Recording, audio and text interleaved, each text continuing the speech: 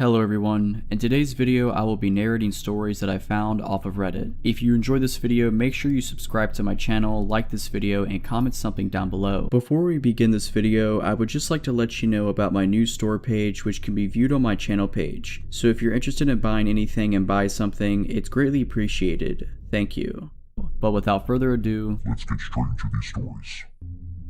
For a bit of backstory, my mom was dating an abusive guy at the time. We'll call him Ian. Because of Ian and the crazy fights they had gotten into, we couldn't lock up my house at all. He had kicked in both the front and the back door to the house and they never fixed. My mother and Ian were at the bar all day, every day. I told you this so you would know why the house wasn't locked up and where my parents were when this happened. This incident occurred when I was around 12 years old and my little brother around 10. I was a really small girl at this age and my brother was sick all the time, so he was very tiny and frail. My mother and Ian were at the bar as usual. When you opened my front door, it put you in the living room and you could see the back door. There was a hallway to the right that led back into the bedrooms, and that is where my brother and I were. We were in his bedroom with the door closed playing something on a PlayStation. It was around midnight or 1 AM and we were playing and having a good time when I heard a weird noise. My brother didn't hear it and I didn't want to creep him out. I told him that I wanted to go get a drink and told him to stay in the room and I would bring him something. To get to my kitchen, you would have to walk down the hallway in front of both the front and back door because it was behind the living room. I kept hearing strange noises, so before I left out of my brother's room, I told him to get into the closet and work on our fort so that it would be ready when I was done getting our drinks and a snack. I raised my little brother for the most part and took care of him. I had a terrible feeling, a sense of dread. I could tell something wasn't right and this was a way to get my brother to hide without scaring him. He frightened easily and had really bad asthma attacks, and at this time we had no inhaler or his breathing treatment machine for him. I knew if he started having an asthma attack on top of being scared, it wouldn't be pretty. Anyway, I left the back room and decided to see what was going on. I started sneaking up the hallway as slowly and quietly as I could. I was terrified. I could feel that something was wrong. Before I made it to the end of the hallway, I hear a man. It sounded like he was grunting. I can't explain it, but the feeling that washed over me made me near puke. So I of course freeze. I have no one in this town. I don't know anyone and my dad is living in a different state. My mom is at the bar drunk. I was sitting there trying to gather the courage to see what was around the corner and going over my options when I hear my brother's door open. He sees me and the look on my face and freezes. I remember his eyes going so wide with fear because he must have heard the grunting too. I motion him with my hands to go back in the room and he does. I gathered the courage to peek around the corner and what I saw still freaks me out to this day. It was horrifying. I saw a man, probably around 6'2", sitting on my couch with a grin on his face. By some stupid luck, the man didn't see me. I slowly snuck back to my brother's room. I slowly shut the door and started going over my options. My little brother was already horrified because of the grunting noise this man was making. I am so thankful he wasn't the one who saw what was out there. I gathered myself and calmly told him that there was a man that I didn't know on the couch and he needed to be very quiet and I needed him to be brave and keep his breathing in check. My little brother adored me and looked up to me, so when I told him that I needed him to be brave, he tried his best. I told him not to move and he didn't. The first thing I tried was the window, but it wouldn't budge. It was completely stuck. I'm making myself stay calm for my brother's sake, but I know what's sitting out there. So since the window was stuck, I decided to start looking for a weapon. My oldest brother lived here and I knew he had swords somewhere. I don't remember where he was. As I'm looking for a weapon, I hear the man saying, "I know you're here." My stomach knotted up, the hair on the back of my neck raised, and I instantly got a cold sweat. And then I hear it. My little brother had started wheezing. Asthma attack. I hugged him, reminded him about being brave, and told him to sit still and focus on his breathing. I started frantically trying to get my window open, but it was stuck. I looked around and started moving blankets when I find my older brother's cell phone that he always forgot. I remember thinking that I was lucky and felt a bit of relief. I immediately called the police and told them what was going on, hysterical at this point but still remaining quiet. The dispatcher told me to remain on the phone so she could hear what was happening when the man started banging on our bedroom door. It had been about 5 minutes into the phone call when this happened and I could no longer remain calm. I had lost it. I started screaming. I forgot to mention that our bedroom had the only working lock, so the door was locked. He was trying to get in and banging on the door. His banging got louder and louder. He was screaming to let him in when it went completely silent. Then he did the creepiest, most terrifying thing ever. He started laughing. He then says, "You know I could just bust down this door in about 2 seconds, right, little girl?" He then starts lightly knocking on the door and asking me to open it. Then I hear the police start screaming at him to get on the ground, put his hands up, etc. I heard him putting up a fight, followed by more yelling and eventually silence. After a few minutes there was a knock on my door, but at this point I was too terrified to open it. I thought that this nightmare guy was still there. So being in my hysterical state, I started screaming no no no please over and over again, sobbing and shaking. I couldn't stay brave for my little brother anymore. I was on the floor holding him this whole time, convinced we were going to die. Eventually I calmed myself a bit, and this time a female officer was at the door, so I opened it. There were about 5 cops standing in the hallway listening to me being hysterical. I refused to let go of my brother at this point, but we both ran to this female officer and just collapsed, sobbing hysterically. We had been so scared. It turns out this guy was completely wasted and high on drugs. I remember the cops walking me up to him and having me stand in front of him to ask me if I knew this man. I didn't. The man's eyes were completely bloodshot and filled with hatred. My parents were called and investigated for leaving us alone like that and for the doors being like that. My mom is a different person now, doesn't drink, and is now married to a cop. She completely changed. I remember asking her about it later on, and she told me something that I didn't know. The man had a huge knife, so that's what he was scraping the door with. He also had some rope, tape, and a tarp. I still don't know how he didn't get to us, or why he didn't just bust the door down to get us. It would have taken 1/2 kick from him to kick the door down. It was super thin. So hopefully I will never have to endure that horrible experience again. This story starts around the fall of 2017. I was walking back to work from lunch when I passed this girl and noticed she got up and started walking behind me. She took a different route and didn't follow me. A few days later it happened again, but this time she was following me. I assumed she wasn't following me at the time because where my office building is situated, you have to go up a set of stairs and pass a few other buildings, and she did not follow me up to my building. After a while I noticed we took the same train home. A lot of the time she would be watching me. When we made eye contact she'd look away. Then she'd continue looking when she thought I wasn't looking. There's a Whole Foods across from my office. I went there for lunch a couple times during the week. I started seeing the girl sitting in the window for lunch, and she would almost always get up as soon as I left and walk the same way I did. Around this time, I began seeing her more frequently. During lunchtime or when I got to the metro, she was almost always there. After a couple of months of this, I started noticing that she would get off at the same station as me sometimes. Sometimes she would walk the same way as me. Once I got to my place,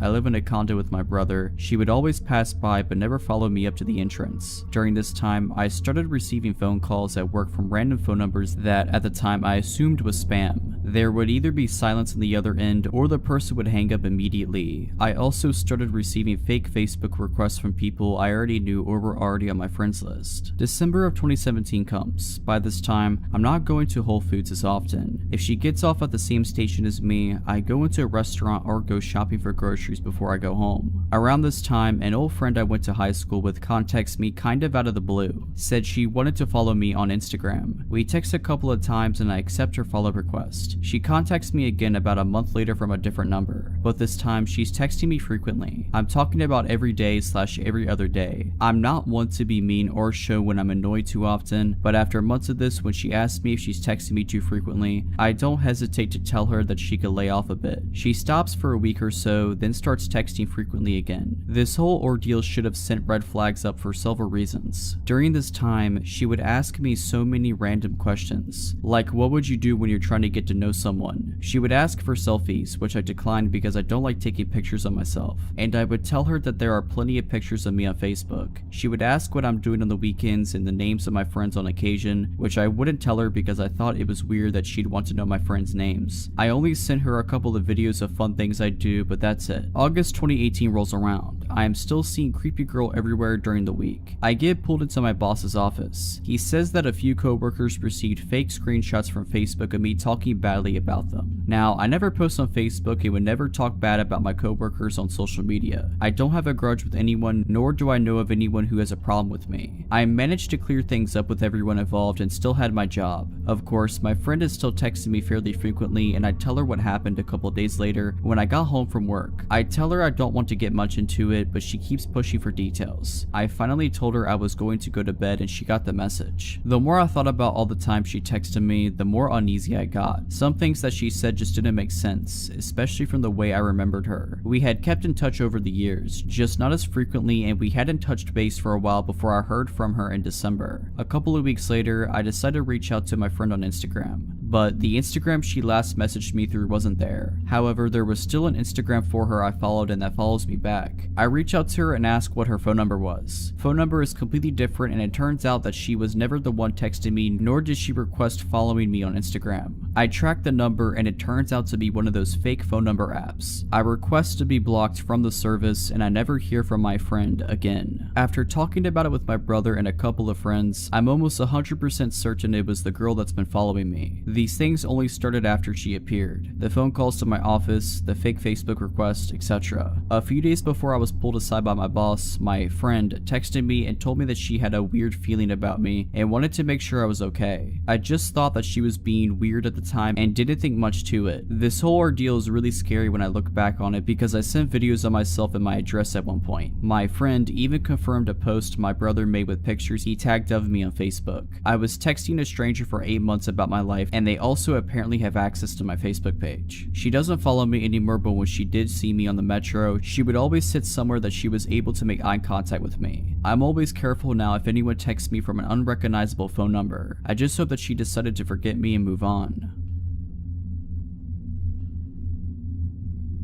About 5 or so years ago, I was 23 at the time and had just gotten out of my first and only serious relationship a year prior. That guy was my first love, so needless to say, when things ended and he had zero interest in trying to work things out, I was heartbroken. After about a year of moping around, I decided to try actual dating. I met this guy Rick on a dating website. He was a couple of years older than me, was an ex-Marine, and good at making conversation. After a few days of talking online, he asked for my number and we decided to meet up. I drove to his house and come to find out he lived with a few other guys who looked really shady. Now, he actually lived in a good neighborhood, but the way they kept their home and the way his roommates looked was my first red flag that a inexperienced and naive girl would not fit in his crowd, but I decided to stay and give it a chance. Once he saw me, he came up, gave me a hug, and handed me a helmet to his motorcycle. Now, I have never in my life rode a motorcycle before, but I had always wanted to, so I thought why not and hopped on. Now, the street he decides to take me up is known to be a very long and windy road that is pretty secluded. It's also important to note that this is the springtime and it's about 5 p.m. when we go on our ride. I didn't realize at the time he had decided to take me on that specific road, but once we got on it, my red flags started to kick in. I began to realize that 1. It is dead silent and there are no other cars on this road right now. 2. It started to get dark, and 3. Yeah, I don't know this guy, so what am I doing? And my alarm bells start ringing. Once my anxiety kicked in, I told him that I think we should turn around and go home. He started laughing and asked if I was scared, and I said no, I just need to head home because my parents are expecting me for dinner soon. He kept riding forward. More alarm bells ringing. Pictures of me lying dead in a ditch came up.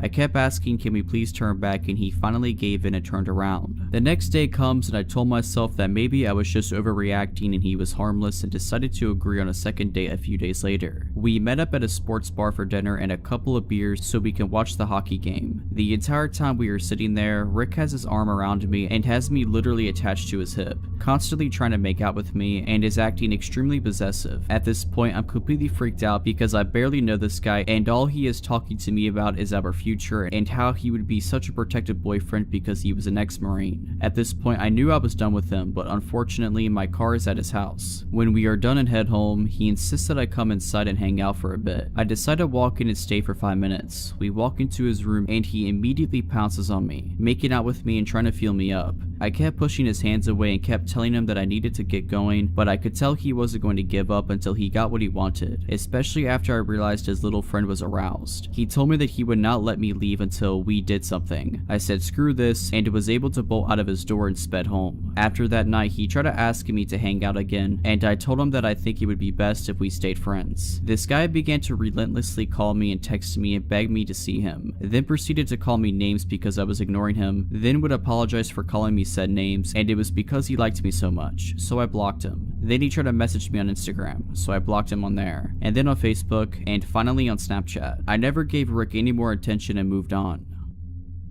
This story happened to me about 6 months ago. I have lived where I lived for 3 years. It's a nice apartment in an amazing location, but they were built in the late 90s. In the last few years, the city I live in has had a massive population boom and people have been non-stop pouring in. Good weather, amazing economy, cool place to do stuff always. Because of this, I have seen the landlord staff start to do heavy maintenance on the apartments to bring them up to date to attract more people to them. My neighbor lived in his apartment for something like 6 years before he ended up buying a house and moved. When he moved, the landlord immediately started redoing his apartment as one to bring up to date. The way that the apartment layout is that there are 2 stories. Where my bedroom is, on the direct other side of the bedroom wall is the staircase in my neighbor's apartment. The way my bedroom layout has my bed right up against the wall. They were completely stripping this place clean. It was one of the first ones that they did such heavy remodeling to. For weeks I would always see the workers over there painting and redoing the floors, etc. A few days before this happened was no different. I left and saw them doing maintenance in the kitchen, and when I came home from work, they were gone for the day. Nothing unusual for a single bit. The part that is unusual though is what happened one particular night. I was awake around 1 AM watching TV in my room when I heard someone on the other side of the wall slowly walking up the stairs, and very obviously stopping halfway up.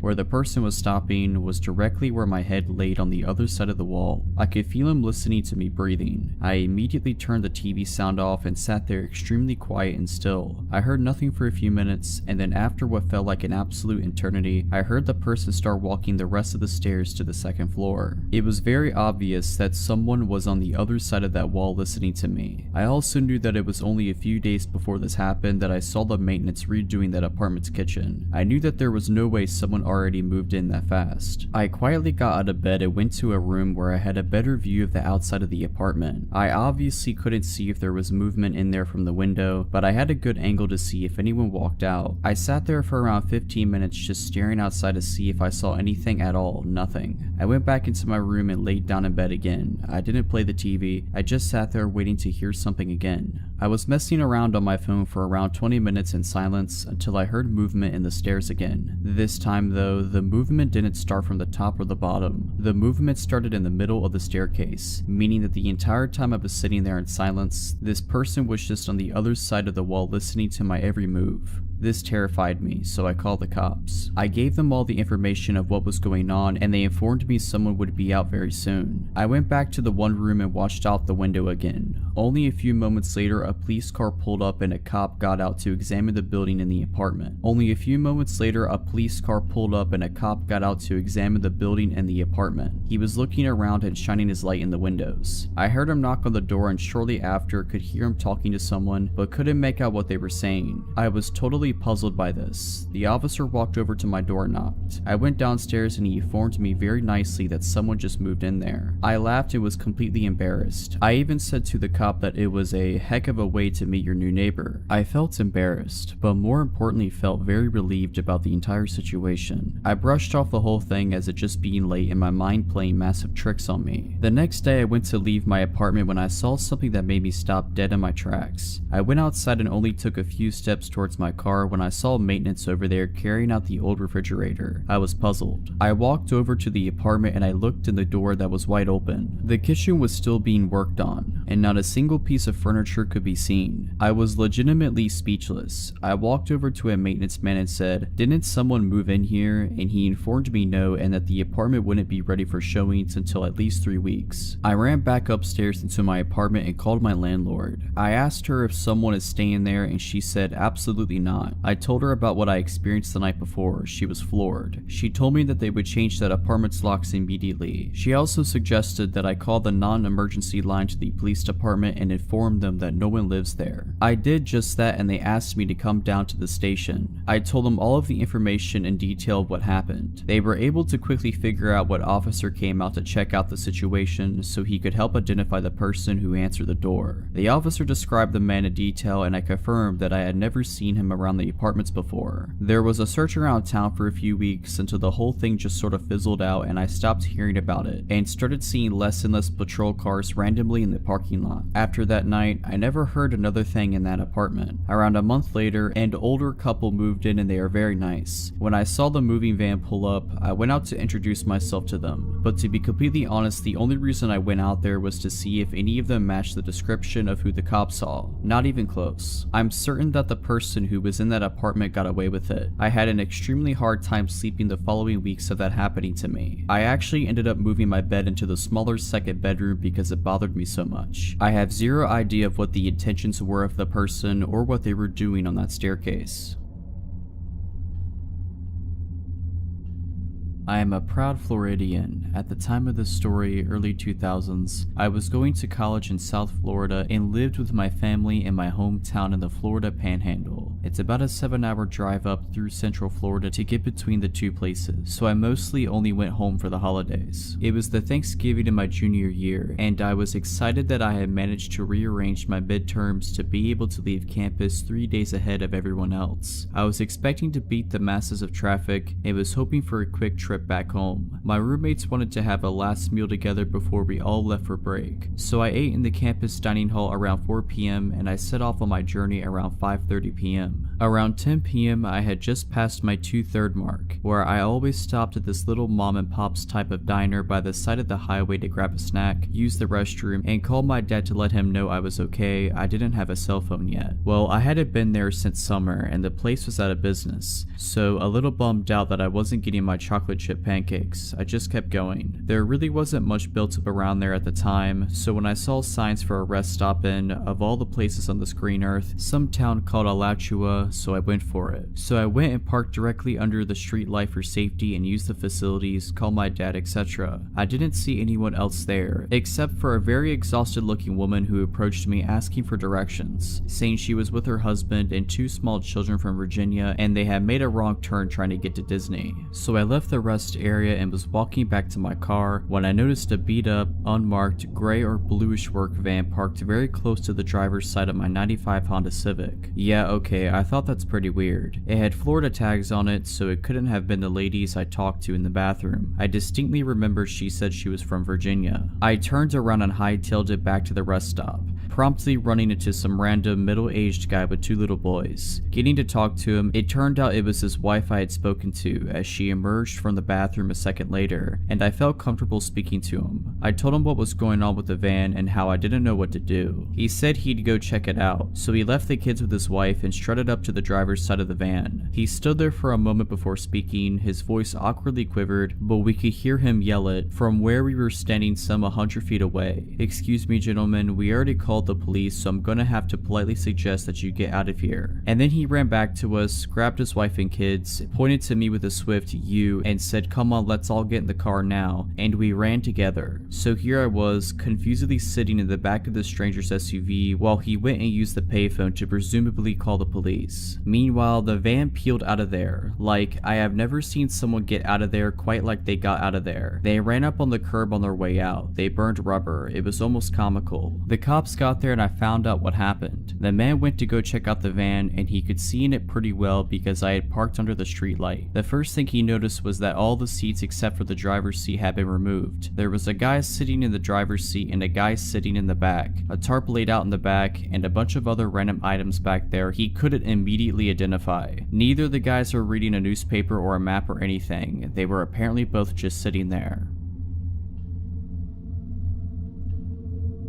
I'd say I was around 8 at the time this took place. At the time, we had to get mail from the post office in town, and so seeing my mom get the mail, my brain decided, wow, I want to be cool and get the mail like mom. That childish need to prove that I was mature. Eventually, after time and time of begging, my mom let me get the mail. I'd guess it was a weekend as the post office was closed, but you could still grab mail, just no people that worked there were there. I asked my mom if I could grab the mail as we slowly pulled up outside the post office. She nodded and gave me the keys that had the mail key and a few others. I jumped out of the old van and ran up the ramp to the building, avoiding the stairs completely. I opened the door and saw a lady and a man getting their mail, but turning to my side, I saw an older man sitting in the corner staring at me. He gave me weird vibes even as a kid, but still I gave him a quick smile and wave. Bad move. The man smiled back, revealing his stained teeth. I walked past him and went to the mailbox. Me being me though, I forgot what key was what and began fumbling awkwardly as the others grabbing mail left the building. After maybe 3 to 5 minutes of trying and failing, I finally unlocked it. I was so happy that I disregarded the man staring as I grabbed the mail. With a quick click of the lock, I closed the box and began to walk away. I found the gaze of the man as he looked at me, a crooked smile across his face. I put my open hand against the door and began to push when a pair of arms reached around me, one hand forcefully pulling the door shut and the other around the upper part of my chest like my collarbone, pulling me into a tight, unwelcome and horrible hug. I froze. What was I supposed to do? I was always taught to respect adults and I did. He had a strong scent of alcohol on him, so much I think I coughed a few times. He began to speak after a moment of just holding me there. The words he spoke scared me really bad. He then said, "Man, hey, where are you going?" He spoke almost passive-aggressively. Me, "Oh, I have to go. My mom was waiting for me." Man, "Oh, okay." He sounded defeated and began to let me go. Before I could break away, he held me tighter again, tighter than before. Wait,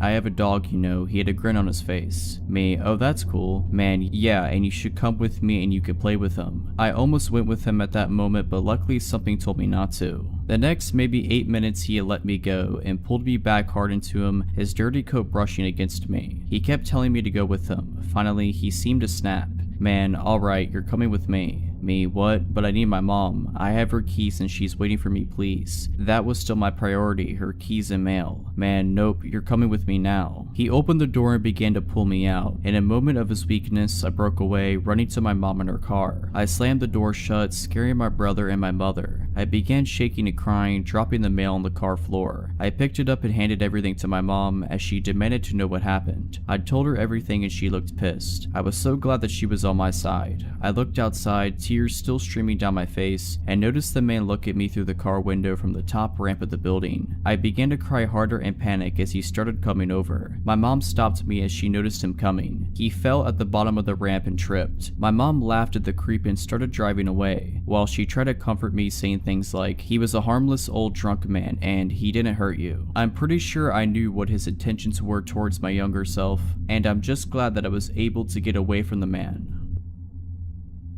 This happened in 2015 when I was 16 and still living in my hometown, a forgotten little beach town in the middle of nowhere that's so remote it's probably not even known by surrounding areas. Basically, there's 3 things you can do there as a teenager: go to the movies, swim, or go to this pathetic little place called Miller's Fun Park. It's relatively similar to a lot of fun park type things, only a whole lot worse. There's a crappy arcade with broken skee-ball machines, batting cages that probably haven't been used since the early 80s, a pathetic mini golf course, and the most dangerous go-karts you've probably ever seen in your life. Miller's Fun Park is on the edge of a field. On the opposite side of the field, about 3 miles down, is the beach, and across the single street are woods. If our town is in the middle of nowhere, Miller's is practically on the moon. My cousin Emma and I decided one summer night that we wanted to go go-karting. It was around 10 p.m, so we knew it'd be almost deserted, but that was the way we liked it. I picked her up from her house and we made the long drive down. Once we had arrived and parked in the nearly empty parking lot, we hopped out of the car and paid for some go-karting tickets. The same people had worked there forever. There was no one there except for a few boys in the arcade and a guy who looked to be in his 60s sitting on a bench near the batting cages. Emma and I paid him no mind and went to the go-kart track. Like I said, these karts were incredibly dangerous, so I was focused on nothing but making sure I wasn't going to skid and flip as we raced way too fast around the windy track. This is why I didn't notice the guy walking over to the fence, and why I didn't notice him watching us until we pulled into the lanes after our last lap. He was standing on the other side of the fence right where I parked. He stared at me with the most unsettling expression, a weird smile with dark eyes. I managed an uneasy smile back, handed another ticket to the guy running the go-karts, who was obviously higher than a kite, and Emma and I went off again. This time I couldn't focus. The dude gave me the worst type of feeling. My eyes were constantly finding their way to the metal fence where he stood, unmoving and watching us every time we were in his view. And the thing that was bothering me the most was we only had bought 3 tickets. We were on our second to last run and he was standing directly next to the exit gate. I was just praying that he'd move before we were done. But of course, no such luck. Our last go came and went, and I had no choice but to pull in next to him, unbuckle my seatbelt, and get out of my go-kart. I glanced over at Emma a few feet away as I opened the exit gate to see if she was as scared as I was, but she didn't seem to notice as she bounced over and bragged about how she had beat me the last 2 times. I was barely listening. I opened the gate and the guy stepped in front of me just as I was leaving. "Hey there," he said. His voice was dry and he smelled of cigarettes. "What are you girls doing all alone here?" My eyes darted over to Emma, who was looking at the dude with both confusion and annoyance. What?" she said, pushing past the gate so she stood beside me. "It's so late." His tone was as hungry as his eyes, and he reminded me of a snake. "Do your parents know that you're out?" "Yes," I answered quickly. "They're waiting for us actually. We need to get going."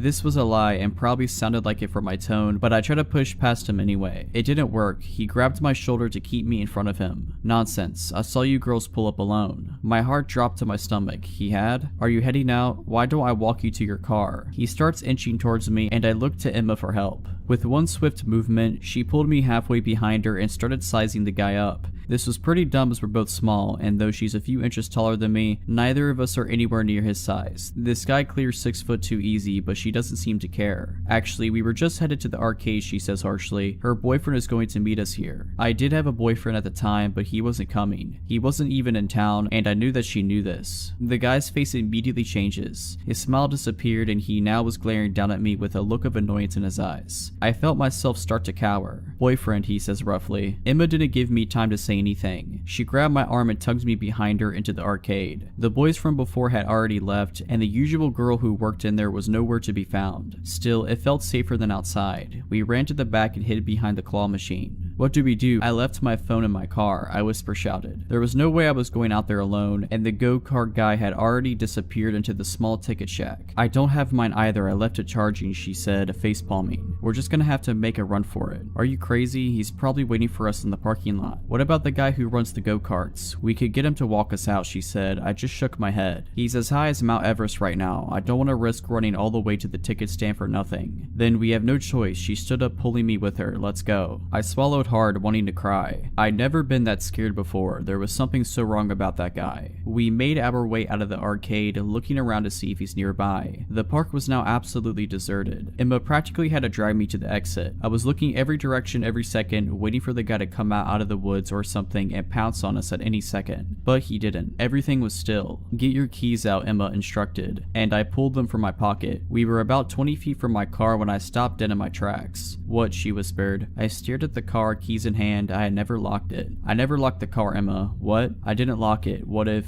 I trailed off, but she knew what I was saying. She started inching towards the car, and I grabbed her arm to stop her, but she pulled me away. I'm just going to peek. If I say run, you run. Her voice is quiet. I nodded shakily. She eventually made it close enough to see inside, but by the way she was squinting, I knew it was too dark to make anything out. My heart was beating out of my chest. What if he's in there? All these thoughts almost drown out the unmistakable sound of shoes slamming against the pavement. My head whipped around instantly, and there he was, sprinting at us at full speed out of the woods. I screamed bloody murder and broke for the car, jiggling the handle as I realized I had locked it. Emma was already on the other side, screaming at me to unlock it. I fumbled with the keys but managed not to drop them as I unlocked the door, flung it open, and practically threw myself inside. I just managed to close the door when he was there, slamming his fists against the window and shouting incoherently. I was sobbing at this point and barely managed to lock the doors as he goes for the handle and yanks on it as hard as he can. Emma was screaming at me to go, and through my tears I shoved the key into the ignition and flew into reverse. He was still chasing us and yelling as I veered backwards out of the lot and turned as fast as I could while slamming on the gas. I was driving like I was still in a go-kart, but I didn't care. I could barely see the road through the flood of tears, and Emma had to grab the wheel several times to keep us from crashing before I regained some composure. Though obviously shaken up, she managed to keep her tears and be the same one out of the two of us as we drove at least 30 miles over the speed limit the whole way back to my house. We kept this encounter a secret between us for a long time, but me and Emma decided to tell this encounter we had experienced on here. We didn't talk about it until months after the horrifying encounter. Safe to say we never went back to Miller's Fun Park after that. I urge all of you to be extremely careful when going out at night. I just hope that me and Emma never have to see that lunatic again.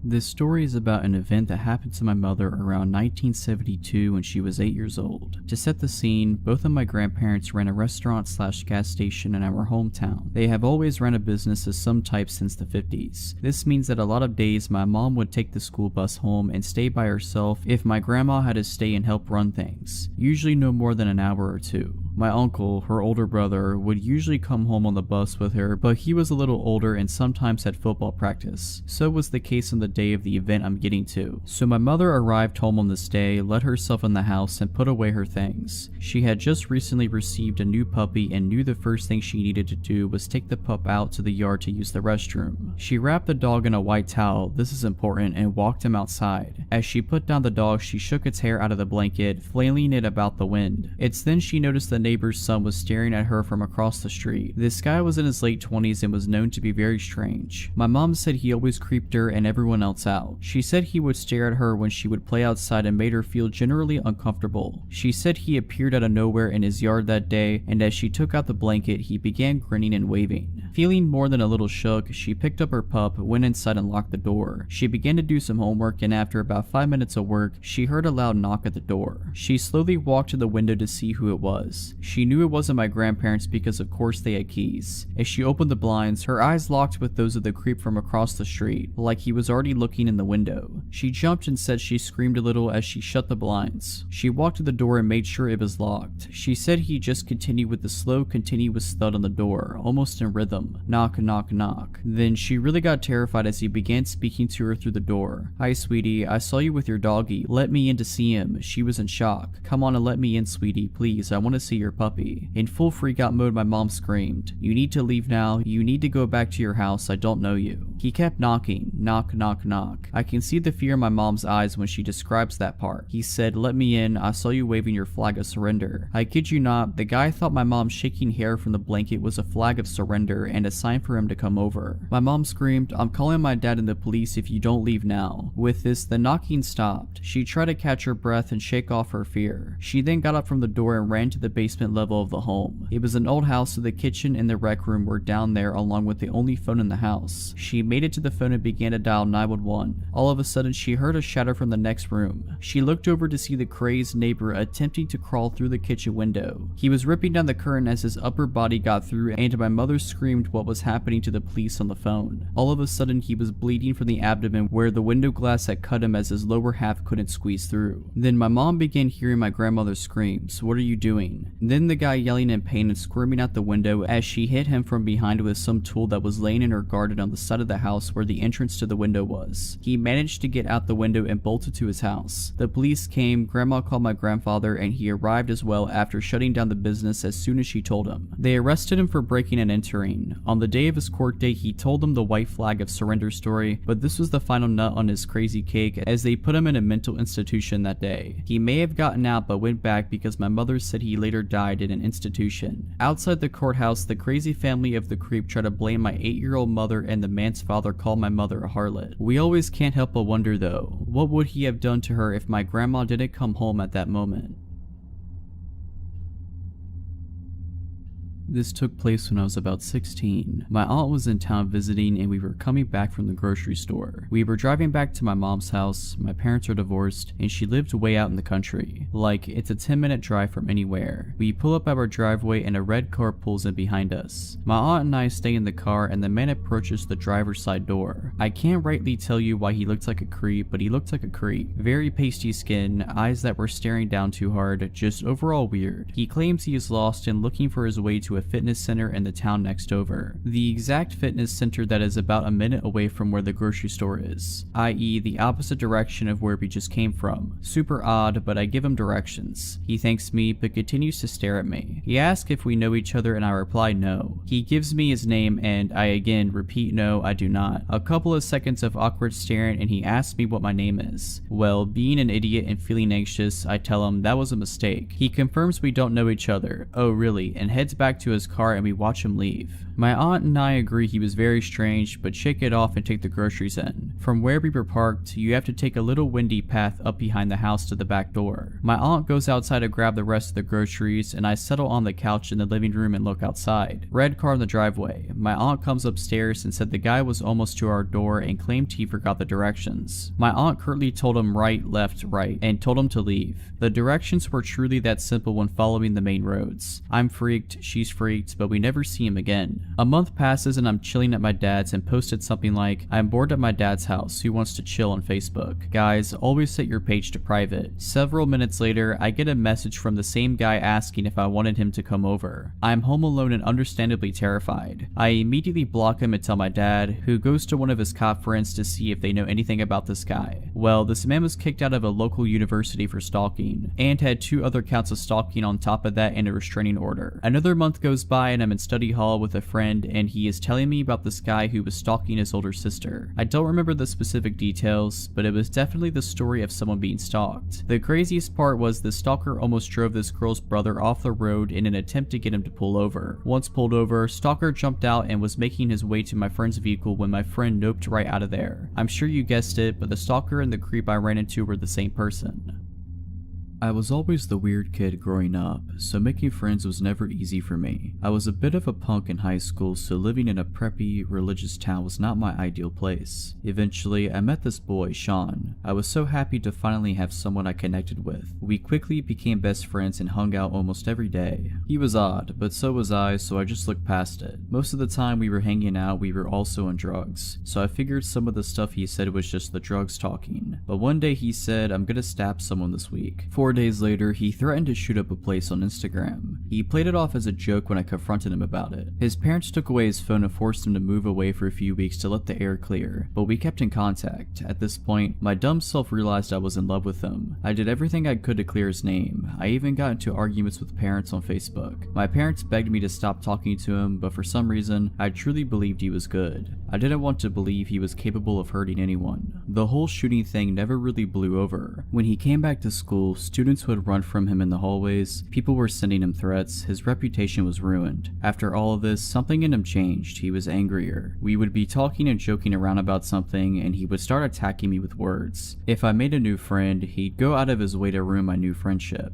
And for some reason, I saw this as him being protective. About a year went by after this. The verbal abuse continued, and I continued to do nothing about it. I was still in love with him, but I didn't act on it since he was my closest friend. To keep my mind off of Sean, I started dating a boy named Alex. Sean hated Alex, not for any particular reason, he just didn't like that I spent time with someone that wasn't him. Alex was also a weed dealer, and Sean knew this. Sean asked if Alex would front him some weed since he knew we were best friends, and Alex did. I don't remember the exact amount of weed, but it was a decent amount, enough to be mad about if you don't get paid for it. Sean never paid Alex. Alex tried to talk to him about it, but Sean always put him off and avoided him. After about a month of this, Alex saw Sean's car in a Taco Bell parking lot and pulled up. He saw Sean in his car and began to get out. Since Alex had anger issues, he also pulled out his baseball bat. Sean saw him and freaked out. He pulled out of his parking spot quickly, drove off, and called 911, calling it a drug deal gone wrong. Alex was then arrested for assault with a deadly weapon. 3 days later, when Alex got out of jail, he was driving to his friend's house, who lives in Sean's neighborhood, when he saw Sean standing in his front yard. Alex rolled out his window and called him a coward, then drove away. Sean called the police again, and Alex was arrested for stalking.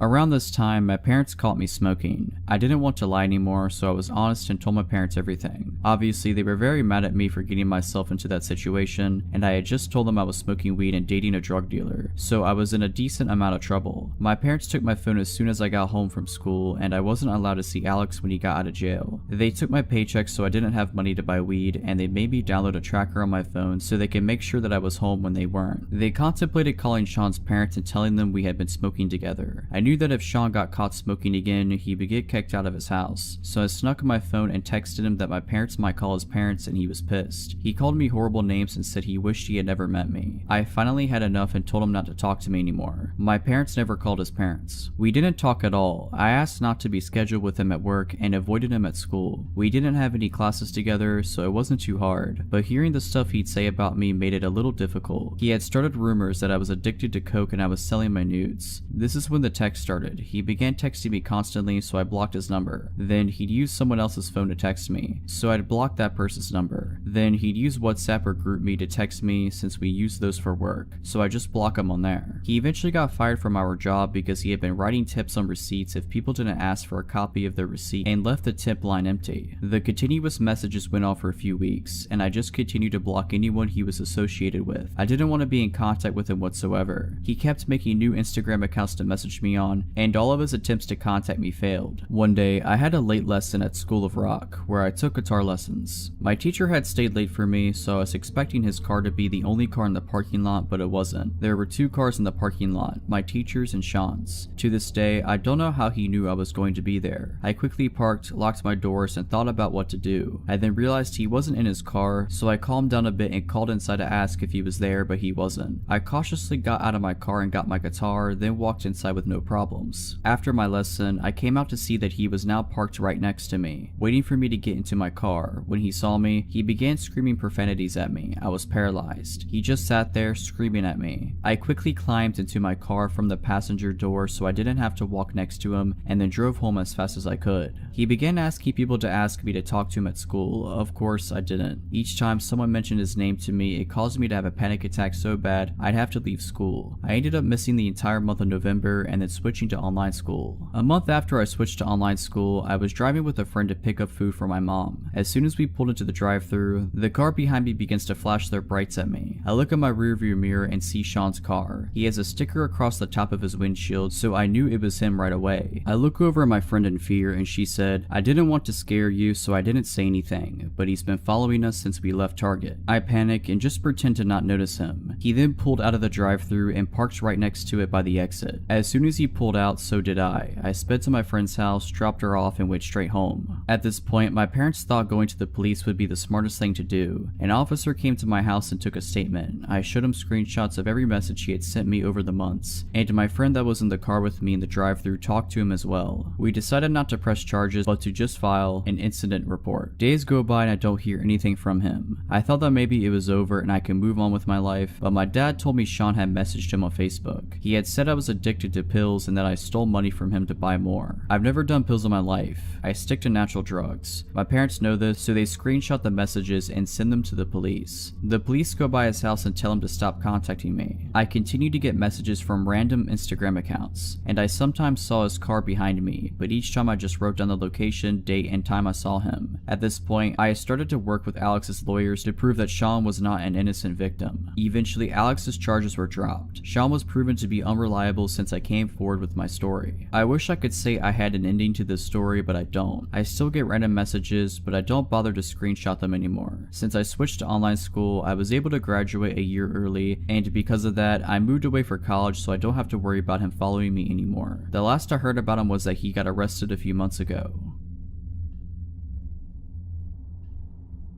I went on a Tinder date some time ago while I was adjusting to a new city I had moved to. I didn't really know anybody there, so I used some online dating apps to see the dating scene around town. I landed one from a girl that seemed just like a chill person. We had a few exchanges through the Tinder app and then decided to meet up for a drink. I picked her up at her house and she greeted me at the door and gave me a hug. She said the name of a local bar she wanted to go to for us to chat and get to know each other. I told her I would drive and proceeded to my car. The first red flag I noticed was when I walked to my car and opened the door. She had just followed me to the driver's side and was standing behind me staring. I looked at her blankly for 15 seconds and asked her if she was going to get in. She said sure, I would love to, and went the long way to the passenger's side around the back of the car. Since I had just met the girl, I figured she had just maybe smoked some weed or something, as I had kind of got the vibe she was a bit of a stoner. As I was driving to the bar, she talked in a very low voice, almost as if she was trying to whisper. I am not hard of hearing or anything, but I had to ask her to repeat herself several times just so I could make out the full sentences she was saying. When we got to the bar, I made sure we got a seat closer to the back away from most people, just so I could have a little quiet in order to hear her. The conversations honestly carried on as normal from this point, and it was actually a fun time for the time being. We talked about different things we were interested in, and she did bring up she did recreationally use weed and a few other tripping substances like shrooms and such. I am not much of a fan of these, but it at least made me relax in the back of my mind to think maybe she was just high off marijuana, and that rationally explains some of the out of their behavior. Granted, I had a few drinks at this point, so I was honestly not thinking straight. I asked her if she wanted to go to my place after drinks and she agreed. When we got to my place, we had a few more drinks, then she started talking about her jewelry. This is where it gets weird. She told me her jewelry was her big secret and it defined her. When I asked her why it was so important, she said, "I'm actually Anastasia, and I was never killed in Russia. My jewelry is my link to my past." It was hard for me to take that serious at this point with how much I drank, so I kind of challenged that statement using the little bit I knew about history. At this point, she freaked out and started yelling at the top of her lungs about how I don't respect ancestors in history. And then she got quiet and tiptoed right up to me and grabbed me by my neck. She then brought my face eye to eye with hers while still holding my neck. She says at this point, "I am a shaman and I will curse you. My ancestors ancestors have destroyed many people and you do not respect that. You are from oppressive ancestors and they will be punished. Then she put her hand in a whiskey glass and made a cross on my face and kissed my forehead. At this point, I started to sober up a little. I talked to her to calm me down, telling her I was only joking. Then she slowly started getting back to normal. Then she started talking about her cats. She tells me she has a list of people who she tames to act as cats. I am not about judging people on their interests, so I listen in. She then tells me all the things she does to them and starts acting like a cat in my living room. My red flags in my head were tingling like crazy at this point, so I just listened to try not to set her off. She noticed sage on my kitchen counter and asked me to let her light it and bless the house. Side note, I use sage to make my house smell better occasionally. It's kind of a ritual I like to do, but it's mine and mine alone. Something I take very personally and I like to do myself. I tell her no, she can't light it and that it's my thing to do on my own. Then she freaks out telling me I am a horrible human being and screaming all over the place. I tell her I can take her home now and she runs to the door and goes outside. As I get outside, she is screaming at the top of her lungs that I am a horrible person and I should go die. I tell her she can walk herself home then, and I go back to my place and lock the door. She then starts banging on the door hard in about 10 minutes saying she left her phone in there. I grab her phone off the kitchen counter and open the door to hand it to her. She tries to barge inside and I block her with my forearm. She then acts like she's about to punch me. I just hold my ground and tell her she is not coming in. She screams she wanted the whiskey bottle we were drinking from. I told her no, because I paid for the thing. I slam the door at that point and lock it. I hear her bang on the door for a minute. I then hear her footsteps going down the stairs. I waited about an hour and then went walking outside to see if she was still hanging around. I didn't see her, nor did I ever see her again after that.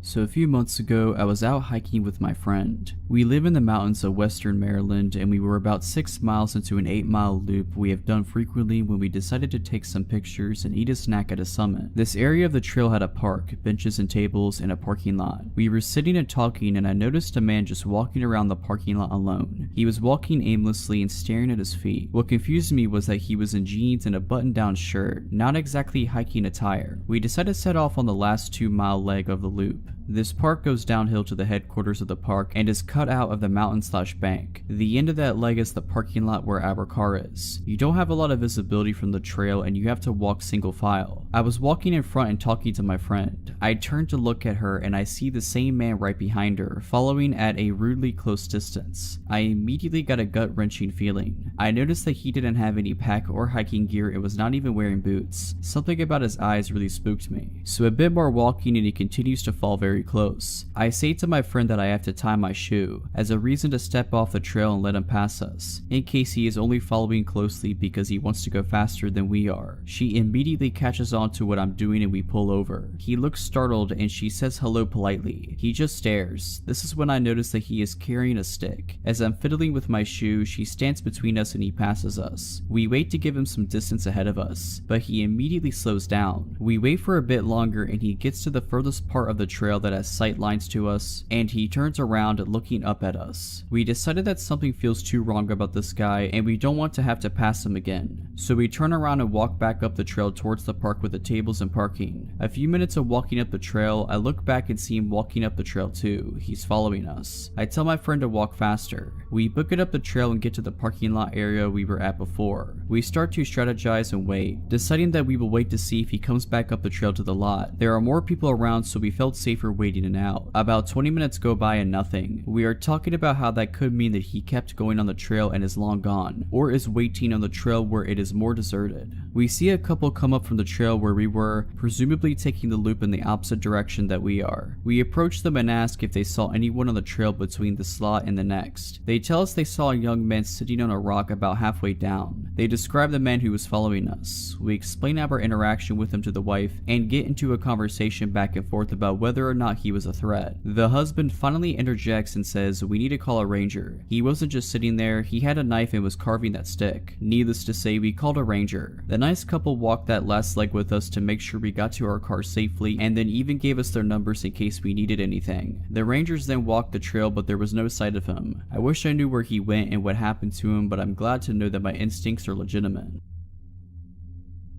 The events of this story happened 13 years ago and it still messes with me to this day, even though I'm not in any sort of danger. When I was in college, I got super depressed and stressed out near my junior year. I was always super into school and just started slipping near the end of my college terms, so it threw me off bad. Never experienced failing at subjects before and it threw me into a ridiculous stress. I graduated and figured everything would go away with that, but I found myself still feeling very mentally foggy. My sister knew how bad off I was from the last few years of school, so she hatched a plan to surprise me. I always wanted to go to Miami growing up. I know how lame that sounds, but being a girl who grew up in the Midwest and even went to college there, it was always super exciting looking to me. Up to this point, I traveled but never went anywhere as lively or big as Miami always seemed. My sister planned a 5-night vacation with me as a way to get me out of this mental fog and also celebrate in our own way me graduating college. I was super excited. The few months passed and it was time for the trip. We get there and the first few nights were incredible. We hit up the restaurants I had on my little list of places to try and spent many hours by the ocean. I was never a big party girl. Up to this point in my life, I was drunk maybe twice. My sister was the opposite, who was at every party that happened in our hometown. She got bored of going back to the room so early every night and convinced me to go to a nightclub with her for the first time. I fought it a bit but let my guard down because I was feeling great for the first time in a long time and was ready to try new things. It was a Saturday night downtown in the middle of summer. We get to this nightclub and the line is legit wrapped around the building. It was massive. We waited in line for what felt like forever and were let in finally. I walked in the door and felt like I got shot because of the loudness. My sister dragged me to the bar and ordered some shots of some drink with a funny name. Again, I decided to just let my guard down and try new things. As more shots went down, I decided that would be the theme of the night, trying new stuff out. I was aware how boring I was and was, in my opinion, in the most exciting place in the world. Around 45 minutes into dancing and drinking, I became very drunk. Borderline blackout. I was very sloppy drunk and was aware of it. I found myself laying on a couch thing in the upstairs area, overlooking the dance floor as my sister was dancing with some guys. As I stayed there trying to consciously sober myself up, I realized how badly I had to pee. So I brought myself up to a sitting position on the couch to stand up and walk to the nearby bathroom. As I sat up, a massive man quickly sat so close to me I could feel his leather pants pressed on my leg. Absolutely over 6 feet tall and looked like some sort of bodybuilder. Admittedly, he was very good looking, but I was so drunk that I wasn't even trying to flirt and just get up to find the bathroom. He smiled at me and yelled over the music something like this, "Leaving so soon?" I remember nervously laughing and attempted to get up, but he grabbed onto my dress and pulled me back to a sitting position next to him. His smile went away and he said in a very deep tone, "I don't remember telling you that you were allowed to leave." Even though I was very drunk leading up to this, I felt like I sobered up within seconds. I never had anything like this happen before, but I wasn't going to just allow this guy, no matter how much bigger than me he is, to do that to me. I attempted to stand up again and he did the exact same thing, but much more aggressive. I thought it was insanely rude, but I wasn't afraid because of how many people were around me. He tapped my heels with his big yellow leather boots and said, "I couldn't help but notice how much I want to screw your feet." My fight or flight kicked in. I slapped him in the face and stood up to walk away.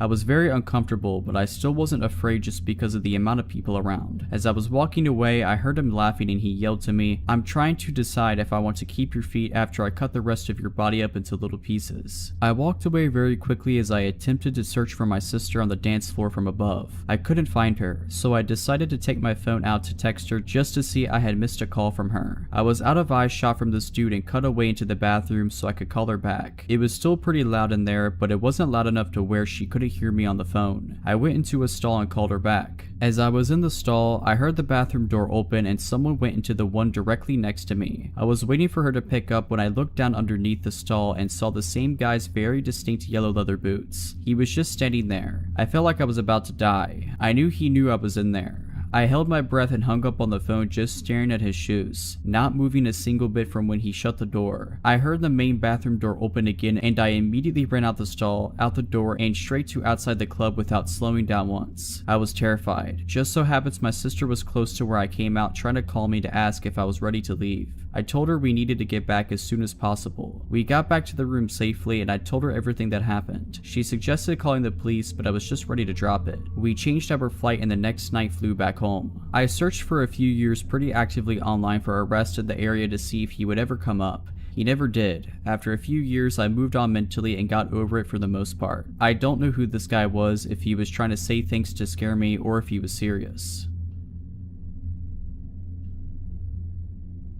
This story begins when I was in 4th grade, so I was about 9, as I was a bit young for my grade. Because of me being younger than the other kids, I didn't get along with them very well. So whenever we would go out to recess, I would make sure to bring whatever book I was reading at the time. I had my own special place I liked to sit and read. It was a little corner of the playground where barely anybody went. It was a large patch of clovers and other overgrown plants and had a large bush with a gap between it and the fence. I used to love to sit there. One day, I went over to my normal spot and sat with my back facing the bush. I had been reading for a while when I thought I heard a rustling sound behind me. Sometimes squirrels and chipmunks would hang out in the gap between the bush and the fence, so I didn't think much of it. That was until I heard heavy breathing and something tugging on my hair. Surprised, I whipped my head around thinking my hair had gotten caught on a branch or something, but instead there was a boy. He was sitting hunched in the gap between the fence and the bush, leaning forward between the branches with his face mostly obscured by leaves and his arm outstretched, trying to grab at my hair. I screamed and bolted for the picnic table area where the supervising teachers were. I was very shy back then, so I didn't say anything. Instead, for a long time after that, I sat and read by the teachers during recess. About 3/4 of the way through the school year, I made a friend who we'll call Matt. Matt was also a bit of an outcast, and when we got assigned to be in a reading group together, we became fast friends. He was nice enough, but even my 9-year-old self could tell that there was something off about him. He was way too clingy, barely ever leaving my side, and constantly coming up with excuses to touch me. I of course didn't have any other friends then, so I ignored it. However, one day he told me that he liked me. I had no idea how to react to this and just said nothing. He apparently took my silence as a yes, because he called my home phone later that night. My mom handed me the phone saying that a friend was asking to talk to me. Since my parents were watching TV downstairs, I decided to go up to my room so I wouldn't bother them. It was Matt. I could barely even say hello before he started saying some seriously weird stuff. He started saying things like,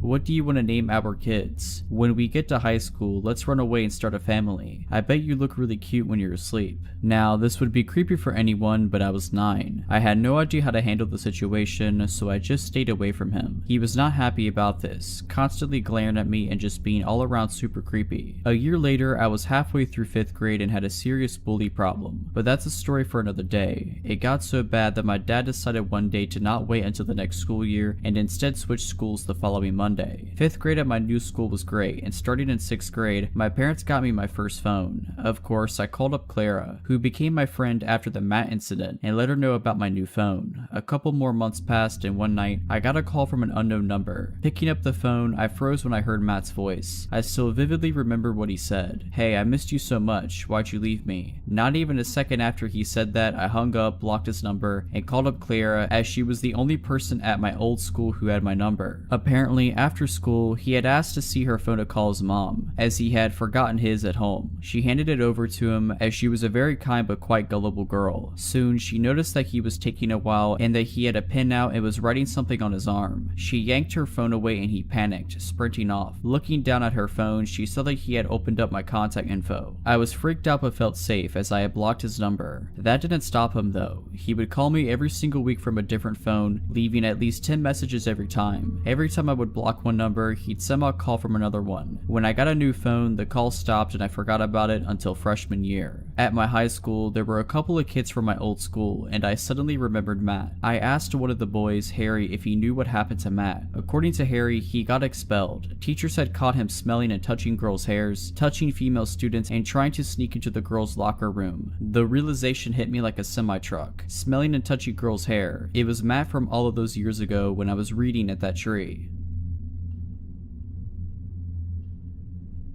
I'm a 24-year-old woman, and I once worked at a pharmacy store for about a year as a cashier. I had many weird encounters because people were sometimes behind in their medication doses when they came in to pick them up, mostly harmless. The shifts were usually just one cashier and a supervisor, with the supervisor in the back of the store and the cashier alone up front. This happened close to Halloween at about 9 a.m. on a sunny, innocent day. I was just chilling at the cash register waiting for customers when a man came in and stood in the aisle across from the register register and just stared at me for a good 5 minutes. I didn't realize that's actually what he was doing until he made eye contact and he didn't look away. He was tall and reminded me of Tyler Labini's character in Tucker and Dale vs. Evil, just not the least bit charming. I immediately called my supervisor up front over the loudspeaker and the guy walked down the aisle towards the pharmacy. When my supervisor appeared, I told her what happened. She downplayed it, didn't look for him, and said just to call her if he did anything. Comforting. When she was gone, the man made a loop around the store and came right to my register with a bag of Halloween candy and nothing else. I tried ringing him up quickly, but he started asking me ridiculous questions about our savings card program and insisting he sign up.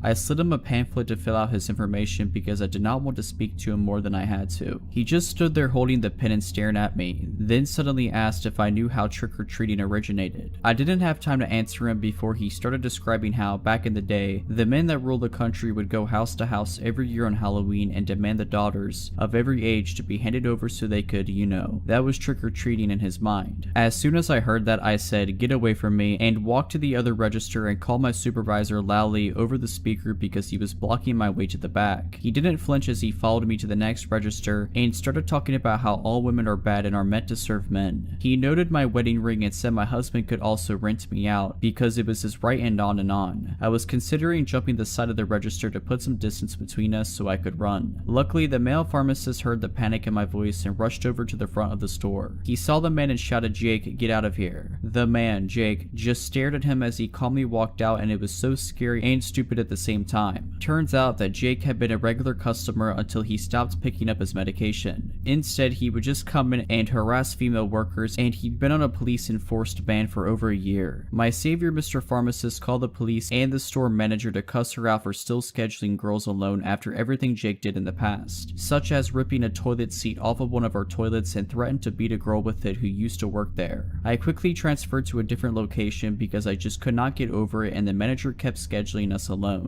The police only watched the store for a week. If you're liking this video, all I ask is that you make sure to subscribe to my channel and like this video. Thank you. I'm going to tell you the story of a terrifying old creep that had stalked me since I was 16 years old. I'm currently 20 years old. I worked in a restaurant which was inside a bigger shopping center. My stalker, an old man named Eric, worked for the actual shopping center itself and not a store inside it like me. I had one other friend at my job who was my age, and her name was Jessica. Jessica had worked there for longer than I had, and one day she asked if I heard of this guy who worked in the shopping center called Eric. Jessica described Eric as very strange. She didn't describe him as frightening or unsettling, or even someone to be afraid of, just as a very eccentric man. Jessica has also told me that Eric had brought her a present on Valentine's Day, chocolate. Anyone would think this was friendly behavior or harmless flirting, if he wasn't a 50-something-year-old man bringing chocolates to a 16-year-old girl he barely knew. I began to see for myself that Eric wasn't just an innocent old man with a slight crush. He had other intentions. The first time I remember Eric approaching me was when I was filling up a machine near the entrance of my work. This machine was out of the view of all the other employees and the restaurant was empty. Eric wasn't supposed to enter my place of work when he was working at the shopping center, so he had deliberately gone out of his way to come and speak to me. To describe his appearance, he had gray hair with bald patches and had beady little eyes which he never averted from yours. Eric must have sneaked up on me as I looked up and he was standing right next to me, a little too close. "My name is Lucy." Eric asked me, "Lucy, are you married?" He almost laughed after he asked me this. He had a smirk on his face. Eric liked to ask me questions that he already knew the answer to, just to see my reaction. I began to clock on to the fact that Eric had been going a little further than just approaching me at work, and instead stalking my social media accounts in the weeks following this first encounter, such as Twitter and Instagram, when he began asking me very specific questions about things I had posted about in the days before. For example, I had posted on Instagram about a tattoo I got, which was in homage to my favorite band. I was serving a customer one day only to be interrupted by a shrill but quiet voice. It was Eric. His eyes were huge and he had a look of pure excitement and menace on his face. He had yet again entered my workplace when he wasn't supposed to, just to talk to me. He asked me, "Lucy, what's your favorite insert band here song?" I felt creeped out. The tattoo I had gotten was covered by my work uniform, so the only way he could have seen it was going through my Instagram page. I forced myself to forget all about it and carried on working. Over the course of a few months, Eric would come into my workplace more and more frequently, asking me bizarre questions questions and still reciting back to me things that I had tweeted about or posted on Instagram. Every time I would see him, I would get visibly uncomfortable, and he liked it when I got uncomfortable. All while this was happening, Jessica approached me and let me know that Eric had followed her in his car on her walk home from work, slowing down to ask her where she lived. I had also been told other disturbing news about Eric from multiple different people. It seemed as if he was becoming more invested in whatever his intentions were towards me and Jessica. News had traveled to one of my managers about Eric's unsettling actions towards me, and this manager informed me that a few years ago, Eric was rumored to have followed a young girl who used to work for our restaurant into a toilet. Things didn't quite make sense to me. He was known for being a creep, yet still employed at the shopping center. On one hand, I was glad to know I wasn't just creeped out for no reason, but on the other hand, I was frightened as he'd been doing this for years, yet no one had stopped him. There was a woman who worked at the same place as me called Rebecca, and she had some sort of disability which caused her to befriend and be trusting to people without knowing anything about them. It seems that Eric took advantage of her, as he had asked for her phone number and she gave it to him. Rebecca had shown me her text with Eric. He had texted her things like, "Rebecca, are you alone?" and "Rebecca, are you sat on the bus alone?" But the most unsettling part of it all was the text from Eric that read, "Rebecca, could you please let me know any information on the girls that work at insert restaurant name here?" I was stunned. I was constantly questioning why this old man was so bent on finding out everything I do in my life. He had gone out of his way to source information about me through a vulnerable person I worked with, and I was scared he was going to go further. One night I was watching the movie Grease with my family, and I tweeted something stupid like, "Grease is my favorite film because it's a great film, right?" Anyways, the morning after my tweet, Eric approaches me in his usual way and utters, "Do you like the film Grease, Lucy?" The same usual smirk lit up on his face. I tried to carry on with my day, but spent the entirety of my shift feeling a little shaken up. The very second I clocked out of work and got into my car, my phone went off. This was a notification for PayPal. I clicked on this notification to see that I had received £3 from an Eric, and the note attached to it read, "To Lucy, Grease is the word from Eric." He literally found my PayPal and sent £3 to it and quoted the movie Grease. If this wasn't crazy enough, in the days following I received a string of anonymous and incessant calls, one after the other. My phone rang all night. I had to turn it off to get away. Even when I turned my phone back on, the calls continued. The phone calls that I did answer were just someone breathing down the phone, making a point to breathe heavy. I had no proof that this was Eric, but it wasn't hard to put two and two together after all the links he had gone to in order to track down my personal information. If he had found out my PayPal address, my phone number, and all of my social media accounts, what was stopping him from finding out where I live, breaking in, hurting me or my family? I reported Eric to my managers and they passed my complaint on to the managers of the shopping center. At this point, I was genuinely scared for my safety. Multiple girls added to my statement and added details of times they had witnessed Eric's unsettling behavior, of times he had been inappropriate with them too. Eric had been cautioned by the shopping center's management, yet nothing was done, except the fact that he was warned not to talk to me. Eric found ways around the no talking to Lucy rule. He would make animal noises at me when he would see me, like a monkey or a dog or any bizarre noise that would get my attention. I think he just wanted me to think that he outsmarted me, and found a way around the rules. After this, I stopped working at the restaurant as a full-time job, and saw Eric less and less, which was obviously great for me. I moved cities as I went away for university, and made new friends which distracted me from my old life in my hometown. After moving away and starting my new life, I forgot about Eric. I was soon going to remember though. On Christmas Day, I was back home in my hometown with my parents. My phone buzzed with a notification. I received a notification from PayPal, and it was the exact amount of £3, only not from Eric this time, but from a girl whose name I didn't recognize at all. I opened up the PayPal app only to see a note attached to this payment I had received. The note read, "Sending on behalf of Eric." I had forgotten all about Eric, and now he was antagonizing me through other people. I threw my phone down on the couch and spent the night drinking with my family, until I forgot about the notification. I since haven't seen or heard anything from him, and I wanted to stay that way. I'm not sure if he still works at the shopping center, but I don't go there anymore, so I don't have to find out.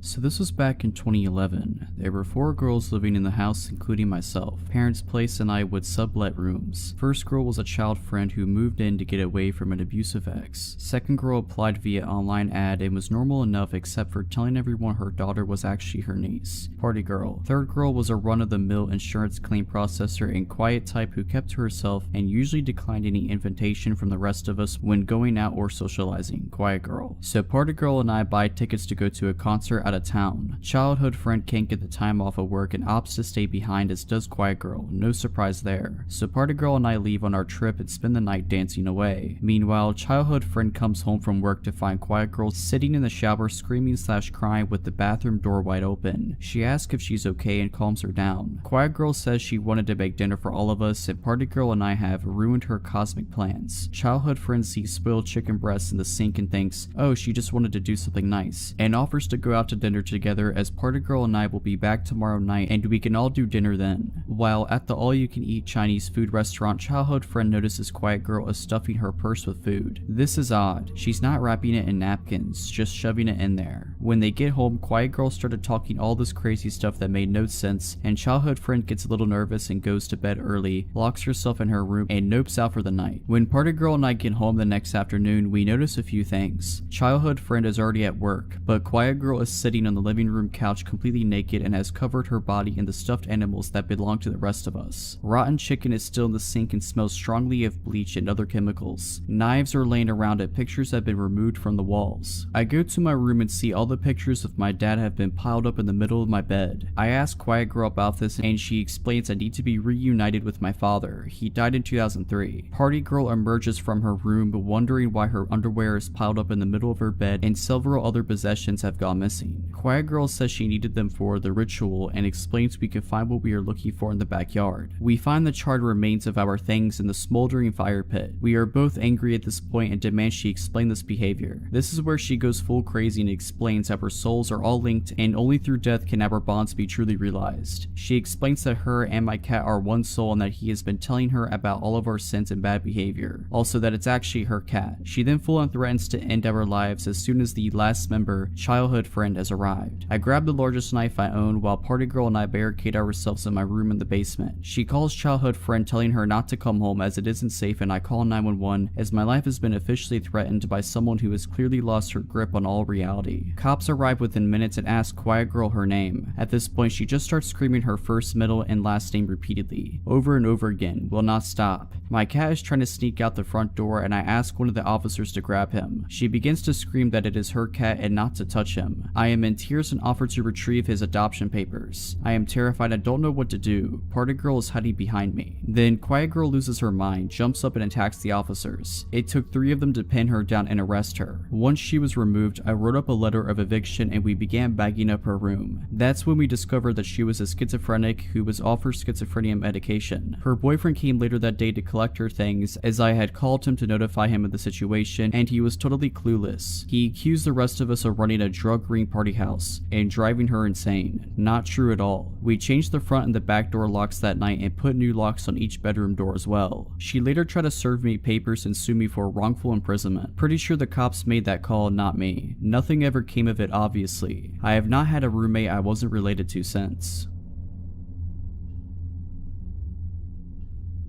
This happened about 2 years ago when I was 22. After work, I stopped at a local convenience store to buy beer. The cashier looked familiar, but it's a very small town, population of 6,000. He acted odd. I asked how he was doing to make small talk and he just stared at me. I instantly felt uncomfortable, so I only glanced at him a few times before I left. I arrived home 10 minutes later and decided to browse Facebook. I had a friend request. The guy looked familiar. He was a local, so I accepted him. A few hours later, I realized it was the cashier. He got my name off of my ID and added me not even 5 minutes after I left. I told my boyfriend, we agreed it was weird. A few days later he came into my work. I asked my boss, she'd never seen him in there before. He grabbed milk and initiated small talk with me. I felt uncomfortable. He asked if I remembered him, told me his name and that we'd been good friends in high school. We never said 2 words to each other. I was trying to be polite, told him yes, I remembered. After a few minutes, my boss pulled me in the office. She was watching through the window and could tell I was uncomfortable. It was a small pharmacy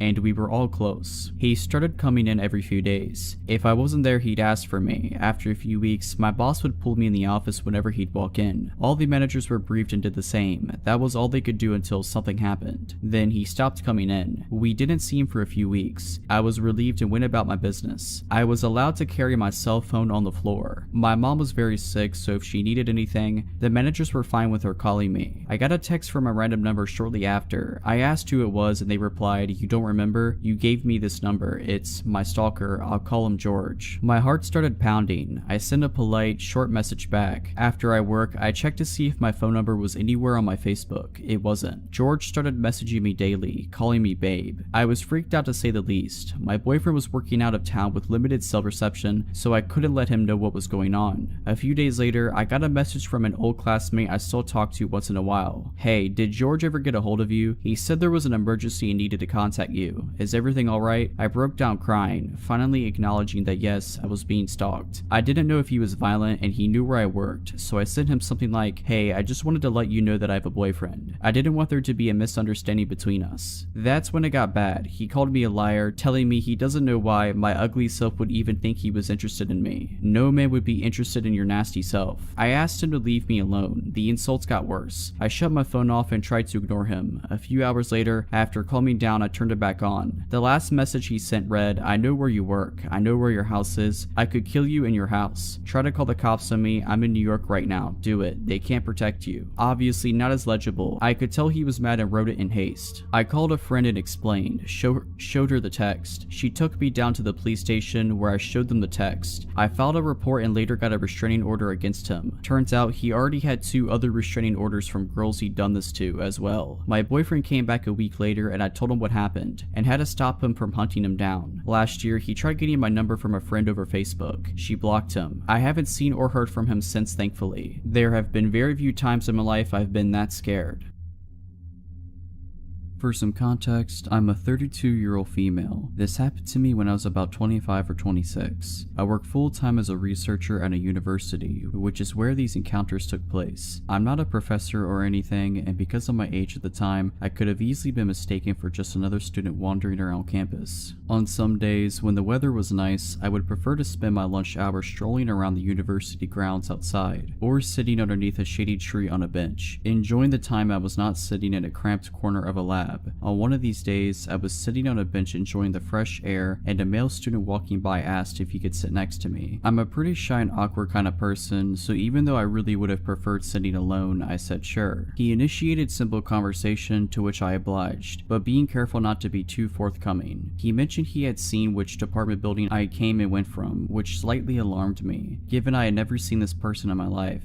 But I pushed the thought from my mind. After all, the weather had been decent lately, and I had nearly spent all of my lunch hours for the past week outside. He asked if I was studying within the mentioned department, to which I told him I was not a student, but rather I worked there. He told me he was an engineering student and then followed up with asking me out to coffee sometime. I apologized and told him that I had a boyfriend and would have to decline. We parted ways after that, and I assumed I probably wouldn't see him around again. About a week or 2 went by, and I was spending another lunch hour outside on campus, sitting on a different bench somewhere, seemingly out of nowhere. The same man from before asked if he could sit next to me again. Admittedly, I don't remember what he started talking to me about at first. My mind was reeling and I was rather uncomfortable having to potentially turn this guy down a second time. Sure enough, he asked me again if we could go out for coffee sometime. I apologized and reminded him that I had a boyfriend and I would not be meeting him for coffee. And again, he left after that. I was feeling rather anxious now, but it still hadn't reached a level where I felt I had to be too concerned. A few days later, I had finished work and was leaving the building to walk to where I had parked my car. The university charges a fortune for parking passes, even if you're employed by them, so I had always opted for free street parking about a 10-minute walk away from campus. My walking route would take me down several quiet residential streets, with minimal car traffic.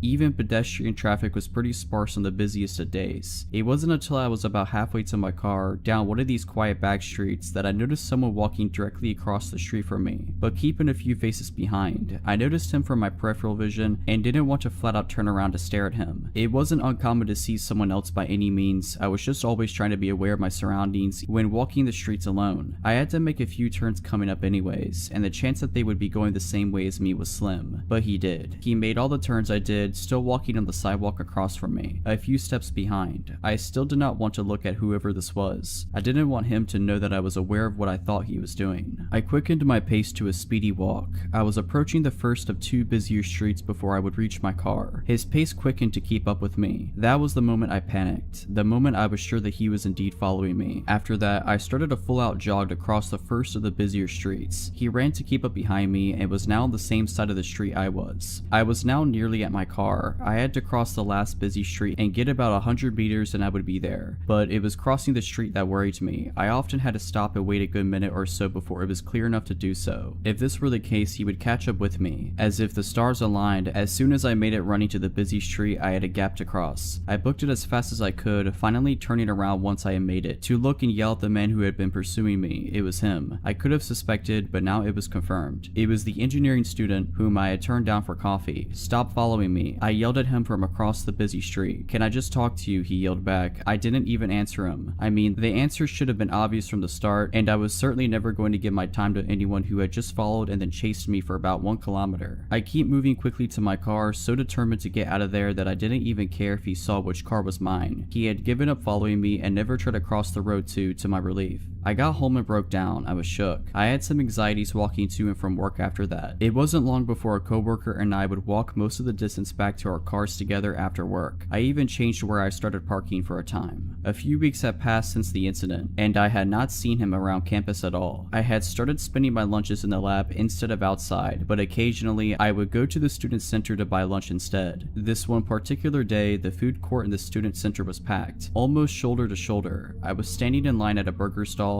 and I heard a guy try and get someone's attention through the crowd. I look up and it's him again, waving to me and trying to make his way through the people. I panicked, and even though I'm terribly shy, I started a scene and yelled to him to leave me alone. His face dropped instantly as people stared at us, and he slinked back into the sea of students. My heart was pounding and I was shaking. I don't even remember if I ended up getting food after that. I went back to work, and from then on was even more focused on my surroundings than I ever was before. It's been 5 or 6 years since then now, and I still work at the university. I am so relieved to say that I never saw him again after the food court, and haven't had any other harrowing accounts on campus. I never asked the guy's name, so I couldn't even report an incident to campus police or anything. All in all, I'm just glad I never saw him again, and I can only hope he never did this to any other girl before or after me.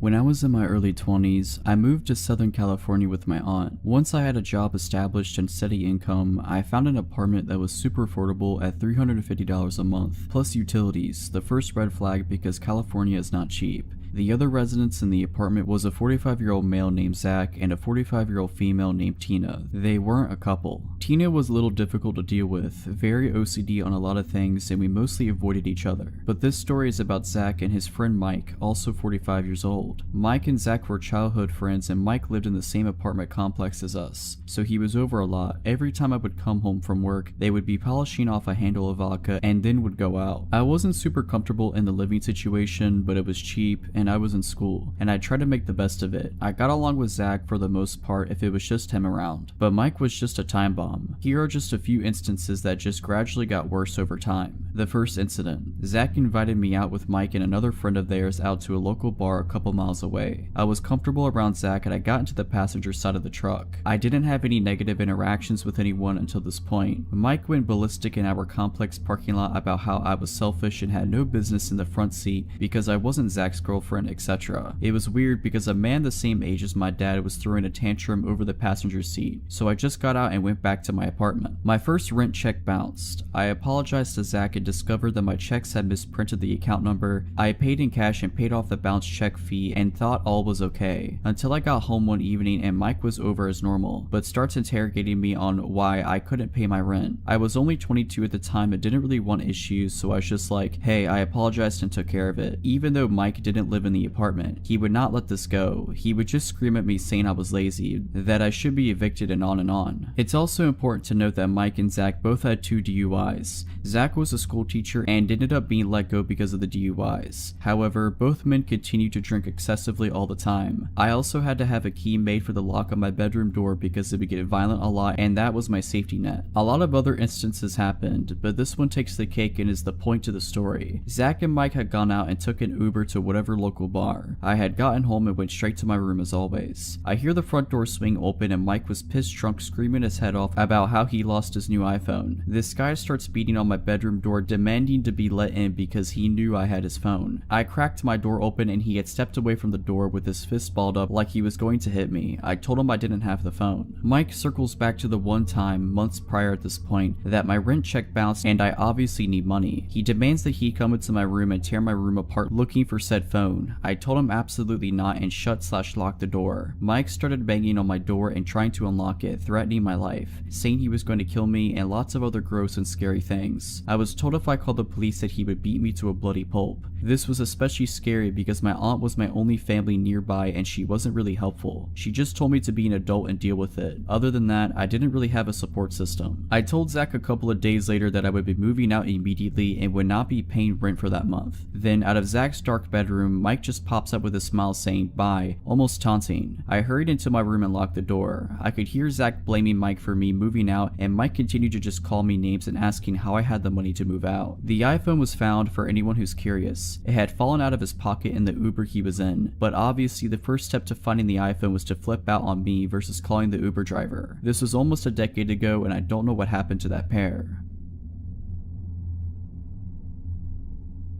About 2 years ago, I worked at a movie store inside a mall. I was 20 at the time. This guy was over 6 foot, late 40s, very hefty, and always had this weird zombified expression on his face. He came in about once a week. One of my coworkers had even warned me about him, how he was a little off, but I still treated him with as much respect as I did everyone else. One day, he came in and we talked for a bit, but it got a little awkward and I kept trying to end the conversation and look busy by tagging items behind the counter. He stood there in silence, watching me for about 20 minutes and finally left. A few days later, he comes back in and walks up to me, holding a large container. He says, "I made 4 pounds of enchiladas at home today, just for you. I remembered you like Mexican food." I don't remember at all telling him that I liked it, but I do know that I went to the Mexican restaurant across the way every lunch break. I just politely accepted it and put it in the back office. Another few days later, he came back in and had a drawing for me of a dragon. Now, I love dragons, but I never told him that. This drawing looked like it took hours to make, and at this point I was a little freaked out. I had him leave it on the counter so I could just throw it away later. Later on, I was given about a week vacation. During that week, I had cut my hair about 12 inches. The day I came back, I got a shift with my manager. I told her all about the guy and immediately she was weirded out for me. A few minutes later, I see the dude walking around in the mall. He was going towards the exit and didn't look at me once. My manager tells me to go back to the office. I go and wait until she comes to get to me, and when she does, she tells me I need to make a report to mall security immediately. Apparently when I ran back there, he turned around to come in and walked all throughout the store. When she asked him if he needed help with something, he said, "I can't believe she cut her hair," and briskly walked out. I go to the mall security office to make a report, and we went through all the videos from the cameras of when the guy came to visit me, but there was one video that really stood out. The video shows him pull into the parking lot of the mall, and about 3 minutes later I arrive.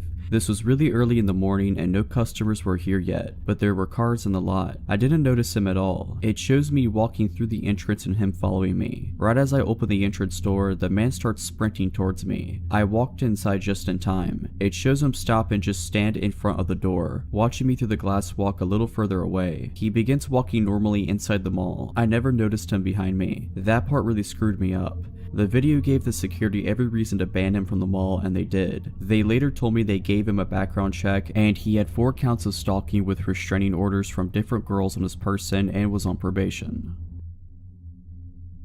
When I was like 13 years old, probably close to 12 years ago, I went trick-or-treating with some friends from school. We were the type to bring pillowcases and get as much as we could, then wait at the end of the night. We've been all over the neighborhood. We lived in a suburban area, but we were quick. We were able to get most of the houses before lights started turning off, and we all had a hefty turnout of candy. Trick-or-treating was starting to calm down by this point. The time must have been around 9:30 or 10 maybe. There was this one house with the lights off, but we still walked up anyway because there were a couple cars parked outside. We rang the doorbell and nothing, so we rang a few times, still nothing. I'm not defending what we did at all, we were seriously stupid kids back then. One of us starts banging on the door and talking bad like, "We're gonna egg your house," and so on. Right after that, this man jumps out of the door and basically slams it open. We all jump back startled. It was pitch black inside his house. Where were the other people? There were 2 cars right in front of his house. He had to be late 20s or early 30s with a scruffy beard, wearing a white beater and black zip-up hoodie, night and had this look of total rage in his eyes. He comes out with this huge dog on a leash that starts barking, growling, and showing his teeth in our face. I couldn't really make it out at the time, but it appeared as though he had a knife in his other hand as well. We're terrified because we didn't expect this. He just busts out the front door and starts chasing us down, and we start sprinting away in total fear. He's screaming things like, "I'm gonna kill you," and "You shouldn't have screwed with me," or "Better hope my dog doesn't catch you," or "Get back over here." He ran after us for probably 10ish minutes. The whole time he was just frantically waving his arm with a knife, shouting mostly incoherently with his dog by his side on that leash. It was horrifying. We got away thankfully, somehow managed to lose him after running for a while, but I can't imagine what would have happened if we stayed there for any longer. I'd probably be chow for his dog, but thankfully we were all pretty healthy kids so we could outrun him. I'm honestly surprised that nobody else was really around to see this maniac chasing us in the middle of the streets. I knew it was later at night, but still. We had to beeline back to my place looking over our shoulders the whole time because we didn't notice when we lost him and we didn't see him walk back towards his house. He was just gone after we turned a few corners. Now, I understand it would be frustrating for some kids to be at your door being annoying like that, but what gets me is that the reaction from this guy didn't really seem appropriate. I would have just opened the door and told the kids to screw off or threatened to call the cops or something like that. We went back to my parents' house and played Smash Bros on the Wii all night and ate a bunch of candy. We managed to hold onto our pillowcases of candy the whole way home. My friends started crying after we got back. We locked all the doors and windows obviously. We were pretty sure he wasn't around when we went into my house, so it seemed safe.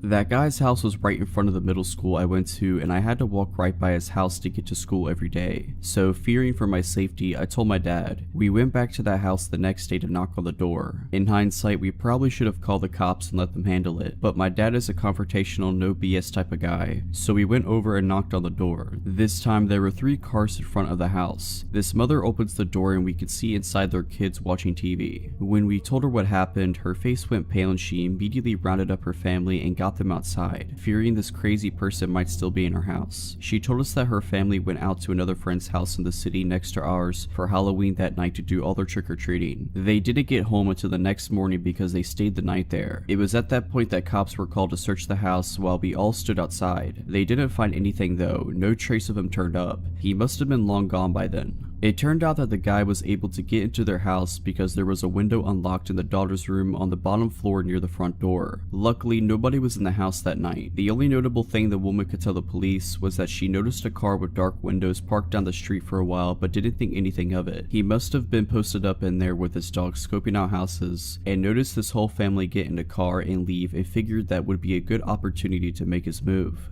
So who was this guy? Nothing was stolen from the house, and nothing looked ransacked or the family obviously would have noticed. The family said the front door was still locked when they got back too, so he must have locked it again and went out through that same window to cover his tracks. I'm pretty sure this was before those Ring doorbell cameras were popular, and I don't think they had any security cameras set up either. I'm not sure to be honest, maybe he was just a drug addict and didn't have a reason for any of it. His eyes did seem pretty crazy and wide open, like he was strung out on something.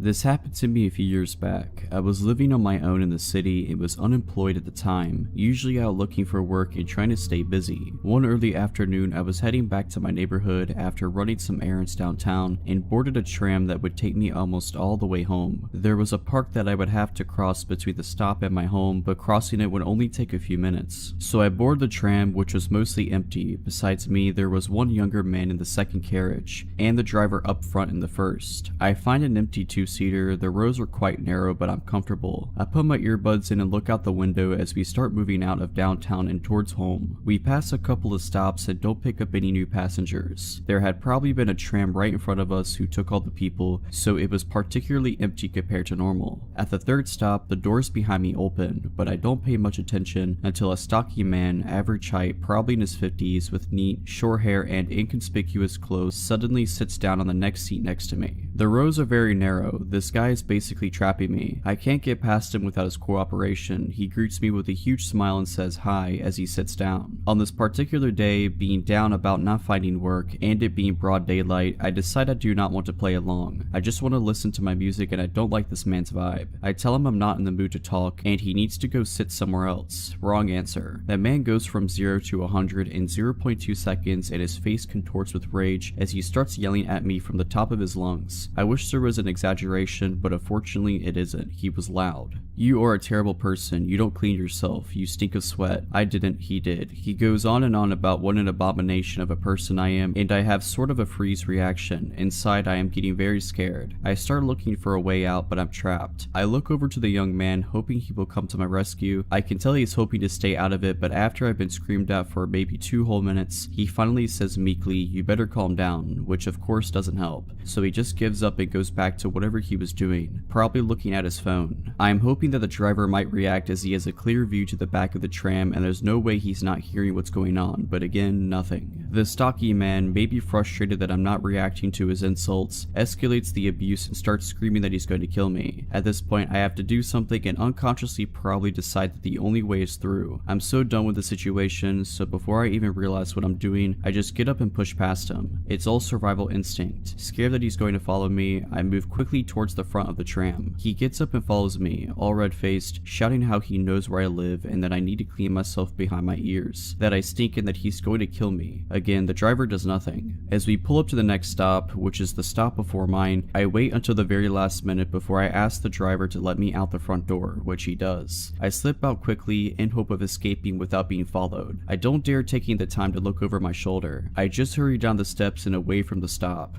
I am so scared. Only when the tram has left the station do I take a second to look around me and he's not there. A brief sense of relief washes over me before I start worrying that he's going to get off at the next stop, which is normally my stop, and that he will be waiting for me there. It should have come as no surprise that I do not want this guy to follow me through the park or know where I live, so I spend a good hour just walking around, trying to get my nervous system out of panic mode and staying close to shops where there are other people around before I finally make my own way home. This happened when I was 21 years old, and I am fully aware I made a lot of poor decisions in my younger days. I am very lucky to have survived, and here's one of my stories. I have just met with a cousin at the mall I hadn't seen in a long time. At this point, I had been living in South America for about a year and had started feeling overly confident. I have been told many times about the dangers of taking a taxi from the street. Some people always take them and some people never do. It's obviously never worth the risk, but I look obviously foreign and I should have known better. My cousin says, "I always take street taxis, I'll find us a good cheap one." This was my first time ever taking a street taxi. She finds one and waves me over. Looking back, I am flabbergasted as to how I got into an all-black car. Again, these cars could just be normal taxis, they exist, but it's even more riskier than taking the yellow ones. The first red flag was how silent he is. After chatting away for some time, we realized it was taking far too long. I could see the smile in my cousin's eyes fade as we both realized at the same time that we are nowhere near home. She asks him, "Where are we going?" and he mumbles under his breath, not really saying anything. We both know at the same time that something is very wrong. I remember vaguely thinking we had just went into a circle and wondering why he'd waited so long to rob us. It had to have been over 30 minutes. He finally gets off a highway and stops the car just past the ramp, and we are on a very quiet street. He opens his dashboard and pulls out a gun. I'm terrified to say the least. In that moment, all you think about is surviving. A car drives by and he yells, "Don't turn your head." He then tells us to give him everything we have. I take off my backpack and even my jacket out of panic. He orders us to hand over our phones, which we oblige. He then says, "I will let you go, but if you turn around to look at my license plate, I will come and kill you." He lets us out of the car and we run for it, but we are in a very, very bad area. I'm dressed inappropriately for the area, especially after handing over my jacket. A foreigner wouldn't dare come here. Everyone on the streets was staring at me up and down, and one man yells, "Aren't you going to get cold?" I try to cover myself with my hands as I felt so unsafe. We ask a couple of people to try and contact for help, but what do you know, they have no more minutes on their phone. In South America, it can be very dangerous and very poor. We find no police, but we do find security patrol people. They take us back to their office to contact the police, only for them to tell us we have no data and the phones are broken. So my cousin and I keep walking. It's the middle of the night and we are again in some obscure area. An hour must have passed by now. Then we see a police car and we are running for it. We tell them we had just been robbed and they ask, "Did you get a license plate number?" I reply, "No." The police officers shrug and say, "He's probably at the club now celebrating celebrating all the money he made and proceeded to laugh. I then asked to use their phone to have someone come pick us up, to which he says, "Hurry up, I don't have much data." We get home, but I find out that the person who robbed us used my cousin's phone to contact her family. Luckily, she was already with her parents at the time when they called, but there was a woman in the background crying hysterically, faking to be my cousin, and they were trying to get a ransom from her parents. He was never found and nothing was done. I wonder what would have happened if it had just been one of us, and I am grateful that nothing more sinister happened. A week later, my friend and I are ordering a taxi, the safe way of course. While we are waiting, a similar black car pulls up next to us, asking if we need a taxi. We immediately say no. As he drives off, I turn to look at his car, and what do you know, he has no license plate in broad daylight. I'm not insinuating it was the same person. Of course it wasn't. There are over 10 million people in the city. My point is that it happens a lot in South America, and never to get too comfortable. This experience made me realize what it's really like to live in a developing country, even if you have money and stay in good areas. You always need to be high alert, and no one is immune to the constant fear of, will I be robbed today?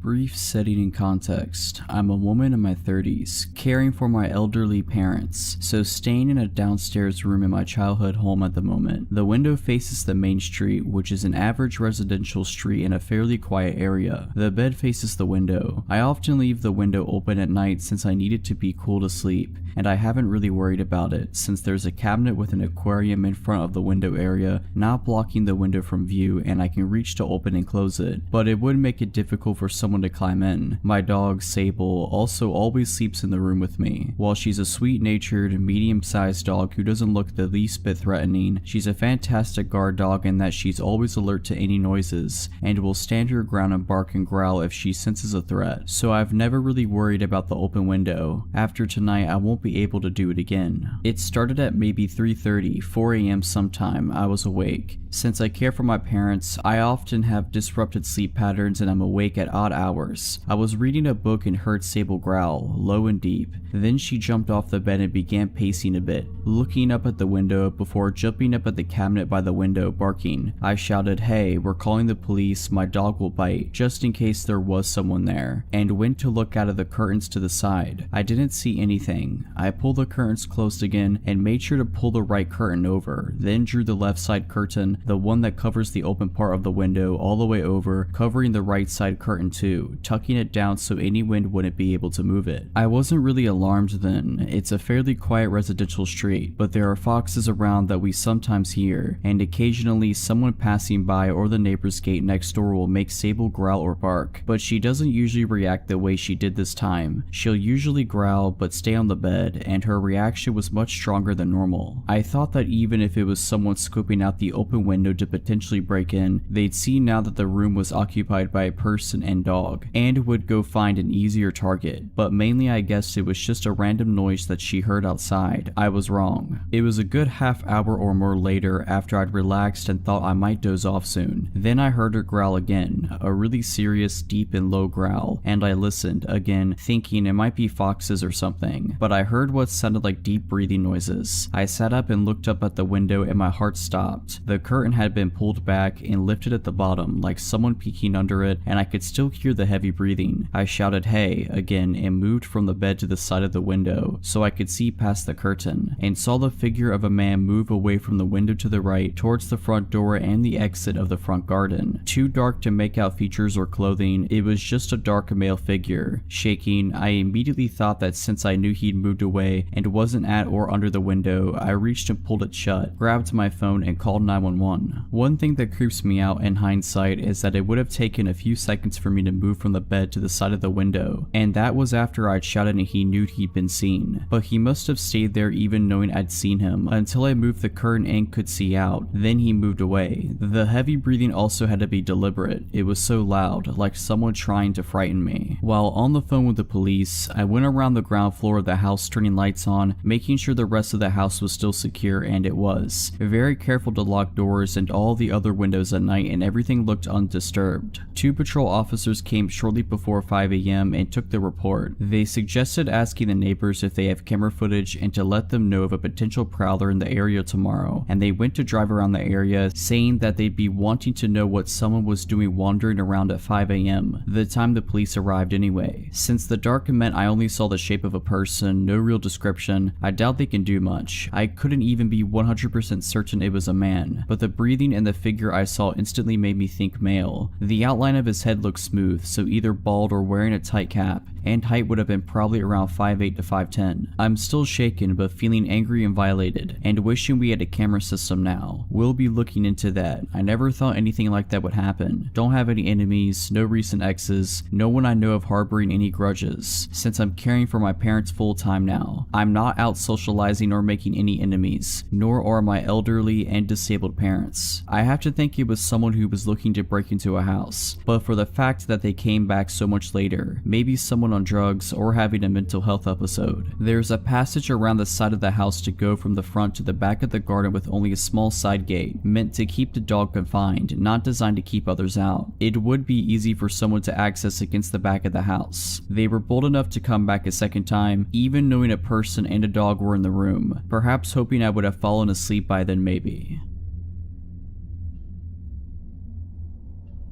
This happened a few weeks ago. I work at a gas station and have years of experience in a previous one, so getting this job was a piece of cake. Only this was different as it was lone working 8-hour shifts entirely by yourself. These shifts included night as well. So my shift started early afternoon. About maybe half an hour into my shift, this guy walks in. I've seen him before as he entered the shop the day before and randomly asked me if I had any shopping bags to spare. The guy was giving me some uncomfortable vibes, but luckily someone else was working with me that day for a short while, so I asked them to deal with that guy. My colleague said we don't have anything to spare you and told him bye. The guy leaves. The next day the same guy walks in and I thought, what does he want now? He walks up to the desk and starts chatting to me. He was asking me some advice about his living situation as he told me he used to be homeless. Since to me it's not really my place to give advice, I just shrugged and told him to just sleep on it and think about things. He then left. He didn't enter the store to buy anything at all, just a chat, but thinking back I remember that he asked what time I got off and stupidly told him 11 o'clock tonight. I went on with my shift as usual up until about 9:30 p.m. as the same guy returns, but with another guy who may I say looked dodgy, all dressed in black and hood up. The guy who entered the shop previously pokes his head into the door and asked if I do phone top-ups. We do, but something in my gut was telling me to make him leave now, so I lied and told him we do not. So the guy and his dodgy friend hang outside the store for a bit while I was serving customers, then until the shop seemed quiet again, they both entered the store and looked all around the shop. I noticed the dodgy guy kept his hands in his pockets the whole time, and then a thought struck me. I might be getting robbed tonight, so I took some deep breaths and tried to keep calm and just thought of my training I repeated in my head. I thought to myself that I should just stand and be ready with one hand under the desk hovering over the panic button. I thought to myself the minute they pull a weapon out on me is when to hit the button as its silent alarm, and just pray the police arrive on time. Well, they just ended up buying a bottle of water, as of course I did notice there was someone still outside in their car. I felt a huge sigh of relief thinking they just wanted water, or they decided not to rob me because there's another person outside. They both leave the store but again hang around outside, right by the door. Then I see the car drive away and I thought to myself, I don't want these guys in the store again, not while I'm completely alone. So I flipped the switch that automatically locks the main door. Half an hour passes, I had no customers and still the two guys are still hanging around outside. I called my boss to tell him what's going on and to give him a heads up that at some point I'm going to have to call the police and have them move them along as it's making me very anxious. Then another guy shows up and joins the guys all dressed in black and wearing those COVID masks. He also hands his friend's mask too, then he makes his way around the back of the store. Then I realized the back door, the one I go out from to smoke. I ran to the back door, slammed it shut and locked it. At this point I was scared for my life, as these guys stack around the place to which felt like an hour and a half. I hid in the office watching the cameras. I picked up the phone and dialed the non-emergency number for the police. At this point I was really freaking out. The next thing I hear is my cell phone ringing as a colleague calls me to check in on me. I told him what's happening when I came out the office to take a peek, and of course those guys were right up to the window knocking to grab my attention, and they saw me with two phones to my ears. They saw me, I said to my colleague on the phone. Then I came up with an idea. I put the phone I had making a call to the police down and kept my colleague on the phone. I said, listen, I'm going to see what they want, stay on the phone. I'm going to put you on speaker. together. Stay quiet, don't say a word, just listen. If you hear me say the till is slow, you hang up and call the police. That's me telling you I'm in danger. So I put him on speaker and hide my phone in my bra. I head to the window. What's up guys, can I help you? Guy, why is the door locked? That's because we're in night mode right now. Doors are locked but I can surf through the hatch. What can I get you? They just look at each other and whisper amongst themselves. Guy, we'll just take some smokes and a lighter. Sure, one moment. I grab what they ask and they push a $20 note through. I grab the $20 and of course check it. Then I rang them up, but as I had their change ready, I saw one hand through the hatch. I dropped their change into that hand, avoiding contact. Okay, thanks. I stared them down and they left. I demanded that my shifts are to be changed to morning shifts after that night or I'm quitting.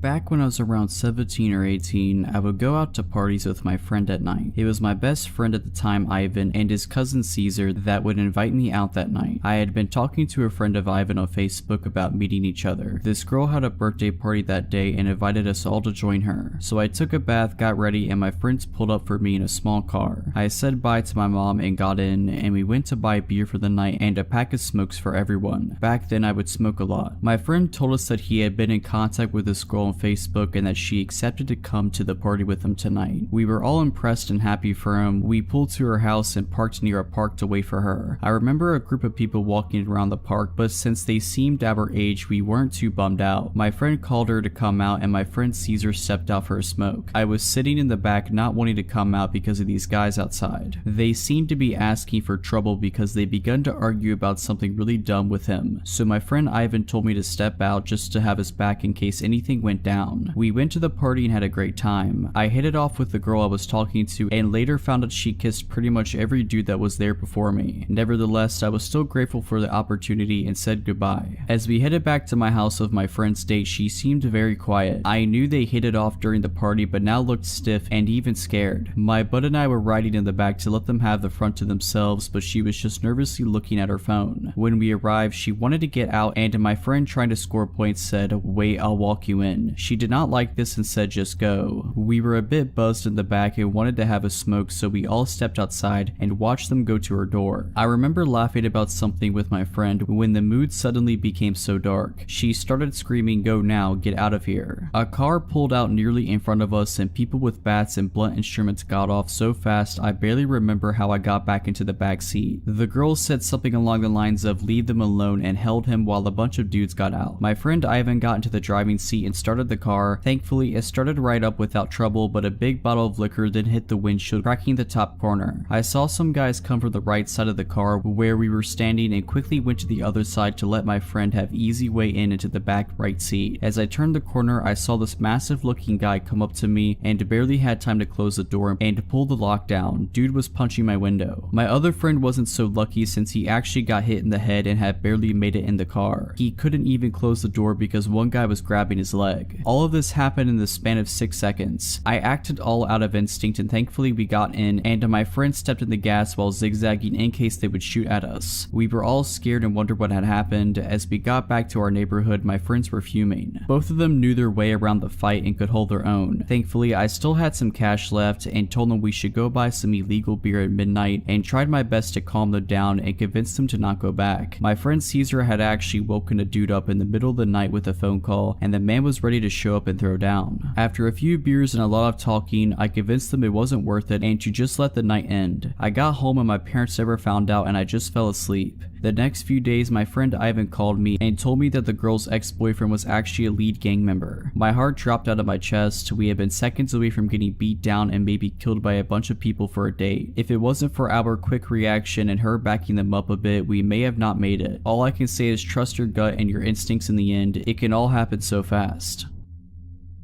Many years ago, before kids, rescue animals, a mortgage, and a husband, I was a travel writer in Europe. I did most of my trips alone. This story is about the first time I visited Prague. I had never been to Prague and the trip was last minute, so I had little time to prepare. My travel partner had dumped me in another country and I was determined to make the best out of my trip by visiting a place I'd never been. Upon arrival at the train station, I visited the accommodation office and asked for a hostel not far from the center. In my early 20s, winging it was part of the fun. These days, I'm far less adventurous. The hostel they sent me to was a sprawling, crumbling, slate gray, art decoration building on a nondescript street about a 10-minute walk to Stare Mesto. The inside was probably beautiful at one time, but by the time I checked in, it was full of shabby, mismatched furniture and cheap stained carpet. Most of the light fixtures were broken, leaving everything but the lobby dark and gloomy. It smelled of standing water and dust. I found my room, a double for $12 per night, and made note of the fact that I had a roommate. She wasn't there, but on her side of the room there was a suitcase, dressed neatly folded across the back of a plastic chair, a scattering of makeup containers on the beat-up desk, and a stack of German fashion magazines on the bed. As I had no plans or goals on this impromptu trip, so I spent the afternoon exploring Old Town Square, the Jewish Quarter, and Wenceslas Square. I purchased some Czech crystal for my mom and painted eggs from a street vendor for myself. I also made reservations for a sunset dinner cruise for one. At around 6 p.m. I returned to my room to shower, change clothes, and unload my purchases. When I left my room about an hour later, there was no indication that my roommate had returned at any point during the day. After the cruise, I stopped at a tiny bar in Tinska and had a glass of wine. It was nearly midnight when I returned to my hostel, so I was surprised to find that my roommate still hadn't returned. That wasn't uncommon though. Backpackers are a fickle lot. She could have gone on a short overnight trip and just left her stuff behind, hooked up with someone and was holed up at their place, or hanging out at another hostel, so I was surprised but not concerned. I took another shower before bed, however, and was surprised to find that things in the room had changed up in my return. Her bed was neatly turned down, the magazines had moved to the nightstand, and the dress was gone. The strangest thing though was the addition of a pink silky nightgown spread across the bed, my bed. Maybe she thought she still had the room to herself. I didn't see how. My shopping bags, clothes, and toiletries were in plain view. I gently moved the nightgown over to her bed and then settled in for the night as I wrote in my journal. I assumed she was in the shower or somewhere nearby, so I expected her to return shortly. After about an hour though, her side was still empty. I needed to use the restroom before I went to sleep, so I made one last trip down the hall. The building was unusually quiet. There weren't the regular sounds of chatty backpackers, the clinking of glasses, or music that would normally leak through the walls. There was nothing. It was hushed like a church after the congregation has left. I found myself practically tiptoeing back. My room was near the end of the hall and I couldn't shake the feeling that the corridor was darker than before. The few working lights were blinking as they struggled to stay lit, and it reminded me of a funhouse. A tightness began to fill my stomach and I subconsciously quickened my steps. There wasn't a soul behind me yet. I kept glancing back over shoulder, convinced I'd see someone gaining momentum on me. The only sound was the soft thud of my flip-flops as they struck my soles. I was flooded with relief as I flung open my door, but it didn't last long. Everything was exactly as it left it, except for the silky nightgown which was now back on my bed. Sleep came in fits and starts. I left the lamp on for a while, still convinced my roommate would be right back, but the shadows it cast made the room even spookier. It was too dark with the light off. I'd finally slipped into a deep sleep when I suddenly heard the door open. A man stood in the darkened doorway, the hall light behind him showing just enough for me to see his contorted face. "I didn't mean to," he sobbed. "You have to help me." Too confused and disoriented to be scared, I sat up, scrubbed at my eyes, and reached for the lamp switch. But once the room was light, I saw that the door was closed. There was no man. I quickly bounded off the bed and went for the door. It was locked. Nobody could have entered without a key, and the hallway empty. I passed the rest of the night fully clothed, sitting up in my bed, and with the light on. Though I'd pay for 2 more nights, at 7 a.m. I gathered all of my stuff and went down to the reception desk to check out. By the way, I said to the 20-something receptionist, "My roommate never returned. I'm a little concerned." She picked up the room key, looked at it hard, frowned, and then glanced at her computer. "What room were you in again?" When I repeated it to her, she looked back at her screen. "Ma'am, that room's been empty for 3 weeks and it's been cleaned since. We only have 6 people in the whole building. The hostel has since been renovated and is now a luxury hotel."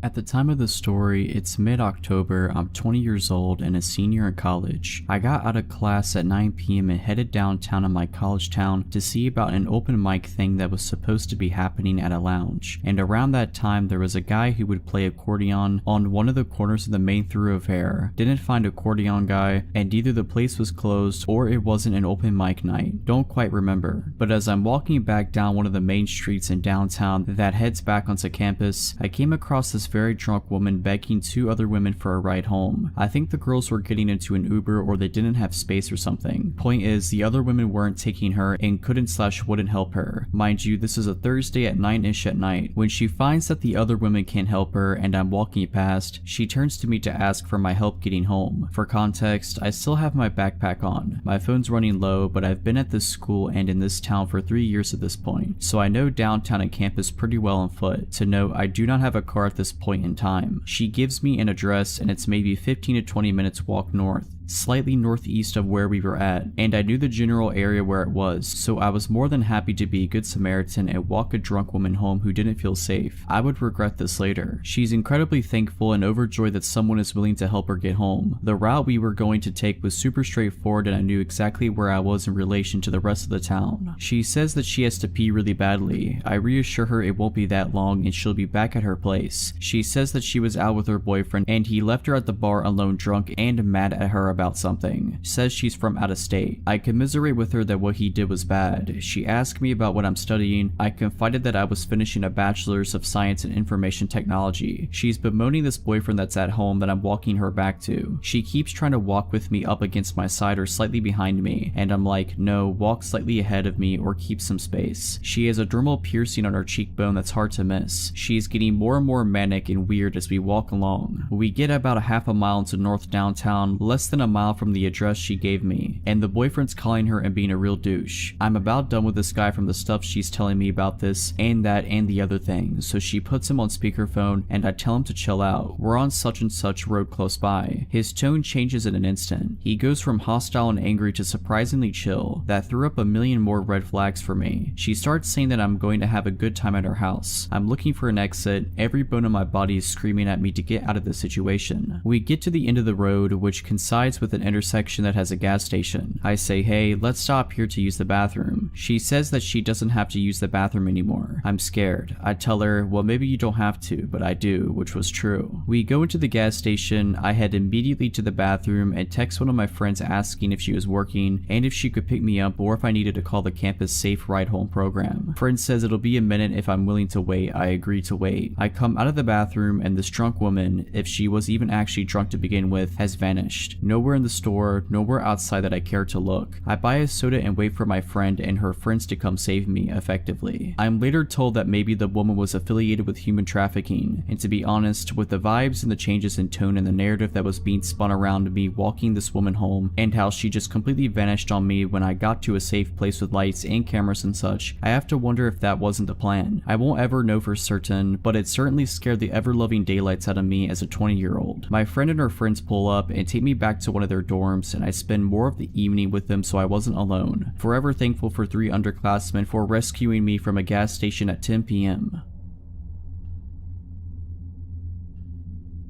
Last year I was on vacation in southern Europe with a large group of friends. We have been there for a while and always took an Uber from our rented house to the city, which had very nice bars and clubs. The thing with Uber is, it allows very cheap and flexible transport, but it also opened the door to a lot of creeps. I've had Uber drivers who are super cool, but also extremely drugged up road ragers who drive like maniacs and think they're impressive. But the guy we had that day was by far the worst. It is late evening and Uber picks us up and drives me, 27-year-old male, another one, 25-year-old female, and 24-year-old female, to the desired old town where we plan to go clubbing and drink. While driving, the driver constantly looks at the 2 women in the back seat via the mirror. They only told me this afterwards. He kept starting conversations, but basically only addressed the girls who left answering to the guys, who gave short, non-detailed answers, basically signaling that we, 1, don't want to talk, and 2, don't think he needs to know our plans. To us, he seemed way too pushy, and he wasn't really that big on hygiene. Meanwhile, we can't wait to arrive at our destination and get out of this uncomfortable but not super horrible situation. But that stuff did not feel this great when this guy didn't stop on the road, but instead pulled into a parking spot. He started fumbling with his phone and we were like, alright, weird, but let's get out, and left the car. To our surprise, the guy then turned the car off and got out as well. We saw that red flag and just started walking away towards the bar bar area of the town without saying a word. Cars can't enter the old town. After 400 feet, once we reached the gates, we stopped because this was the meeting spot for the other half of our group, who took a separate Uber, and found out that this guy was following us and stopped as well. You know the classic circle people form while talking, where one guy's just kinda standing next to it because people don't let him in? Yeah, we did that. We started making conversation about how long the others will take to get here, where they are right now, etc. And this guy keeps throwing in comments like he is a part of the group. Oh cool, even more people. This must be a great evening. Then we texted our friends at a group chat that we are changing their meeting place to this bar, because the Uber driver is following us around and we want to lose him. So one of us started leading the group at a quick pace through the streets. They are very small, lots of people, high old town buildings all around them. We make turns at every corner trying to lose the guy, but he follows. Finally, we reached a big plaza where there were hundreds of people closely together, basically queuing to enter the narrow street up ahead. We pushed through like rude douchebags and successfully lost the guy. Finally, we could head straight to the bar after our detour and linked up with the other part of our group. 2 hours pass, life is all good. We decide to head to another bar a bit further away because the drinks and prices kinda sucked in this one. We had 2 drinks in that bar, and guess who walks through the door and stands next to the table? That guy. Hey guys, he says. At this point, a friend, 28-year-old male, who is good at communicating and frankly quite big, tells the guy that we want to keep to ourselves and have no interest in hanging out with him. Please leave us alone. Fortunately, the guy says it is no problem and leaves. Unfortunately, at around 3 a.m., while dancing in the crowd at a club, the same guy announced his presence by tenderly pressing his body against the back of one of the girls who he has been staring at through the mirror in the car. The girl's boyfriend recognizes the guy, gets angry, grabs him by the collar, and essentially tells him that if he keeps following us, he will get beaten up. A bouncer sees this and approaches them. I start talking to the bouncer, who is super annoyed by anyone intervening at first, but after hearing how this guy stalked us from this car to this club, he just asks the Uber guy a few questions, then proceeds to throw him out. We stayed a bit longer than we wanted, in hopes of him not waiting for us. After that, we reported the guy for being a creep in the app and called another Uber, which thankfully wasn't him. If you're liking this video, all I ask is that you make sure to subscribe to my channel and like this video. Thank you. 2 years ago, I moved to the UK for university, as I always wanted to go there and get away from my parents, as the situation at home was beginning to become too bad for me. In first year at uni, I moved into a student accommodation and met some really great people. It was a good year without meeting my boyfriend, who I'm still with, and just enjoying my time away from my family and discovering what independence really meant. Anyhow, as second year came by, I decided with some friends to move into a house rented by student accommodations, but at least we had our own house and weren't restricted as much with noise and parties as living in a small shared flat like in first year. No, I had a ground floor room and my window gave into a very small backyard in which I would go smoke every day, as I am a smoker, and in which there would be a very thin wooden door giving into the other side of the street where you would put your bins and broken chairs, blah blah. The door could only be closed and locked from inside the backyard, but since it was an old door, we had to attach some strings to keep it closed for good. I had neighbors on each side of the house, so we were surrounded by families and some other student accommodations. The neighbors on the right of us were 5 boys who looked way over the age of being in university. They were strange, so to say. I met one of them outside of our house one day because of a police intervention due to one of his flatmates attacking him and the others with a kitchen knife and burning their kitchen down. I heard some screams, and so I went outside with my flatmates and saw one of them having cuts everywhere on his arm and a wound on his head inflicted by a kitchen knife. Me and my flatmates didn't know what to do, so we offered him our help to clean himself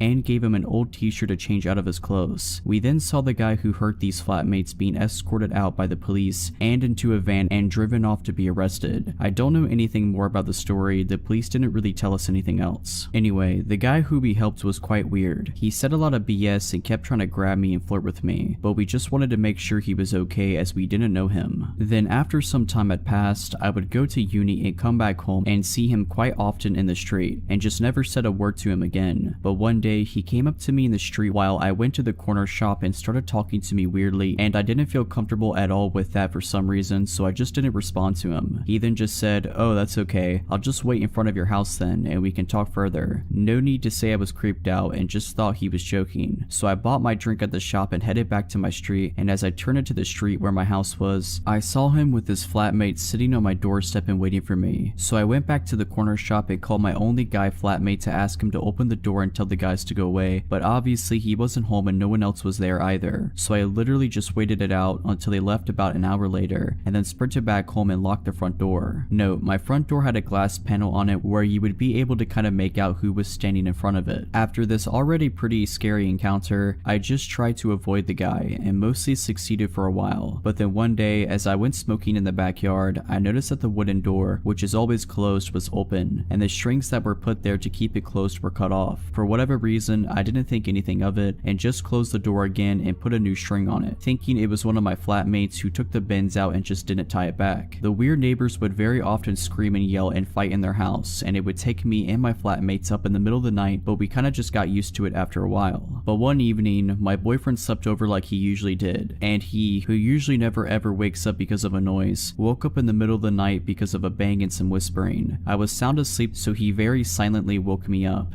and we both just waited in the dark and listened for any other noises. Suddenly, we heard the wooden door just bang, just shot open, and some footsteps next to my window. I always have my window open because it would get really warm inside, so we both just froze. And then we heard the door leading to the backyard get shaken softly as if they were trying to get inside, and then they stopped. Luckily, we had the curtains closed so they couldn't see us, but we were ready to get dressed and get out of the room and lock them in if they came in from the window. Then we just heard my window move and get more open, and one of the guys saying something in a different language that we didn't understand and started hearing them trying to get in. My boyfriend and I just shot up out of bed, took my phone, and put clothes on and ran out of the room and out of the house. So I then called my flatmates and told them to lock themselves in their rooms, and then the police, who luckily came in less than 5 minutes as the headquarters were a couple of streets down from us. I don't remember anything after the police came. I think me and my boyfriend were in shock. They ended up catching one guy, the other fled and was later found a few streets up smoking weed. The police told us that they were inside of their house and found a lot of meth and heroin, and that they were carrying a massive kitchen knife with them. I was so confused as I've never done anything to offend or do anything wrong to my neighbors, so the idea of them breaking in with whatever knows what intentions with a kitchen knife terrorized me and my boyfriend. The two guys ended up being arrested, and one of them was put in prison for 2 years for carrying a weapon with intention to harm. I never heard anything else from the police, and I moved back home a few months later.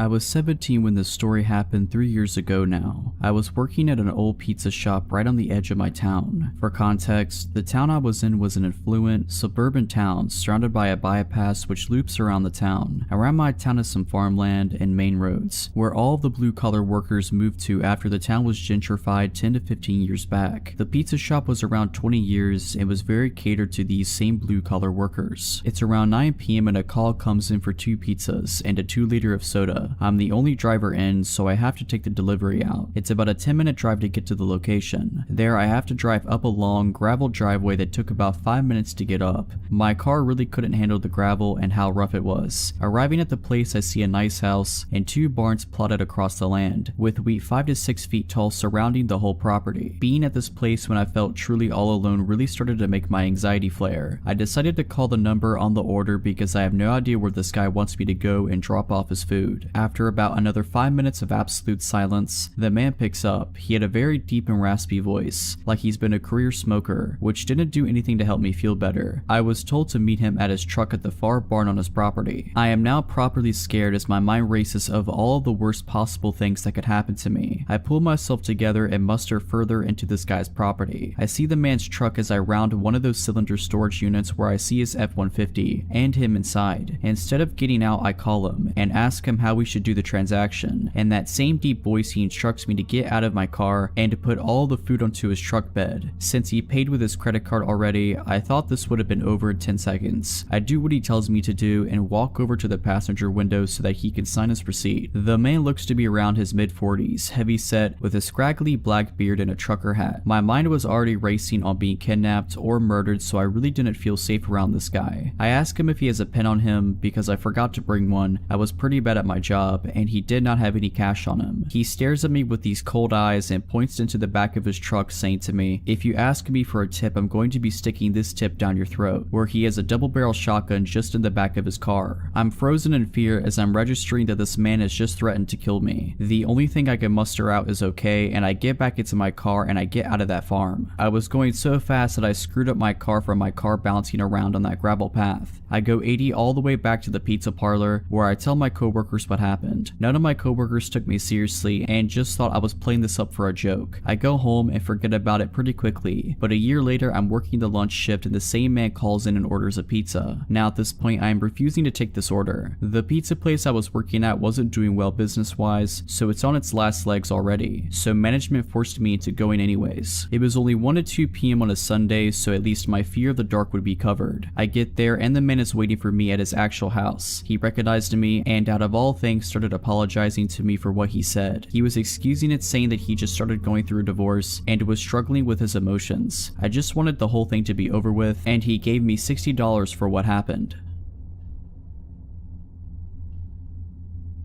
When I was 6 years old, I attended the elementary school which is located in our small town. My way to and from school was basically just 500 meters of main road before turning into the street where I lived. At the time, we're talking about the late 90s here. All the parents in the town were extremely adamant on telling their kids not to trust or follow strangers. Never get into anyone's car, even if they say they know your parents and are friends. The reason why, there was a murder 3 years back in the same town. A girl not even 6 years old was found dead in a field. The strange thing about it is, nobody knows how exactly she was taken, no signs of forced entry or anything, which implies somebody lured her somewhere without her suspecting a thing. The case still hasn't been solved more than 20 years later, so our parents were very afraid that their kid was going to be next, because kids can be really stupid and you can't watch them 24/7. Now onto what almost happened to me. I was walking home from elementary school. About halfway home, at the shadiest and mostly covered by trees and bushes area, a car pulled up next to me. A blonde, about 30-ish year old woman was the driver. She told me she could drive me home. She claimed to be going in that direction anyway, which was unclear to me at the time. Essentially BS, because once the road ends near my house, there is nothing but empty fields. Kid-like as I was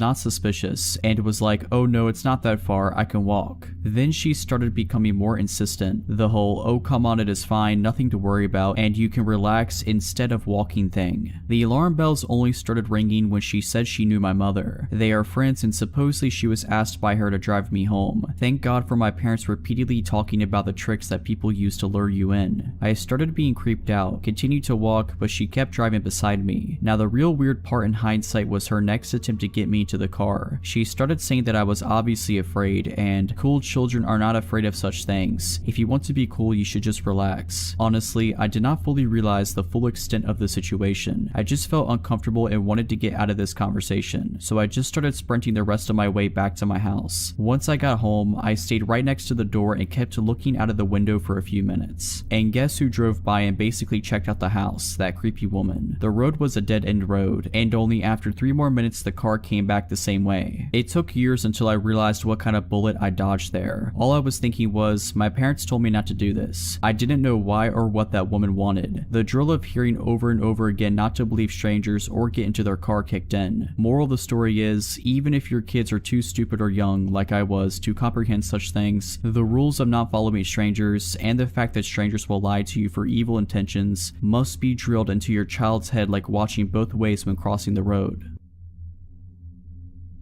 2 years ago, I moved to the UK for university, as I always wanted to go there and get away from my parents, as the situation at home was beginning to become too bad for me. In first year at uni, I moved into a student accommodation and met some really great people. It was a good year without meeting my boyfriend, who I'm still with, and just enjoying my time away from my family and discovering what independence really meant. Anyhow, as second year came by, I decided with some friends to move into a house rented by student accommodations, but at least we had our own house and weren't restricted as much with noise and parties as living in a small shared flat like in first year. No, I had a ground floor room and my window gave into a very small backyard in which I would go smoke every day, as I am a smoker, and in which there would be a very thin wooden door giving into the other side of the street where you would put your bins and broken chairs, blah blah. The door could only be closed and locked from inside the backyard, but since it was an old door, we had to attach some strings to keep it closed for good. I had neighbors on each side of the house, so we were surrounded by families boys and some other student accommodations. The neighbors on the right of us were 5 boys who looked way over the age of being in university. They were strange, so to say. I met one of them outside of our house one day because of a police intervention due to one of his flatmates attacking him and the others with a kitchen knife and burning their kitchen down. I heard some screams, and so I went outside with my flatmates and saw one of them having cuts everywhere on his arm and a wound on his head inflicted by a kitchen knife. Me and my flatmates didn't know what to do, so we offered him our help to clean himself and gave him an old t-shirt to change out of his clothes. We then saw the guy who hurt these flatmates being escorted out by the police and into a van and driven off to be arrested. I don't know anything more about the story. The police didn't really tell us anything else. Anyway, the guy who we helped was quite weird. He said a lot of BS and kept trying to grab me and flirt with me, but we just wanted to make sure he was okay as we didn't know him. Then after some time had passed, I would go to uni and come back home and see him quite often in the street and just never said a word to him again. But one day he came up to me in the street while I went to the corner shop and started talking to me weirdly, and I didn't feel comfortable at all with that for some reason, so I just didn't respond to him. He then just said, "Oh, that's okay. I'll just wait in front of your house then and we can talk further." No need to say I was creeped out and just thought he was joking. So I bought my drink at the shop and headed back to my street, and as I turned into the street where my house was, I saw him with his flatmate sitting on my doorstep and waiting for me. So I went back to the corner shop and called my only guy flatmate to ask him to open the door and tell the guys to go away, but obviously he wasn't home and no one else was there either. So I literally just waited it out until they left about an hour later, and then sprinted back home and locked the front door. Note, my front door had a glass panel on it where you would be able to kind of make out who was standing in front of it. After this already pretty scary encounter, I just tried to avoid the guy and mostly succeeded for a while. But then one day, as I went smoking in the backyard, I noticed that the wooden door, which is always closed, was open, and the strings that were put there to keep it closed were cut off. For whatever reason, I didn't think anything of it and just closed the door again and put a new string on it, thinking it was one of my flatmates who took the bends out and just didn't tie it back. The weird neighbors would very often scream and yell and fight in their house, and it would take me and my flatmates up in the middle of the night, but we kinda just got used to it after a while. But one evening, my boyfriend slept over like he usually did, and he, who usually never ever wakes up because of a noise, woke up in the middle of the night because of a bang and some whispering. I was sound asleep, so he very silently woke me up,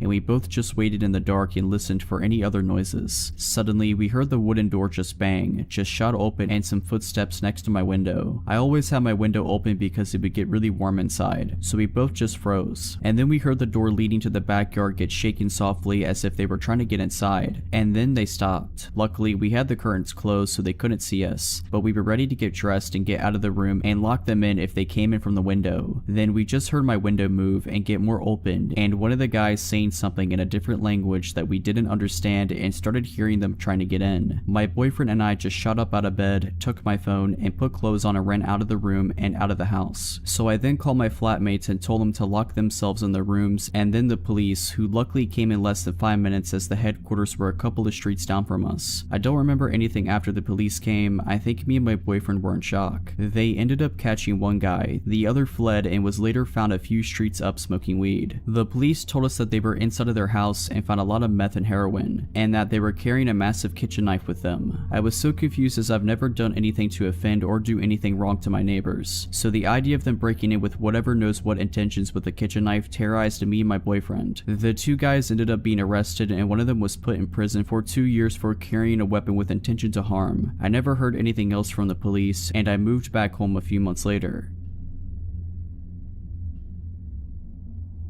I was 17 when this story happened 3 years ago now. I was working at an old pizza shop right on the edge of my town. For context, the town I was in was an affluent, suburban town surrounded by a bypass which loops around the town. Around my town is some farmland and main roads, where all of the blue-collar workers moved to after the town was gentrified 10 to 15 years back. The pizza shop was around 20 years and was very catered to these same blue-collar workers. It's around 9 p.m. and a call comes in for 2 pizzas and a 2-liter of soda. I'm the only driver in, so I have to take the delivery out. It's about a 10-minute drive to get to the location. There, I have to drive up a long, gravel driveway that took about 5 minutes to get up. My car really couldn't handle the gravel and how rough it was. Arriving at the place, I see a nice house and 2 barns plotted across the land, with wheat 5 to 6 feet tall surrounding the whole property. Being at this place when I felt truly all alone really started to make my anxiety flare. I decided to call the number on the order because I have no idea where this guy wants me to go and drop off his food. After about another 5 minutes of absolute silence, the man picks up. He had a very deep and raspy voice, like he's been a career smoker, which didn't do anything to help me feel better. I was told to meet him at his truck at the far barn on his property. I am now properly scared as my mind races of all of the worst possible things that could happen to me. I pull myself together and muster further into this guy's property. I see the man's truck as I round one of those cylinder storage units where I see his F-150 and him inside. Instead of getting out, I call him and ask him how we should do the transaction. In that same deep voice, he instructs me to get out of my car and to put all the food onto his truck bed. Since he paid with his credit card already, I thought this would have been over in 10 seconds. I do what he tells me to do and walk over to the passenger window so that he can sign his receipt. The man looks to be around his mid-40s, heavy set, with a scraggly black beard and a trucker hat. My mind was already racing on being kidnapped or murdered, so I really didn't feel safe around this guy. I ask him if he has a pen on him because I forgot to bring one. I was pretty bad at my job and he did not have any cash on him. He stares at me with these cold eyes and points into the back of his truck, saying to me, "If you ask me for a tip, I'm going to be sticking this tip down your throat," where he has a double-barrel shotgun just in the back of his car. I'm frozen in fear as I'm registering that this man has just threatened to kill me. The only thing I can muster out is okay, and I get back into my car and I get out of that farm. I was going so fast that I screwed up my car from my car bouncing around on that gravel path. I go 80 all the way back to the pizza parlor where I tell my coworkers what happened. None of my coworkers took me seriously and just thought I was playing this up for a joke. I go home and forget about it pretty quickly, but a year later I'm working the lunch shift and the same man calls in and orders a pizza. Now at this point I am refusing to take this order. The pizza place I was working at wasn't doing well business wise, so it's on its last legs already, so management forced me into going anyways. It was only 1 to 2 p.m. on a Sunday, so at least my fear of the dark would be covered. I get there and the man is waiting for me at his actual house. He recognized me and out of all things started apologizing to me for what he said. He was excusing it, saying that he just started going through a divorce and was struggling with his emotions. I just wanted the whole thing to be over with, and he gave me $60 for what happened.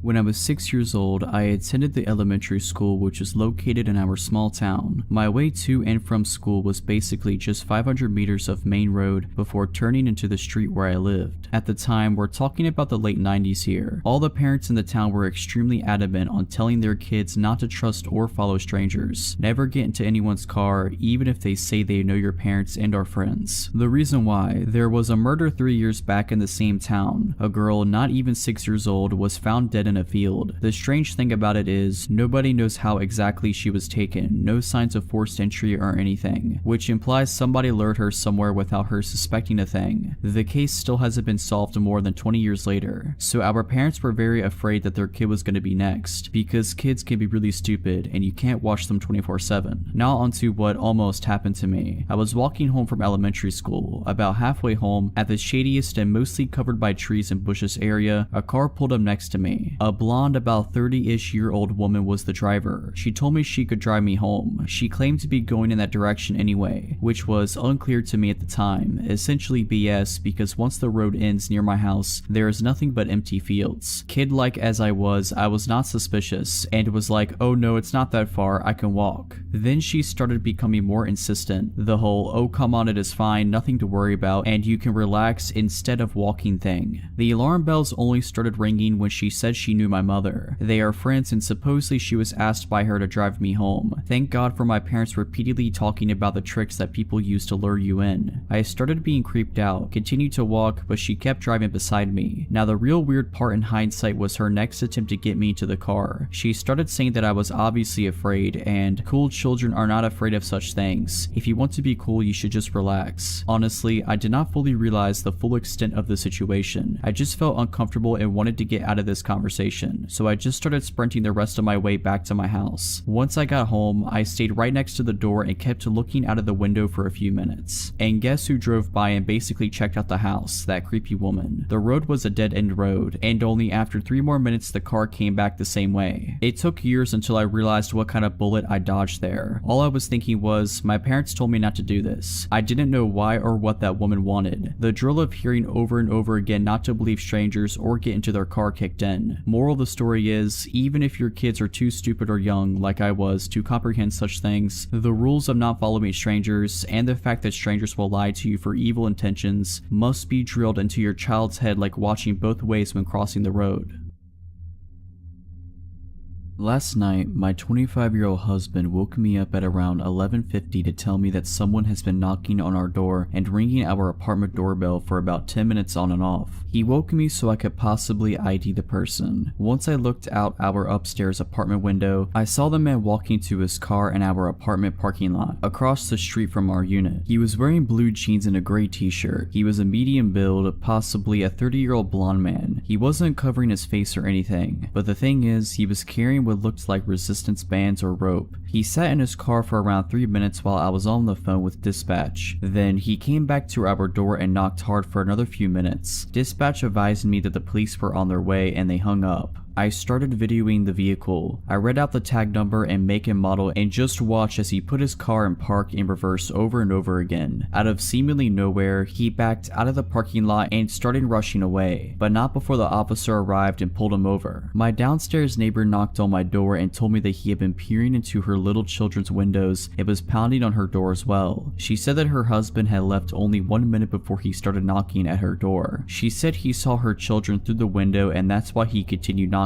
Our doors are right next to one another, so he probably didn't know what door he wanted opened. He was watching us as well through our upstairs windows, so I turned all the lights out and shut the blinds while I called dispatch. The police never contacted us for a statement. I've reached out to dispatch about an update and I'm waiting to see if any action was taken. We're keeping our eyes peeled to see if he's been following us. I'm replacing my porch light bulbs with motion detectors and putting bars in our window and door tracks. My neighbor and our families are panicked, to say the least. He was outside for about 25 to 30 minutes. Update: I am trained in firearm usage and now live in a state where I can open carry and the background check is really quick. We are going this weekend to get a firearm. My husband will be taking some classes as he came from somewhere where owning a gun is illegal, so he's never handled one. I am still waiting on a call from the responding officer. I have his badge number and name, so if they don't reach out to me today or tonight, he might work third shift. I will call the substation. If they didn't do anything, I will go ahead and make a suspicious person's case for the paper trail. We had no odd encounters last night. However, while I was looking at the video I took, I remember that car. I was walking my dog at 8 p.m. a week ago from him to pee, and this car was driving really slowly through the parking lot and parked a few spots down from where I was letting my dog sniff. They just sat there with the car running. When I tell you my ears started ringing and I got an awful feeling, I'm not joking. I turned around and went home, didn't give my dog the chance to pee, and shut every door and window. I think this man has been stalking out our apartment building, me and my neighbors, and I think he wanted to get in where those children are. I'll update more when I have new information. Update 2. It's been a week since the incident. I called the dispatch today because I never received a follow-up from the responding officer. A sergeant from the PD called me back to give me more information. He said that they pulled over the man, ran him to make sure that there were no warrants, and asked him what he was doing. He told the officer that he was meeting up with an acquaintance. The officer let him go with no further questions. I about lost my mind. The sergeant I spoke to today stated that he should have looked into it more. It was obviously an attempt at burglary with whatever knows what intentions. The responding officer is supposed to call me tonight when he gets on duty. I'm livid, honestly. Zero due diligence for this case, but there's not even a case. No case number, just a documented police contact. I'll give more info when I have it. Final update. The officer finally called me. Here's how the conversation went. I answered groggily. It was well past midnight. Hello, miss. I was told you have some questions about an incident a few nights ago. Yes, about Thursday. I wanted to know what the man told you he was doing. You know, he was looking in windows and carrying potential restraints. I'm not sure if that was relayed to you. I stopped him, ran his tags, and he told me that he was meeting up with a guy from a dating app.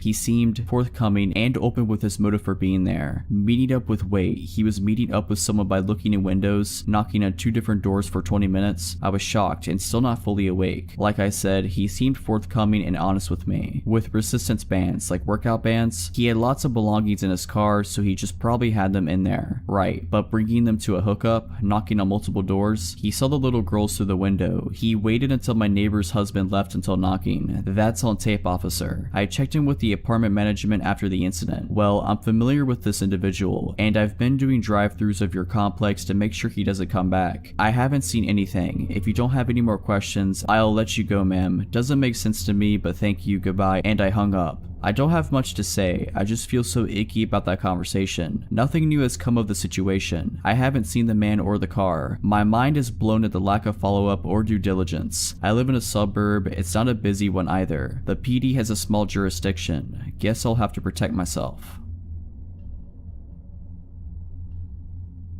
I was 24 at the time, working in a nightclub about a 10-minute walk from my home. I used to close on Tuesday nights slightly earlier than most nights, as it was generally our slowest night of the week, closing around 12 a.m. instead of keeping customers until 2:30 a.m. Usually I'd be the only one left as I start cutting staff as the night went on, and since it was a slower day of the week, we didn't have security on. About 2 months in of regularly closing at 12 a.m., I was walking home. I used to bring bulkier clothes to hide my figure when leaving alone, as I've been followed and chased multiple times before, and we'd often get men waiting after hours for us girls to come out, knowing we'd eventually come out after closing and didn't want to attract attention to myself. I also used to walk home as I didn't have a car and had a few terrifying experiences with Uber drivers not actually driving me home, turning out to be fake cab / Uber drivers or harassing me until I pretended to show interest or give them some way of contacting me, to which Uber would just give me a $5 coupon for the trouble, but that's a story for another time. The bar was located along a main road that was home to the majority of the other bars and restaurants in the city downtown. Often at this time I'd maybe see a handful of people, but the streets were generally empty. I'm walking and notice a parked car about a block away. The driver noticed me and U-turns around to be on the same side of the street as me. Now he's catcalling me and trying to get me to come into his car. I don't engage and keep walking. We're maybe a block or two past the initial spot I saw him, and he's been slowly driving alongside the sidewalk. I'd crossed the street but didn't want to get near his car. He keeps this up until about halfway mark when he takes off in his car, and I'm just relieved he's gone. He then comes blasting back down the road. Now my walk has turned into a light jog, which then turns me into full-on running. I'm running behind close bars and businesses, now trying to find a back route to get home without him seeing where I live. At one point, I'm running through bushes and mud. No matter what street I end up on, his car is waiting for me. Eventually, I run right in front of his car while it's parked on the side street beside my place and run into my house through the back entrance. The back entrance is obscured by plenty of trees and car, and the surrounding houses are multiple unit homes, so I was confident he didn't see what door I got in through. Fast forward to the following Tuesday and I'm walking home. Guess whose car is parked at the halfway mark? This went on for the next 4 Tuesdays, except he started parking on the street in front of my house, until I begged my manager to take me off closing that specific shift. The last time I saw him, one of the apartment buildings along the way had a few cop cars and cops standing around the entrance, and I stayed with them, which led them to drive off for the night. A week passes and I'm no longer on that shift. A coworker of mine sends me a news article via text. I open it and see that the man who's been following me was arrested for doing this to multiple girls in the city along the street my work was on and that I lived on. He got caught because he'd followed a university student up to her house and wouldn't drive away. She called the cops and he was still there by the time they came to arrest him. He got out the next day, I believe, and was arrested a few more times and was put on restrictions. Couldn't be out of his parents' house between certain hours unaccompanied by either parent before he was deported. I've also heard he didn't actually get deported, but I moved away shortly after and didn't keep up with the news on him.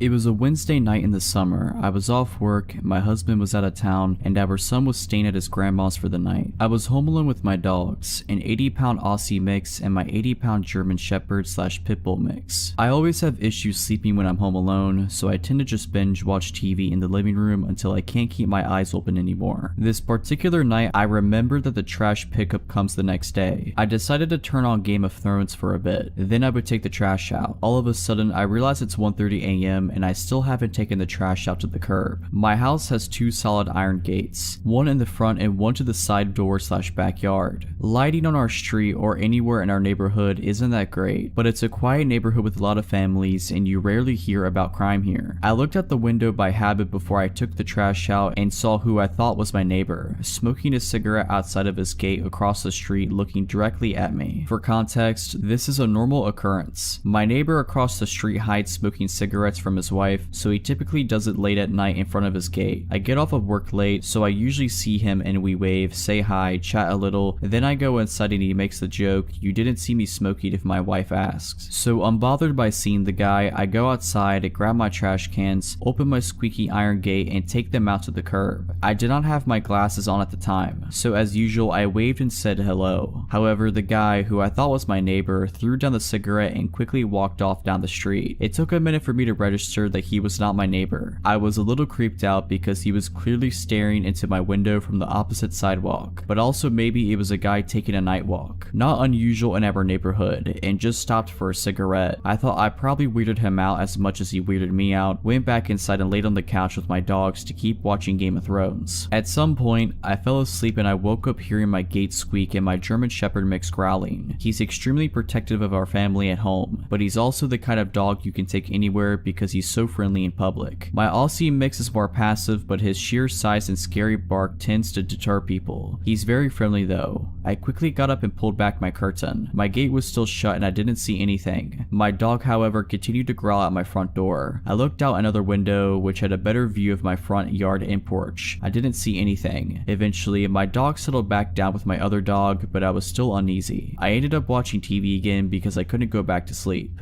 About an hour later, I definitely heard my gate squeak. We are the only ones with a heavy cast iron gate and the noise it makes is so distinct. So I look out the curtain while my dogs are continuing to softly growl. My gate is halfway open but I don't see anyone. At this point I'm panicking. In my panic I couldn't find my phone. I grabbed my wooden baseball bat out of our room, crouched down, and started going through the couch cushions to get my phone. My dogs are oddly still quietly growling instead of barking, so I assumed no one was there. The minute I find my phone, my front door handle starts shaking. I run to the side door to let my German Shepherd mix out. I know he'll protect me and he can jump the 6-foot back gate. My Aussie mix, going crazy, busts out of one of our door side lights. I heard the guy say, "Oh crap," and immediately I let out my German Shepherd mix. I jumped up to look out the window, saw my dog latch on the guy's hand. The guy starts screaming and takes off down the street, my dog chasing him. I then become terrified he'll hurt my dog, so I run out with my baseball bat, screaming my dog's name over and over. The next thing I know, my dog is prancing down the street back to me, happy with blood all over his face. I called the police. They took another hour or so to show up and didn't seem to take me too seriously. They said they'd call local hospitals, but I never heard back. I called my husband bawling and he got on the next flight home. I stayed at his mom's for a few days, too terrified to go home. I did buy my dogs giant ribeyes for being so good in saving me. I don't know what that guy wanted, but since then I've been trained in firearms and self-defense.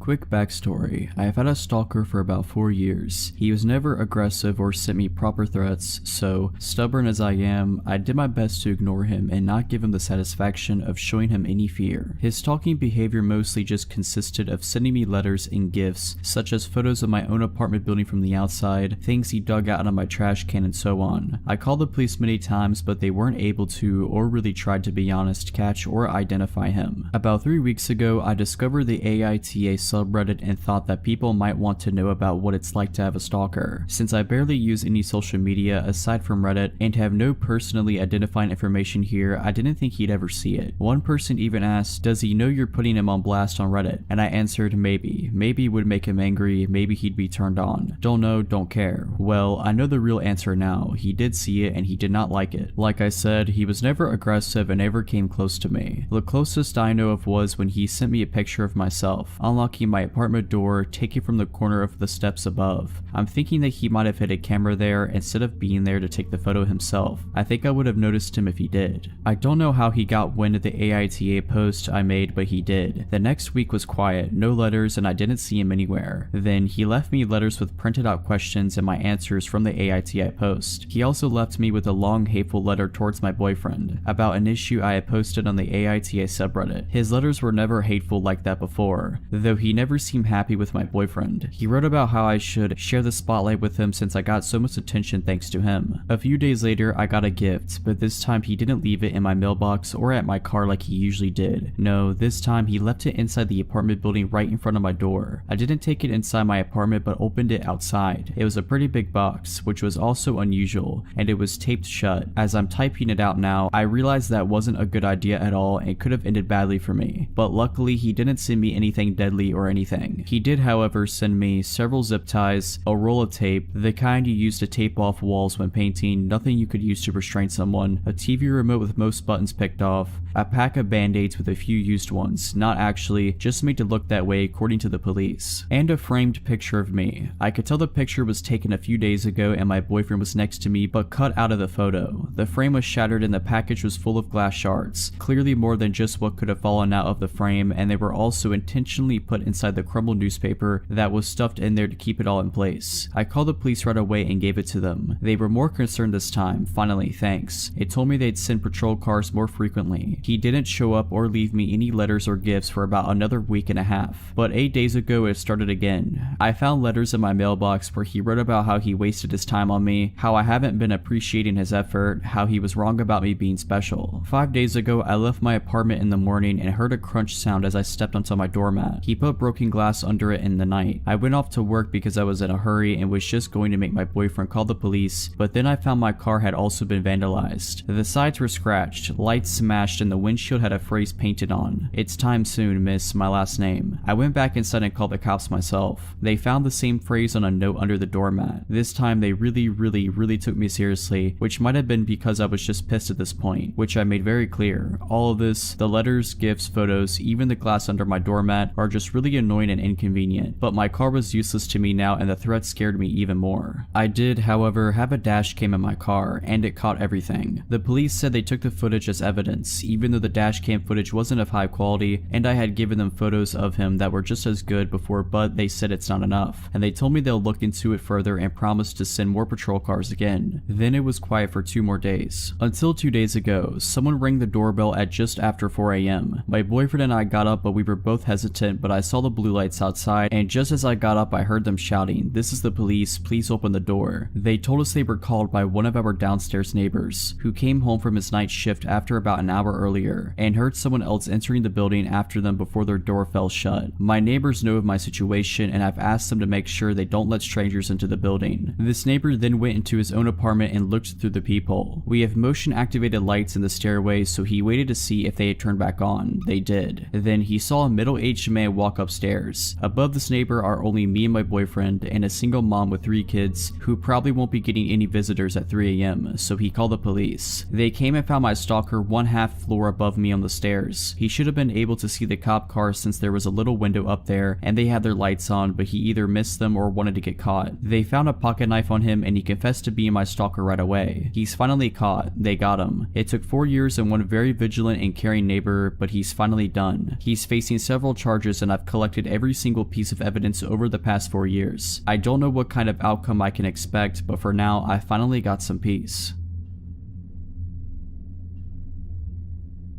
When I was a kid, my mom worked as a teacher and she was very close to a coworker of hers who had a son around my age and of whom I, as well, was very close. When my mom or her friend would head out for the night, the other would take care of both of us kids, and basically, it meant I spent half of my time over there and my friend spent half of his time at my house, which was perfect and fun for us. We lived in different cities, but since that kind of system had been going on pretty much forever since, I grew up knowing my friend's city just as well as mine. His mom was well aware of that, so that being said, whenever we were going on a walk in their area, she'd let us wander around because she knew we'd always find our way back to her. My mom though was more cautious and always kept an eye on us, as she'd walk behind us to make sure she always was able to see us. I just wish her friend would have done the same. One day, I had to be around 6 or 7, we were going on a walk with my friend Marcus and his mom Katie. It was a very sunny day and I was wearing a dress with embroidered flowers and I had my blonde long hair down. During that walk, Katie was walking ahead of us and I was chatting and just fooling around with Marcus when he suddenly remembered something urgent to tell his mom, as urgent as something can be for an 8-year-old boy. He ran up to her and left me strolling behind for a couple of minutes, just as it already had happened 100 times prior. That time though, we were circling around a big camping site and we walked by the white vans and camping cars. One of those vans had its back doors open and there was a man, probably in his mid-40s, smoking a cigarette and leaning on the vehicle. He locked eyes with me as I was approaching, then saw that Katie and Marcus weren't paying much attention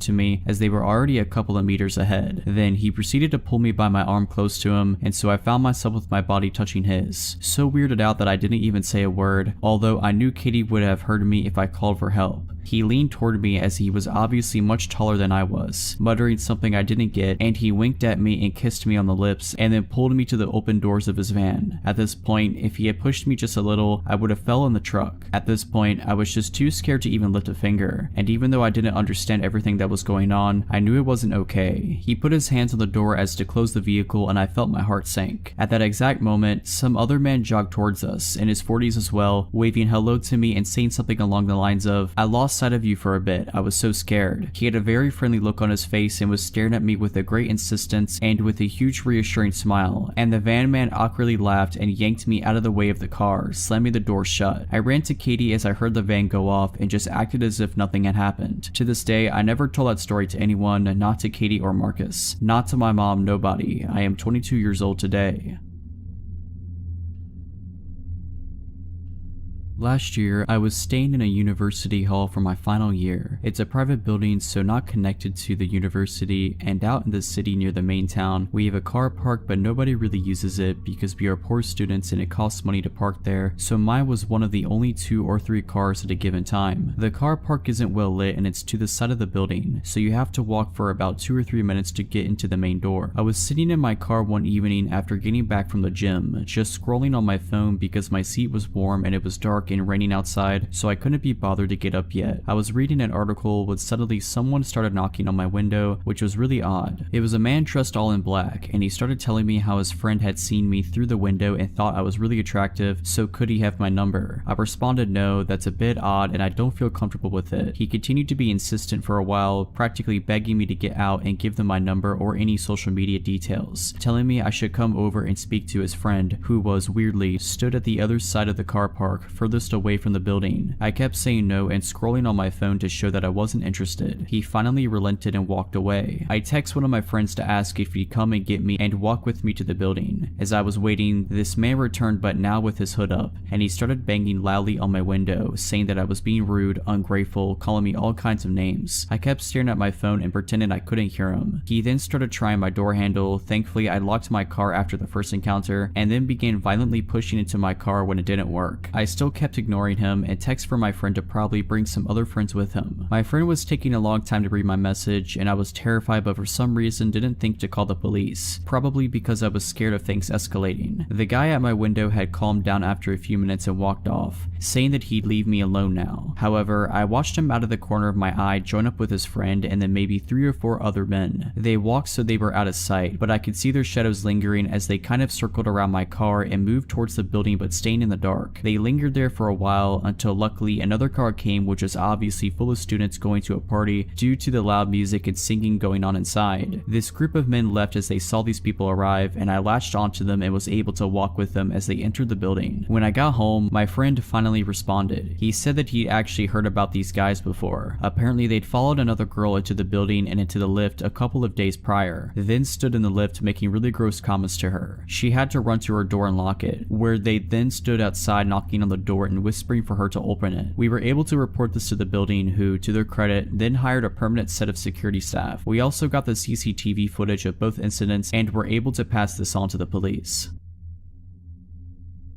My mom's dog, Punky, was a very sweet loving dog. She was an ESA dog but trained to be a service dog for PTSD before she lost her leg. I had never seen her get aggressive with anyone in the entire 12 years she lived. She never growled or nipped anyone, and she had no sense of smell, so she loved all animals and people. A real gentle giant among our little terriers at 60 pounds. What I'm getting at here was that her barking at something and being aggressive was so wildly uncharacteristic that I only saw it once. I, 11 years old, was at home with my siblings, 2 years old and 6 years old. My then stepdad is at work and my mom ran up to the gas station to grab a pack of cigarettes. It was only a mile or 2 away from us. For reference, we lived in a 2-bedroom trailer in the middle of the woods, on a dead-end road at the time, and you had to really make an effort to get down our road, find our house, navigate down our rickety driveway, and find the door. I'm sitting at the computer, having a grand time watching YouTube videos, when all of a sudden all of our dogs, about 2 Boston terriers and one chihuahua perk up, bark a few times, and start investigating down the hall. My siblings were napping in the bedroom at the end of the hall at the time, so I figured they just stirred and scared the dogs. But then Punky sits up suddenly, stands up on the couch, and puffs her chest out. Her ears are perked up, her fur standing on end, her tail straight up, and then she barks. Loudly, I mean, the bark booms through the living room and echoes around, and all of a sudden she lunges off of the couch and goes tearing down the hallway. I'm already on edge because I don't think I've ever heard her bark, ever. She's a Basenji mix, so her bark is more of a baying sound, but this was a big, loud, alert bark. I stand up and go to look down the hallway, ready to fight off what I'm assuming is a shadow monster in the hallway based on how the dogs are acting. But then I hear it. Knock, knock, knock. We didn't get visitors because of how weird our house was location-wise, so my 11-year-old mind had no clue what to do here. The only people who showed up here were family, and they didn't knock, so I slowly walked towards the door. The knock drew the attention of the dogs, and they came running back down the hallway, all except for Punky, and I felt better with our 3 yappy dogs in the room with me, even if they were all the size of New York City sewer rats. I opened the door just a bit, and standing on our porch is the sketchiest man I think I've ever seen. I can still picture him perfectly. He was a really thin, taller man with dark hair and a sunken face, bags under his eyes, and this half-managed hair, sort of like he just gave it a quick brush and then figured it was good enough. Everything about him seemed just a little too thin, a little too shallow, and his clothes were all off too. They were nice, but fake nice, you know? Like a clean, newer looking t-shirt and new jeans. But he had what looked like a suit jacket on. All his clothes were dark too, despite the fact that it was summer in Texas, and the weather was definitely into the hundreds that day. He also had this plain, unlabeled bottle in his hand. It looked like the label had been covered up and taped over. I stare up at him in confusion because I definitely don't know this man, and I asked him what he wants. He smiles at me in this way that's way too fake, like this exaggerated and forced grin, and he spoke in the same voice retail workers do. Hey there kiddo, I'm trying to sell this here carpet cleaner, and he shakes the bottle at me. Mind if I come in to show you how good it works? Alarms are going off in my head because he just seems so off. Looking back with an adult perspective, the fact that he didn't ask if my parents were home is unnerving, because he probably knew they weren't and that's why he was here in the first place. I should have told him to get off our property, that I'd have to go get my mom, something except what I did say, but I didn't. Instead, I just shook my head and said, no, we don't have carpet. Well, it works on other things, and he took a big step towards the door and shook the bottle at me. I start to freak out and think to close the door, but the thing is, our front door didn't even lock. Small town, hard to access home, we never needed a lock, so that's basically useless. I'm sure there's something very wrong about to happen, and I'm terrified as I think about what to do in the few seconds I think I have before it does happen, when all of a sudden I hear it. Punky had crept up from the hallway, lowered towards the ground with her teeth bared and snarling like she was feral. She had slobber just dripping from her mouth, her ears were down and she was ready to pounce. The guy hears it too, and as I look towards Punky, she tries to lunge past me, and I just barely catch her with my leg as she tries her hardest to duck past me and attack this guy. He freaks out and runs off the porch without another word, booking it down the driveway as I let Punky out along with the rest of our dogs and they start chasing him. Our small dogs chase him down the driveway and stop about halfway, barking and jumping about, but Punky stops just on the porch and watches him with her ears perked, just staring in the distance until he disappears. I swear I saw someone jump up with him running when he got onto the road. The second he disappeared, Punky's entire body language changed and she went back to being the sweet dog I knew. No barking or growling, just laying around, mouth and throat covered in slobber still. I realized my siblings are still down the hall and run to check on them, and when I get to the bedroom, my siblings were sleeping soundly still, but the bedroom window was wide open, the curtains pushed all to one side and the items on the dresser in front of the window all shoved around. Someone had tried to climb through the window, no doubt in my mind about it. From what I can gather, the bedroom window was visible from the couch where Punky was sleeping, so I think someone was trying to climb through the window before Punky went after them and scared them off, and the man at the door was meant to distract me. They definitely didn't expect Punky, a bigger dog, because most of the time she was with my mom inside while our small dogs were the ones that saw public eye more often. I don't know what they intended to do, but after my mom got home she took all of us to my aunt's house, and on our way there we saw the men walking up someone else's driveway, men plural because we watched a second one split off to wait by the road.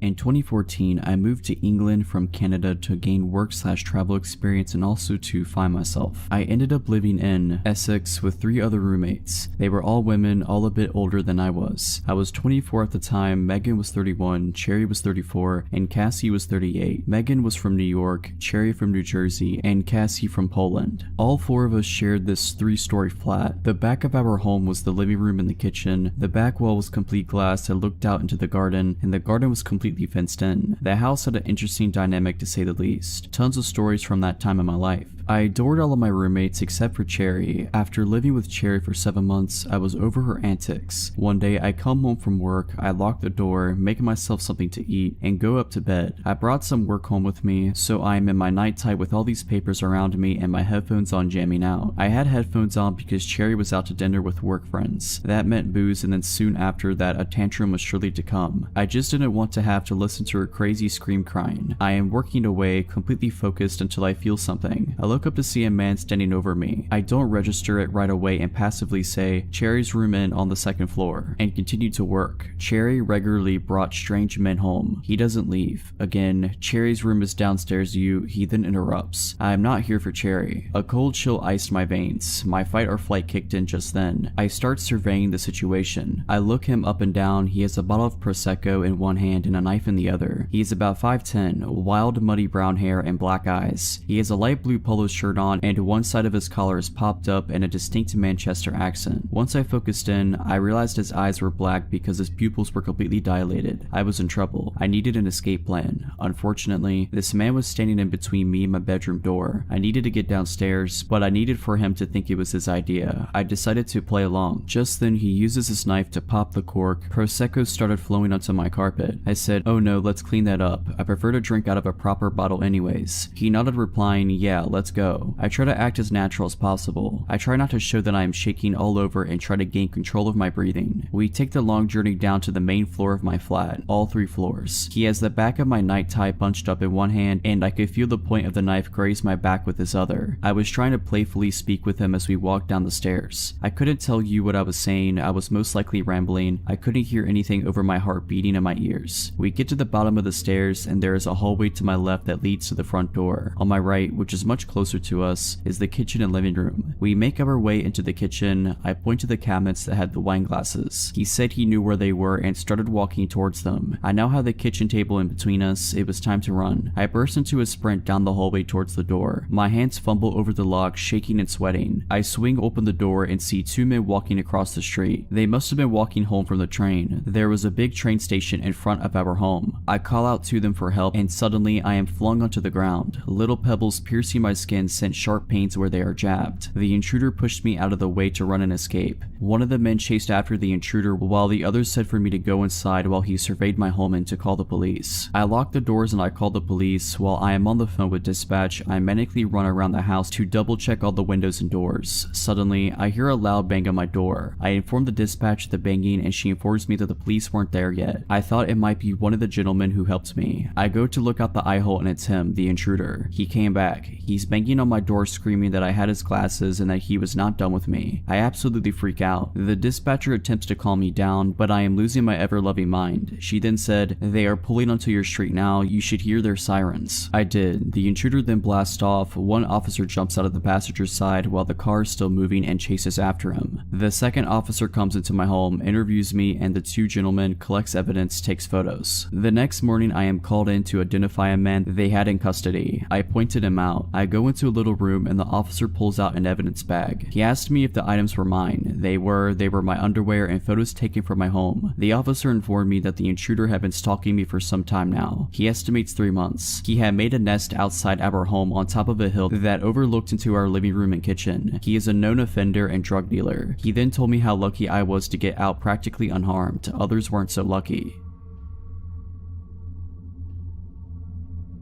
So this happened in 2011, so the exact dialogue may have escaped my memory a bit, but the situation is something I'll never forget. Also, AIM was still pretty active during this time, and so was video chatting. Think Tiny Chat. This is important for later. I was on an online dating site and was talking to this guy. I was 31 at the time and he was 28. We talked for about 6 weeks before I gave him my phone number, and we took it offline to calling and texting for another couple of weeks. 2 months after our initial chat, we were texting and he told me that he was out having a few beers at a bar near my house. He asked what I was doing and asked if I wanted to come out, but I had a very long day at work and didn't feel like going to a bar. I'm also not a big drinker. I invited him over to my place, I know, after he finished at the bar, and he accepted. I figured I would be okay since I do keep firearms for protection and know how to defend myself, if needed. I also had a webcam. I took a shower so I wouldn't smell like a water buffalo on a hot day. The air went out at work, put on some makeup and got dressed to wait. He then called and said he was outside of my house. I clicked record on my computer's webcam program and turned off my monitor and went to let him in. It's around 10 p.m. and he comes in and we go back to my bedroom because my living room was being remodeled. We're sitting on the bed chatting for about an hour, talking about everything under the sun. The conversation flowed. He was very handsome and so easy to be comfortable with. We got on the subject of firearms and I showed him mine. About 15 minutes later he asked for some water, so I go to the kitchen to get him a bottle. When I came back, he said he got a phone call and had to leave. After he left, I looked on my nightstand where I put the firearm down after showing him and noticed that it was gone. I looked everywhere for it, thinking I had put it down somewhere else. Nope, not there. I then played back the recording from my webcam program and sure enough, it shows him grabbing it and putting it in his hoodie. I was terrified at that point. He knew where I lived, he had my firearm, and he left his phone on my bed. Right then his phone rings and I answer it. Come to find out he's married. His wife was calling him wondering where he was. I told her everything, including the fact that he stole my firearm and I had video evidence and was calling the police on him. Next thing I know, he's banging on my door, my firearm in his hand, asking me for his phone. The conversation went like this. Him, I need my phone, give me my phone. Me, not opening the door but yelling through the window. Take the clip out of my firearm, empty the chamber, throw the clip into the bushes. The one in the chamber across the road and put it on the ground. Him, no, give me my phone. Me, I'm on the phone with your wife at the moment and I have you on video stealing from me. I put his wife on speaker. Wife. A whole bunch of expletives. Him, he runs and gets in his car and then comes back. I threw your gun in the ditch. At this point, I make him empty his pockets, take his pants off, take his hoodie off, and show me that he doesn't have my firearm on him. All the while, his wife is on the phone. I go outside and get in his car, in the driver's seat, and tell him to take me to where he threw my firearm. He proceeds to tell me that I don't know how hard it is for him, being a felon, not being allowed to own a firearm ever because of a mistake he made. The mistake, domestic violence, involving a firearm. We get up the road, he tells me that the firearm is there in the ditch. Then I realize the situation I'm in. I can get out of the car and go get it, leaving him to do whatever to me if he chose. I could make him go get it, taking a chance of him seriously hurting me. I took that chance since I was on his phone with his wife and my phone with 911. He retrieves my firearm, brings it back to the car, and I drive back to my house and wait on the police. I get out of the car and he gets in the driver's seat. I'm still on the phone with the police. I walk around the back of his car to get his license plate number, and he just puts his car in reverse, hits me, and takes off. They found him later that evening. He still had the clip and the one in the chamber in his pocket, so now he's enjoying some time in prison. So glad I never have to meet this person again. If you're liking this video, all I ask is that you make sure to subscribe to my channel and like this video. Thank you.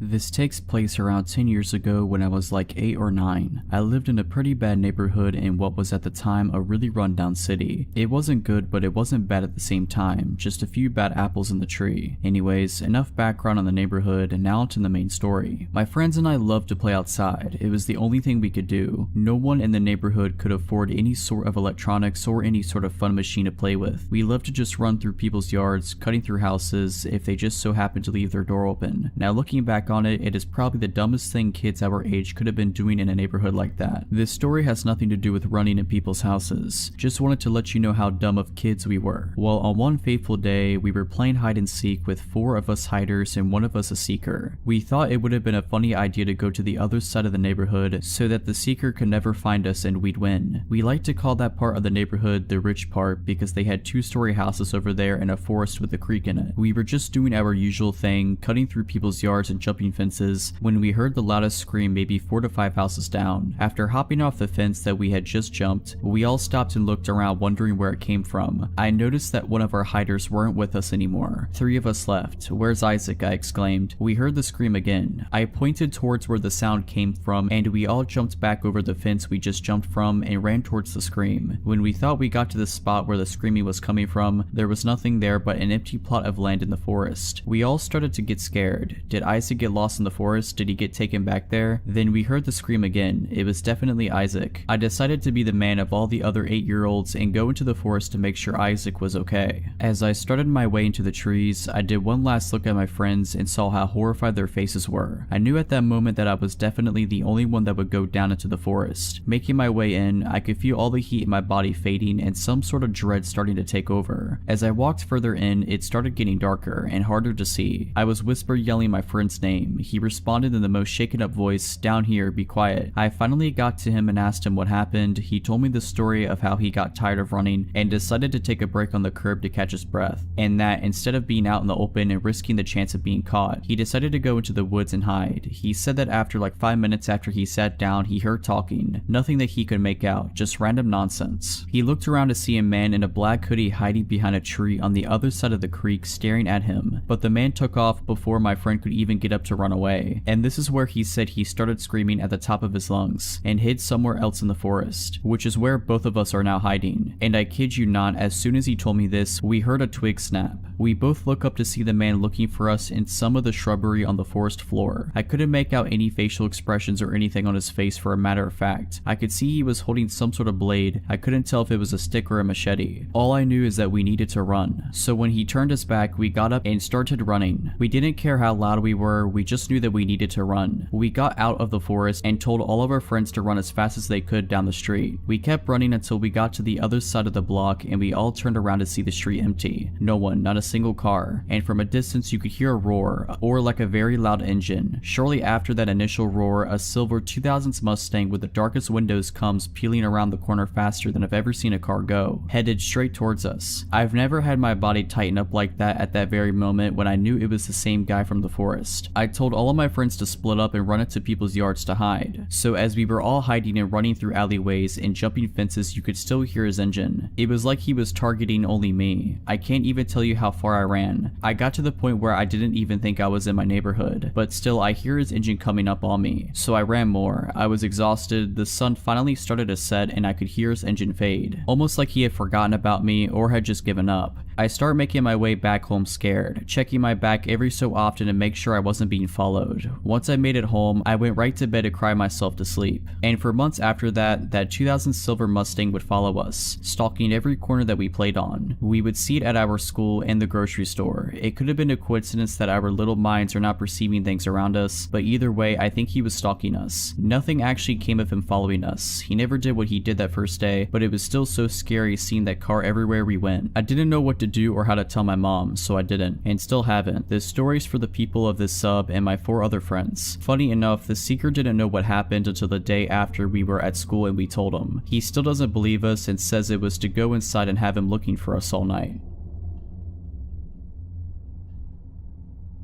So for a bit of context, I am a college student. Without giving too many details, I am a woman on the smaller side of average female height. I currently do not have a car, so I use my bike, walking, and the bus to get around. My college has a transit service that allows you to scan in with a student boarding pass for free. Other non-students are allowed to ride the bus by paying upon entering or purchasing a ticket beforehand. I frequently ride the bus for various reasons, grocery runs, or treating myself to food. And yesterday, I had the idea of treating myself to a movie after all of the exams I have been having lately. I'm an avid horror fan and knew that Terrifier 2 was in theaters, so of course I wanted to see it immediately. One of my friends told me they found it funny and really enjoyed it, which was more than enough reason to go see it. I was looking at tickets the day before yesterday and trying to decide which time slot I wanted to see the movie in. Looking back now, something in my gut told me to choose the earlier time. I wish I had listened. Another detail I want to add is that there are 2 bus sizes, a large one and a small one. The bus I rode during the incident was the smaller one. on. The stop where I got on the bus is the beginning of the route. Unlike every other stop, the driver usually parks the bus here for 5 minutes and gets off to use the restroom or have a quick break before continuing with the rest of the route. Upon entering the bus, I noticed only 2 other passengers, another girl about my age and an older man. The girl was in the front of the bus on the right side and the man was in the second row on the left side. I sat on the right side, several rows back. I usually read something on my phone or listened to music on the bus, so I immediately got on my phone when I sat down. Everything was okay for a little bit until I looked up and noticed the man repeatedly staring at me and looking away before staring at me again. I was immediately apprehensive but just brushed it off. He started speaking aloud out of nowhere, saying things like "beautiful baby" and "so fine" while staring at me. I was frozen out of fear and could only keep looking at my phone and trying to ignore it. This continued until I worked up the courage to say, "Sir, would you please stop staring at me?" To which he claimed he was not staring and told me I was extremely beautiful. Unsure of what to say, I just stupidly thanked him and went back to my phone. He had his body slightly turned, but when I confronted him, he faced fully forward. The driver got back on and we started moving again, so everything was calm for a bit, though I was admittedly still shaken up. This calm did not last long. Obviously, this creep couldn't contain himself and just had to voice his opinions about me out loud. He started saying similar things again, but also added some new phrases such as, "gonna make you my wife," and by far the worst one, "I'm gonna get you pregnant." I was shaking at this point and was unsure what to do. I desperately wanted to sit next to the other girl, but did not want to pass by him to sit by her. We made it to the other 2 stops before the girl got off and said sorry before leaving. My heart dropped to my stomach. The last thing I wanted was to be alone with this guy. Luckily, more people got on at the stop, a middle-aged couple and a guy about my age. In a panicked voice, I sort of shouted and asked the guy my age if he would sit with me. He was a bit confused but came to sit by me and I immediately felt relief. The stress of the situation got to me and I broke down crying. I guess the creep took this as indication to leave because he swiftly made his exit after that. The kind younger guy who sat next to me and began to comfort me. I am so grateful he chose to ride the bus that day. The bus driver noticed the commotion and called me to the front to get information in order to make a report. He told me he couldn't hear anything but that buses have video and it would hopefully pick up what the creep was saying. He told me that the same man had recently been kicked off for a similar incident and that he would be reporting this immediately. For the rest of the ride, the younger guy and I talked about things like majors and other school related stuff. I want to go into the marine biology field and he is a graduate student in mechanical engineering. I made it to the movies, it was awesome, and back home safely, but I definitely learned a lesson. My boyfriend is going to help me look into some self-defense items and he taught me a few fighting tactics.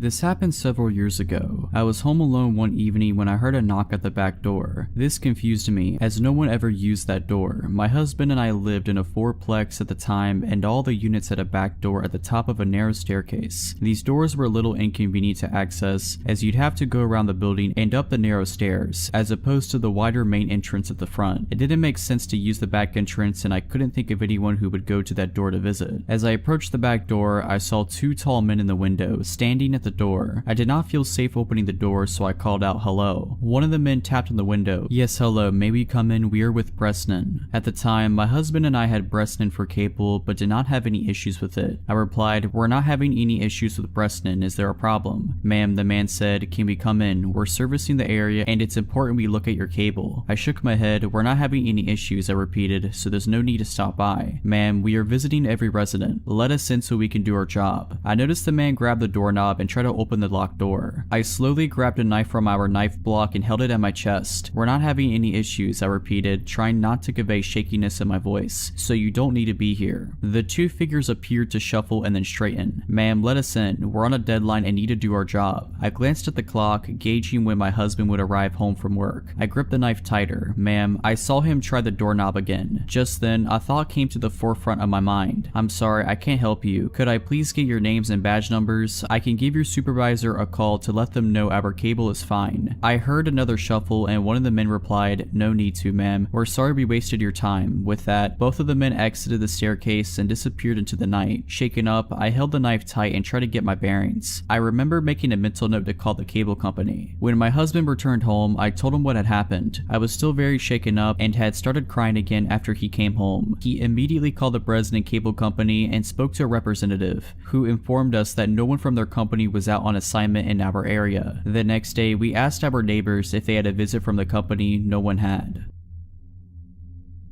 For the longest time, there was this man that would sit in his garage and watch me. He was an older man and he was very scrawny. He had patchy gray hair and a super gross beard. I never learned his name, so we'll call him Nick. He looked like a Nick to me. I moved into my classic suburban home before I was even born. I've been living here my whole life, and the first memory I have of Nick was when I was 10 and he gave me a small 2-finger wave as I walked back home after school. I had to see him every day since my bus stop was a few houses down and I walked like a block to get home. My mom said he dropped by after I was born, knocked on the door in the middle of the day and rang the doorbell until someone answered. My mom finally answered, my 1-year-old brother attached to her leg and newborn me in her arms. She said his face lit up when he saw me. He smiled brightly and asked to hold me. She obviously denied, cause who comes to your house to hold your child when you don't know them in the slightest? She said he scowled at her before calmly walking back to sit in his garage to smoke a cigar. After my first encounter with Nick, I never stopped seeing him. Every day after school, every morning before school, every time I took my dogs out for a walk, every time I peeked out of my window at 3 a.m. I swear this guy never slept. I told my brother how it freaked me out and he said he was probably on house arrest and that was the only way he could get out. We learned that wasn't true when he knocked on our door. Small background for this bit, my mom is very weak. She has an autoimmune disease and her legs and feet will go numb randomly. She's doing a lot better now, but this event happened when she was pretty bad. She insisted she take the dogs out alone and I didn't want to argue, so I sat in the living room. After about a minute I hear a knock.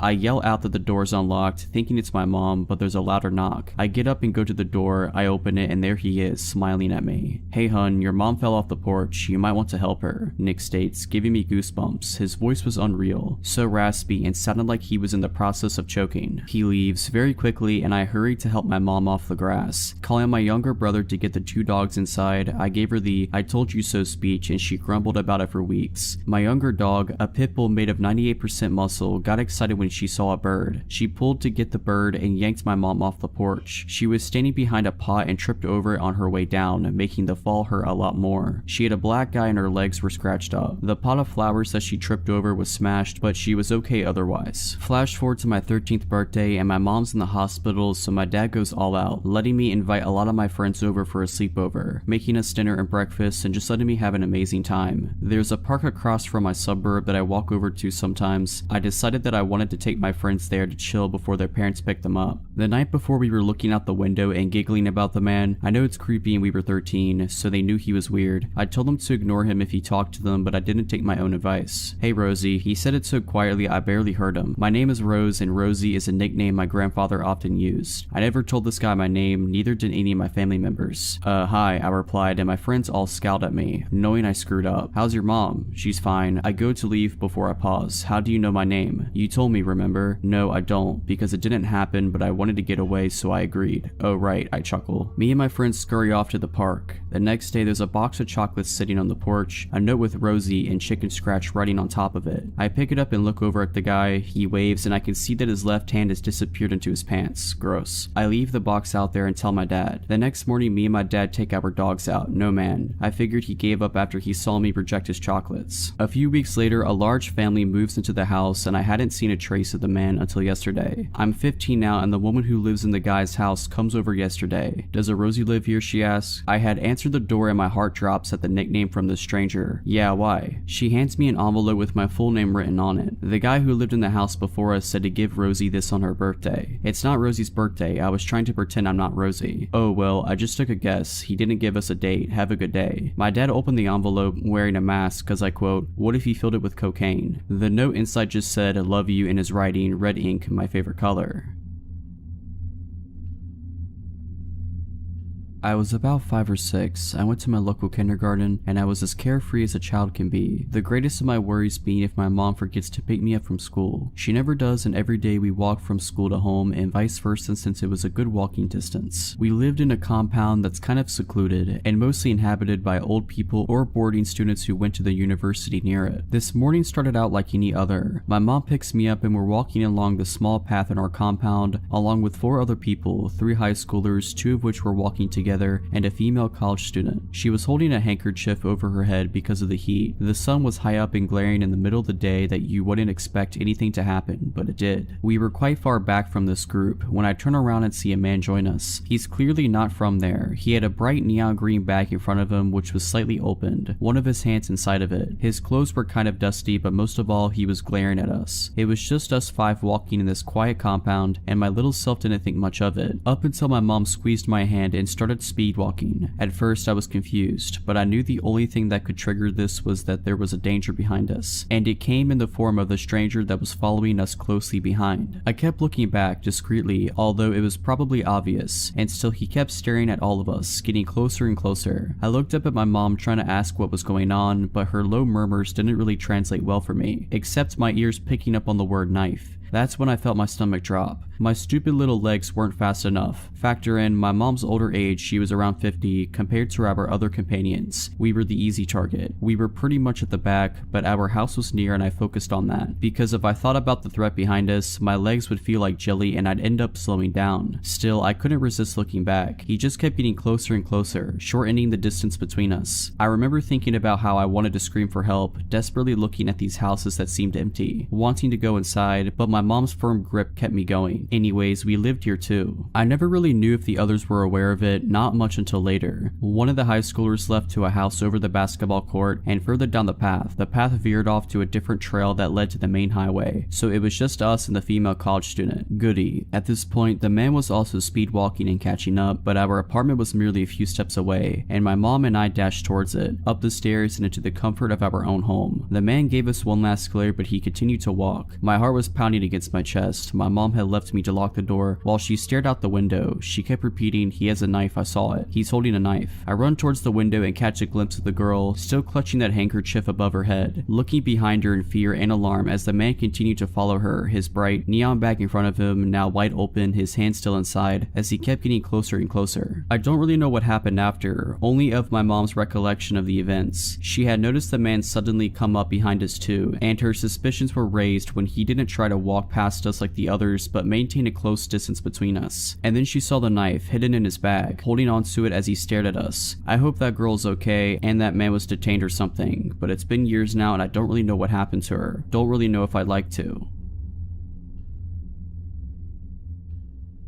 This happened about 5 years ago. I was around 16 to 17 years old. I always enjoyed walking. I would spend at least 1 hour a day walking the roads around where I lived. One day I was out doing my normal route, walking down my street that my house was on, taking a right out to the main street, and following it until I got to the end. There I would cross the crosswalk and retrace my steps to go home. On this particular day, I was about 20 feet from where I would leave the main road on my journey back home. I had my headphones in, blasting music as always, which can be a bad habit as I was young walking alone, but since it was daylight and the roads were pretty busy, I figured I was safe. But man, was I ever off with that assumption. As I was about to pass the entrance of a side street before leaving this main road, a black Ford F-150 pulled up. He stopped and gestures for me to walk in front of him, so I do so. I was about to go on my merry way when I barely heard someone trying to talk to me. I turned down my music, taking out my headphones as I looked to see the man in the black Ford still stopped at the entrance of the side road. I looked at him puzzled, trying to figure out if he was talking to me. I pointed at myself and he grinned, nodding. "What's a beautiful girl like you doing out here?" he asked. I laughed awkwardly. Walking," I replied, seeing as the answer should have been obvious. "It's a beautiful day for that," he commented, just seeming to make small talk. "Yeah," I stated before going to turn around and continue my route home. "Wait," the man called. I stopped and turned around, just trying to be polite. Even though the encounter was odd, I didn't see too many red flags yet. The man continued to compliment me. I grew incredibly uncomfortable at this point, seeing as this man had to be in his mid-40s. He had a bit of a receding hairline with black hair, a nose with a protruding bridge, blue eyes that were surrounded by slight wrinkles, and it was dressed in a dress shirt, so I instantly brought up my age. I was hoping saying this would get this fully grown adult man to back off, but he didn't. "Oh, that's okay, come on sweetheart, get in the truck." That's when I started panicking, red flags shooting up everywhere. Stranger danger. I laughed nervously, looking at the cars around me to see if anyone was noticing what was happening. Nobody did. "No, that's fine, my house isn't far." "No, really, get in the truck, I'll bring you home." "No." "Come on, just get in here with me." He called as I turned and started walking away. I was hoping he'd just drive off somewhere somewhere else, but he didn't. Instead, he drove extremely slow, following me, complimenting me, and trying to pressure me into his truck. I thought fast of multiple options for different scenarios, but I chose a simple one. I pulled out my phone, and while still walking, I lifted it up to my ear, pretending to loudly answer a call. "Hey dad, yeah no, I'm just on Interstreet name here. I'll be home in about 10 minutes. I stopped pretending to listen to her reply. "Okay, you're outside waiting for me? Awesome, yeah we can do that when I get back. Love you." After he heard me say that, he took off, tires screeching. I ran back home and made it back within about 6 minutes, actually calling my dad on the way, who made a call to the police, who showed up shortly after and took my statement and description. Turns out there was a man on the loose in my area who was exposing himself to kids and trying to pick them up. I started a new job about 6 years ago. It was great. Really liked all my coworkers, and the job itself is really awesome and I still love it. This was before the pandemic and everyone was in the office every day. I work in a large multi-floor, multi-wing building filled with numerous businesses and agencies. I started getting into a routine. We have a gym and locker room in our building. I would go work out before I was on the clock and shower, get ready, etc. I'd go get breakfast at the next building over most mornings at around the same time. I'd go on walk breaks with coworkers at pretty much the same time every day. It was very regimented. In the morning when I worked out, everyone had a pretty set schedule. We didn't know each other, but there was kind of an unspoken pattern. A coworker would finish and shower before me, then I'd go, then the head maintenance guy for the building, and so on. This is where it all begins. One morning, like every other, I get out of the shower and I'm in the small locker area, and there's this little older man over at the sinks. He's not doing anything but looking at himself in the mirror, but you could tell he was just loitering. Weird, but whatever. A few days later, he's there again.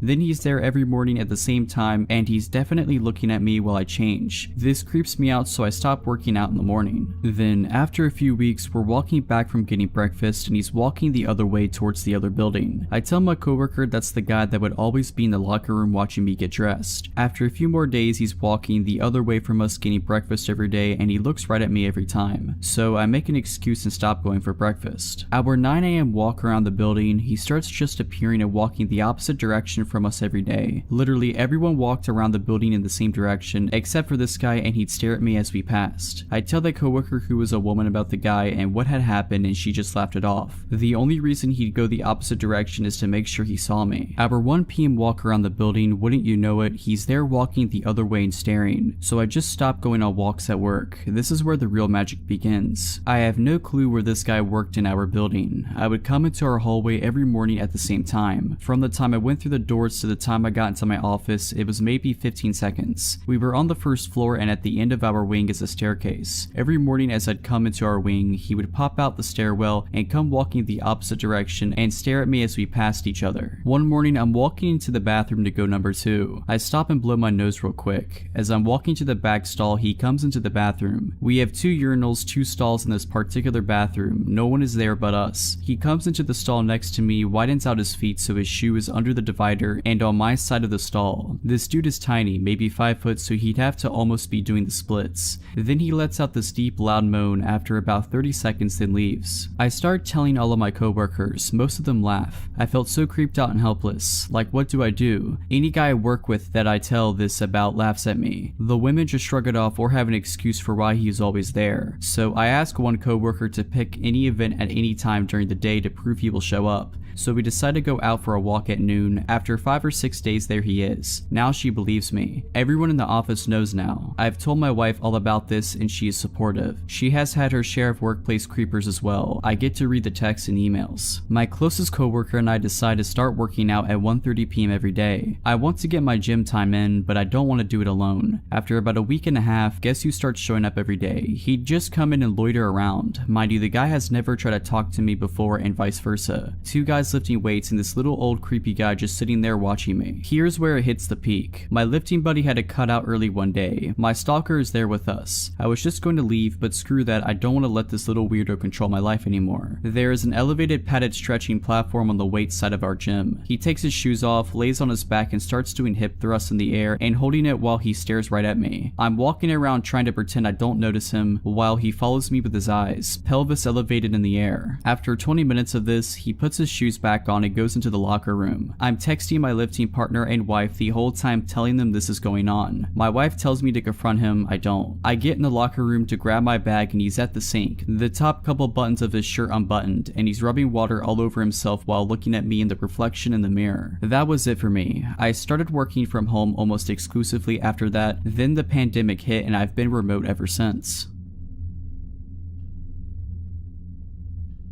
This happened Sunday night. I got into a very huge fight with my mom and it was very emotional and intense to say the least. We made up and said goodnight to each other, but I was still pissed off. So my impulsive self decided I was going to take off for the night. I just wanted to cool off. I went into my backyard and hopped over one of our walls and started to walk around. Mind you, it was midnight. I didn't even have a phone in case something happened or a weapon for self-protection. For a bit of a layout of my story, down the street from my house, which is a neighborhood road, there is a church and a preschool across from it. In front of the preschool there are large, tall hedges that sort of hide the pickup/drop-off that's in front of the school. There's a stop sign on the church's corner before the busy main road and a street lamp on the same corner. I made my way down to the corner on the church's side. I was very bored and cold, but it's not like I could call a friend to pick me up and hang out for the night. I decided to face the main road and put a hitchhiker's thumb up in hopes of someone pulling into the street and letting me use their phone to call a friend. After what felt like forever, I was getting no luck and then I saw a guy from across the main road and I called for him. I didn't have any weird feelings about him. He was harmless and he let me use his phone, but I still wasn't able to find any of my friends to come and get me. Before he left, he asked if I had a knife on me or something. I said honestly, I forgot mine at home, and he handed me a small but very sharp switchblade and told me to keep it, to stay safe and have a good night. After watching him walk into the dark heading east, I wandered up and down the sidewalk as cars passed by often. I started to pass the hedges and I glanced over to the left of me where the school was. I saw a large silhouette of a man slowly creeping around in front of the doors to the small preschool. He was tall and looked like he was strong, broad shoulders too. It took me half a second to realize he stopped and saw me too. I went into flight mode and immediately noped out of there and ran across the busy street because it was empty at the moment and kept sprinting until I was 5 streets down and realized he wasn't following me. About 30 minutes had gone by and I decided it was time I made my way home. I eventually crossed the street and was facing the main road walking down to the church and take a left and get home. It was silent and no cars had gone by for a few minutes at that point. Then I heard a car speeding down the road and I turned my head back to see if it was a large white Suburban. I dismissed it thinking nothing of it as it turned right a few streets down across the road. I started to turn the corner under the street lamp when I looked back up again and saw it was starting to come out of the same road it just turned into. I don't know what told me to run, but I did. I ran into the parking lot of the church and started to see headlights turn into the street. I threw myself onto the ground behind a ramp wall that was barely tall enough to hide me. I was trying to stay silent at the same time because the Suburban's headlight reflected off the walls of the building as it pulled into the parking lot. It made a few laps from what I could sneak a peek of and stopped in the middle for a couple of minutes before it turned out and drove into the main road. I waited it out a bit longer and pulled the knife out, listening for anything and everything. Once I realized I was probably in the clear, I ran back home.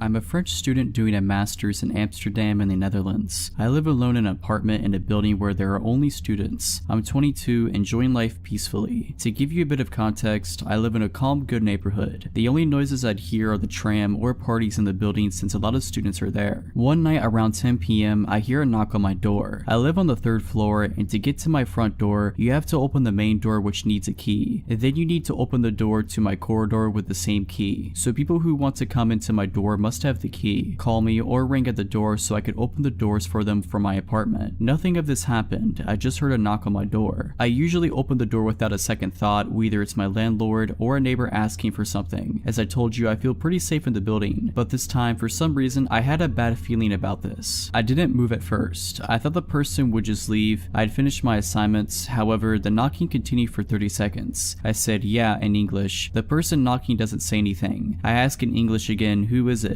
The voice answers in English, it's Uber Eats, which is weird because Dutch always speaks Dutch and I recognize the voices and accents of everyone on my floor who have the key to access the floor. So it wasn't a neighbor, it wasn't my landlord, it was somebody claiming to come from Uber Eats. But the issue is I didn't order anything from Uber Eats that day. The voice was unfamiliar. In case it's a prank or a neighbor pulling a joke, it was also a deep voice, at least 40 and probably a smoker. I replied that I didn't order anything, you must have it wrong. After a few seconds, the knocking continued continues and the same voice says, "I'm pretty sure you did. I have an order under your name." I start panicking. I look around and pick up a knife in case he breaks the door because the knocking was getting a bit louder. I checked if my door is locked. It wasn't. I was literally 10 centimeters away from him. My front door was the only thing keeping him from me, and I'm glad it doesn't open from the outside. You need a key to open it even if it's not locked. I step back and I ask again, "What's the name?" He seems to be thinking for a few seconds, then a final knock occurs. It was loud and it translated some anger or frustration. Finally, I hear him going down the emergency stairs right next to my apartment. The steps were heavy and the person was clearly in a hurry. I don't know what he wanted or what would have happened to me if I'd opened the door as I usually do. I still haven't understood how he got through the 2 doors, and why he did come specifically to the last apartment on the 3rd floor. Did he try others before? I posted a post about it on the WhatsApp group we have in the building. No one saw anything suspicious. No one opened the door for anyone.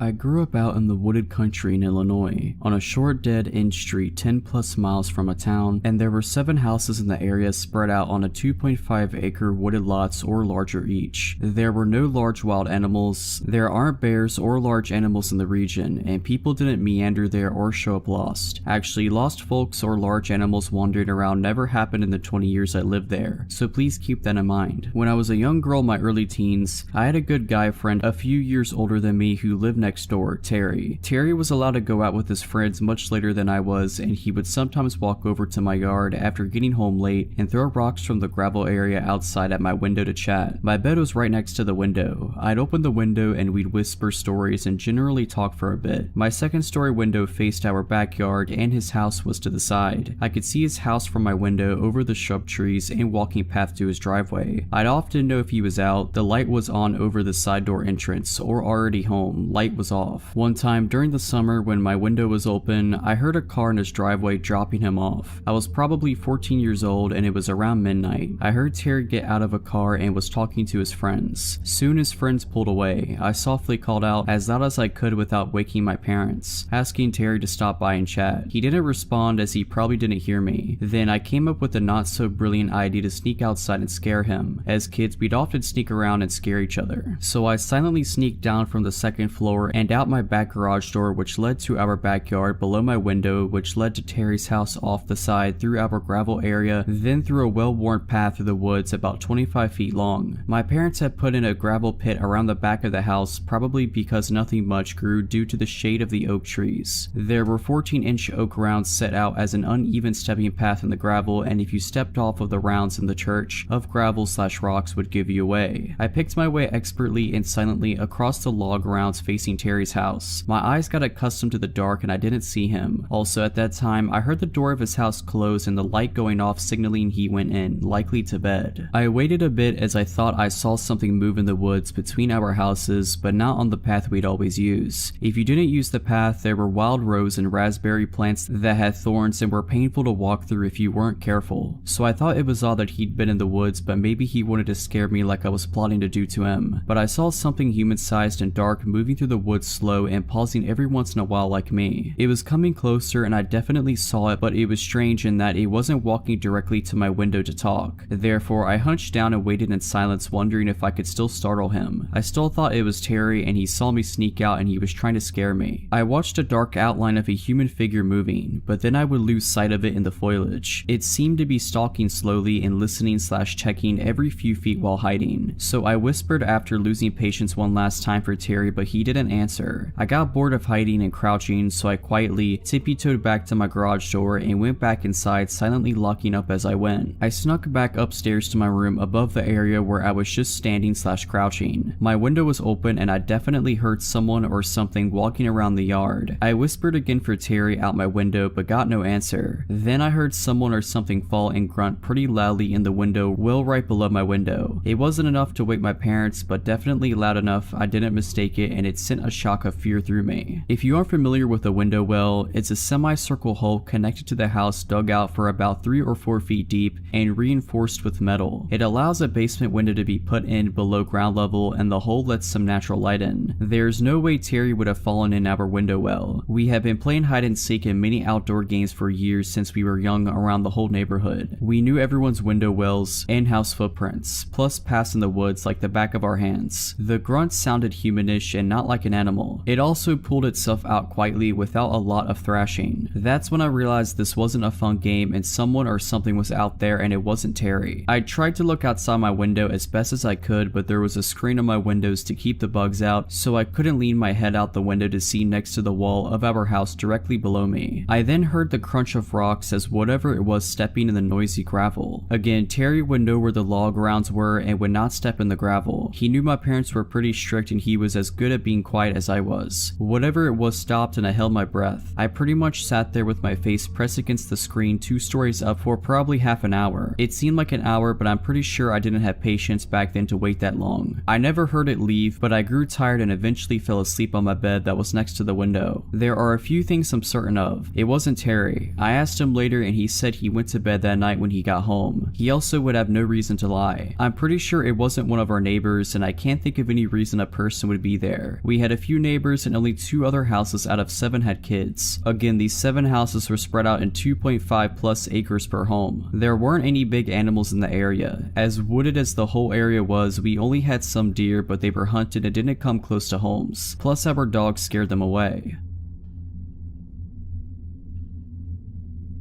When I was 25, there was a short time I was staying at my aunt's. It was her, my 2 cousins, and I. She lives in a nice apartment complex and her unit is on the lower level. Her living room has a lot of windows that she keeps open for fresh air and for her cats to people watch. Her unit happens to be on the corner near a grassy courtyard path. When I had first moved in, I noticed a man who gave me an off vibe. My cousins and aunts said he lived upstairs and 2 units over, recovering from hard drugs that permanently messed him up. His parents paid for him to stay there as they didn't want him with them. They also said other than hearing him mumble and say weird things, no one ever had an issue. My aunt works nights and leaves at 3 a.m. My younger cousin works nights and leaves at 2 a.m. That usually left my same aged cousin and I the only 2 there until we leave for work around 8. For context, it is a very open living room to dining room plan. My aunt always has people staying over, so she has a second couch in the dining room in place for a table. This is where I slept. She stayed on the one in the living room. My aunt has also never been one to lock her doors until this incident. One night I'm on my phone trying to sleep at about 1 a.m. and hear a man yelling. He's yelling, "Don't shoot," and banging on the door to the right of ours. 2 male college students live there and just told him he had the wrong apartment and to leave. He says sorry and walks off. I am looking through the kitchen window, which is in direct line of sight from my couch bed, and it's the weird neighbor who sees me and grins. He then walks back to his home. I was unsettled but not enough to wake anyone else up over it. Told my family nonchalantly the next day in a LOL that was weird way. My cousin and I watch a movie and head off to bed. I have a very hard time staying asleep, but I woke up this time to the feeling of someone watching me. I checked my phone and it's around 3:30 a.m., so I know it's not my aunt or cousin. I sit up and figure I'll go watch TV on my aunt's couch since she was gone already. The feeling gets stronger as I am in the living room. Then I see the shadow of a person standing still in the grass courtyard looking in. I froze. I immediately go back to my couch to get my phone. As I do, the person is gone. I am now trying to calm myself down and think of waking my cousin up when I hear the creepy man's voice. He is now at the kitchen window, which looks out directly in front of her front door. I drop to the floor out of his line of sight and start frantically trying to call my cousin. The man is now saying things to the window/front door like, "I'm going to hurt you" and "I'm unarmed" over and over again. His face is up against the window. Then he starts talking about wanting to pet the cats he saw through the window. I can't get a hold of my cousin. It's been about 20 minutes of this. At this point, in this situation, I didn't have many options. I could jump up and run for a knife, but I need to go to the kitchen. I could try to respond and ask him to leave, but I've learned when you underestimate crazy, you lose every time. I now hear him knocking and knocking while repeating his nonsense. I'm doing that ridiculous looking army crawl snake slither across the floor down the hall now. I see the door handle start to turn. I'm about to jump up when my cousin bursts out of his room directly across from the front door. Now, he's not the biggest guy, but he was intimidatingly mad at the circus show taking place at his front door. He starts yelling at the guy that he needs to get off of his porch and that he's calling the cops. The man tries to say, "I'm unarmed. I'm not going to hurt you. Don't be afraid." My cousin goes off and yells, "That's dandy. It's 4 a.m. You need to leave or I'll call the cops." So this guy backs up with his hands in the air and leaves. Needless to say, we didn't go back to sleep.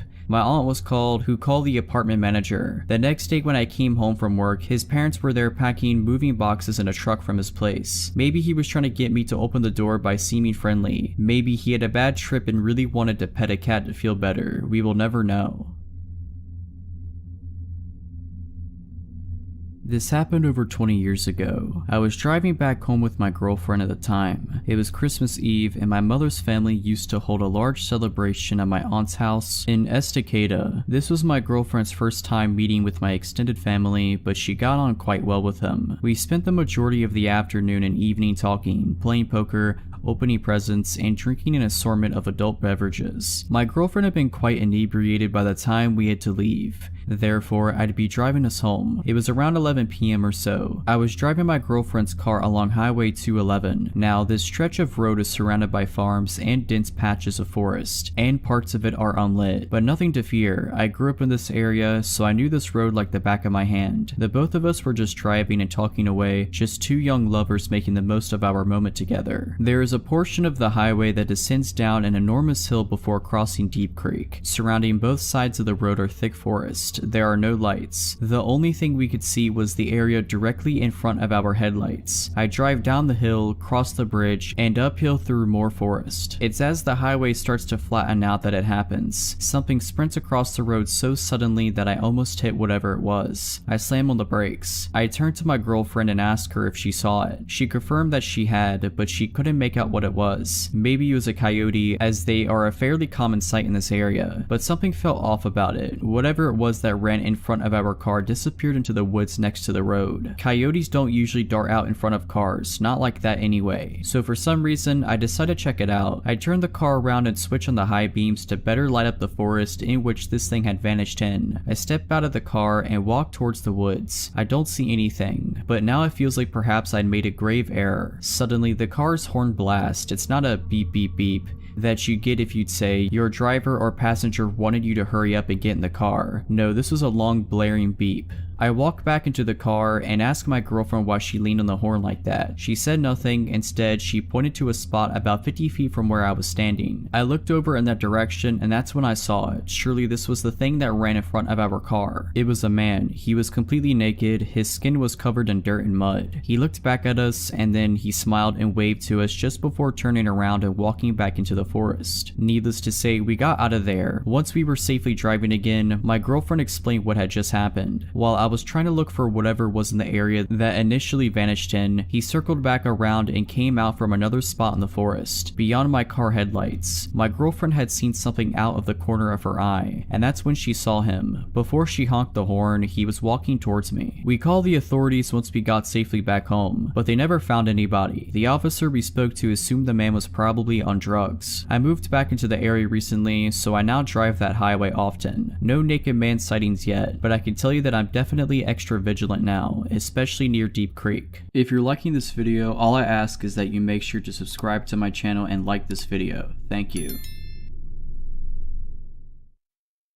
This happened like 12 years ago. I was 14 and my sister was 12. It was during summer vacation and we were hanging out, just the two of us outside, midday. We lived in a smallish town where during weekdays it was pretty empty because adults were at work. Anyway, we'd been messing around, picking flowers and other random stuff, when we decided to cut through a massive field of undeveloped land on the edge of our suburb. It was technically a shortcut to get home, but it wasn't the best idea because it was really bumpy, potted land that other kids and teens left all sorts of stuff laying in. Well, our bad decision came around and bit us. We hadn't made it very far in the field when my sister got two bad things at once. Some sort of twisted metal, maybe an old piece of tool, pierced right through her foam flip-flop and into her foot, and right after it happened she shrieked, jerked, and twisted that ankle on the uneven ground. She started crying and howling and I was worried. The metal hadn't gone too deep and I was able to stop the bleeding with the hem of my shirt, but she couldn't walk anymore obviously. Our parents weren't available, didn't know where we were, and this was before I had a cell phone. My sister was still on the ground crying and I was trying to calm her down when something made me feel like looking up. Y'all, it was the feeling of being watched. Out of the field, across the road, standing on the corner in the distance was some random guy watching us. He was too far away for me to see him clearly. All I could tell for sure was that he was blonde, probably adult, and dressed too warmly for July. He was all alone, stock still, just staring at us. I looked back at my sister and basically said to get on my back. I was carrying her home. We were leaving right now. Now, I had to carefully pick my way through this stupid field in my own bad flip-flops, with my crying sister on my back. back. Luckily she was tiny, but I was no linebacker either. It had rained a day ago and the field had puddles of water in the low spots. We were both kind of wet from her falling when she got hurt. I swiveled back to check if he was still watching us, and he was. Not only was he watching us, but he'd crossed the road and entered the field. Now he was standing stock still again and just watching. Ice in the veins doesn't describe it. One of the scariest moments of my life up to that point. My sister looked when I looked, saw my face, and started crying even harder. I just shook her a bit on my back and whispered something like, "Stop it. I need to concentrate on getting us home. Watch him and tell me if he starts following again. Just be quiet." So that's what we did. I started walking again as fast as I could without getting hurt. My sister watched him while I carried her. After less than a minute, she whispered to me that he was following again. How fast? Just walking. Is he watching us? Yes. I told her to tell me if anything changed and kept going. I stomped through puddles and I couldn't see into when I had to, hoping there was nothing sharp in them. I lost a flip-flop in the mud and just kept going. We were about 3/4 of the way through the massive field when my sister whispered that I least wanted to hear. He was speeding up.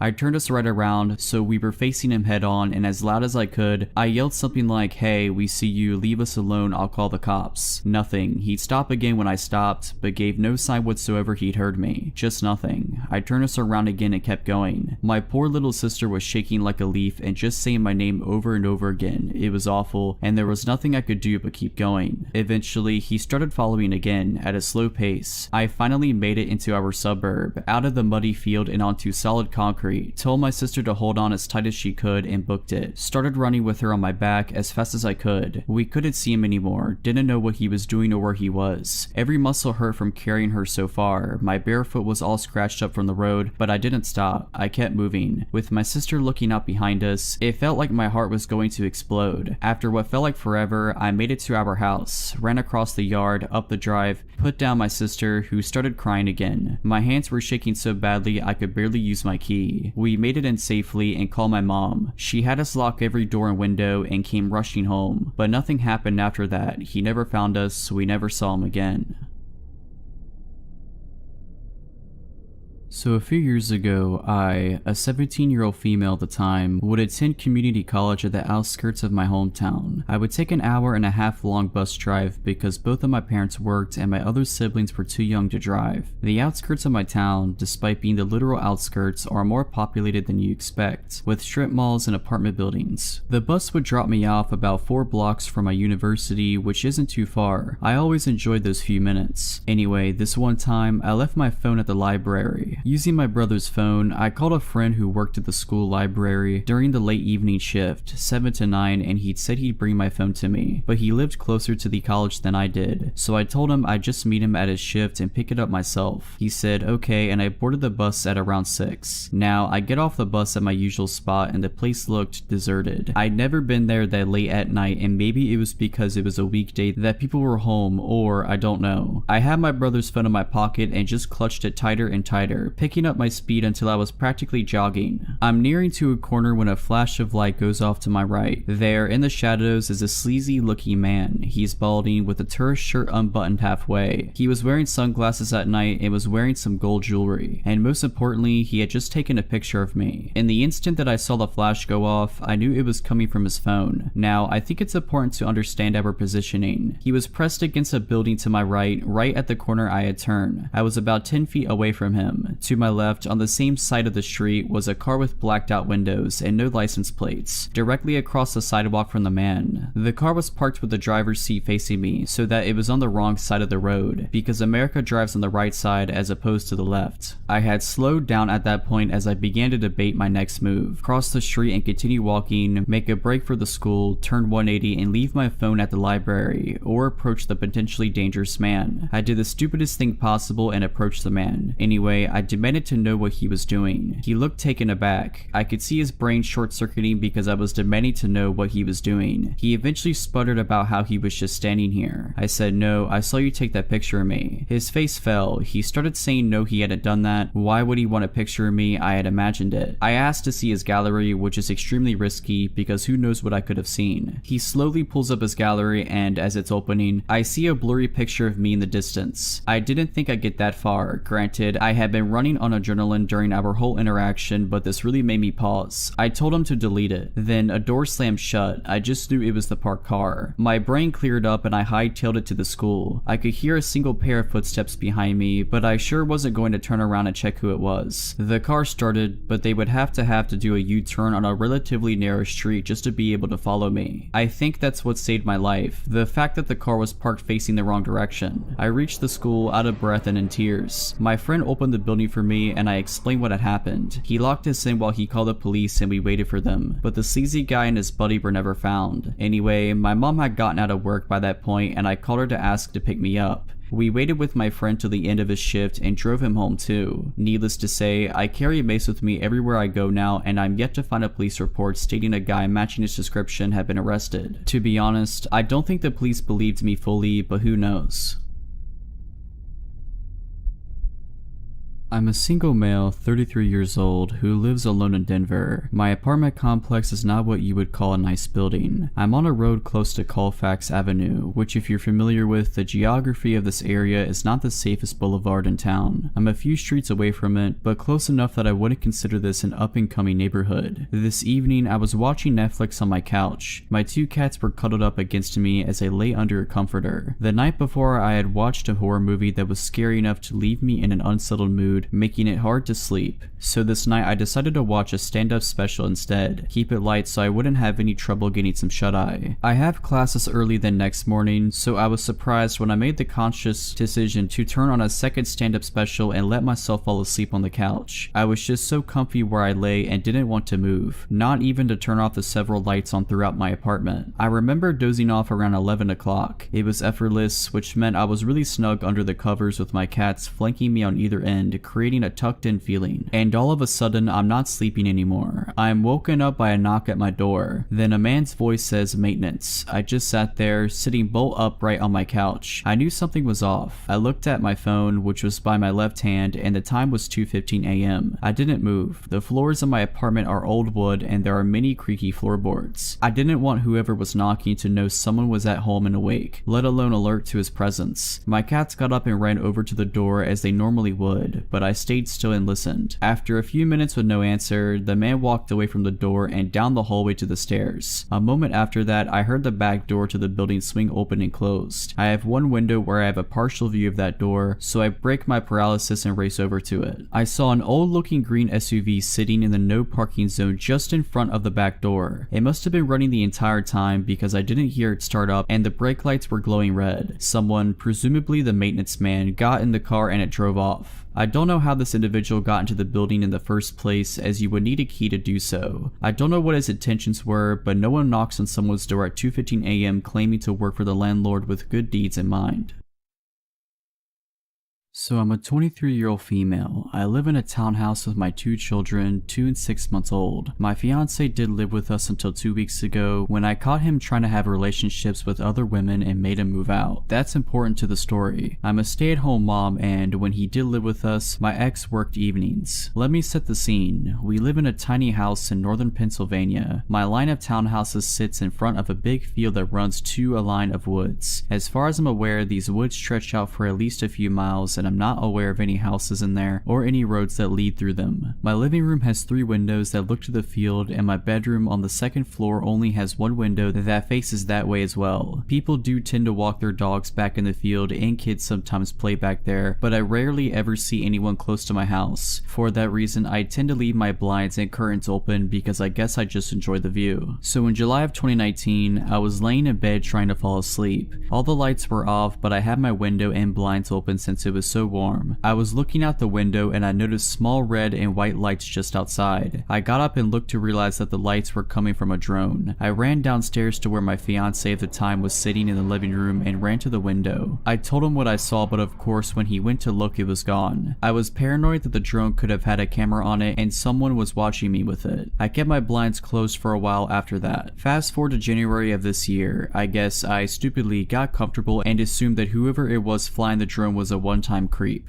My blinds were open and I had just gotten out of the shower. I was sitting on my bed pretty much naked except for my underwear, scrolling on my phone when out of the corner of my eye I saw lights again out of the dark window. It was that drone again. I ran out of the room and waited for a few minutes. I peeked back into my room and it was gone. I quickly shut my blinds and got dressed. Honestly, I felt sick at how stupid I was to leave my window open again, especially when I was practically naked. Now for the real disturbing part, my 2-year-old son and I were out in the field 2 weeks ago, 3 days after I kicked out my boyfriend playing ball. I had my 6-month-old strapped to me in a baby carrier. Probably about a half hour after we had been out there, I heard a slight whirring noise coming towards us. I looked up and saw the drone flying towards us. I looked around and didn't see anyone. It stopped right over us. I freaked and grabbed my son and dragged him into the house, looking back at the tree line every so often as we went. I knew they had to be hiding in there. I went inside, closed the blinds, and called my mom and told her about the situation. She told me just to keep an eye out. I said I would. My son likes to line his toys up against the window, so I figured it wouldn't hurt to open them up just an inch or so. A little while later, after we ate dinner and it was almost dark, I was feeding my 6-month-old and my son was playing. He was standing over by the window, lining up his toys. He started saying dada, dada. I assumed he was just missing his father and dismissed him by saying he was going to see him that weekend. He kept saying dada, dada, though. I looked up and saw him pointing to the window under the little gap the blinds didn't cover. I froze. I remembered that he calls any man with facial hair dada because it reminds him of his father, but there was no way someone would be bold enough to actually come up to my window. Not when my neighbors are literally right there. Anyone could see them, but there aren't any lights back there, so unless someone actually stepped out of their house, I guess nobody would see them. Maybe it was my ex, but he should be at work at that time. I ran to the window and moved my son. I didn't want to lift the blinds, but honestly, I was sure it had to be the person who had been creeping on me for the past year and I wanted to see who it was. I pushed the blinds up and was looking at a man who I definitely had never seen before, crouching in front of me. He was bald with a mustache and goatee. I have no idea how old he was. He could have been anywhere from 30 to 50. When he saw me, he smiled and stood up. I yelled and told him to screw off and that I was going to call the cops. He just stood there, smiling at me like some freak. I was about to close the blinds again when he said something I couldn't hear. I told him to leave again and he said, louder this time, I just want to talk to you. I shook my head no and yelled the same thing to him. He started slapping his hands on the window, yelling no, no, no over and over. I grabbed my phone, scared he was going to try to break in. I dialed 911. My kids were crying from the yelling and I felt on the verge of tears. I told the operator what was going on. The whole time I was on the phone, the man was pounding on my window, screaming now. He was yelling all kinds of nonsense, and I only caught some of it. He said he's been watching me for months, I'm beautiful, he wants to come with them, he'll kill my children if I don't. The operator told me to go into an upstairs room and hide until the police arrive. My town doesn't have a police department, so we rely on the state police. She said it would be about 20 minutes, but to stay on the phone with her. The man was practically punching my window now and was just screaming like a maniac. I was about to grab my kids and run upstairs when I heard someone else screaming. The man bolted. I looked out and saw my neighbor and his girlfriend. I opened the window and my neighbor said that he heard the man, so he ran around the building. He said when the guy heard him, he ran back to the woods and disappeared in the tree line. They said they also called the police. I thanked them 100 times. The police arrived 10 minutes later. They did a quick search around the buildings and found the man and arrested him. I don't know why that guy targeted me or why he waited so long to do something. I'm just happy my neighbors were there to intervene, or who knows what would have happened.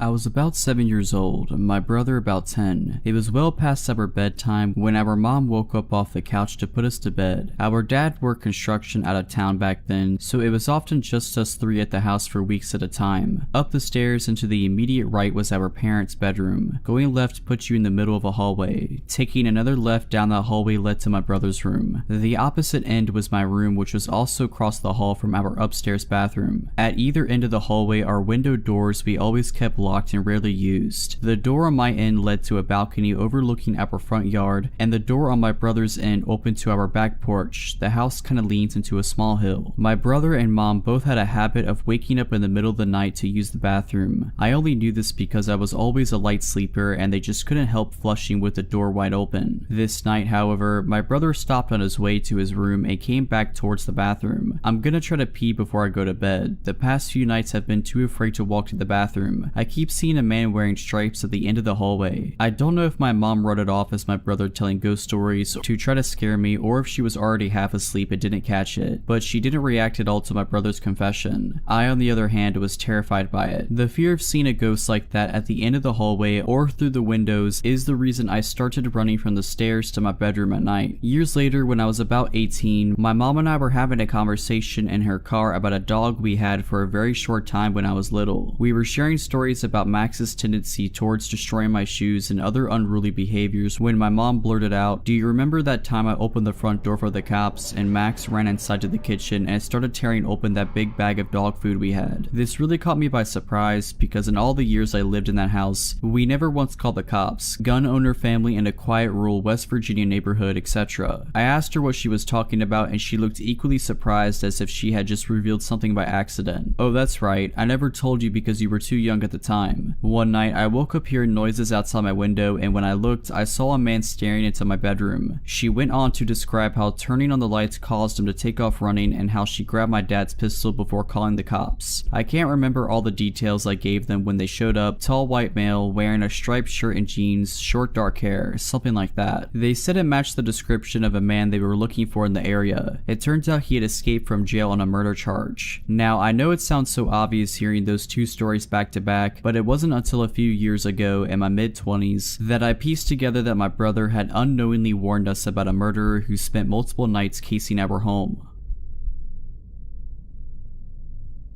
At the time, I just turned 17 and was still pretty naive. I live in England, so it is legal to work in a bar and serve alcohol supervised, but not to drink alcohol. Not that it stopped me. I worked in a working men's club filled with middle-aged elderly people. Most were really nice. I sold bingo tickets twice for a week for my dad's cousin and I was pretty good at it. It's not typical to get tips here, but I earned more in tips than I did my actual wage. On a Saturday, my dad would come with me to have a drink with my elder sister while they played competitive darts in the main bar overlooking my booth. This one particular night there was a middle-aged average looking guy, a little on the plump side but generally unnoticeable. On the first round of selling tickets he was at the fruit machine opposite the entire time, looking over at me occasionally. The second round he approached me, asked me what I was selling, how bingo worked, etc. Clearly had never played before, but hey, everyone starts somewhere, right? He bought some tickets and offered to buy me a drink. I declined and informed him I was underage. By now I had a bit of an uneasy vibe and didn't want to take a drink from a guy I don't know. He then offered a cola, complimenting me a little too hard. Again declined and went on my way to help with the game in the main hall, part of my job. Third time, he stood against the wall adjacent to me and just watched me work. He'd waited until the queue calmed down and bragged about how much money he had and now he wants to be my sugar dad. How cute I am, commenting on my figure. I was trapped in my booth. I was late into the main hall, so the concert chairman, guy who calls out the bingo numbers and gives out winnings, comes out and asks what was going on. This guy claims we were just talking. I apologized to the chairman and he walked me to the hall, said he could see I was freaked out, so I told him everything. He made the bar staff aware, who also made my boss, my dad's cousin, aware also. Last round of selling tickets, he doesn't even wait for me to get back in my booth. He grabs my butt, telling me how he wants to be my sugar dad once again, tries to push me against the wall and is suddenly spun around, not just by my dad but my boss and numerous staff members and customers who heard and saw what went down. He started arguing his innocence until my dad not so politely introduced himself. He knew he was screwed. My dad punched him in the nose, blood running down his face. Everyone picked him up like a plank of wood and threw him out the closed door. Never saw him after that. Everyone checked up on me to make sure I was okay. My sister covered the rest of the shift and I had a free bar tab for 2 months. It was a chilly autumn evening when I returned home from work. The setting sun painted the sky with hues of orange and pink, casting long shadows on the quiet suburban streets. As I pulled into my driveway, a sense of relief washed over me. I was eager to unwind, cozy up with a book, and forget about the stresses of the day. I lived alone in a small, single-story house on the outskirts of town. The neighborhood was peaceful, and I had always felt safe there. But little did I know that my peaceful life was about to take a chilling turn. It all started with a simple knock on my front door. I didn't think much of it. It wasn't uncommon for a neighbor or delivery person to stop by. However, when I opened the door, my eyes met those of a complete stranger. He was a tall, weary man with unkempt hair and a scruffy beard. His clothes were worn and dirty, and his gaze was unsettlingly intense. "Hi there," he said, his voice a little too eager. "I'm sorry to bother you, but I'm new to the area, and my car broke down a few streets over. Could I use your phone to call for a tow?" His story sounded plausible, but something about his demeanor made me feel uneasy. I hesitated for a moment before offering to make the call for him instead. He seemed grateful and handed me a scrap of paper with a number scrawled on it. As I dialed, he hovered uncomfortably close, making me anxious. A voice on the other end of the line confirmed that a tow truck was on its way. I informed the man, and he thanked me profusely, promising to repay me the favor someday. I didn't think much of it and politely bid him farewell. Over the next few weeks, the stranger's visits became frequent. He would drop by unannounced, often with a different excuse each time. Sometimes he claimed he needed directions, and other times he said he was looking for a lost pet. Each time, I became more suspicious of his intentions, but I didn't want to escalate the situation. Then one night, as I was preparing dinner in my kitchen, I noticed movement outside of my window. Peering through the curtains, I saw the man standing in my backyard, watching me intently. My heart pounded and I quickly turned off the lights, hoping he would think I wasn't home. I considered calling the police, but worried that it might make him more aggressive. The visits continued and I grew increasingly uneasy. I started locking all of my doors and windows, even during the day. I confided in a few close friends about the situation, and they urged me to contact the authorities, but I was hesitant, fearing it might provoke the man further. One afternoon, as I was leaving for work, I spotted him waiting near my car. My heart sank and I immediately retreated back into my house, trying to remain as inconspicuous as possible. After a few minutes, I carefully peeked outside, relieved to find him gone. Enough was enough. I contacted the local police and explained the situation. They assured me they would keep an eye on the area and advised me to report any further incidents. I felt a bit safer knowing that they were aware of the situation. Months passed and life gradually returned to a sense of normalcy. The persistent visitor had vanished from my life, leaving me with a mix of relief and lingering apprehension. I began to let my guard down, hoping that he had truly moved on and that my days of fear were behind me. But as winter approached, so did an unsettling change in the atmosphere. One evening, while I was engrossed in a movie, I heard a faint tapping sound at my window. My heart raced as I cautiously approached the source of the noise. As I drew the curtains aside, I found myself face to face with a chilling sight. A message etched into the frost of the glass that read, "Missed you." Fear gripped me like a vice, and I immediately called the police, showing them the eerie message. They took it seriously and conducted a thorough investigation, but without any leads or concrete evidence, there was little they could do. The visits intensified once again. The man seemed to know my schedule, always choosing moments when I was alone to make his presence known. He would leave unsettling notes on my doorstep, scrawled on random pieces of paper or even on torn out pages from my own books. Each message was cryptic, like twisted riddles meant to unsettle my mind. With the police unable to catch him in the act, I decided to take matters into my own hands. I installed motion-activated lights around my property and placed security cameras in every corner, hoping to catch a glimpse of him or any clue that could identify him. One bitterly cold night, I awoke to the sound of shuffling outside my bedroom window. My heart pounded in my chest as I summoned the courage to investigate. Peering through the curtains, I saw the man trying to pry open a window. Panic surged through me and I called the police immediately. The dispatch operator kept me on the line as I hid in my closet, anxiously waiting for the police to arrive. The minutes felt like hours as I clutched my phone, praying for help to come in time. When the sirens finally echoed through the silent night, I let out a breath I hadn't realized I was holding. The police caught the man red-handed, attempting to break into my home. He was arrested, and as they led him away, I saw the same intense gaze in his eyes, but it was mixed with a disturbing grin. The officers assured me that he wouldn't be causing me any more trouble, but I couldn't shake the feeling that the ordeal wasn't truly over. The court proceedings were a stressful and harrowing experience. The man was charged with stalking, attempted burglary, and harassment, among other offenses. His defense lawyer tried to portray him as mentally unstable, but the evidence stacked against him was overwhelming. Finally, he was sentenced to a lengthy prison term, with a restraining order in place to keep him away from me. The years passed and the fear that had once gripped me began to wane. I moved to a different town, started fresh, and gradually rebuilt my life. The memories of that terrifying period became like distant nightmares, fading with time. But as I share this story with you now, I can't help but glance over my shoulder occasionally, a lingering instinct born from the haunting experiences of the past. And so, I implore you to stay vigilant, for even in the most ordinary places, there may be shadows waiting to disturb your peace.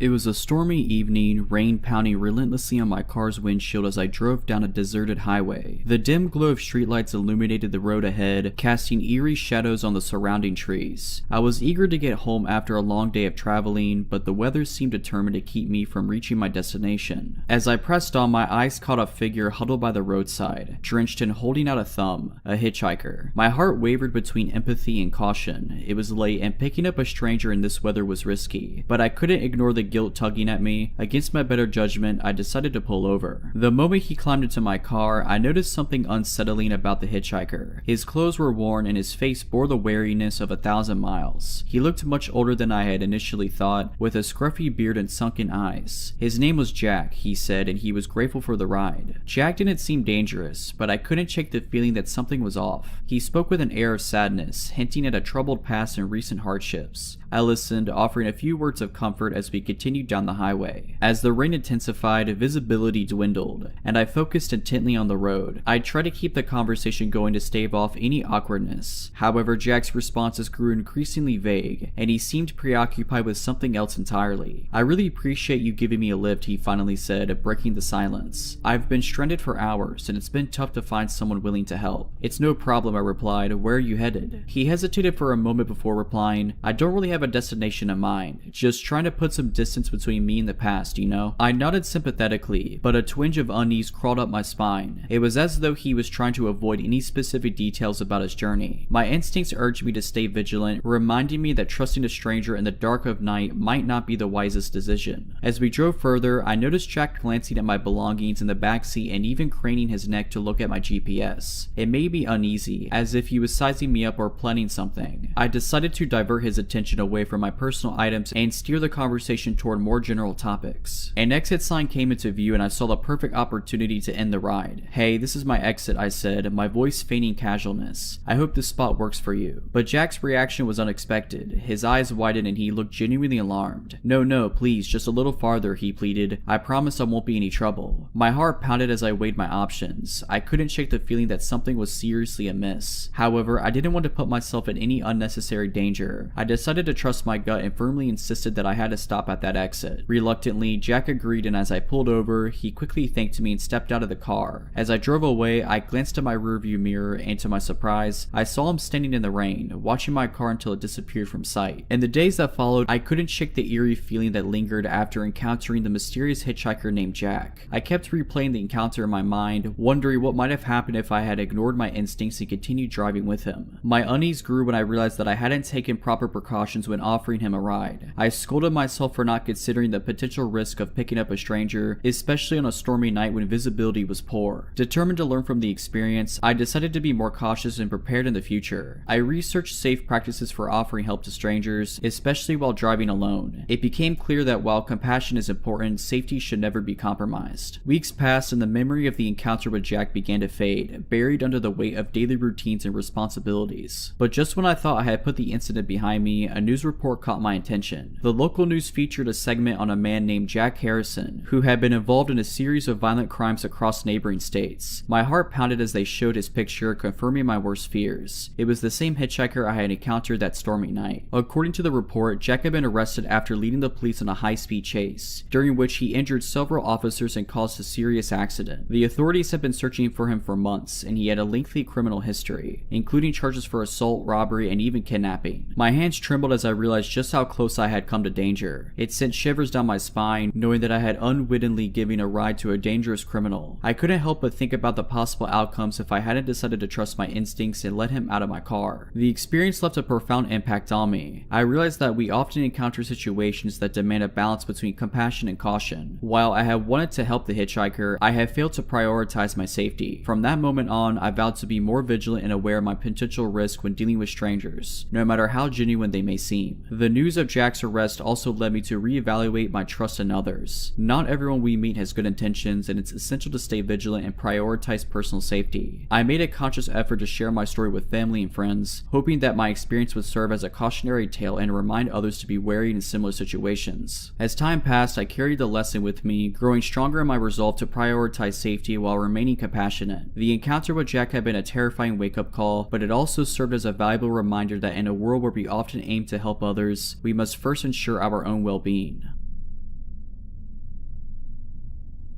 A few years back, I found myself in a small town for a weekend getaway. My friends and I had rented a cozy cabin near a picturesque forest. We were excited to explore the area, take long hikes, and immerse ourselves in nature's beauty. One afternoon, we decided to venture deeper into the woods, following a winding trail that led us to an abandoned building. It stood like a forgotten relic, its walls covered in graffiti and its windows broken. Curiosity got the better of us, and we decided to investigate the eerie structure. As we stepped inside, the air was thick with dust and a sense of isolation. My heart raced, but the adrenaline rush added to the excitement. We wandered through the decrepit rooms, taking photos and speculating about the building's history. Time seemed to fly, and we lost track of how far we had ventured into the decaying structure. That's when I noticed something odd, a faint sound echoing from the distance. It was a barely audible shuffle, like footsteps on a creaky floorboard. I paused, holding my breath to see if my friends have noticed it too, but they seemed oblivious, captivated by the sights around them. Unnerved but not wanting to spoil the fun, I decided to brush off the sound as my imagination playing tricks on me. We continued exploring, but the atmosphere had changed. A feeling of unease gnawed at me, and I kept glancing over my shoulder, sensing that something was amiss. As we ventured deeper into the building, the shuffling sound grew louder. My unease turned into genuine fear, and I couldn't ignore the nagging voice inside my head warning me that we were not alone. I decided to voice my concerns to my friends, hoping they would take me seriously. Just as I was about to speak up, a chilling realization hit me. I could no longer hear my friends' voices. Panic surged through me as I turned around, only to find myself standing alone in a dimly lit hallway. The shuffling sound was now unmistakable and much closer. "Guys," I called out, my voice trembling, "where are you?" No response. I felt a knot forming in my stomach as I tried to find my way back to the entrance. The building seemed to have transformed into a maze, with each hallway leading to another dead end. My heart pounded in my chest, and every shadow seemed to be concealing something sinister. Then, from the corner of my eye, I caught a glimpse of movement. I turned, half expecting to see my friends, but my blood ran cold when I saw a figure lurking in the shadows. It was a man dressed in tattered clothes, his eyes fixed on me. Fear paralyzed me as I tried to make sense of the situation. How had he gotten in here without us noticing? What were his intentions? I was too far from the entrance, and escape seemed impossible. "Hey," he called out, his voice unnervingly calm. "Don't be afraid, I'm just exploring, like you." His words did little to comfort me. I knew I needed to find my friends and get out of there, but the man blocked my path, making me feel trapped and vulnerable. Summoning all the courage I had left, I decided to make a dash for it. I turned and ran back the way I came, hoping to find my friends and escape together. The man's footsteps echoed behind me, and I pushed myself to run faster. As I turned a corner, I saw a glimpse of daylight, the entrance. Relief washed over me as I burst out of the building, gasping for breath. My friends were waiting outside, concerned looks on their faces. "What happened? Where were you?" they asked. I tried to catch my breath before explaining the encounter with the stranger. They were alarmed and immediately agreed to leave the abandoned building. We hiked back to the cabin, our hearts still pounding from the ordeal. The incident left a lasting mark on us, reminding us to be cautious even in seemingly harmless explorations. The rest of our weekend retreat was overshadowed by the encounter at the abandoned building. We tried our best to enjoy our time, but the fear lingered, and the once exciting hikes became tinged with trepidation. Back at home, I couldn't shake the feeling that the stranger had followed us, even though there was no concrete evidence to support it. Every little noise at night seemed amplified, and I found myself constantly looking over my shoulder, half expecting to see his face in the shadows. I confided in my friends about my fears, but they reassured me that it was likely just my mind playing tricks on me, haunted by the unsettling experience. They reminded me that the stranger had not followed us back, and that he was probably just a curious individual who happened to be exploring the same abandoned building. I wanted to believe them, but the fear persisted. I started locking all doors and windows, double-checking everything before going to bed, and installing security cameras around my home. I felt like a prisoner in my own house, always on edge, unable to fully relax. Days turned into weeks, and the encounter with the stranger remained etched into memory. I tried to move on, to regain the sense of security I once had, but the events of that day had forever changed me. Then, one evening, while watching the local news, my heart skipped a beat. The reporter mentioned a string of unsettling incidents involving a man who had been approaching hikers and campers in the area. The description matched that of the stranger I encountered in the abandoned building. As I listened to the news report, the memories flooded back. The eerie shuffling sounds, the chilling encounter, and the fear that gripped me. I realized that my instincts had been right all along, and my friends and I had narrowly escaped a dangerous situation. The authorities were urging anyone with information or similar experiences to come forward. Without hesitation, I contacted the police and shared my account of the encounter. They took my statement seriously and assured me that they would investigate. In the following weeks, the police increased patrols in the area and launched an active search for the man. They warned hikers and campers to be cautious and report any suspicious activity. I felt a sense of relief knowing that the authorities were taking the situation seriously. mysteriously. Months passed and there was no sign of the stranger. The anxiety that had consumed me gradually lessened, but the experience remained a haunting reminder of the importance of trusting our instincts and being vigilant. To this day, I still think about that encounter and the chilling possibility of what might have happened had I not managed to escape. It's a lesson that will stay with me forever. The world can be a beautiful place, but it can also be filled with hidden dangers.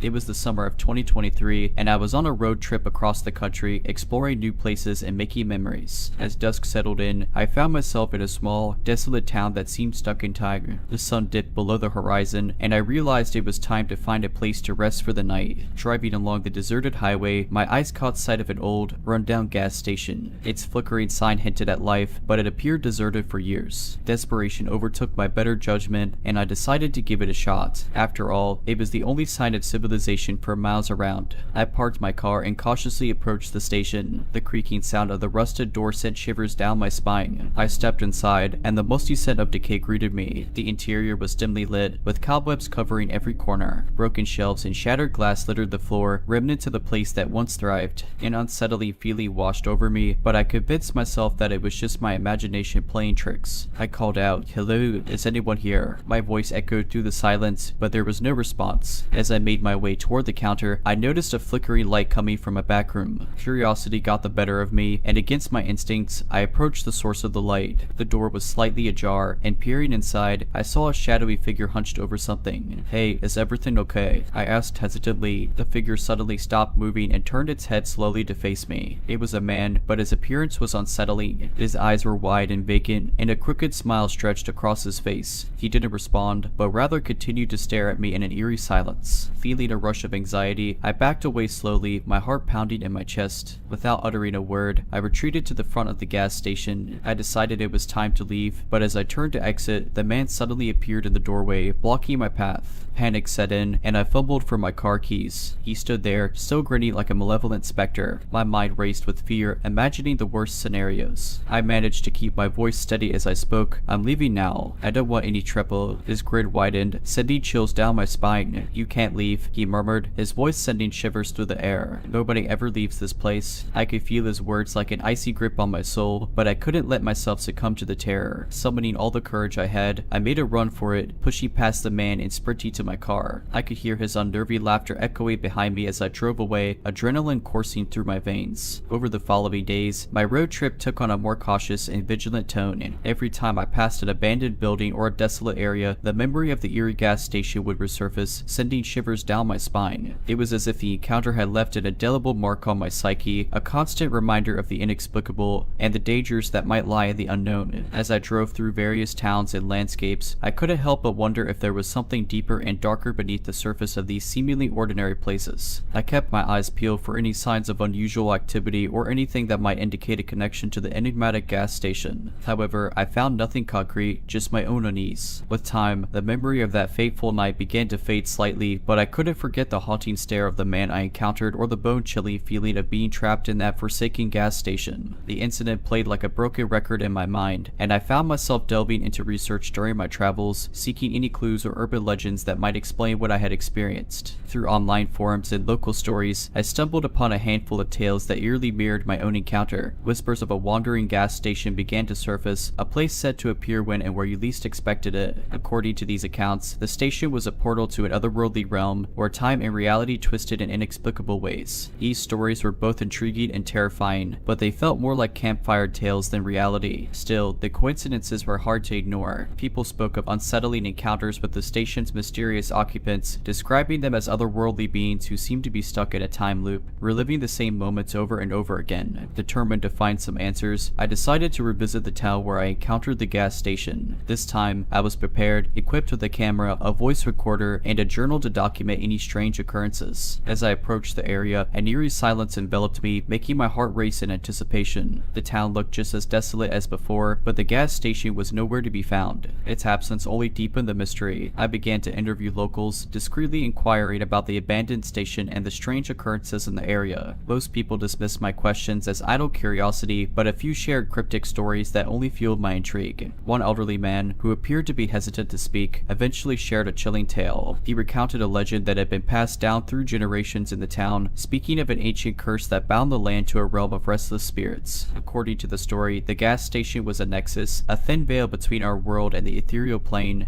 where lost souls wandered aimlessly. As the day turned to dusk, I decided to spend the night in the town, hoping to witness anything out of the ordinary. I parked my car near the area where the gas station had once stood and set up my equipment. The hours crept by slowly, and my mind began to play tricks on me as I imagined shadows moving in the darkness. Just as I was considering giving up, a faint, ethereal glow appeared in the distance. My heart skipped a beat as the glow intensified, taking the shape of an old-fashioned gas station sign. It couldn't be. The gas station was gone, but there it was, materializing before my eyes like a haunting apparition. My hands trembled as I started recording and photographing the eerie scene. The sign flickered, and the station seemed to waver like a mirage. As I approached, I could hear faint whispers carried by the wind, voices of the lost and the restless. Against my better judgment, I entered the station, drawn by an inexplicable force. Inside, time seemed to lose its meaning, and the air grew thick with a sense of foreboding. The same hunched figure from before emerged from the shadows, still wearing that haunting smile. This time, I resisted the urge to flee. Instead, I mustered all my courage and asked the question that had been haunting me since that night. What is this place? Who are you? The figure's vacant eyes locked onto mine, and his voice echoed with a strange mixture of sorrow and malevolence. We are the forgotten, the ones trapped between worlds. We yearn for release, but the curse binds us here. In that moment, I felt a surge of empathy for the lost souls trapped in this timeless purgatory. I couldn't help but wonder if there was a way to freedom, to break the curse that held them captive. As I continued to explore the gas station, I found old journals and artifacts, shedding light on the history of the place and the people who once inhabited it. It became clear that the station was more than just a gateway. It was a focal point for lost souls and unresolved mysteries, a limbo that held them in perpetual torment. But before I could uncover more, a powerful gust of wind swept through the station, and the apparitions began to fade. The figure warned me to leave before it was too late, as if the station itself was closing its doors to our world once more. With a heavy heart, I stepped back out into the night, the gas station vanishing behind me. As I drove away, I knew that my encounter with the wandering gas station had changed me forever. I now carried the burden of knowing about the lost souls stuck in that timeless purgatory, yearning for freedom. Though I might never have all the answers or fully comprehend the mysteries of that place, I couldn't forget the haunting faces and voices that echoed in my mind.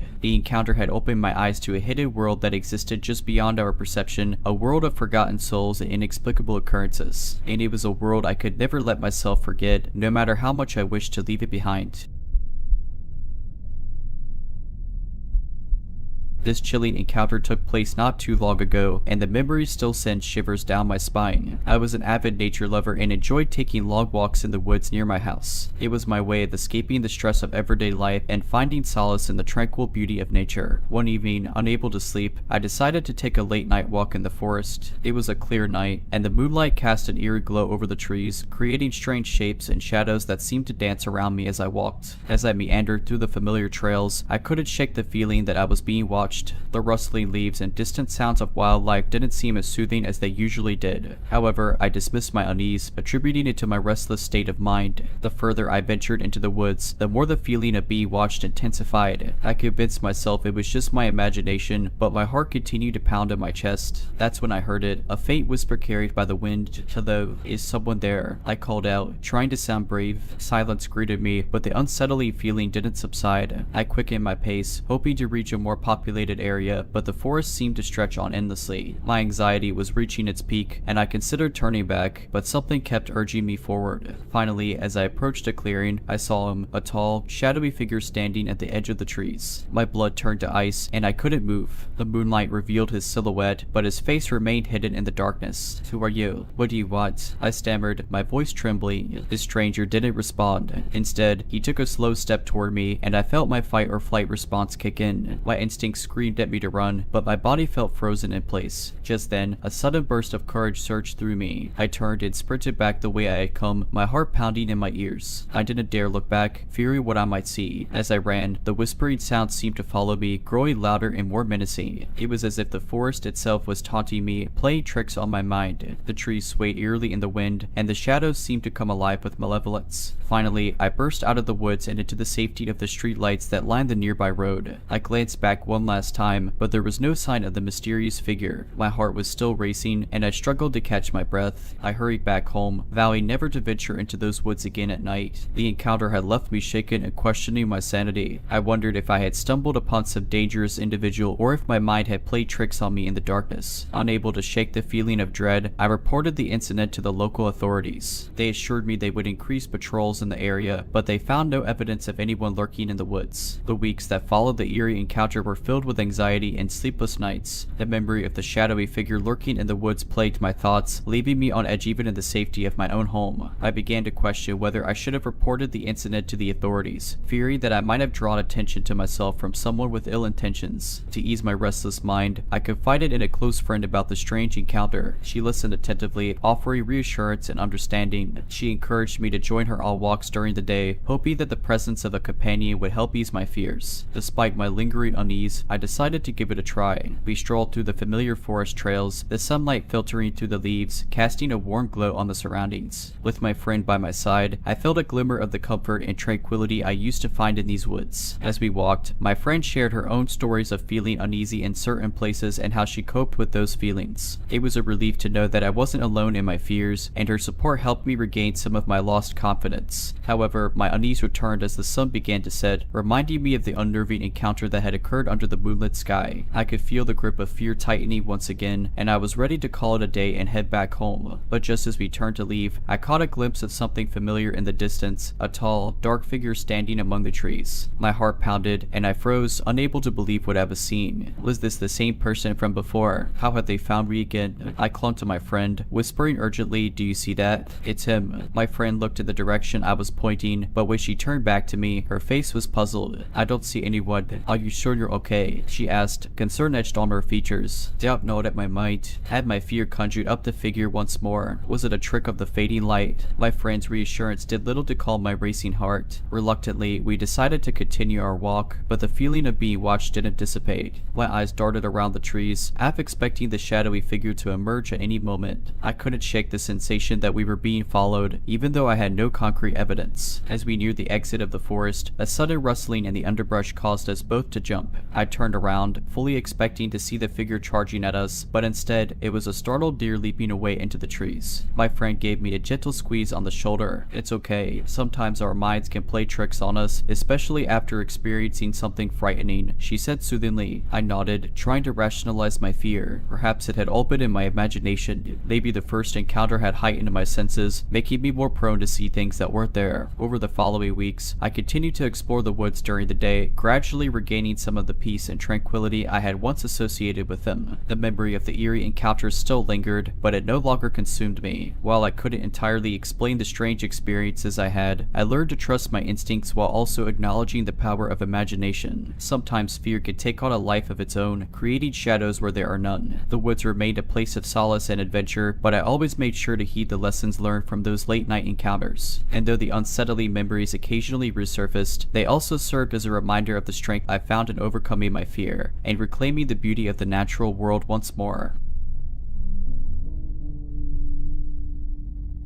This unsettling story happened to me during my first year of college when I moved into a shared apartment near campus. The apartment complex seemed like a typical college housing option, nothing out of the ordinary. Little did I know that my new roommate would turn my life upside down. At first, everything seemed normal. I was excited to start this new chapter of my life and looked forward to getting to know my roommate better. Let's call her Sarah. She was friendly, cheerful, and we hit it off right away. However, as the days passed, I noticed peculiarities about her behavior that left me feeling uneasy. Sarah had a habit of disappearing for long stretches without any explanation. At times, she would be out for days without a word, and then she would return as if nothing had happened. When I asked about her whereabouts, she would brush it off, claiming she was visiting friends or spending time at her family's place. As weeks turned into months, her absences became more frequent, and she began to withdraw from our circle of friends. It was as if she had a secret life outside of the apartment, one she didn't want anyone to know about. One evening, as I was studying in my room, I overheard Sarah talking on the phone. She spoke in hushed tones, and although I couldn't make out the details, her conversation sounded intense and secretive. The hair on the back of my neck stood up, and I couldn't shake the feeling that something was seriously off. Curiosity got the best of me, and one day, while she was out, I decided to look around her room. I felt guilty invading her privacy, but my gut feeling told me that I needed to find out what was going on. Inside her room, I found stacks of notebooks filled with what seemed to be coded writings and obscure symbols. It was like nothing I had ever seen before. The room was cluttered with strange trinkets and items that seemed to hold hidden meanings. My heart raced as I realized I had stumbled upon something much deeper and more sinister than I could have ever imagined. I didn't know what to make of it all, but I knew that Sarah was involved in something that went far beyond ordinary college life. Despite my fears, I didn't confront Sarah directly. Instead, I discreetly asked around campus, trying to gather information about her mysterious activities. Some mentioned her involvement in strange rituals and gatherings late at night, while others spoke of her fascination with the occult. I couldn't shake the feeling that I was in over my head. The more I delved into the mystery, the more I feared for my safety. I didn't know who I could trust or what secrets Sarah might be hiding. One night, as I lay awake in my bed, I heard muffled voices and chanting coming from the living room. Fear gripped my heart, and I realized that Sarah had brought her secretive practices into our apartment. I decided that I couldn't stay there any longer. I packed my belongings in a haste, making sure to leave no trace behind, and moved out without saying a word to Sarah. I found a new place to live, far away from the darkness that had enveloped my old apartment. After moving out of the apartment, I tried my best to put the unsettling experience behind me. I focused on my studies and surrounded myself with friends who brought positivity into my life. Still, the memory of Sarah and her mysterious activities lingered in the back of my mind like a haunting shadow. As the months passed, rumors about Sarah's bizarre behavior spread around campus. Some claimed to have witnessed her participating in peculiar ceremonies late at night, while others spoke of strange symbols and writings she would display in public places. I found solace in confiding in a close friend who had known Sarah before she became reclusive.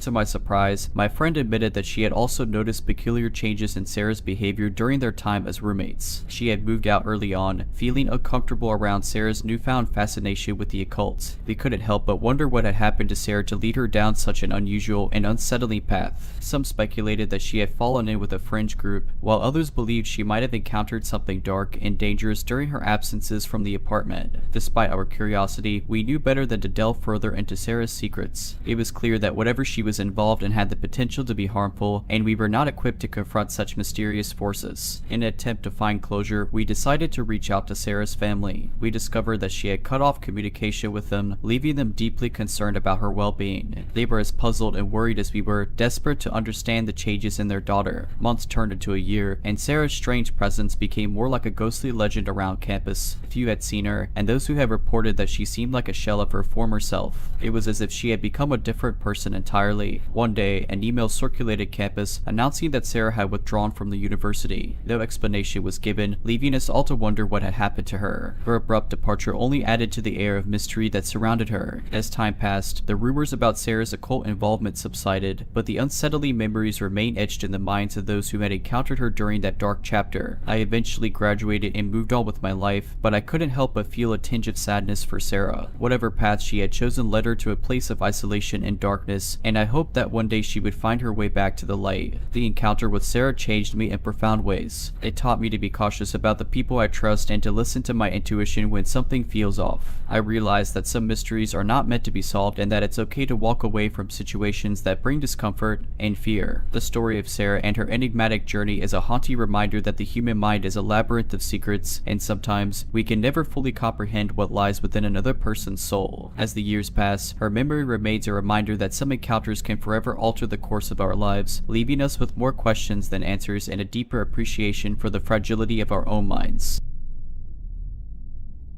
This happened over 10 years ago, so excuse me if the details are a little fuzzy. When I was in high school, my friend Claire came to sleep over. We made some plans to sneak out and hang out with some guys, and then one of them would drive us home. We go out to our friend's apartment, have some fun, and around midnight we decide it's time for us to head back. But when we ask to be taken back, everyone says no, despite previously agreeing to bring us back. Everyone said they were too drunk or too high, so we eventually decided to just start walking back, and we would make some phone calls to see if anyone could pick us up and bring bring us the rest of the way back. My house was a good 20 minutes away by car on the highway, so there was no way we were walking all the way back. The apartment was towards the back of the complex, so we start making our way to the entrance. We don't even get halfway there before a car slowly starts rolling up behind us. I was 15 or 16 at the time, and very naive to the ways of the world, so I wasn't too concerned, but Claire was a little smarter than me on this night. She tells me to start walking faster, so we start walking faster. The car also picks up their pace behind us. Again, she tells me to walk faster, so we start moving as fast as we can, and that's when the car pulled slightly in front of us and two of the passenger doors open and two men get out. Realizing there's no walking faster to get out of this situation, she instructs me to run now, so she takes off running and I follow her. She runs towards a group of parked cars and jumps behind a pickup truck, and for a minute we hope and pray that we weren't spotted. This is where details get a little fuzzy. One of them must have gotten back in the car at some point, as there's only one of them following us behind the truck.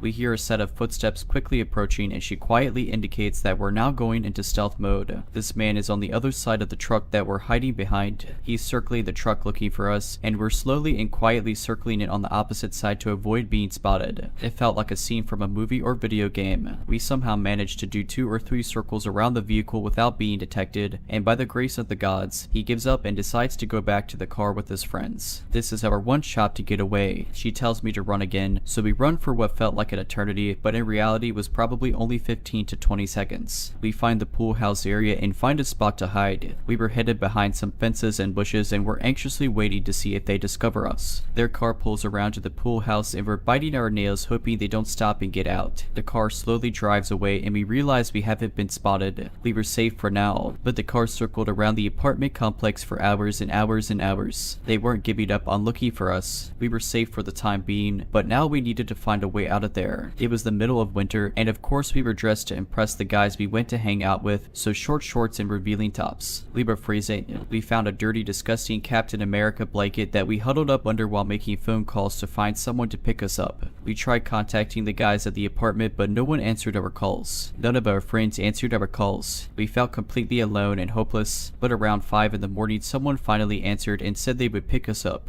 The best news I had ever heard in my life. Our friend gets to the apartment complex but can't find the pool house. The group of men are still constantly circling around, so there's no way we're coming out of hiding. We managed to figure out where our friend is at with a little detective work, figuring out what building they're facing, what's in front of them, are there dumpsters nearby, clues like that. We figure out where they're at, so we make a run for it. We spot their car and hop in as fast as we can. Go, go, go. We tell them and our friend speeds off towards the entrance. We pass the group of men on the way out, and that was the last we saw of them. We made it back around 6 in the morning, just in time to sneak back in without my parents ever knowing we even left. If Claire hadn't been with me that night, I definitely would have been abducted or possibly killed. So thankful for Claire and our friend that picked us up, but a big screw you to the adult men we went to hang out with as teenagers, and especially screw you to the guys that intended to harm us.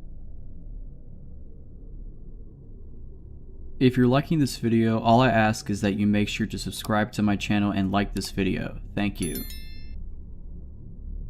I was 15 years old living in a medium-sized city in North Florida. It has about 60,000 people, but some areas were really spread out and rural. Don't think of it like New York City or anything, more like a lot of houses spread out over a huge area and condensed shopping centers. I was a bit of a punk that my parents had a hard time controlling, so that meant I basically snuck out constantly and was always riding my bike around the city all hours of the night with my friends, fighting and constantly causing trouble. For reference, I was probably 5'10" and 150 pounds. My next door neighbors were my best friends. Let's call them Nick and Tim. Nick was younger than us at probably 5'5" and 140 pounds, and Tim was 5'8" and easily 210 pounds. Nick and Tim were brothers only a year or so apart. On that night, Tim had texted me around 1 in the morning asking me to ride bikes with him and his brother to his girlfriend's house so he can get lucky. I remember being hesitant because of how long the bike ride was. I just looked it up and it was 9.5 miles from my house to her street. But Tim begged and begged me to go until I agreed. Our city had a curfew, meaning any police in the area that saw you and assumed you were a minor would stop you and possibly issue you a ticket. and bring you home. That meant we had to be careful about being seen by cars going by. Well, the bike ride to her house went by without any issues. We took our time, joked around, smoked a little pot, and genuinely just enjoyed the ride together. We ran out of what little pot we had on the way and finally got to his girlfriend's house. After what felt like an hour, Tim snuck around the back to go in, and Nick and I just sat on an electrical box and talked. Maybe 30 minutes went by and Tim triumphantly snuck out of the house bragging about his time in there and says we should head out. Annoyed at how long it took and nearly sober, we both agreed. The first mile of the ride went by smoothly, but things changed. We had just passed a decent sized shopping center which was closed and a church. We rode by it slowly in zero rush at all. After we passed it, it led to a long stretch of road with woods and canals on each side. The road had 2 lanes on each side separated by palm trees and landscaping in the middle, sidewalks on both sides, and on the right side another road connects to the parkway. We were riding on the right hand sidewalk.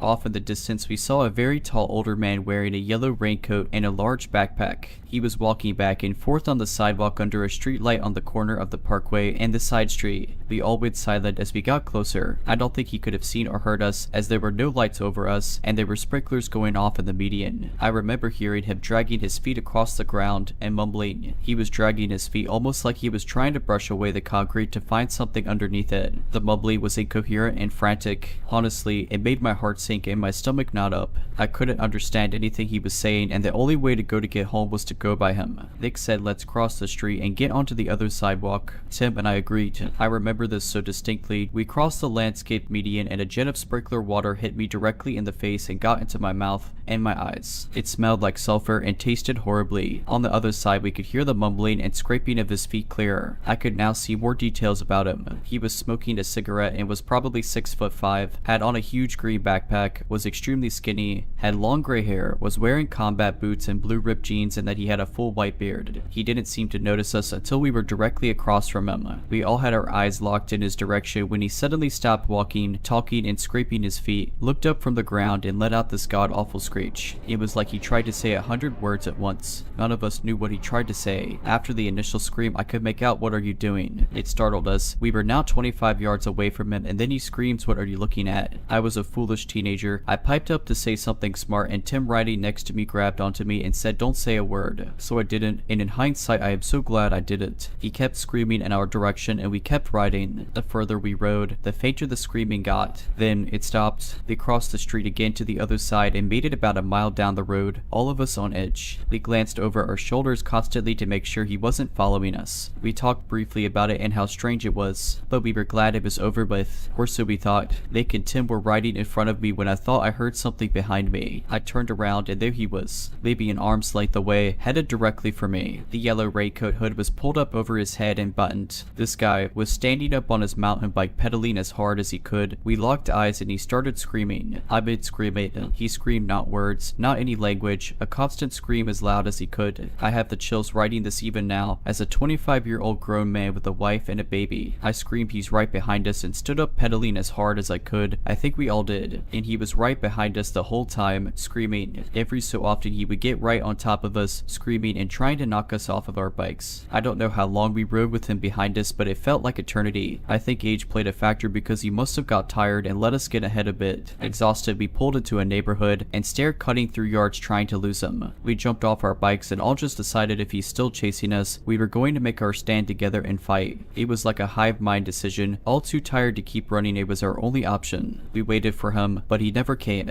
I don't even remember hearing him. I still can't recall when we lost him. I called my house phone, waking both my parents up in the process, and told my dad about the situation. He told me to get home and figure it out. I asked to talk to my mother, and she yelled at me on the phone and refused to come pick us up as I stood in the middle of the street hoping this crackhead didn't come and kill us all. I got home with Nick and Tim in tow, who asked if they could crash in my room. Of course I said yes. I think we all still have some weird feelings about that night, and we never really spoke of it again. I don't know what he wanted. He was clearly on drugs, but it makes me wonder if he would have robbed us or worse. 2 weeks ago, my fiance, who is 24, and my future father-in-law, who is 53 years old, and myself, who is also 24 years old, take a little road trip to pick up some jazz cabbage in a different state as we live in a dry state. The drive up was uneventful as per usual. However, on the way back home, we had passed a slower moving vehicle, which was a white truck. We were coming into a town where the speed came from 45 to 35 miles per hour. As we start to slow, this white truck nearly rams into the back of us. I am sitting in the back at this point and turn to look over my shoulder and can see the white truck swerved into the other lane to avoid hitting us. At this point, my future father-in-law is the one driving and motions a what the heck gesture to the truck behind us. The driver of the white truck proceeds to tell him to pull over. My future father-in-law, being a hothead, obliges and pulls over. He steps out of the vehicle and says some colorful language towards the other car. The driver of the white truck is also out of his vehicle and walking up into my future father-in-law's face. At this point, my fiance steps out and I follow. I see things getting heated between these two men and I throw myself in between them. Everything next happens so fast, I'm going to try my best to recapture. As I'm between everyone, the driver of the white truck pushes past me and shoves my future father-in-law. This gets my fiance to step in, hey, don't push my dad, to try and split them up. Next thing we see is the other passenger in the vehicle, who is easily in his 40s and close to 500 pounds, sucker punch my fiance, who is 225 pounds. You just punched me. Somehow I get pushed to the ground and my guys are fighting the other guys. Fists are flying, they're rolling down into the ditch. The guy that was 500 pounds is on my fiance, pulling his hair and scratching him. Now, I'm against jumping, but this man had 300 pounds on my man. I jump in, I start punching and kicking and doing anything I can to get this man off of him. My future father-in-law is quaking the main guy in the other vehicle in a chokehold. He can see that we're struggling with the big guy and forgets the main guy to hit the other guy in the face until he got off my fiance. Cops were called, everyone was separated. The party in the white truck decided not to press charges. We agreed to not press charges and were sent on our way. So did the men in the white truck. Let's not meet again. Recently, I moved out of my apartment. I simply had to because I didn't feel safe with my landlords. I lived in this really nice apartment in Brooklyn for a few months with my roommate, who paid for most of the rent since her parents are super rich. Our landlords were actually this seemingly really sweet couple who lived a few floors above with their kids. The first few weeks were somewhat normal except for the fact that every time I saw their kids in the elevator they would scream at me before they got off and then just ran away. I thought it was funny and cute at first, but then their eldest son came to visit and started doing the same thing. And he looked about my age. I didn't really think much of it since maybe he was just playing with his younger siblings. Stuff got weird really when I bumped into all of them together and we talked for a bit. Out of nowhere, while we were having a pleasant conversation, the dad apologized to me saying that his son might act strange because he's got some screws loose. I was pretty shocked with him just saying that out of the blue. I paused for a bit and I can't really remember what I said, but remember just wanting to get out of this conversation now. A few days later, I bump into the dad again in the elevator. I was pretty weirded out and he was just talking about how great my apartment is and how much of a generous guy he is for giving us such a low rate. Then he asked if I could babysit his kids as he and his wife and his eldest son would be at a dinner. I said no at first, but he counter-offered saying he'd pay $150 an hour, and being the greedy idiot that I am, I agreed. This is where I screwed up. When I get to his place, I was speechless. His apartment wrapped around the entire floor of the building. It was the nicest apartment I will ever see, that's for sure. About an hour and everything was normal. I was playing some fighting game with his kids when we suddenly heard the front door slam. I told them to stay there as I peeked to see what was going on, and I see the dad falling all over the place, clearly drunk. He started walking toward me and at the last minute fell face first onto his couch. I must have popped a blood vessel trying to hold in my laughter. I asked if he was okay and walked over to assist him. He then turned around, looked at me and said my wife will let us, please. When I tried asking, his wife walked up to me, thanked me, paid me, and told me to come back another time. I just kinda went back to my apartment in shock, wondering what just happened, and I definitely wasn't going back. I told my roommate and she told me that she also bumped into the dad and he told her my wife is cool, just so you know, with no explanation, and just left. At this point, we knew that we sure were not renewing our lease. We didn't see our landlords until our final month. We kinda joked to our friends about how our landlords were creepy cooks. The next time I see them was actually with my boyfriend, who was well aware of what they were trying to do. It was an intensely awkward elevator ride, as when they saw us in there they just went quiet and smiled and nodded at us repeatedly. As we step out the elevator, the dad shouts hey to us and winks at me as the doors closed. After that, I asked my boyfriend to stay with us for the remainder of our lease, cause at this point disappoint my roommate, and I were freaked out. Our final and creepiest encounter was a few days before moving out. My roommate walked out the apartment and both the landlords were sitting in front of the elevators waiting for us. She said they started sobbing when they saw her and then begged us to stay. They apparently apologized for making us uncomfortable and said they thought we were the pretty young girls they were waiting for. She didn't say a word to them and got on the elevator and called me to warn me they were outside, and then they started to knock. My boyfriend answered and said when the guy saw me asked if I was here. Of course my boyfriend said no, but they tried walking in anyway. I walk out my room saying I'll call the police if they don't leave, and they beg me to not and run out the apartment. A few days ago, we get a text from a random number saying we could live there 6 months free if we just gave them a few nights. Of course, blocked and deleted. The whole thing was such an uncomfortable experience living there all those months, especially knowing they had keys to our apartment. If you're liking this video, all I ask is that you make sure to subscribe to my channel and like this video. Thank you.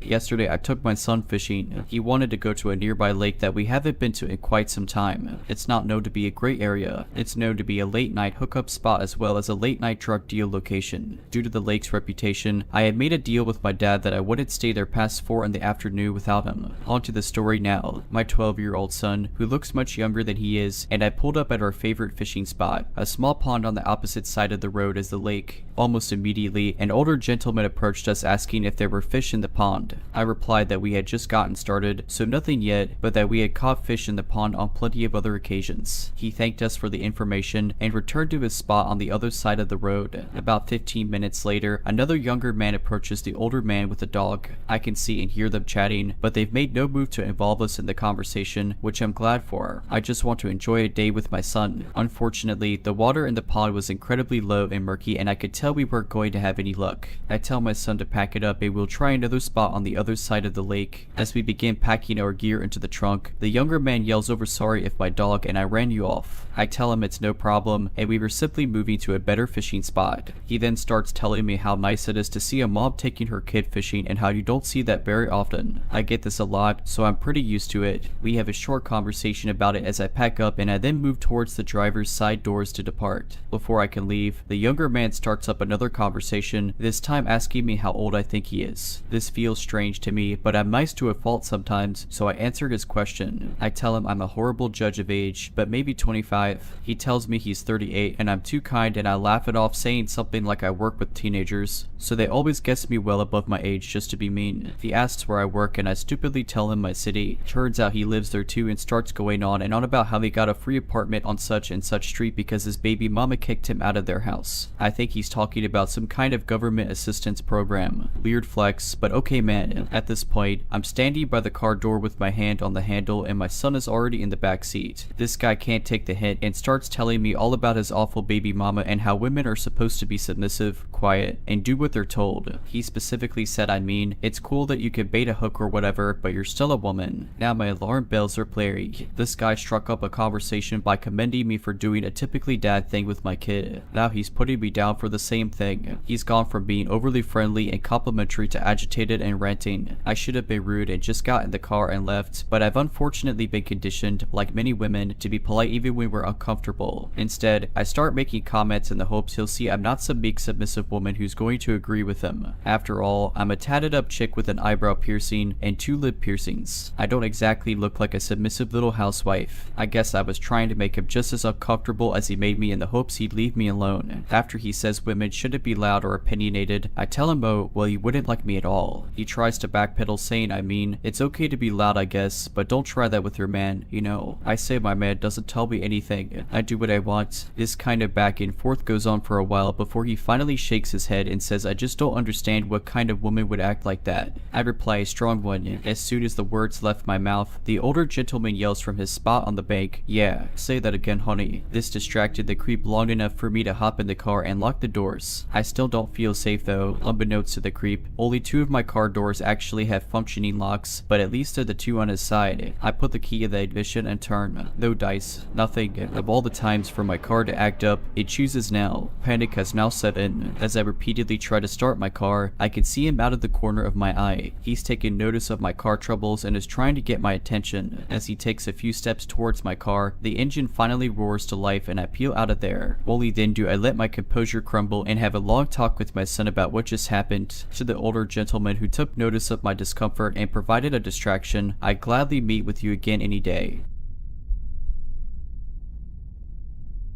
When I was in my late teens, I worked at a little coffee shop in my city. This was around the time that smartphones hit the scene. I had just got my first phone and laptop recently around this time. Anyway, we had this one regular customer who was very eccentric. He made me really uncomfortable if I am being honest. He had strange vibes. It was in the middle of a scorching summer and he always wore many layers in a large parka with faux fur trim and sunglasses. I never once saw his eyes. He would get out of his car and run for the door in his big coat, shielding himself from the sun. He always ordered almost every item on the menu, but always said it was not for him and he didn't like the food there personally. One day he came in and ordered the whole menu as per usual. I was checking him out at the cash register and he leaned in and softly said to me, "You seem like a nice young woman. I need to warn you about something. I'm not supposed to tell anyone, but it honestly bothers my conscience keeping this information to myself." "What is it?" I asked. "Do you have a computer or smartphone?" He asked. "Yes, I just got one," I answered. "Get rid of them immediately," he said sternly.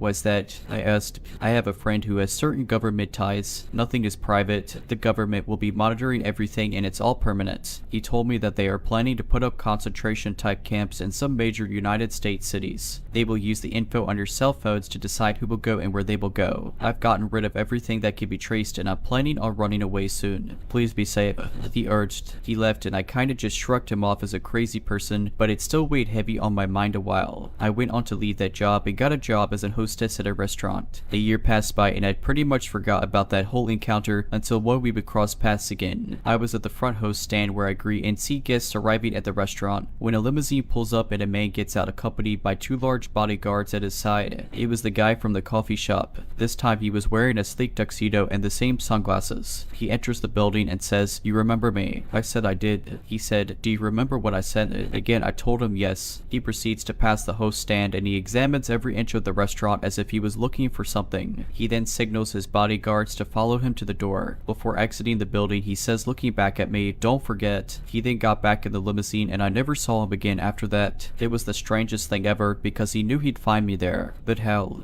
did he find me at my new job? Perhaps he asked someone at my old job, but still, why go out of your way to make some flashy appearance like this? I was just thinking of this and wondering whatever became of that man and who he was. I was talking about this with my mom a couple weeks ago. Then I was telling a longtime friend. It's something that has always stuck with me, mostly because I don't know what came of the case. I was never called to testify, still don't know what happened or why I was stalked for months and then almost kidnapped. But now I think I have possibly found one answer. This happened in Texas. I was an 11-year-old girl at the time and we had a family friend's daughter living with us. I also have an older brother. Both of them were in high school, end of the school year, so they had after school things going on. My mom was working for our school transportation. She still works there. My dad also was working in Dallas. I wasn't always by myself, only 2 days a week. Never long either, maybe an hour. We lived in what we call the boondocks, nothing but back roads at that time with few houses in one direction town and the other. We lived out in the country about 2 miles from town. Our driveway was very long, about 1/8 of a mile. One day happens to be a day that I was by myself and remember seeing a red or maroon 4-door car with a man and a woman sitting in it about a mile from my house. On the road we lived on, if you came from the town side, we were the last house with the longest driveway. The bus always came from the other direction, the back road side, so you would pass like a trailer park. Best way to describe it because that's what it reminds me of, but the house aren't like side by side but plenty of houses. You pass that and there are no other houses until you come to mine. The car was sitting in between the trailer park and my house. So I get home from school and I get off the bus and see the car driving up behind the bus. So I kinda take off in a sprint because I didn't feel right about them, just got a feeling. I get about halfway up the driveway. I turn around and the car is sitting at the end of my driveway in the road watching me. So then I take off running to the house and get in and lock the door. I go to a window and look out noticing they're gone. When my mom and the other two get home, I tell them what happened. We make a police report. Almost every day for the first week, even when the other two were with me, we saw the car. They didn't do anything creepy when they were home, but they were still there every day. When I was by myself, they would do the same thing, sit and watch me. Well, I'm assuming they caught onto the routine of after school things. I only saw them after the first week on the days the two wouldn't be with me. Not only myself, but my bus driver noticed the car got closer to my house each day. One day they were so close to my house, I mean like right at the driveway, that the bus driver dropped me off and sat at the end of my driveway until I got close enough to the house to be safe. He did that every time we saw the car. This went on for about 2 months. Well, one night, it was a weekend. To this day, I still like to sit outside to listen to music. So I'm sitting outside listening to my boombox. I hear a car door slam, so I still look around. Again, we lived in the country, so the road and surrounding area is pitch black. Expect the cow pasture to our left had one light like a street light, so he had paid to have it put in. Not sure why, I'm glad he did. Sitting directly in, but at the end of our driveway is a car. I saw it because of the light in the pasture. It hit the headlights on the car just right.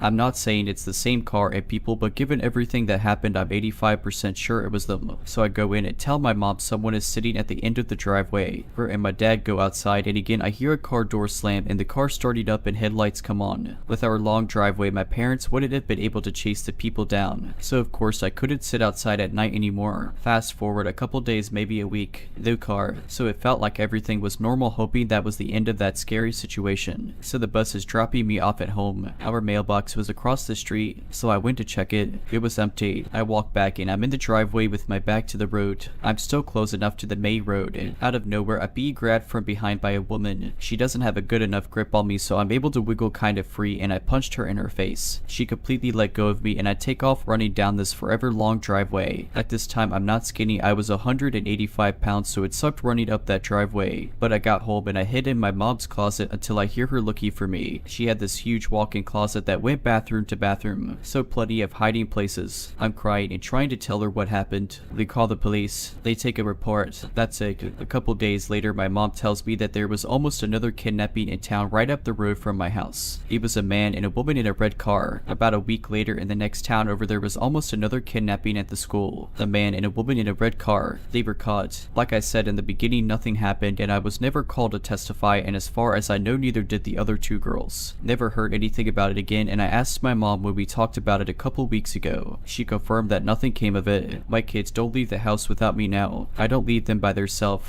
My oldest is 11 and the world is a nasty place. I don't blame anyone. Back then in a small town, it's not something you hear about happening. We moved down there to get away from the crime rate in Dallas. After they were caught, I was able to have outside time back. It was safe again, and I haven't had any other experiences. I trust my oldest. He is a homebody. I can't get him to leave the house to do anything other than leave with me or his dad or school. My middle son loves to be outside, so does my youngest, but I have a fenced-in backyard and I live in a community that has older couples. We all watch out for each other. If you're liking this video, all I ask is that you make sure to subscribe to my channel and like this video. Thank you.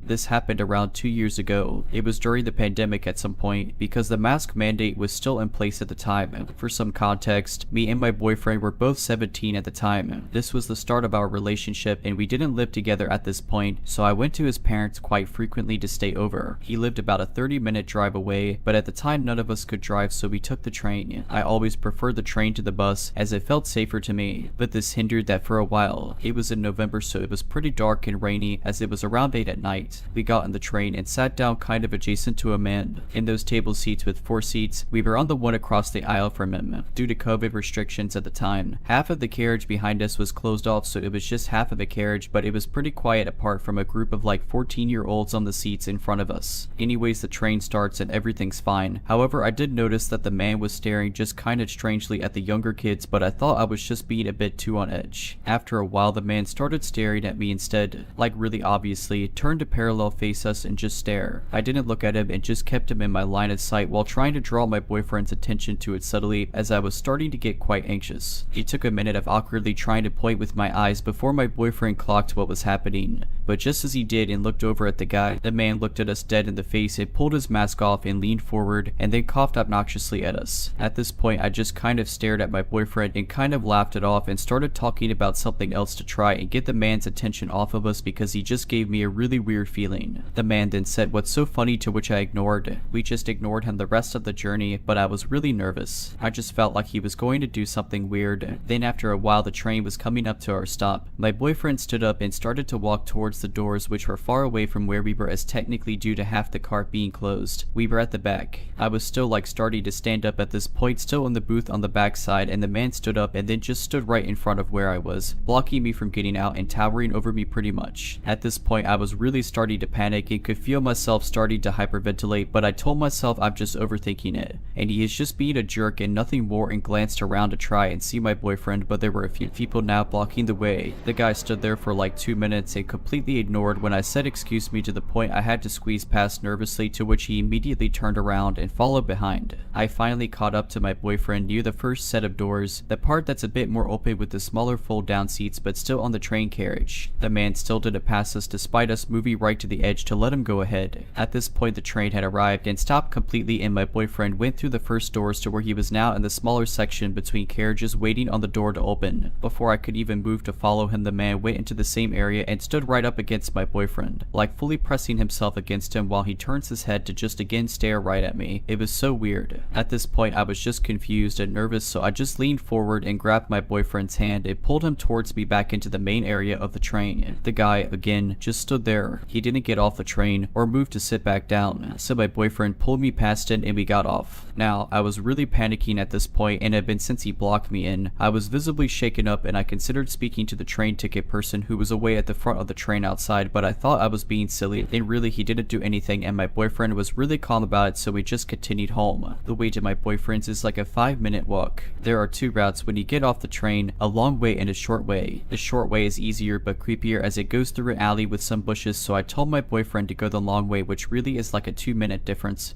but it's more lit up and beside a road, and I also figured the guy would probably go the short way, but he didn't. He was right behind us, and my boyfriend lives in a tiny little farmer village, so there was no one around even though we were on the main street, and I was getting really scared and constantly checking behind me to see how close he was getting, but the guy just didn't seem to be fazed by my reaction, and surely a normal guy would notice if someone was scared and back up a bit. I don't know. My boyfriend was trying to calm me down and reassure me that he was probably going the same way, and I guess he is probably right, and I do tend to be overly anxious, but he stayed behind us until we were about 5 minutes from our destination where he turned in. The unsettling part is that the place he turned in is a little set of flats that houses convicted offenders after prison.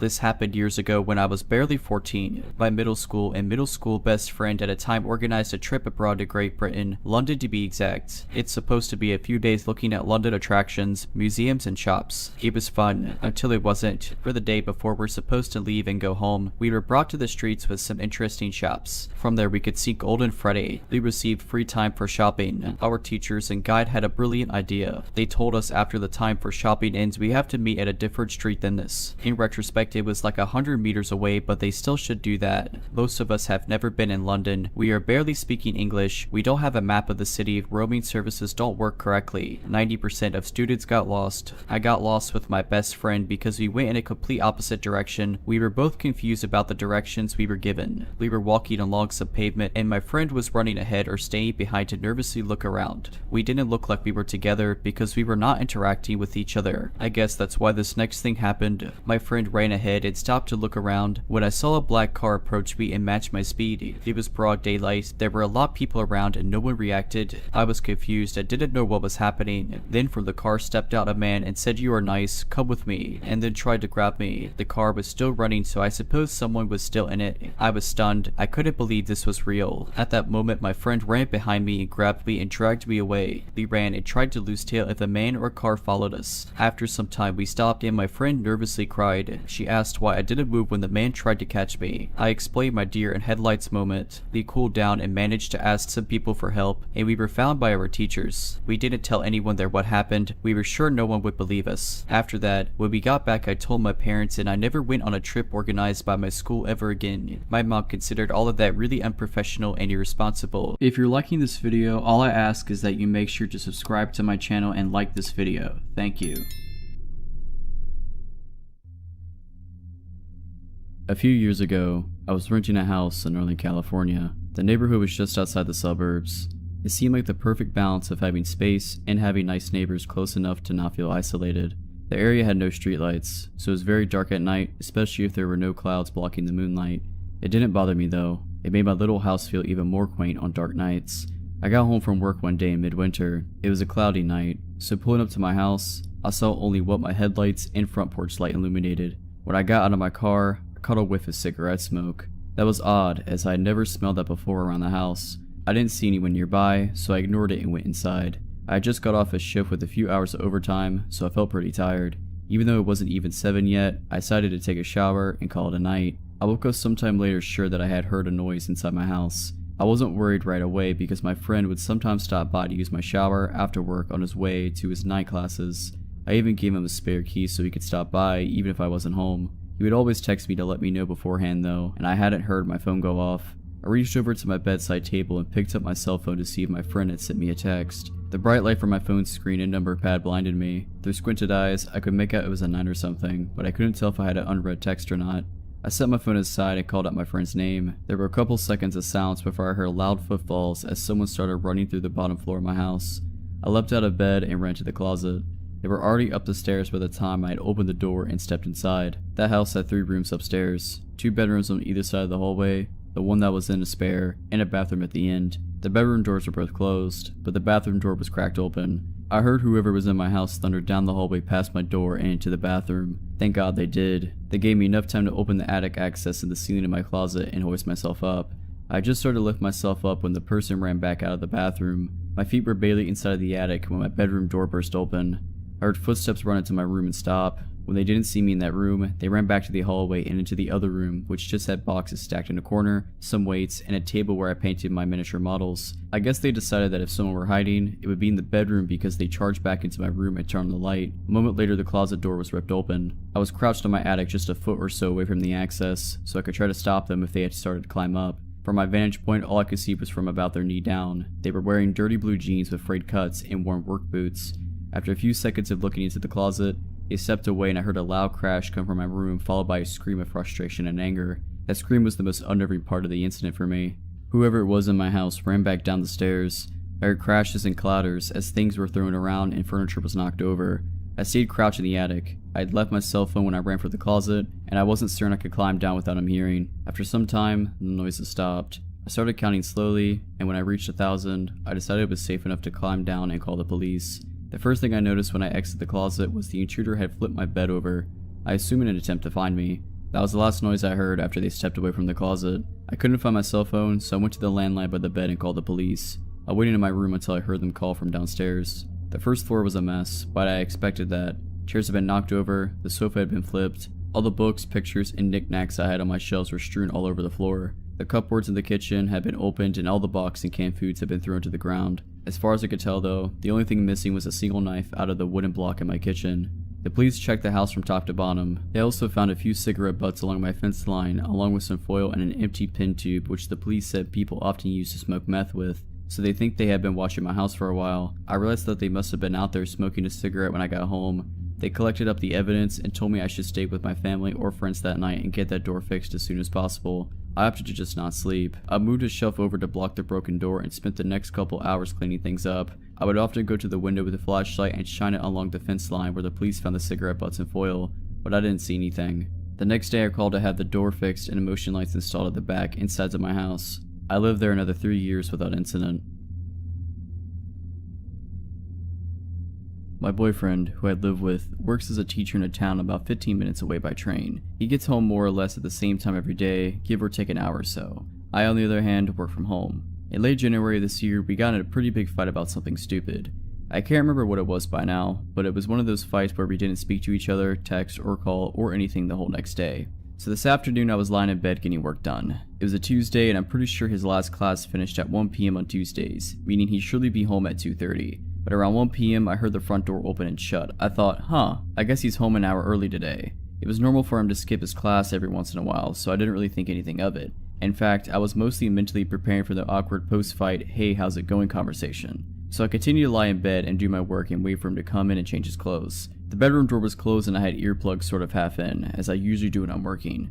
But I could hear the heavy footsteps of him walking around the apartment, as he always does. If we hadn't been mid-fight and I wasn't so preoccupied with the awkwardness of all of it, I might have noticed it was strange how slow the footsteps were or how long he spent walking around the living room. But I was caught up in the dramatics of the fight and didn't think about it. I was just lying there, waiting for him to finally come in. Finally, the bedroom door slowly opened just a few inches. I turned my head towards the door and prepared to give him a sort of awkward, "We've been fighting for 24 hours, huh?" smile. But the door didn't open more than a few inches. I looked and saw that it was a woman's hand with red nail polish on the doorknob. Whoever was there slowly closed the door just as they opened it, without entering the room. I jumped out of bed, ripped out my earplugs, and sort of froze there for a few seconds while thinking rapidly. My first thought, that was not my boyfriend. Then I thought, could that have been his mom? His sister? The landlady? For some reason, I concluded that surely it was his mom or sister. So I opened the bedroom door and walked into the living room. There wasn't anyone there, but the room smelled heavily of women's perfume. Then I came to my senses and realized his mom and sister don't have keys and have never come before. The landlady has never entered without permission. This was a stranger. I ran back into my bedroom and shut the door, now shaking heavily. There was a balcony connected to the bedroom, so despite the cold January rain, I stood on the balcony and called my boyfriend. He picked up and I asked him if his mom or sister might have come over unannounced. He told me, "No, don't move, I'm calling the police." The police were there in minutes and searched the whole apartment. Of course, nobody was there by this point. It was weird though. Nothing was missing from the apartment despite us keeping a jar full of money right in the entrance.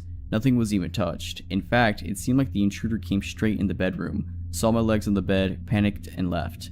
Plus, you can't open that big wooden front door without a key. Nevertheless, we demanded that the landlady change her locks. When she came to change them with her husband, she made a discovery. There was a square area by the keyhole that had been scratched away with something. The landlady said surely someone used tools to break into the apartment. I never got to meet the person who opened the door that day, and I hope I never do.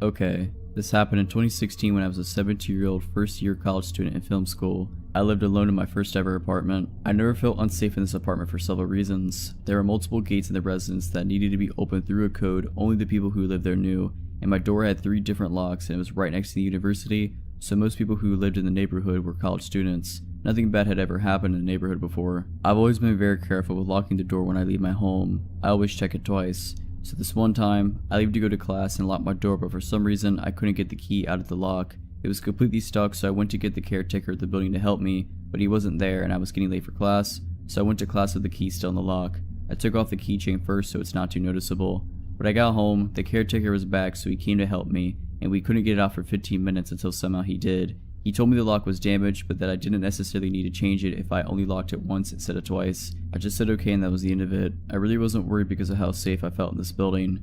Flash forward to 2 months later, I was taking out the trash one night around 11 p.m.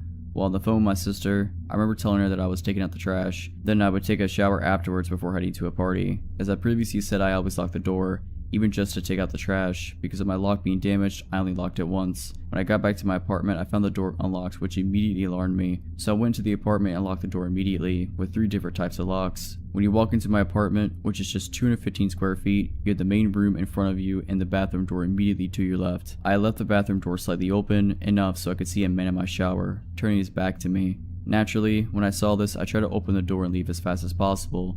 Except my main lock was damaged from 2 months earlier and I couldn't open it no matter how hard I tried. In this moment, all I could think of was the fact that I had to leave as fast as possible. I jumped out the window without really thinking. I figured it was the only solution, except I live on the 2nd floor, so I completely smashed my ankles in the landing. I started running whichever way I could, and when I got a little bit further from the building, I looked back and a man was there, at my window, watching me run away. I thought of 2 possible outcomes. Either the man was going to jump and chase me, except I wouldn't get far with my twisted ankles, or he would get scared of the height and be locked in my apartment. Thankfully, he picked option 2. I went to hide in a bush a little further and called the police, who arrived in just 10 minutes because I lived close to the station. They pushed my door open and the man was there just sitting on my couch, holding a kitchen knife, waiting for me to come back, like he didn't think I would call the police. They arrested the guy and later told me he had already been arrested for attempted kidnapping and attempted murder. They also told me how everything had happened. Like I said, it was a very friendly neighborhood with mostly college students, so he got inside the building by other people holding the door for him. He then heard me telling my sister I was going to take a shower, which was why he was waiting in the bathroom for me. He crocheted my lock while I was taking out the trash. He apparently noticed me on my school campus and followed me to my home several times before succeeding to actually come in. He stayed inside waiting for me because I had recently changed my phone and the previous one was still on the table, so he thought I didn't have a phone with me to call the police. I don't live there anymore, but after that, to get into the building, we all needed identification proving we lived there. Building IDs were created and we had to scan them every time, and it was the only way to go inside the building. Nothing really bad happened in the neighborhood after that. It's back to being very peaceful and friendly. A friend and I played after-school hockey. It wasn't a popular sport, so our games took place at another school, which was incredibly far away and pretty much in the middle of nowhere. The area didn't have any train stations, so we relied on 3 different buses to get there, and again to get home. The games usually took place pretty late and ended around 7 to 8 p.m. when it was dark. All the other girls in our team got picked up by their parents, but we always busted together home. We didn't feel it was dangerous because there were 2 of us, and being classic 12-year-olds, we thought we were mature enough to be independent. Because we had to change buses 3 times, and we lived so far away, by the time we got to our second bus stop it was usually pitch black. The second bus stop was desolate, far off from the school, in front of some kind of abandoned building, and basically a bit creepy. The stop was small, it wasn't sheltered, it was just a steel pole with a bus painted on the sign. On this particular night, it wasn't raining as well, so we felt extra miserable standing out in the cold.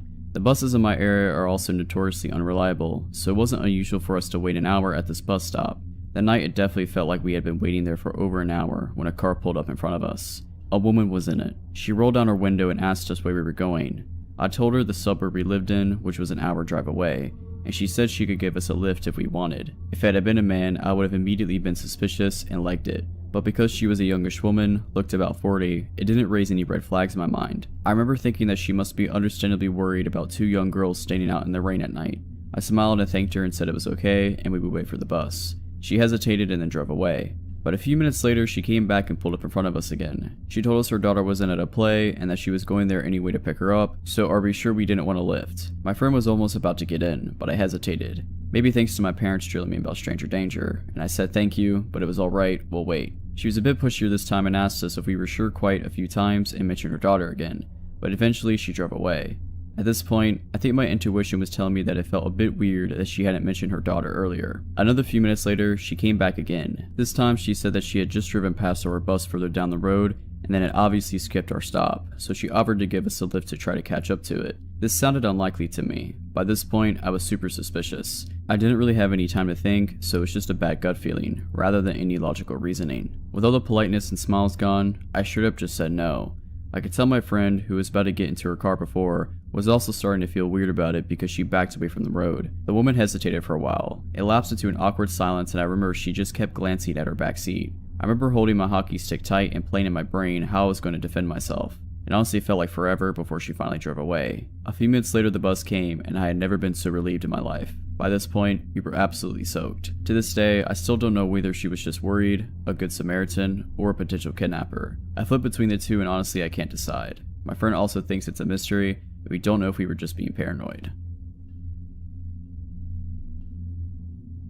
This was around 2015 and I was living in Seattle. I worked in an office that allowed me to bring my dog to work. A 100-pound German Shepherd. He's a big sweetheart but looks quite scary to strangers. After work one day, I got on the bus home, which was around a 45-minute ride. I noticed someone stared at me and didn't think much of it. While it's unsettling to be watched, I've had my fair share of odd conversations on the bus, and it wasn't out of the ordinary to encounter such weird behavior. I honestly don't remember too much about his appearance, but I do remember thinking he looked fairly normal and didn't seem high or drunk. My bus stop was on a busy street in a bit of a sketchier part of town, but it's not frequently trafficked. When we reached the stop, my dog and I set off on the short trek home, only a few blocks away. As I exited the bus, I noticed the man who had been watching me had exited too. Something was off about him. He seemed intent on keeping stride with me, trailing closely behind. I've heard advice somewhere in the past that you shouldn't go straight home if you're being followed. I'm sure that's situation specific and sometimes it's safer to be in your home, but nothing had happened besides having my personal space invaded and didn't feel immediately unsafe.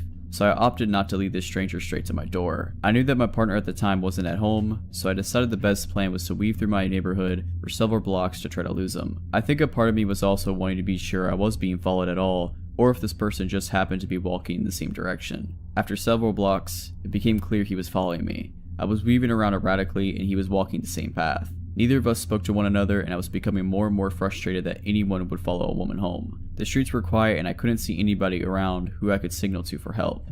I don't think I would have been so surprised this was happening if I was alone and without my dog. I can't imagine anyone in their right mind following someone with a large German Shepherd. I started walking faster when I rounded a corner and quickly ducked into a hallway hugging a duplex a block from my house. I was hoping the pathway would wrap around the house completely so I could get out of the line of sight of this person, but was met with a fence to my face and didn't have time to backtrack. I was ultimately cornered in this nook between a house, a fence, and a hedge. I crouched down with my dog and waited for the guy to pass us. I watched as the man strolled by the walkway, seemingly not noticing us at all. He didn't turn his head or even gaze in our direction. I decided that we'd stay there for a few minutes just to make sure he was gone. About 3 minutes went by. Just as I was thinking it was safe to head home, the man stepped into my line of sight. He didn't make eye contact with me, just as he hadn't the first time he walked by. He was moving calmly and deliberately, and slowly came to a stop as soon as he was right in front of me, just off the curb. He was about 2 yards away, facing me, and not directly looking, with just a sidewalk and a grassy strip between us. I watched him as he started to unload his pockets. He had a number of metal objects he was taking out, placing them in a line. To this day, I'm not sure what they were, but I'm glad I didn't find out. At this point, I called 911 and told them what was happening, that someone was following me and showing erratic behavior. The cops made it there quickly, and as soon as they pulled up, the dispatcher advised me to get out of there. I hightailed it out of my hiding spot and took a non-direct path home since my house was technically in the line of sight of where I was crouched. I don't know what ended up happening with him, but fortunately never saw him again, and I don't know if he had malicious intent. This happened when both me and my friend Jay were 15. I was spending the night at his house, as I often did. It was a normal enough night. We watched movies, played a couple video games, and stayed up way too late. It was about 2 AM I think when we heard a loud banging coming from the front door. Luckily at the time we were in his kitchen at the back of the house, so no one could see us. We were spooked because there couldn't have been anyone at the door at this hour, but we figured it was just some drunk person and they'd go away soon enough. After 30 seconds, there was more banging on the door and yelling that neither of us could understand. It sounded like an adult man, and he sounded angry, so we both were scared. He texted his mom, who we thought was upstairs, but she said that she had just left a bit before without saying anything. She did that often enough. She liked to go to her friends' houses in the middle of the night, so we didn't pay any attention or notice when she left. We didn't know what to do, as we were scared to call the police based off past experiences with cops in our small town being not the best. At this point, we turned off the kitchen light and we were ducked down on the ground. We heard the banging and yelling getting louder, and I decided to see who it was, if it was anyone we knew. I army crawled through the dining room, which was also dark, and peeked through the door to the living room, which is where the front door was. There was also a huge window by the door that you can see right into the dining room though, so I was very careful not to be seen. I couldn't see any details of the man, but he looked to be about 6 feet tall and had gray hair. I crawled back to Jay and we quietly decided what to do. We heard the knocking stop, so we decided to wait a bit before seeing if it was safe. We also decided to go around the table in the dining room in case he tried to come around back, which is where the kitchen was. After around 10 minutes of silence, we rock paper scissors for who had to check if he was there, and of course I lost, so I again army crawled to the dining room door. I saw the man staring through the window, hands cupped up against the glass. I made eye contact with him, and the moment he saw me, and I loudly said, causing my friend to panic and crawl behind me. I saw him pull out his phone, and he told me later he was texting his mom to come home and save us. The man started yelling again, and this time we could make out a bit more of what he said. It was mostly cussing, although I definitely heard the phrase, "I'm gonna kill you," in there a couple times. I quickly looked past the man to see if any of the neighbors seemed to notice him, but no luck. I crawled back out of his sight and again discussed what to do with my friend. We decided to go into the basement for safety, which you could get to by moving the fridge. Confusing house, I know, but it was really old and not meant for modern-sized appliances.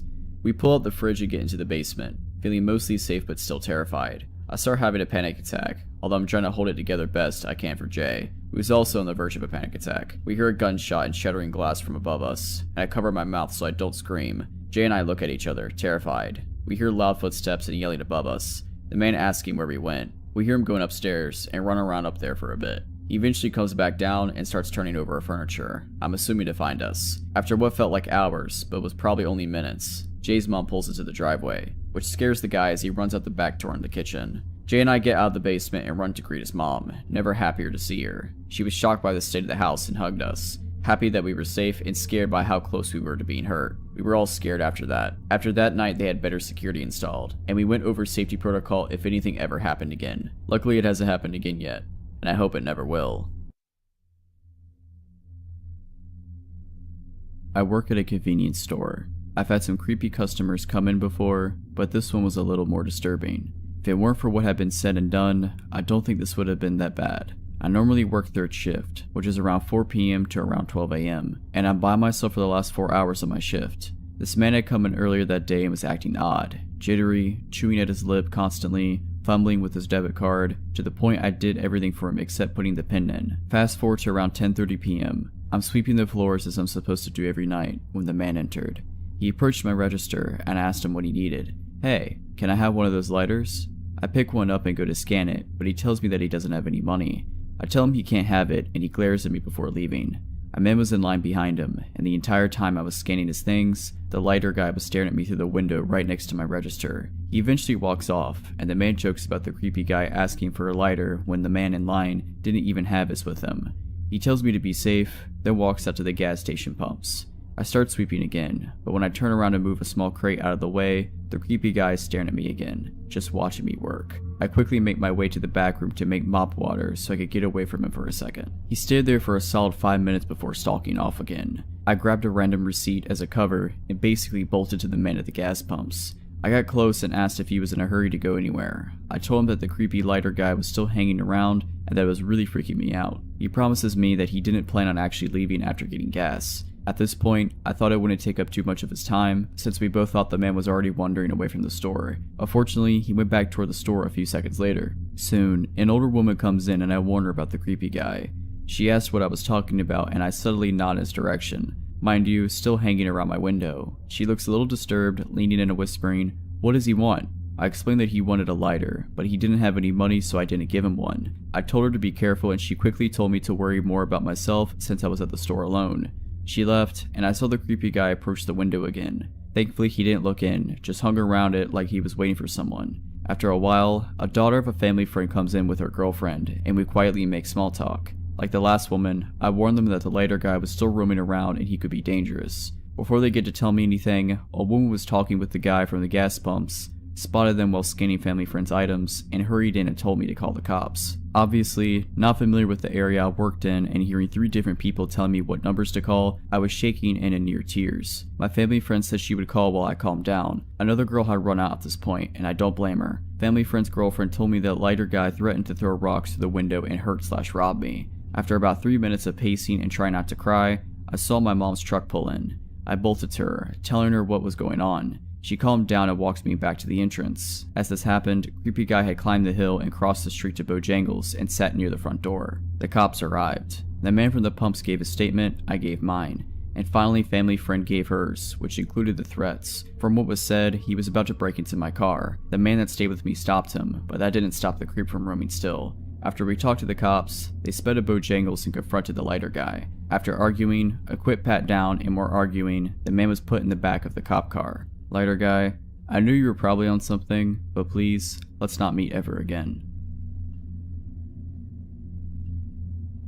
To set this story, I bike 5 miles one day, 5 days a week to my job, and I've been for 8 months. I honestly love it. It forces me to get exercise and it's cheap transportation. I take the main road with a lot of traffic, so I've never felt unsafe. I also only ride on the sidewalk since it's safer. One day, coming home, I was passing by an area with a lot of construction going on. To give you a better visual, I ride on the sidewalk along a busy road. As I'm biking, I see a man in a black pickup truck parked as if he's about to pull out of the area, but he's waiting for a spot to open in traffic. He then sees me and reverses to let me by. I remember thinking, oh great, he's letting me by, and I wouldn't have to ride around behind his car to get to the other side. But as I'm getting closer, he does a stop motion with his hand, and he's wearing a safety vest, so I assume he works there and there might be a problem up ahead, like a pothole, etc., so I stop. He spoke with authority like as if he's an officer stopping me or something and asked if I bike for transport or leisure. I was a little confused since that's a weird question, but I tell him for transport. I bike to my job. He then says, do you bike for leisure? I'm asking because I bought a bike and I'm looking for a riding buddy. I'm not freaking out or anything.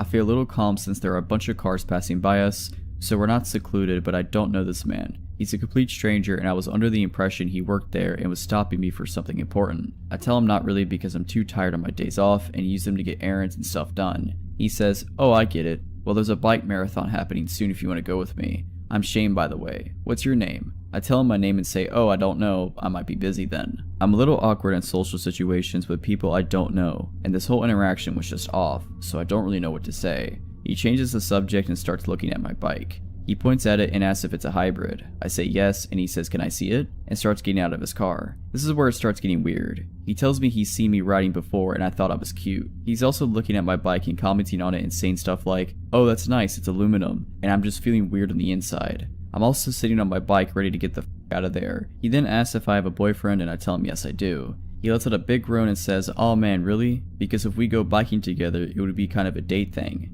I tell him yeah sorry and he goes, are you sure? Are you ready to kick him to the curb or what?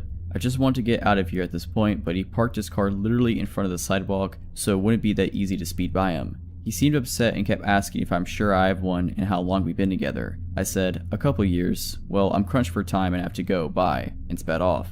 After that, I had a mini vacation and was off for 5 days after that, but now I'm back to riding to work again and haven't seen him since. This probably happened maybe 3 or 4 weeks ago. So creepy older man who tricked me and blocked me on my bike, let's not ever meet again. This was back in 2014. I had moved off campus and into a really nice part of town. I was a junior in college and this was my first time living on my own. Campus was only 2 miles away, so I would often walk back home from campus. I would take the bus or catch a ride with a friend to campus. I walked home because my schedule ending never quite matched up with the bus schedule and my friend finished 2 hours before my daily schedule did. I was used to walking the 2 miles to my apartment. I never thought anything of it because I walked through the busy area of my town, along the second main road. So there were always people around. My apartment was actually a stone throw from the most popular frozen custard shop in the area. Every night the parking lot would be packed. So I'm walking home like usual. I get to the frozen custard shop and notice there's a lot of people tonight. It was just something I always noticed and paid attention to. All of a sudden this huge red truck pulls up beside me. I'm caught off guard because I have headphones in. It takes about 30 minutes to an hour to walk home, so I'm normally listening to music or talking on the phone. I stop and take my headphones out and look at the truck. This man dressed like a country singer was sitting in the driver's seat. He looks at me and asks where the mall is. I put him in the direction to the mall. He said, I've been down that way. I'm a photographer and I'm supposed to be doing a photo shoot at a bar behind the mall. I've lived in this town going on 3 years now. I know where all the bars are located. Makes it easy when all of them are on the same street. I explained to him, there's no bars by the mall. They're all on Philly Street. He continued to insist on a bar being behind the mall. All of a sudden he just changes. He looked at me and asked me to step back, so I did. He looked me over and asked how tall I was. I told him 5'7". He then asked me, I'm doing that photo shoot, would you like to be a model for it? I told him I don't like getting my photos taken. He insisted, telling me I was beautiful and would look great. Almost like he's given up on the tactic, he moves to another. He then asked me where I live. I told him not far. He wanted more info. I pointed in the vague vicinity of my apartment, making a point not to actually point at it. This dude then asked me if I wanted a ride. I told him no, it's not far, I'll be fine. He kept insisting I let him give me a ride home. I kept telling him no, stepping farther away from his truck. He then out of nowhere asked me how he could get to the mall. I told him, go down this road, at the light turn left. The mall will be on your left. He thanked me and started to drive off. I walked slowly to my apartment. I watched his truck get to the light. Instead of turning left like I said, he went straight. Going straight leads into a small residential area that you need to know this town well to get through. I lived in that town from 2012 to 2017 and still can't figure my way through that area. I made sure that truck was completely out of sight before I hightailed it to my apartment and locked the door. My dog didn't quite understand what was going on. All he really knew was he had to go to the bathroom pretty bad. I tried to distract him for 5 or 10 minutes to make sure the coast was clear. My heart sunk when I did finally take him out. The same red truck was parked near the parking lot behind my apartment building. The truck didn't belong there. I'm one that memorizes all the vehicles that are normal for the area. No one had a red truck like that. I went back in and texted people describing the man and the truck to them in case something happened to me. I did not go back out for hours. When I did, the truck was gone. I never saw the man or the truck ever again. To the man who probably tried to abduct me in front of the most popular venue in town on my way home, I hope I never see you again. Okay, before I get into the story, there's a few things I need to explain about my country, South Africa, for you to fully understand the story. In South Africa, it's normal to have high brick walls with electric gates, electric fences, alarms, etc. The crime here is hectic. It's also pretty normal to have big gardens. My family and I are big animal lovers, so at the time we had 6 dogs. 2 Shar-Peis, 2 German short hair pointers, and 2 Dachshunds. With that being said, our dogs roam freely in and out of the garden, as it's obviously enclosed. We usually leave the veranda door open during the day for them to do their thing. Another thing about South Africa, it's normal to have a live-in domestic worker, maid, and gardener. Like, the average family usually employs them. It's not only for wealthy people, which seems to be a thing in other countries. For the story, our DW is Ellie, and our gardener is Vince. So, this happened in 2007 when I was just 9 years old. My older brother, who was 10, and I had just gotten our first cell phones that day. My dad surprising us after work. You may think it's a bit young, but it was used for emergencies or to communicate with our parents. Anyways, it's an important piece of info for the story. We don't usually leave our veranda door open at night, due to security reasons, but I remember it being a hot summer night that night. So of course, this night of all nights, the veranda door was wide open and the dogs were doing their thing in the garden. My brother and I were in my parents' room setting up our new cell phones, all excited. Ellie's daughter Anne, who's like an older sister to us, 18 years old, was helping my brother and I. My dad was somewhere in the house and my mom was in the bath. I specifically remember Anne having a comment about how the dogs would not shut up and how annoying it was. That's when I noticed it too. Sure, they'd bark, but it was usually the dachshunds that yapped, where the bigger dogs just chilled. Plus, it would only happen for a few minutes, then they'd get over it. Something was different that night, as even the bigger dogs were barking non-stop. My dad appeared in his room and mentioned to us that he too noticed the dogs' incessant barking. He was going to check if everything was okay. No alarm bells went off in my head, and I don't believe my dad thought anything was amiss either, because my brother asked to investigate with them and my dad agreed. I was obviously too engrossed in my new Sony Ericsson. My dad ventured out to our garden with my brother in tow when my dad had noticed the dogs were all grouped, growling and going nuts at a dark corner behind our in-the-ground swimming pool. The best way I can describe it is that our garden beyond our pool hits like a slight decline, so we have a few steps leading down the hill to the bottom end of our garden. We usually have a lamp that lights it up, but my dad had noticed how the lamp seemed to be off, which confused him because he could have sworn it worked the other night. Either way, my dad said he got this gut-wrenching feeling because of this and because of how out of the character the dogs were acting. He called after them. They'd usually come running, but tonight they all just seemed to look at him, then turn back around and continue to go crazy at this dark corner down the steps. My dad told my brother to go back inside the house and get a torch, sort of using it as an excuse for my brother to not come out with him because of this off feeling. When my brother went back inside, my dad slowly approached the steps. He noticed how the dog seemed to be snapping at whatever it was, hiding just out in the view in the darkness.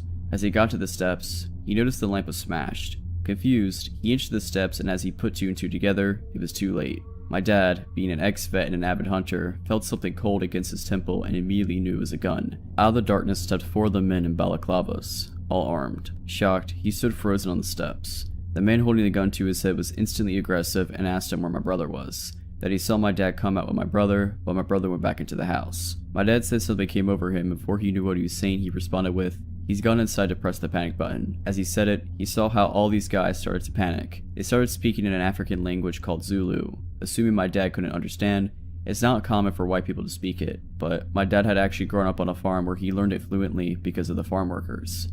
The aggressive guy holding the gun said, in Zulu, "The cops will be here any minute.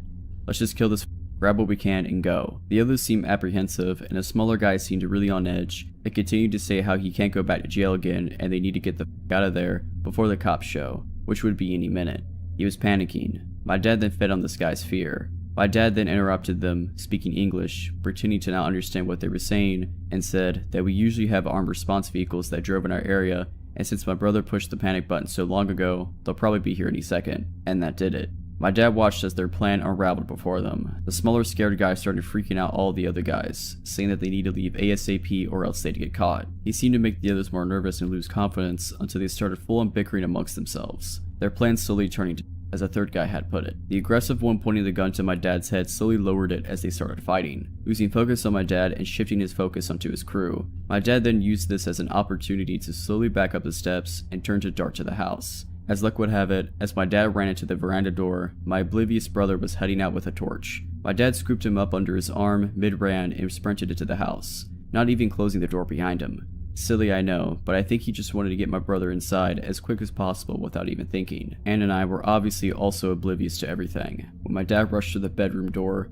slammed it shut, and told us to go upstairs into the attic, quote unquote, "There's 5 guys outside with guns. They're here to hurt us. Get upstairs now." My heart sank. I remember my body automatically responding and me sprinting to the stairs with Anne right behind. My mom ran out of the bathroom in a towel, not too far behind. We sat there in darkness and silence. I swore you could hear a pin drop. I think we were all just wanting to hear something below us in the rooms. My mom cursed saying she didn't have a phone, neither did my dad. But ha, in my hand was my brand new Sony Ericsson. No better emergency to use it than now, right? My mom dials the police and I kid you not, they asked where we live, we explained and they told us it wasn't in their jurisdiction. Sorry, click, the line goes dead. We're now not only ourselves, but we're flabbergasted too. My mom starts cursing like a sailor again and that's when my dad realizes. He didn't close the veranda door and what about Ellie and Vince, who are in their rooms, blissfully unaware of the danger they're in. He gets his firearm in the safe in the attic and tells us whatever we hear, do not come downstairs.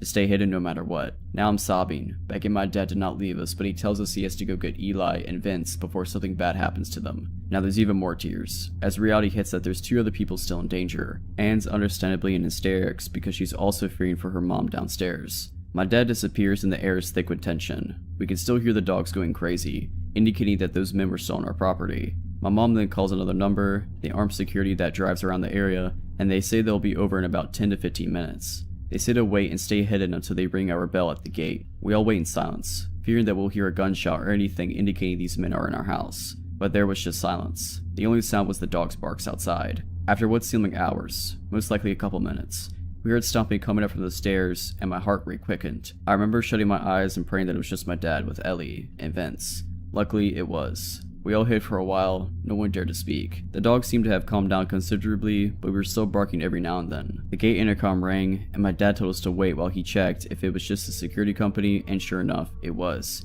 He opened up and the nightmare was over. I remember standing up and my knees buckling from the adrenaline my body endured. The armed security somehow notified the Wright police, and everyone investigated the garden. They found that there was actually 7 pairs of footprints and that these guys bent the spikes on our wall and just climbed over. We got an electric fence shortly after, so there must have been 2 other guys hiding in the shadows that my dad hadn't seen, which is actually creepy in its own right. Thank goodness nothing happened to my family, and I'm forever thankful for my dad's quick thinking regarding the panic button. Also, I'm so glad my dad understands Zulu and can manipulate the situation to benefit us. This takes place in the early 80s. I grew up in the suburbs in a very friendly townhouse complex. We all knew our neighbors. My first friends were the kids that lived in other townhouses. To describe my home, all townhomes are attached. They're also very tall and slender. I had 6 flights of stairs to go from the basement to the bedrooms on the top floor. We had a tiny driveway, and then there was the small roadway. On the other side was a raised flower bed that ran the length of the side of the townhouse wall across the street. The most important thing was a very bright street light in the middle of the planter. It shined ominously right into our front windows at night, and it had enough light to illuminate shapes above the kitchen counter on the 3rd floor kitchen, just the top part of bodies. You didn't need to turn on the kitchen lights at night if you needed to get something. One night I had a sleepover with my friend who lived diagonal to me. Us scouts had stayed up late and went to the kitchen for snacks. I peered out into the street to see an unfamiliar guy walking by on the roadway. There was no sidewalks. I noted to my pal that there was a weirdo walking by because he didn't seem right. He was tall and lanky with long 80s hair. With our familiarity with people in the neighborhood, we didn't recognize him. Our complex roadway did lead to a street, but it wasn't used as a shortcut because it was a long way to get around the neighborhood, so you didn't see others often, especially at night. As soon as I commented weirdo, he walked by our house. Only a couple of minutes later, he walked by again, going in the direction he came on the roadway. This time, we saw him out of the corners of our eyes coming along. Being scared kids, we immediately ducked as we were visible to the street. Up until then, we didn't think anything more of it, but our instincts told us to hide, so we did. My friends said we were overreacting after a few minutes being crouched down, so we carefully peered over the counter. Weirdo hadn't walked by. He was now standing in front of the flower planter looking up at our house. To this day, I remember that bright streetlight illuminating him from behind very ominously. He looked like a horror film killer come to life. We hit the floor again, thoroughly freaked out. I don't know how long we were there for. I could only hear the sound of our breathing for some time, until I thought I heard the squeak of the garage door handle. It was one of those old rusty ones that opened outward. I thought I was dreaming until I heard for the second time that rusty handle squeak. He was trying to get in now. My friend and I were frozen in fear. Luckily, my dad always locked the garage. The squeaking stopped. Even though my friend and I could have run upstairs or shut it to my parents, we were rooted on the spot, thinking if we moved, he'd get us somehow. We thought that was it as it was suddenly quiet. But a few minutes later, I heard the swoosh of the screen door and telltale sound of the front door handle being pressed down. The first screen door was never locked, but thank God the wooden door always was. The noise repeated a few times. The metal scratching of the screen door hinge and the click of the front door latch. I wanted to piss my pants, and my friend looked like crying. Again, we were too silly enough to move or do anything to help ourselves. We just shook in terror and hoped he'd go away. He stopped trying to get in after about 5 minutes, and all we heard after that was silence. About 8 minutes later on the kitchen floor, we moved to stand up.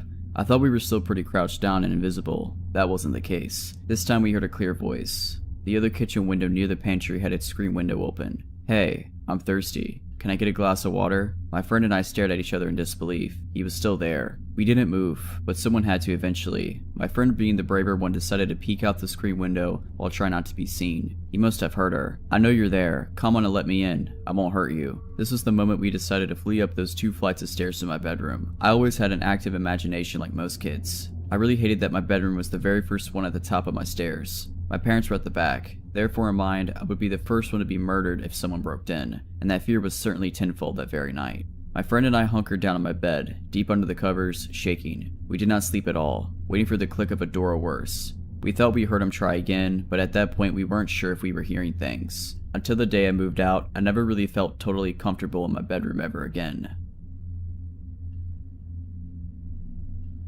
I'm a 21-year-old female, and this story took place when I was around 11. I remember this day clearly because it was the first time I was ever allowed to walk to school and back by myself. Up until the age of 14, I lived in what we thought was a safe place in Chautauqua County, New York. Everyone knew everyone here. If you thought you would get away with something, then be prepared to have your ear chewed off by the time you get home. There was this one day though, it was a cold winter day and school unfortunately was still open, so all the neighborhood kids had to walk through knee-high inches of snow just to get to school. It took me longer to leave the house as I was used to walking with my older sister to school since she knew the routes better than me. I always used to make fun of her for being paranoid and taking a different route every day from school, but after that day, I learned that was what saved my life. As I was waiting by the door to leave, my mom came up to me and told me that I should ride with her to drop me off because my sister was too sick to go today. Being a brat, I made a big deal about walking by myself because I was almost 12 years old and all my friends' parents let them walk alone. She looked at me for a long while, then told me to make sure I pay attention to cars.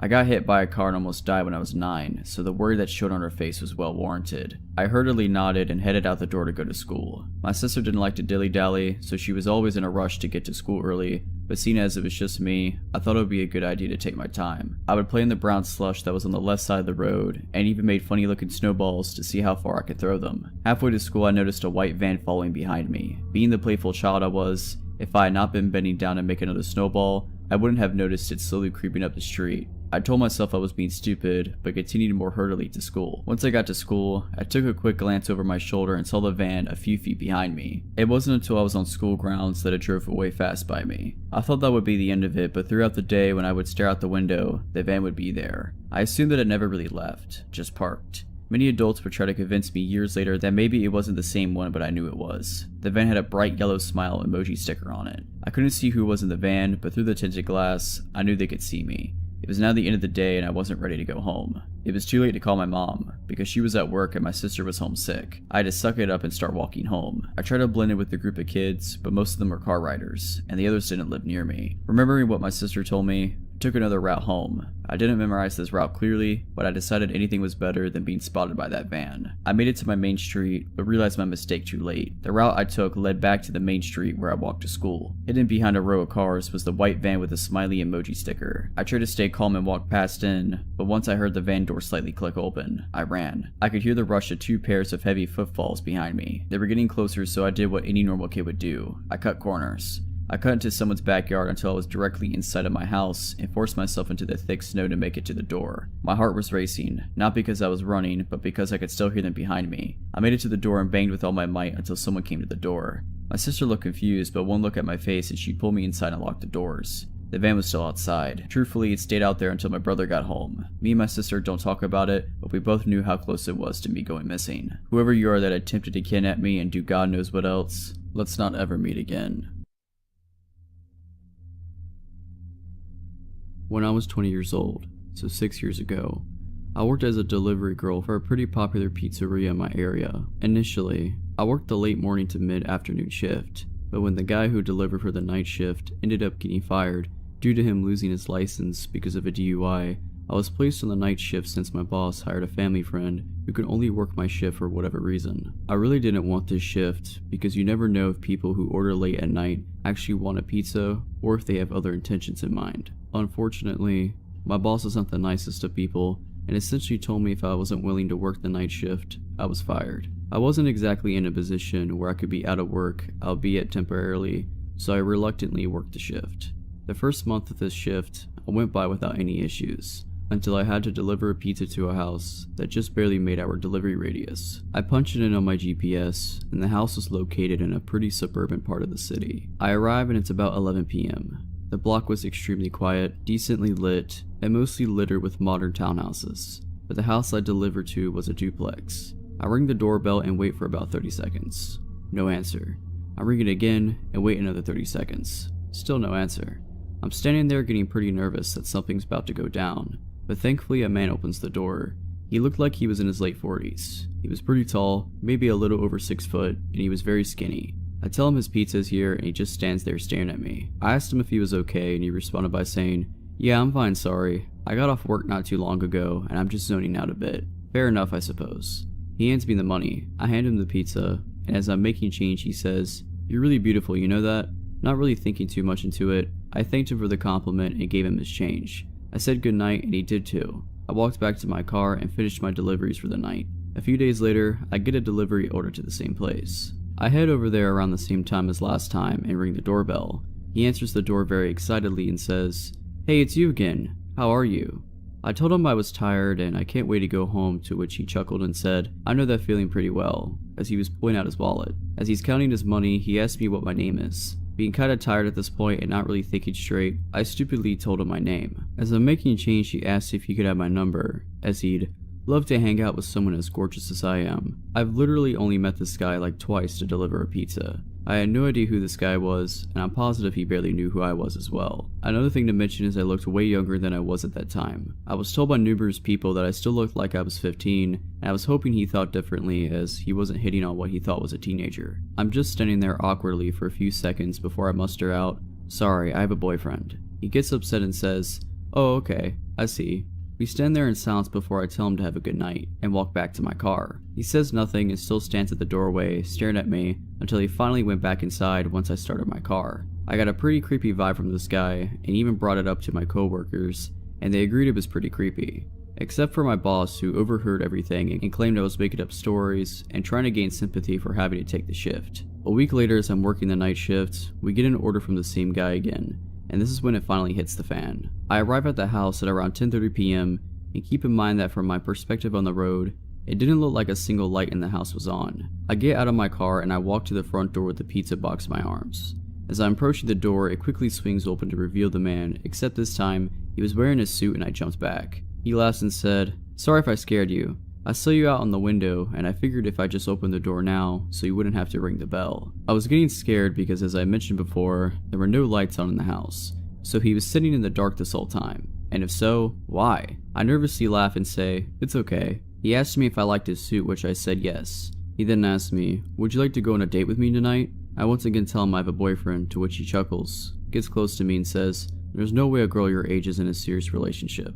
You should really go on a date with me." He grabs the pizza box from me and throws it to the side and grabs me by my arms hard. I'm officially sweating bullets at this point, and now trying to cry from the fear that was overwhelming me. I start pleading with him, "Dude, please. I just want to go home. I don't want to go on a date tonight." He just stares at me with the most sinister look I've ever seen on someone's face and says, "I don't care. Get inside now. We're gonna have a good time." He starts trying to pull me to the house, and I'm trying to resist as hard as I can. After a bit of struggling, he lets go of one of my arms and starts grabbing something out of his pocket, which I presumed was a knife. I did something to this day that I'm still thankful worked as he was doing that. I used my free arm to punch him as hard as I could in the stomach. This stuns me for a few seconds, and as he loosened his grip on me, allowed me to break free. I quickly run to my car, and as I get in, he runs at me and tries pulling me out of the car, holding the knife in the other arm, and just starts yelling. I grab a half-empty soda bottle I had in the cup holder and throw it, and luckily it hits his head and he lets me go. I slam on the door, and then all of a sudden he jumps right on the hood of my car and starts scratching and banging on my windshield with his knife. I put the car in reverse and quickly back out of the spot and quickly reverse down the road with him desperately trying to hold on. He's banging on my hood screaming, "Stop the car!" I turn onto the next road as swiftly as possible, and luckily, he falls off the hood of my car. I slammed the gas as hard as I could to get away from him as far as I could. In my panicked state, I drove a couple blocks down the street and kept making turn after turn onto other side blocks as I feared I was being followed. Eventually, I reached a red light and I slammed on the brakes and just sat at the intersection frozen from what had just happened. I began crying and violently shaking as I was just sitting there. It dawned on me that I came so close to losing my life, and I couldn't help but feel like I shouldn't have been alive. Once the light turned green, I pulled over to the side and just sat there crying. Eventually, I get the energy to drive back to the pizzeria, and almost immediately after I walk in, my coworker knew something was wrong after seeing me. I practically broke down in front of him, and everyone else came to the front wondering what was going on. I fought my tears and explained everything that just happened. My coworker comforted me, and my boss surprised me and began apologizing profusely for what had happened and for putting me on the night shift. He took me into the office and handed me the phone to call the cops. They arrived at the store, and I gave them my statement, as well as taking pictures of any marks on myself, as well as scratches on my car for the encounter as evidence. My coworker followed behind me as I drove home, and I collapsed on my bed, and strangely enough, I managed to fall asleep. I quit my job the next day, and luckily a friend of mine managed to hook me up with a new job at her clothing store. As far as the psycho goes, 2 days later I received an update from the police. The entire duplex is owned by the guy's brother who lived on the right side with his wife, and the psycho lived on the left side of the duplex. I learned that he had been in and out of jail constantly at first for robberies and assaults. He had been released from jail about 5 months ago apparently. When they arrived at the house, he was long gone and his family had no idea where he ran off to, but the police insisted they would find him. And indeed they did, albeit not alive. I spent the next 2 months in fear that he would find me and finish what he had in mind, but the police contacted me and updated me on the case. Apparently, he fled to another city nearby and attempted to kidnap a teenager walking alone late at night on the street.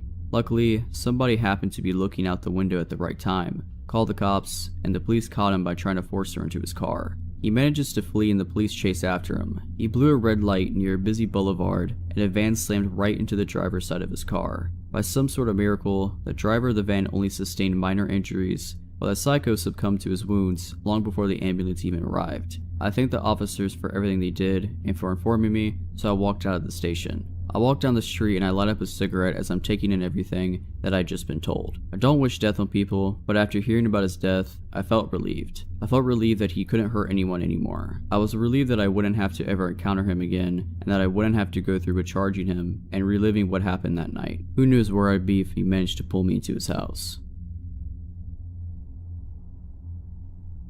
I grew up in Ohio in the 70s, and me and my childhood friend Joe were outside all the time when we could manage it. Joe lived on a farm that bordered a pretty big forest, and my parents would drop me off in the morning and we'd stay in the woods all weekend. We'd only come out for school. We loved pretending that we were frontiersmen. We'd build shelters, traps, practice making fire with sticks, the whole 9 yards. When we got to be in high school, we got this notion to pull a "Stand By Me." This was based on the movie on the same name that just came out. The idea was that we'd walk the railroad tracks out in the country, but instead of looking for a dead body, we'd find cool bridges to fish from and to camp little ways off the tracks. Of course, we knew this was dangerous and we'd likely be trespassing, but we were kids. We had a lot of fun. We did find beautiful rivers. We discovered bridges no one went to, we fished, we hid from trains.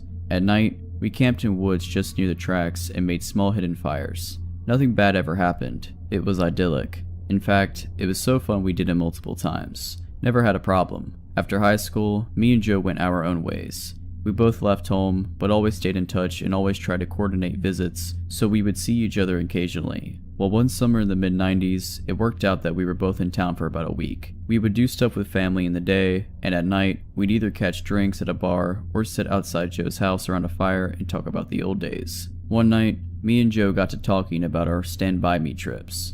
Well, nostalgia and beer are a heck of a mix. Soon, we decided to take a day, walk the rails, camp one night, and walk home. The day came, we started out early morning. We had my wife drop us off in our old spot where we used to start, right outside our hometown. She thought this was absolutely crazy and made sure to mention it. When she pulled away, Joe suggested that instead of walking the usual route, we take the opposite direction, just to be adventurous. We knew the land well, we had a map, and so I gave it a "screw it," and off we set. The day went fine. It was fun and a little sad, but in a good way. We found a bridge and sat on the edge, smoked a joint and moved on.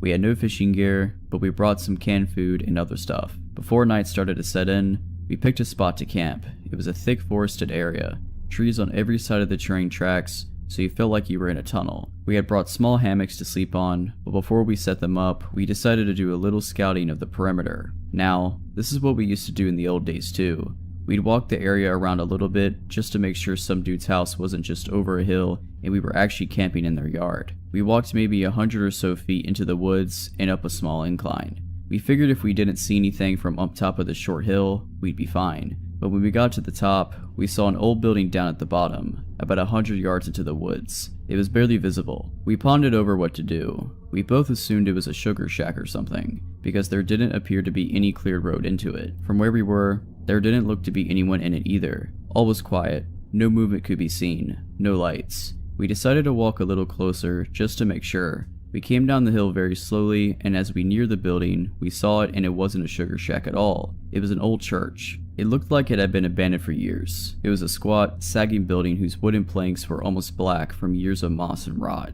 A cross still stood on top of the place, also weathered black. None of the windows had glass, and there were no doors, just open doorways. We got close enough to see inside. There were rows of pews and a built-up section in front for a preacher to stand. We didn't go all the way in. We didn't want to. Beyond all that, there was no sign of anyone else. No footprints, no paths, no roads. It was an abandoned church. We left immediately and went back up the hill to our spot that we had picked to camp.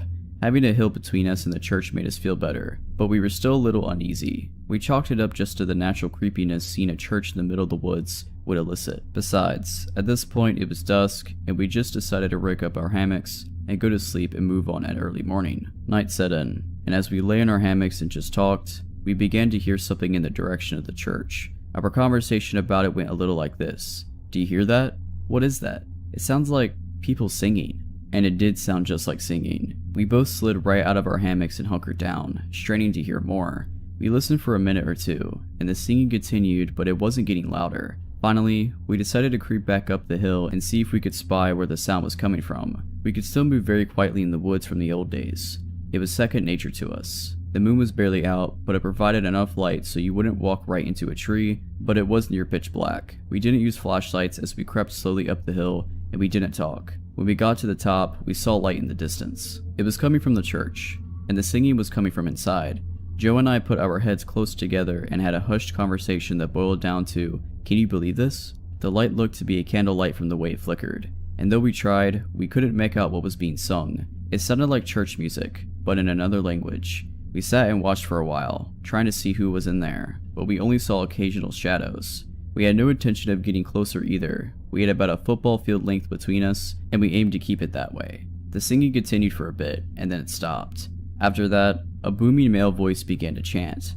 I was already freaked out, but this voice thoroughly scared the crap out of me. It sounded like some Old Testament preacher you see in movies, but again, it was like he was speaking in a different language, because we couldn't understand a single word. Eventually, it got to where the single male voice would say something, and then a bunch of voices would answer in song. This lasted for a while, and then they all broke into this long, sustained wail that just kept getting louder. It got so loud and so disturbing that I covered my ears. Then it stopped. At this point, I was just getting ready to say, "Let's get the heck out of here," when Joe put a hand on my shoulder and hissed, "They're coming out." We were far enough away that we couldn't really make them out very well, but what we could see was a line of figures walk out the open doorway, all holding hands in single file. We could see some of them had flashlights. They began to sing again, and the light from the flashlights began to move toward us and the hill. We booked it back down to our campsite, grabbed our stuff, and ran to the tracks. Once there, we ran down the tracks in the direction we had come from. After a few minutes, we stopped and looked back. We saw lights coming down the hill, and they were moving erratically like whoever was holding them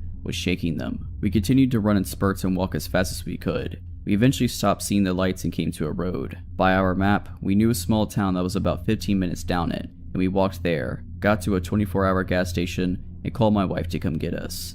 My wife and other friends all just thought it was kids messing around, but I heard those voices and they sure as hell didn't sound like any kids to me. Not sure who those people were, but it was definitely the most creepiest thing that happened to me out in the woods.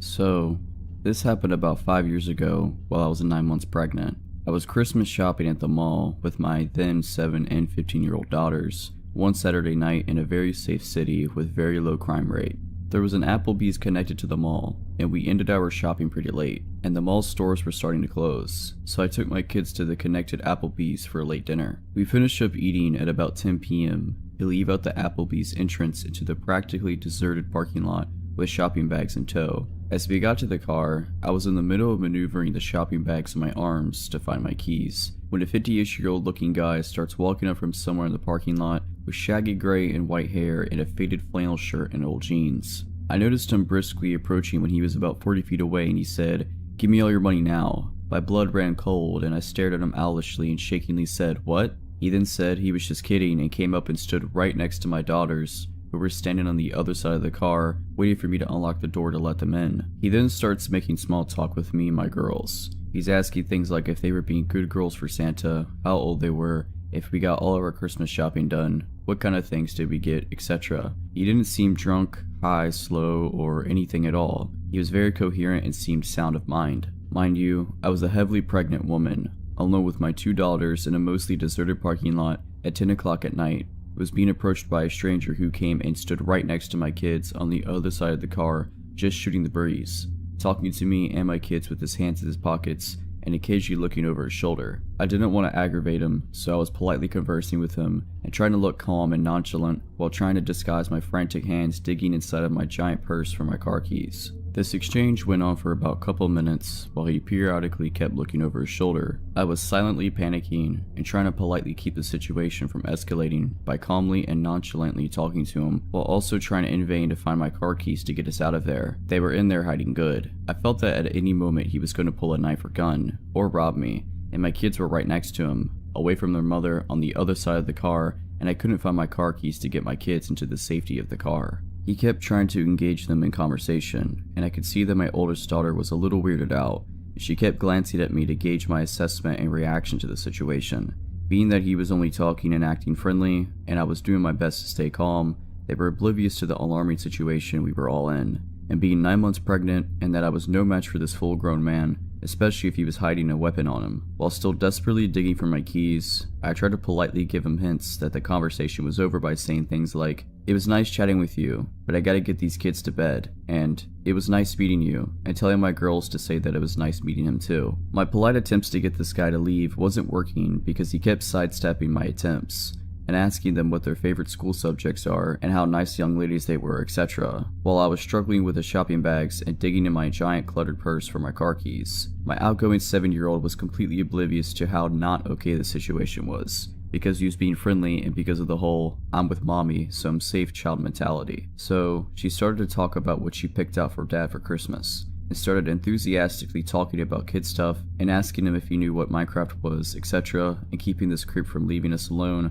by keeping him engaged in conversation. They didn't realize that I was becoming desperate to get them out of there. Then I suddenly felt this sinking feeling of dread when I realized that I may have lost my car keys in the mall, and that we were stuck outside with this strange man who kept looking over his shoulders and was showing no signs of walking away, and I was thinking that he was waiting for the perfect moment to pounce. All he had to do was grab one of my girls and threaten their life, knowing it would make me do whatever he wanted as long as he wouldn't hurt them. I started to feel my adrenaline start to spike, and my heart and stomach started doing flip-flops, and I felt like at any moment something was about to go down, as the gravity of realizing that there were no other people or witnesses around, and that they were totally alone with him at that moment, the odds were stacked against us and that he has his chance. He all of a sudden was all like, "Okay, it was nice talking to you, see you later," and walked off in the same direction as which he came. It wasn't until then I found my car keys and locked the car and told my kids to get in fast, and I got in too, and locked the doors and started the car and drove out of there. My 15-year-old lightheartedly and jokingly said, "Okay, that was weird," and laughed.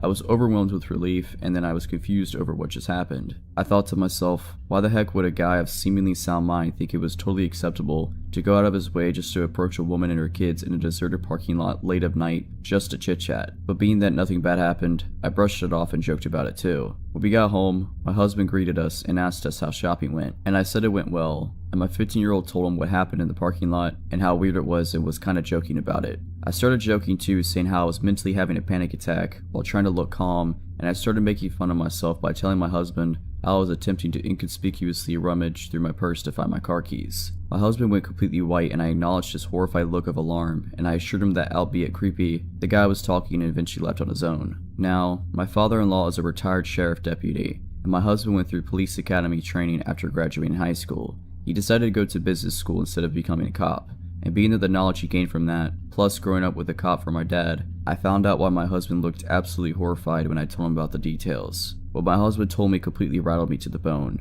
My husband told me that he was 100% sure the reason why that guy was hanging around us and chit-chatting was because he was waiting for me to unlock my car. And the reason why he was standing next to our kids was because once I unlocked the car and the kids started to get inside, he was most likely going to force himself into the car with the kids and hold a knife or gun to them to gain leverage on me to force me to cooperate, knowing that I wouldn't abandon my kids, which would force me to get into the car with them and then do whatever he wanted me to do, which most likely would be to drive to a remote location to do whatever knows what. And being that he wasn't wearing a mask, suggests that his intentions were to also leave no witnesses to identify him. I then remembered that he was positioned by the backseat passenger door where my 7-year-old was, standing by waiting to get in. My husband then told me that the most likely reason why the guy ended up leaving was because it took so long for me to find my keys, and the longer it took, the more anxious and spooked it made him. And that whole time, me trying to search for my car keys in my purse saved me from potentially being abducted. If you're liking this video, all I ask is that you make sure to subscribe to my channel and like this video. Thank you.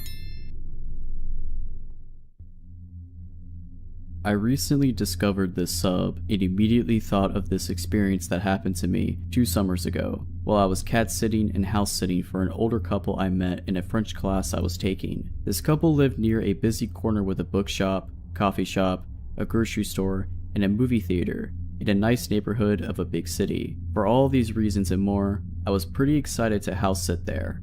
My own apartment, where I lived with my boyfriend and my own cat, was about a 10-minute drive to 40-minute walk further up the street in a quiet, residential area with nothing much around it. Now, my own cat is vocal and super social. Because of this, we try never to leave him alone at night because he will literally cry for us all night. We're always slightly paranoid that he's going to get us evicted due to noise complaints from neighbors. We lived on the top floor and you could literally hear him crying from the bottom floor and outside if the door to the building is open. So my boyfriend and I decided that he should stay at the apartment with our cat while I was house sitting. My boyfriend drops me off at the house and I settle in with my luggage, look around the surprisingly large 3-story house, and then decide to walk over to the grocery store to pick up some food for the next few days. As I'm walking home with my bag of groceries, I notice this man, extremely tall and gaunt, with a head full of long, shaggy hair, walking parallel across the street watching me. I'm only about 2 houses away from the place where I'm staying, so I sit down on the edge of the wall as though I'm taking a break and call my mom, trying to keep an eye on him surreptitiously from the corner of my eye. This man stops behind a pole across the street and continues to watch me. I tell my mom this guy seems to think that a pole hides him from my view, but that I can see him from there, standing still as a statue, just watching me. I don't want him to know where I'm staying, so we continue chatting and eventually I turn my full gaze on the man to let him know that I see him watching me. For a moment he doesn't react at all, then he just sort of meanders on down the small street and I watch him turn the corner and disappear from my view. I tell my mom and gather my groceries and walk cautiously down the street, keeping an eye out for him as I near the place I'm house sitting and don't see him. I dart in through the back door next to the garage as quickly as I can and breathe a sigh of relief once I'm inside. I tell my mom everything's good, and I put away the groceries and forget about the entire incident. The couple has a beautiful library, so I continually spend the rest of the afternoon and well into the evening just perusing their walls of books and selecting a few to bring upstairs to the guest bedroom on the 3rd floor. I'm playing some music and just enjoying the quiet downtime all to myself. I finally get sleepy, text my boyfriend goodnight, and fall asleep. I wake up shortly thereafter after a terrifyingly realistic dream that this gaunt man has walked into the room, trailing his fingertips along my body. The room is dark, all the window blinds shut, and my body goes completely still. Half positive that it wasn't a dream and that he had somehow broken in, it was waiting in the shadow. I quietly reach underneath my pillowcase for my phone. I always keep my phone tucked under my pillow, and it's not there. My panic rises, and my mind overreacts. He's here and he's playing a game with me. He took my phone. He's somewhere in the house. I desperately begin to pat around my bed as quietly as possible, searching beneath the other pillow for my phone. Not there. I think, surely he'll hear me if I get out of my bed to look. But I suddenly remember that I left my laptop next to me on the bed and I open it, quickly sending text after text to my boyfriend through iMessage until he wakes up. I tell him I can't find my phone, had a bad dream, and I'm super anxious. With him awake and responding, I get the courage to flip on the lamp and get out of bed. I search around the floor, thinking my phone must have fallen while I was sleeping. Nope, not on the floor. Finally, as I search the bed frantically, I find it atop the covers on the other side of the bed. Weird, but I suppose I must have knocked it across the bed or something. I don't sleep well the rest of the night, hearing noises from across the 3 floors of the creaky stairs and house, thinking anyone could break in through the patio door across from my room. All they'd have to do is get to the balcony, and wake up the next morning exhausted. The next day, I'm sitting in the living room at their piano practicing. I'm an opera singer, and I was mostly excited about this house sitting because I'd get the chance to sing without worrying about apartment neighbors complaining, with the blinds open. There are some kids riding their bikes, neighbors with dogs, the usual. I'm enjoying my afternoon when I notice there's an odd, run-down, dilapidated, dark house nearly diagonal to this one, which doesn't fit in at all with the otherwise nice neighborhood. Gaunt man walks out of it and sits on the porch. My stomach drops. I call my boyfriend and tell him that the creepy guy apparently lives across the street. I shut the blinds facing that way so that he can't see me and retreat to the other side of the house with the kitchen. I spend the rest of the day chilling, convincing myself that I'm overreacting, that everything is fine and I don't need to worry. Nonetheless, come nightfall, the house seems just way too large, with too many entrances, and the bottom floor is so far away that I worry the noise wouldn't carry up to the top floor if someone did break in. Naturally, I cannot sleep at all. I end up retrieving a knife from the kitchen and stashing it under my pillow. Noises keep me up. Creaks, odd sounds. Around 11 p.m., I call my boyfriend and beg him to come stay with me, assuring him that our cat could survive one night without us. He drives over and pulls into the garage. I come unlock the hall door from the garage to let him inside. I still don't sleep well, but at least I get some sleep with him here, feeling a little safer. He gets a little weirded out about the knife under the pillow and tells me to put it back where I got it. I stash it in the bedside drawer, just in case. The next day, I pull it together and tell him he doesn't need to stay. I'm clearly overreacting. Then comes nightfall, and the plethora of odd noises. I decide I can't stay in the guest room at the top floor anymore because I feel like I can't hear anything. I go down to the second floor and try to sleep on the couch in their media room. George of the Jungle's on TV, and I try to fall asleep while watching that. Instead, I get more and more paranoid that I won't be able to hear anything over the movie and end up switching the movie off. I try to fall asleep again. Now I'm sure that I can hear noises from both above and below me. Not the cat, who, every night, hid in a tote bag in their bedroom on the second floor and never made a sound except to hiss at me when we crossed each other's paths. I get no sleep, patrolling the entire house all night, finally falling asleep as the night sky tinged gray with dawn. The next day was my birthday, and his little sister was flying up from across the country to spend a week with us. He couldn't stay the night with me anymore because she was still quite young and needed adult supervision, and I insisted that she stay at our place rather than have them come to the house I was at. Fortunately, my best friend had just returned from her trip, and we decided to have a birthday sleepover. I feel a little paranoid, but again, I'm able to get some sleep with someone else there and wake up a little more refreshed. She leaves, and I sit in the kitchen, which faces the street where Gaunt Man first saw me. Gaunt Man is across the street, walking and watching. I duck down against the wall below the window, placing my phone at the gap between the blinds with only the top of my head showing. Gaunt Man gets closer, still watching as I hit record on the video. I get several seconds of him watching the house until he suddenly seems to notice the top of my head or the phone and snaps his own gaze back to the sidewalk below him and walks on. My heart is pounding. Now he knows that I've watched him watching me again. Probably saw the phone recording or taking a photo, and he lives right across the street, where he often sat on his porch for hours smoking with a couple of other men, facing my direction.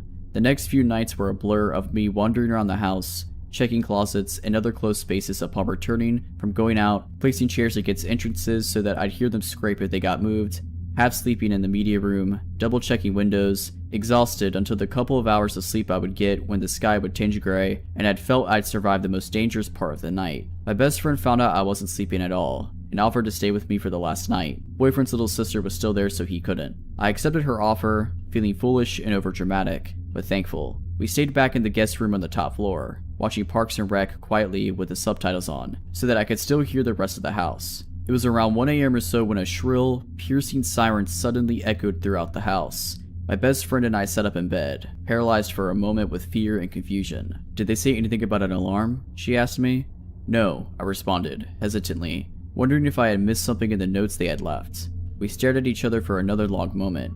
"What should we do?" she asked. "I don't know," I said. "We should shut the door and lock it, right?" She was the closest to the door. She shut it quickly and locked it. I moved the nightstand in front of it, a pathetic barricade. The siren continued to wail throughout the house. "Should we call the police?" I asked, my heart pounding into my mouth, opening the blinds with my hands and trying to peer through the dark street below. There was a window to the bathroom with the access from the balcony patio. I checked it, just to make sure yet again that it was shut and locked. "We should probably call the police. Or should we?" She had already begun to call the police, telling them that we were house sitting and an alarm had just gone off. We were concerned about a man who had been watching me over the past few days, and we were alone in the house. The police got our address and said that they would arrive soon. Suddenly, the alarm stopped. With the alarm off, we gathered the courage to remove the nightstand from the door and unlock it. I had pepper mace gripped tightly in my hand as we swung the door open, ready to confront whatever was out there. Nothing. No one. I checked the giant glass door a few steps away that led to the balcony patio. Locked. We made our way down the stairs, cautious, quiet. We finally made it down to the bottom floor when there was pounding at the front door. I hurriedly made it over to the door, removing the chair I had placed in front of it as quickly as I could, letting in 2 policemen. They identified themselves to the door. They came inside, asked me a few questions about this man, and then decided it was probably just a harmless homeless man. I didn't tell them that he lived across the street because I thought they'd accuse me of overreacting. "Quote unquote, he was just walking home, not following you or watching you." End quote. They couldn't find a security system, and told us that it was the fire alarm that had gone off. but they couldn't figure out why. After checking the house and finding no one, they left. I emailed the owners the next day to tell them what happened, and that we had called the police to come check it out. They apologized that it happened, and thought it was strange. I left the next day and politely declined house sitting for them when they asked again a few months later. We moved out of the city and across the country last summer. My boyfriend only recently told me that he and my dad, who had come up to help us move, had seen Gottman walking across the street from our apartment, and that last week before we moved. So Gottman, even if you weren't stalking and watching me, let's not ever meet again. A couple years ago, one of my closest friends relocated cross-country with his long-term girlfriend to a work job he couldn't refuse. Only issue he had was that he did not want to fly his dogs out with them when they made the move, since they'd be staying in a hotel for the first month. He was also a bit reticent to fly them out due to health concerns for both pets. By the time he located a home to rent, he was missing his dogs and made the request of his sister, another close friend, and myself to drive them to him in LA. Now we're Chicago folks, so the trip would be a long one. However, with the three of us to foot the near 30-hour drive, it would be a piece of cake. We left early and drove long hours. Along the way, it was decided between my friend and I that we'd foot the majority of the drive ourselves, and if we needed to, we'd let our friend's sister do some driving. We were on a bit of a time crunch due to a snafu with the rental agreement, so we didn't have the luxury to stop very often past an 8-hour stay at a Denver LA Quinta Inn. As for the journey itself, it was relatively smooth, barring getting pulled over right before entering Utah for driving for 2 miles in the left lane of an empty highway. Whoops. From that point, we made it through Utah, Arizona, and Nevada without much trouble until we entered California in need of gas. I had been driving for the majority of the first day and tagged my buddy in after being pulled over. I remained in the shotgun seat as navigator, searching through the GPS for a fuel stop. We kept our eyes peeled for road signs and discovered a sign pointing to Yermo Ghost Town or something along those lines, which had a mobile station. How wonderful. It was convenient too, as it was located almost directly off of the interstate. We rolled in on a little more than fumes when we approached the pumps. Normally we let the dogs out at every rest stop, but having stopped not long before then, and with both dogs sleeping snugly in the back, I decided to pump gas without anyone else leaving the vehicle. My buddy pulled us up on the opposite side of a beat-up green sedan with a short, plump gentleman who just turned in to approach the shop.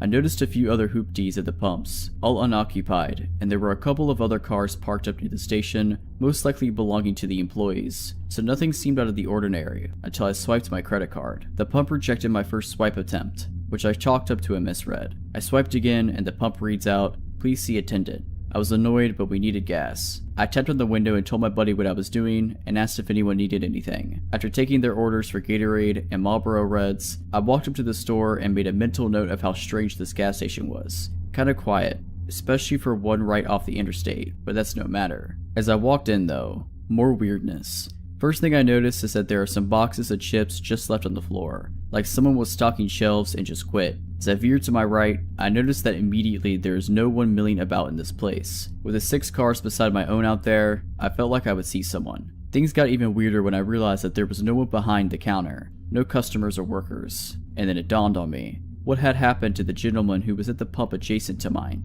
Surely they can't all be in the bathroom. This is where I began to feel this gnawing sensation in my stomach. Something isn't right. I have always been a person who felt like I could trust my instincts, and those instincts were screaming at me just to get out of there. I want to run, but I hold back. I would look suspicious booking it out of a gas station that was empty and decide to just play it cool. Natural. Don't let your body language let on to how badly you're freaking out in your head. I was probably inside of this gas station for only a couple minutes when I left, but I stopped just before exiting to listen for something. Anything. A flushing toilet would have been a good sound, but nothing. As I exit the shop and see my car, I begin to feel dread. It's like that moment in a movie where the hero is about to make it to the end of their trial, but the celebratory fanfare disappears, and in that silence, something comes and strikes them down. I am about 25 yards from the car when I see this gentleman come out from around the side of the shop opposite of me. This is not the same man as I saw while pumping gas. He was larger and had a peculiar look on his face. The best way I could describe it, it was like Nick Cage's smile from Face Off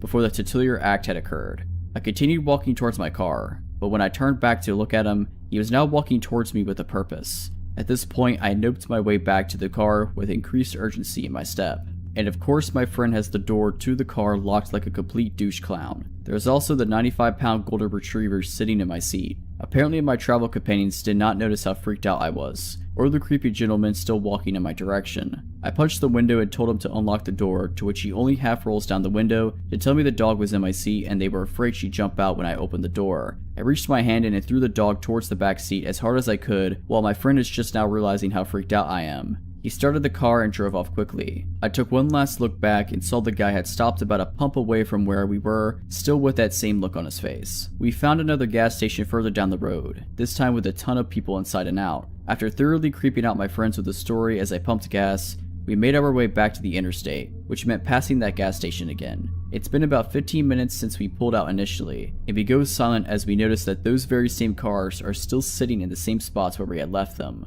After thoroughly freaking out for a few miles, I received a phone call from my credit card company about a $100 charge at a mobile station. The lady on the phone was really helpful in fixing the situation for me and was as entirely creeped out by the situation as we were. In the end, we made it to LA and had a great vacation, but it still bothers me as to what was going on at this little gas station off the highway and what was that Smiling Man story. So, crazy Smiling Man and whoever else was lying in wait at the Yermo Ghost Town exit mobile station, let's not meet.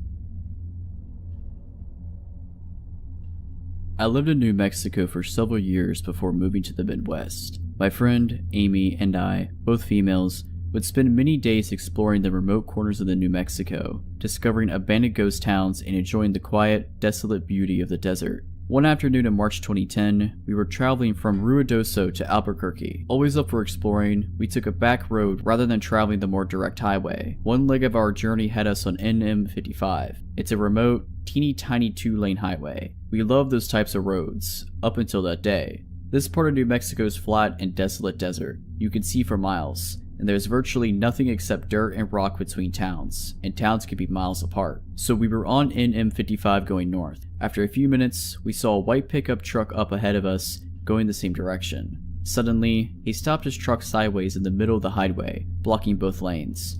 We were about a mile away from him, and as we got closer, we began to get uneasy. We could see no reason for him to do this. We were the only other vehicle out there, and we began wondering if we should turn around rather than come up to him and have to stop.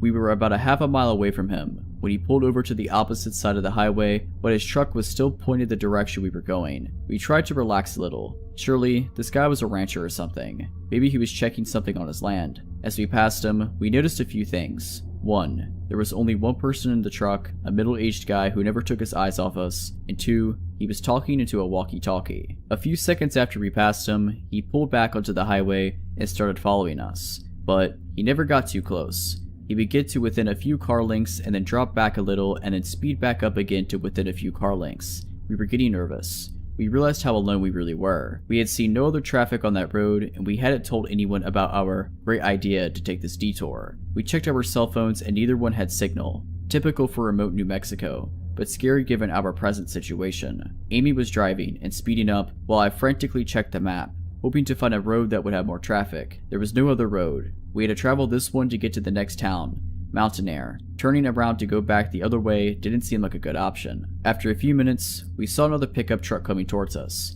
He was going very, very slowly, maybe 20 miles per hour, if that. This pickup was old and beat up, whereas the one that was behind us was newer. Amy had us up to 75 miles per hour, which wasn't typical for us on these 55-mile-per-hour highways, and we blew by the old pickup. As we passed it, we saw that it was another middle-aged guy, and he was talking into a walkie-talkie. After the white pickup passed him, he pulled a U-turn and pulled in behind it. As we watched all of this, we could see the white pickup truck guy talking into his walkie-talkie. No doubt these two knew each other. We were being deliberately followed, and for the first and only time in my life, I felt hunted. They stayed right behind us. We watched for obstacles in the road. We truly thought old beat-up pickup guy had set up a trap in the road and our vehicle would be disabled somehow. We talked about driving into the fields. We were in an SUV, but this was obviously their territory, and we were afraid of what would happen if we went off-road and got cornered. So, we stayed on the highway. By now, white pickup truck guy was right on top of us. We could see him talking into the walkie-talkie, and he stayed right on our bumper. And old, beat-up pickup truck guy was right on top of him. The three of us sped down the highway. The white pickup inched closer. His maneuvering and edging closer made it apparent that he was trying to bump us. I watched helplessly as he got to within inches of our back bumper. Amy floored it. We were passing 80 miles per hour and edging up to 90. The road was flat and deserted. but any little thing going wrong would have been catastrophic. We absolutely were not going to slow down or stop if we could help it. The white pickup pulled into the opposite lane and started to gain speed. The only thing we could think of was that he wanted to pass us and get in front of us. If he got in front of us and his buddy was behind us, then we'd be boxed in and trapped. We looked frantically at the rocky desert on both sides of us. Our only option was to off-road it. As we topped a small incline, we saw a sign that said Salinas Pueblo Missions National Monument, and it pointed towards a road on the left. And right at that moment, a blue pickup truck pulled out of the road and onto the highway in front of us. As we came up on the blue pickup, we saw the plate said U.S. Park Service. We looked at each other and then looked behind us. Both pickup trucks did U-turns and went the other way. We followed the blue pickup to Mountain Air and then made our way to Albuquerque. I don't know exactly what those guys' intentions were, but they weren't good. There is something seriously wrong out there. I notified the state police and they said they would keep an eye on things. So, let's not ever meet, or have anyone else ever meet, these guys. This story occurred roughly 14 years ago, when I was 12 years old and living in east side of an Australian rainforest. When I say rainforest, our house was on a 40-acre property surrounded by bush. The house itself was owned by a Swiss man named Hans. Occasionally, he would come down with his tractor and slash the long grass surrounding our house so we could access slightly more of the property in the summer. We lived about a 40-minute drive from the small town center. This meant that if we needed groceries, medical attention, or to contact our parents, say while we were at school, it would be a 40-minute drive before anything could be done. The house sat on a side of a large mountain, roughly 3/4 of the way up, so naturally, most of the land we called home was strewn with valleys, nooks, and hideaways. We had trails we could walk, and they led to a stream and a small waterfall. It was a truly beautiful place, but considerably scary to me and my small siblings, one brother and one sister slightly younger than me. We knew our neighbors on both sides of the property, but because of the location of our house was pretty remote, our nearest neighbors were roughly a 10-minute drive away. One was a lovely old lady who used to wave to us when we got off the school bus before we made the trek to our house every day. I think our parents asked for her to keep an eye on us. The other was a middle-aged man and his family. He was a real jerk who excavated around the bottom border where our properties met and continuously interrupted the stream and waterfall's clear flowing water supply. Lots of strange and creepy stuff happens when you're living in the middle of nowhere, but one in particular involved a guy I certainly don't want to meet again. Being pretty removed from people, it was extremely rare that we ever got visitors we didn't know were coming. When people we didn't recognize turned up, it was usually because they were lost and needed directions. One day though, a man in a car came roaring down our driveway. I remember running inside to tell my dad someone weird was here. He immediately walked outside to see who this unwanted guest was. My dad goes outside to see what all the commotion is about, while my mom keeps us inside, being protective. The man has a large red furred dog in the back of his car that looks like a German Shepherd cross. It snarled at my dad, but immediately cowered when this stranger told it to shut up. Our own dog named Millie was snarling and going ballistic whilst being chained up to the house. "Hi, my name is John." The way the man spoke was like he was a salesman, a really slick and smooth guy who on the outside seemed friendly, but with the overtone of wanting something. My dad immediately responded with, "So what are you doing out here then, John?" The man was taken aback, obviously not used to dealing with someone as hostile as my dad. They then talked for a while and I could hear my dad talking with a sense of confusion about whatever this man had to say. I did however overhear my dad say, "What are you thinking? Just call the cops." I found out later that the lovely old lady next to us had died. Apparently John was on the other side of her property and went to visit and found her dead. He also asked my dad if they should move the body to make it easier for police to investigate. This is obviously why my dad was telling the man to call the police immediately. Anyway, later that night the police showed up to take a statement from my dad and John, who was hanging around our house until the police arrived. I remember my dad pulling an officer aside and explaining that John wanted to move the body when he first arrived. The police left without any more questions as it looked like she had died from natural causes.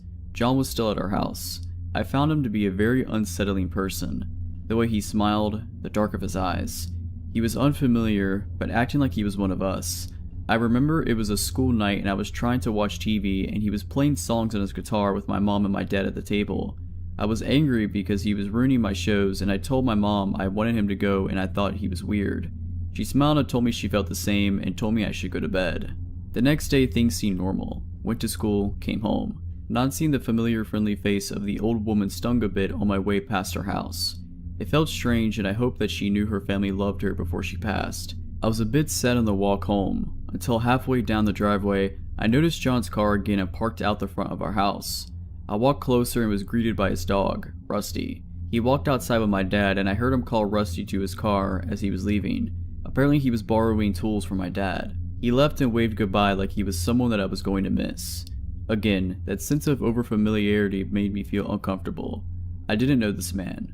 I didn't like this man and I was hoping he would never come down to our driveway again. My dad then pulled me aside and asked me what I thought of John. I labeled him a weirdo and told my dad I was hoping he wouldn't come back. For the second night in a row, when John returned Dad's tools, he was sitting in our house playing guitar and annoying everyone. My mom and my dad were visibly unimpressed by the situation. I heard my mom and dad argue about him hanging around until eventually my dad told him he needed to leave, as it was time for us to go to bed. He insisted it was early and tried to make an excuse to stay. I found that very odd. I was polite enough to know when someone didn't want me around, so why didn't this man? Or if he did know, why wouldn't he leave? After ushering him out, my mom and my dad had a big talk in the room and my dad told us all that he didn't like John and that he was going to ask him not to come over anymore, and if we saw John again, immediately to tell him. The next day was a Saturday, so we were going to blow up our cheap inflatable pool and go for a swim as it was getting pretty warm. Around 11 a.m., the sound of a car thundering down the driveway alerts me and I go outside. I run back inside to tell my dad that John is back. Just like the first time I ever laid eyes on John, my dad goes outside and we stay inside with my mom, watching and listening through a screen door. John, again with his weird, overfamiliar smile and dark eyes, greets my dad and is met with, "Look, I don't know who you are, but I don't want you coming around here anymore. You scare my kids and my wife and I don't want you to come back. You understand?" I didn't hear John's reply from his tone, but it sounded like he was confused and tried to reason with my dad. My dad wasn't having it and told him to go or he would call the cops. As he was leaving, my dad said, "Don't come back or you'll be sorry." This is where things truly get weird. As my dad lays this subtle threat on the man, his face completely changes one of rage. He glares at us in the house, sticks up his finger and speeds out of the driveway shouting profanities and churning up gravel, spraying it towards our house. My dad came back and told us we wouldn't be seeing John anymore, and if we did, we were going to call the police. I was relieved. This odd man made me feel uncomfortable in my own home, and the way he reacted when he left confirmed the feeling I got from him when I first saw him. I can't remember if it was the Sunday or the Monday after that day, but John did come back. He tried to reason with my dad and say sorry for whatever caused us to not like him. Before he even got out of his car, my dad said, "If you don't turn around and leave, I'm gonna smash your face in." He did just that. My dad then called the police to inform them of what happened. Apparently they were going to go and talk to John. I didn't hear any more of what happened to that conversation. A few weeks went by with no sightings or happening with John, and we all felt like things were back to normal. This was until our mailbox had been tipped out of the ground and smashed, or possibly run over. I remember asking my dad what happened, but he wasn't about to give me any ideas. He later told me that he knew it was John after the way their last conversation ended. The next weekend after the mailbox incident, we went into town to get groceries and a fast food dinner as a bit of a treat, and when we came home down the driveway, my dad immediately stopped my mom from proceeding and said that something was wrong. Next to the carport where we parked our car, at the back of the house, there was a window that opened to the bathroom. My dad must have spotted the window was missing. As we drove down, he got increasingly more tense until we all noticed the window was missing. I remember being confused in the back seat and not really knowing what was going on, until I saw it. A man, dark eyes, and overfamiliar, coming from the window that led to the shower. My dad was exploding with rage, and he told my mom to rush down the driveway. The man proceeded to escape the window and run down the back of our property into thick shrubbery. My dad, only being on one leg, let Millie loose as she was going ballistic tied up to the house. She raced down the grass-engulfed hill into the darkness. She came back with nothing. My dad went out with his flashlight and couldn't find anything either. I'm not sure if anyone slept that night. None of our possessions had been stolen or even moved. We must have caught this man just as he was entering our house. The police came the next day and searched for fingerprints with no avail. My father was furious and again alerted them to John and his strange behavior. They told us they would look into it once again. That was the last time we heard from John that year. I had almost completely forgotten about him and had the summer off to enjoy myself and get ready for high school. The school I went to was pretty large considering where we were, but everyone seemed to know each other pretty well, including the teaching staff. Within my first week at the school, we were introduced to all the teachers and teacher aides. I was caught completely unaware when that overfamiliar, dark-eyed man from the previous year was introduced as a teacher aide. except instead of John, he was introduced as Gregory something. I went into a little bit of a spin as I was trying to make sense of all of it. I was 100% sure that this man named Greg something was the same man who had introduced himself to my family as John. At that moment, so many things rushed into my head. What if he killed the old lady? What if he didn't live close by? What if he wanted to move the bodies so he could frame my dad? If he lied about something as critical as his name, what else was he lying about? What if police never even made contact with him? I was sitting there for a good 10 minutes trying to piece it together until the teacher called my name to bring me back to reality. That is when he noticed me. The look on his face when he saw mine was one I'll never forget. He immediately recognized me. He looked shocked. His eyes were wide and he said nothing, just staring at me. I could sense that he was now the one feeling uncomfortable and on edge. Later that day, I rushed home to tell my dad who I had found. He was shocked and repeatedly asked if I was sure. He went to the school the next day and discovered the man had put in for indefinite leave yesterday and may not return. When we learned of the news, my dad told me to watch out and let him know should John or Greg ever return. So John, Greg, whoever you are, let's not ever meet again. When I was 14, I was asked to babysit my 3 younger cousins, aged 8, 4, and 1, in an extremely rural, mountainous part of Pennsylvania. My aunt and uncle had a wedding to go over to about an hour away and wouldn't be back until very late. Their house was situated on a steep mountainside. Their back deck had a 15-foot drop onto a rocky hill below leading down to a river. Their closest neighbors were about a half a mile away. The closest main road was a mile away, and at night, there were no lights to be seen anywhere around them. Basically, it was in the middle of nowhere and you would have to know where you're going to get there. You don't just accidentally end up there. My aunt and uncle left us with some pizza and their cell phone number next to their landline. This was the early 2000s and I didn't have a cell phone, but even if I did, I wouldn't get reception there anyway, and headed out. The baby was already asleep. The 4-year-old wasn't feeling well and was quietly watching TV in the living room as he dozed off, and the 8-year-old was playing Guitar Hero with me up on the loft. The loft overlooked the living room to the left, where I could keep an eye on the 4-year-old, and there was a huge window that overlooked the driveway to the right. The description of the driveway is an important detail to the story. The road that led to their house ran straight into their forked driveway. It was a dead-end road. The house was as far as you could go. Go to the left driveway, there is a large open carport, and that's where my aunt and uncle, and anyone who ever visited, parked. The right driveway led down a very short but very steep hill to a large leveled out area and ended against the garage door that opened to the basement of the house. It was never used as a garage, but served as my uncle's man cave, and where he spent most of his time. Right beside the garage door, a normal door with a window so you could see right in, but this driveway was exclusively used by the kids as a play area because it was the only flat, yard-like area on the property, and being on a mountainside, there isn't much room to safely play otherwise. No cars ever drove down there, ever. There are too many toys and bikes in the way, and friends and family knew this. It was about 10 p.m, pitch black outside, no moon to illuminate the area either. My cousin and I were still playing Guitar Hero when headlights caught the corner of my eye, and not my aunt's minivan headlights. Huge truck headlights with those roof lights you often see on Jeeps or other off-road trucks. Not only that, the truck was going down the right driveway, the kids' play area. This was not my aunt and uncle. This was not anyone they knew. Panic and dread filled my body. I was a small teenage girl, alone in an isolated house on a mountain at night, with 3 children in my care. In a terrified voice, I asked my cousin, "Who is that, Jake? Do you know whose truck that is?" And then he looked panicked. "No, I've never seen that truck before," he replied. I quickly ushered him downstairs, still unsure what to do, but the 2 little ones were sleeping down there and I wanted to make sure they were safe. I checked on the baby and then grabbed the phone to call 911, and then I started to hear the metal garage door being shaken violently. No one ever opened that garage door. More panic fills me. I hear them try the door beside it, the metal doorknob jiggling.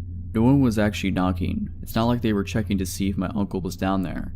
Plus, the lights were out. It was dark down there. They knew no one was down there. They were definitely breaking in. The door leading to the basement steps was right next to the phone, so I could clearly hear all this going on. I quickly turned the little lock on the doorknob just in case they did make it into the basement. My heart was practically jumping out of my chest. I'm talking to the 911 dispatcher as my 8-year-old cousin clings to my arm. The operator is calm and trying to call me, but I knew it would be at least 30 minutes until a police officer could get up there, assuming they didn't get totally lost on this mountainside in the pitch dark. I just kept thinking, we are dead. This is how I die. The operator asked for the number my aunt and uncle left me so she could have another dispatcher call them to let them know the situation. I turn around to grab the paper with the number on it, and to my absolute horror, I see a man peering in a large sliding glass door.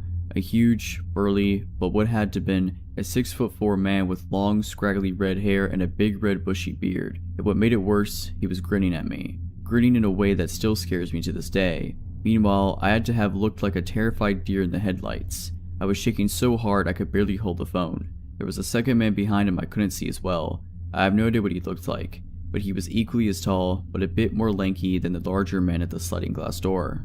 I screamed, "Oh God, they're here." And before the 911 operator could say anything, my 8-year-old cousin goes, "Mr. Jim?" His voice was very confused. It wasn't like my cousin was happy or even relieved to see him. I asked, "Do you know who that is?" But before my cousin could answer, I turned my attention to the man in the door. "I'm on the phone with the police," I shouted. I'm grateful he didn't try that door, because I do not think it was locked. The man stared at me hard for a moment, eyebrows furrowed, like deciding what he wanted to do next, but he then just backed away into the darkness. What seemed like an eternity later, I saw the truck lights back up out of the driveway and then back down the road until they disappeared. I was still really scared, and so was my cousin. He had only met that guy a few times, an acquaintance of his dad. It wasn't like it was a close family friend, and obviously, because again, he went down the wrong driveway. Visitors never go down that way. The 911 operator asked for a description of the man, then told me they'd gotten in touch with my aunt and uncle and they were on their way home. She stayed on the phone with me until the police officer showed up a bit later to make sure that the men were gone, and they stayed with us until my aunt and uncle got home so they could ask them some questions. My uncle was furious, not at me for calling them home early, but at this Mr. Jim guy. My aunt was mad at my uncle and told him to tell Jim to never come back. I didn't know at the time, but my uncle had a drug problem. I don't know what Mr. Jim or his accomplice were doing, or what they would have done if I wasn't on the phone with the police, but that grin was not a friendly one. It was sinister. And again, he also had to have known my uncle was not there, because the basement was dark. He would have seen through the windowed basement door. He had also tried lifting the garage door, something not even my uncle did. He intended to break into the basement, that much is clear to me. There's no other explanation. I never did babysit for them again, and I don't think I ever even went back up there because not long after, my aunt divorced my uncle and moved out. So Mr. Jim, the grinning mountain man who tried to break into the house where I was babysitting, let's not meet again. A few years back, my girlfriend and I, having hiked several other parts of the Appalachian Trail, decided we wanted to give the southern portion of Virginia's trail a shot. It is about 166 miles long. It runs through George Washington and Jefferson National Forest from Roanoke County to Pearisburg in Giles County. This is definitely one of the more remote and less traveled parts of the trail, which is exactly what we were looking for. We gathered our gear and made our way to the start of the Virginia Creeper Trail to begin our journey. We had planned our journey to end at Damascus and figured that by the time we got there, we would be more than ready to get home to our own beds. It was early October and the changing of the leaves and colors were amazing. The air was crisp and cool, perfect hiking weather with beautiful scenery. The majority of the trip was pretty uneventful, just your typical hike, but our last couple of nights is where things got weird. On this portion of the trail, you're supposed to camp on the trail or a designated shelter. We didn't really want to run into other people and didn't want anyone coming up on us in the middle of the night. We decided to ignore those suggestions and find our own little spot off the trail. A little searching around and we found a spot a little ways off the trail in the middle of a small clearing. It was perfect.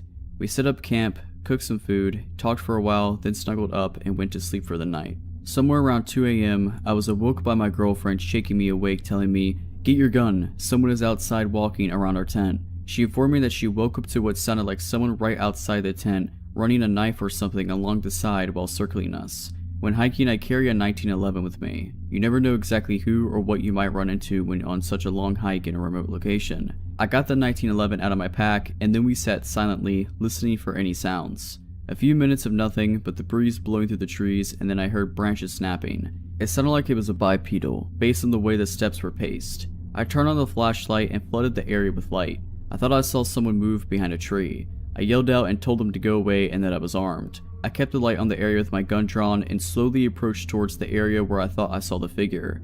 Then, from my right, I hear what sounds like someone running away through the woods. I spin and face my light that way, and then from the original spot, hear who or whatever was there take off into the woods. There's no way I'm giving chase, so I return to the campsite. I tell my girlfriend about what happened, and I end up sitting guard outside the tent, in the darkness until daybreak. In the morning, I looked around a bit for signs of who or whatever it was, and I discovered a boot print in some soft, moist dirt not far from our tent. It wasn't mine and it wasn't my girl's. This freaked me out as it confirmed that someone, perhaps more than one, was skulking around our tent in the dark. I kept it to myself because I didn't want to freak my girl out any more than she already was. At this point, we were pretty deep in and still had 2 days left. That day we walked a little faster than normal and covered as much ground as possible. When it came time to set up camp, I found a spot near a cliff where we could place the tent in a small overhang and prevent anyone from coming up behind us. The whole day up to this point I had a feeling we were being followed. I had no confirmation of this as I hadn't seen or heard anyone else, but it was just a gut feeling. We set up camp and made some food, then retreated to the tent. I assured my girl that if I slept at all, it would be with one eye open. After a while, she drifted off to sleep and I stayed awake listening to the sounds of the woods at night. I was awake for a few hours, just waiting to see if anything was going to happen. At some point, I guess my exhaustion caught up with me and I drifted off. I woke sometime later to what sounded like someone going through our stuff outside the tent. I grabbed my gun and woke my girlfriend, shushing her to be quiet. From that faint glow of the fire, I could see someone's silhouette against the tent. There was really someone out there. I yelled out to them something along the lines of, "We are armed, get out of here." They dropped what they were doing and bolted. I came out of the tent, gun drawn and ready to shoot someone. Our stuff was strewn all about. They had rummaged through quite a bit of our stuff. I walked to the edge of the woods in the direction of whoever was out there had fled. There was a creek nearby and I walked to the edge, where there was a small trail running alongside it. Down the creek I could see a light. It looked like a lantern the way it flickered. Then I saw 3 more emerge from the other side of the woods. I told my girlfriend to start packing up whatever she could and that we are leaving now. We packed up everything of value, left the tent and a few other items and headed back onto the trail, in the middle of the night. I kept hearing people talking off in the woods and hearing branches snap from quite some ways. I kept looking behind us every few seconds to make sure nobody was coming up behind us. It was completely nerve-wracking. If something happened, we were still a long ways from anywhere and quite literally on our own, since we hadn't seen another hiker the entire time we had been out there. I really felt we were in serious danger. We had been walking for quite some time when I heard something in the woods behind us. As we rounded a corner, I turned around and saw someone step out onto the trail and just stand there watching us. It was just as the sun was coming up and barely any light. I couldn't make out any features, just the silhouette. I stopped and looked at them for a second and asked them who they were and what they wanted. They just stood there silently, watching us, and then turned and walked back into the woods. We picked up the pace and kept going, looking back every so often. We didn't see them again, but my gut told me they were still there for quite a ways. We eventually reached the end of the trail and got to where we had parked my girlfriend's car, extremely exhausted. We made it out of the Virginia woods without becoming a meal for some group of people of whatever knows what. I have no idea who they were or what they wanted. Maybe it was just someone messing with us, I don't know. But I'll never know because I will never be returning to find out.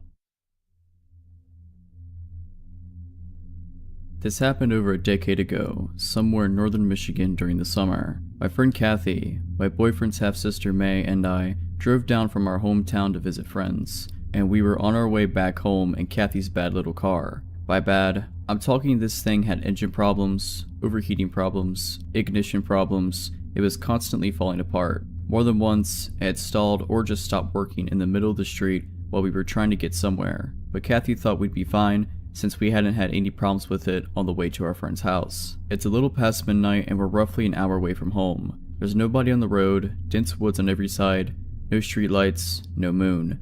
I can barely see past the windshield because I have a form of albinism, which leaves me legally blind in my left eye and with really awful vision in my right eye. My depth perception is terrible, and I can't see more than a few feet ahead of me at most, but usually I can make out lights and other cars when they pass, and sometimes street signs and people when they are close enough. We drove down this narrow, hilly road, and on the descent down a hill, the car makes a strange sound. Kathy starts braking, and we get to the bottom of the hill. The car quits working. Kathy swears and turns on the hazard lights.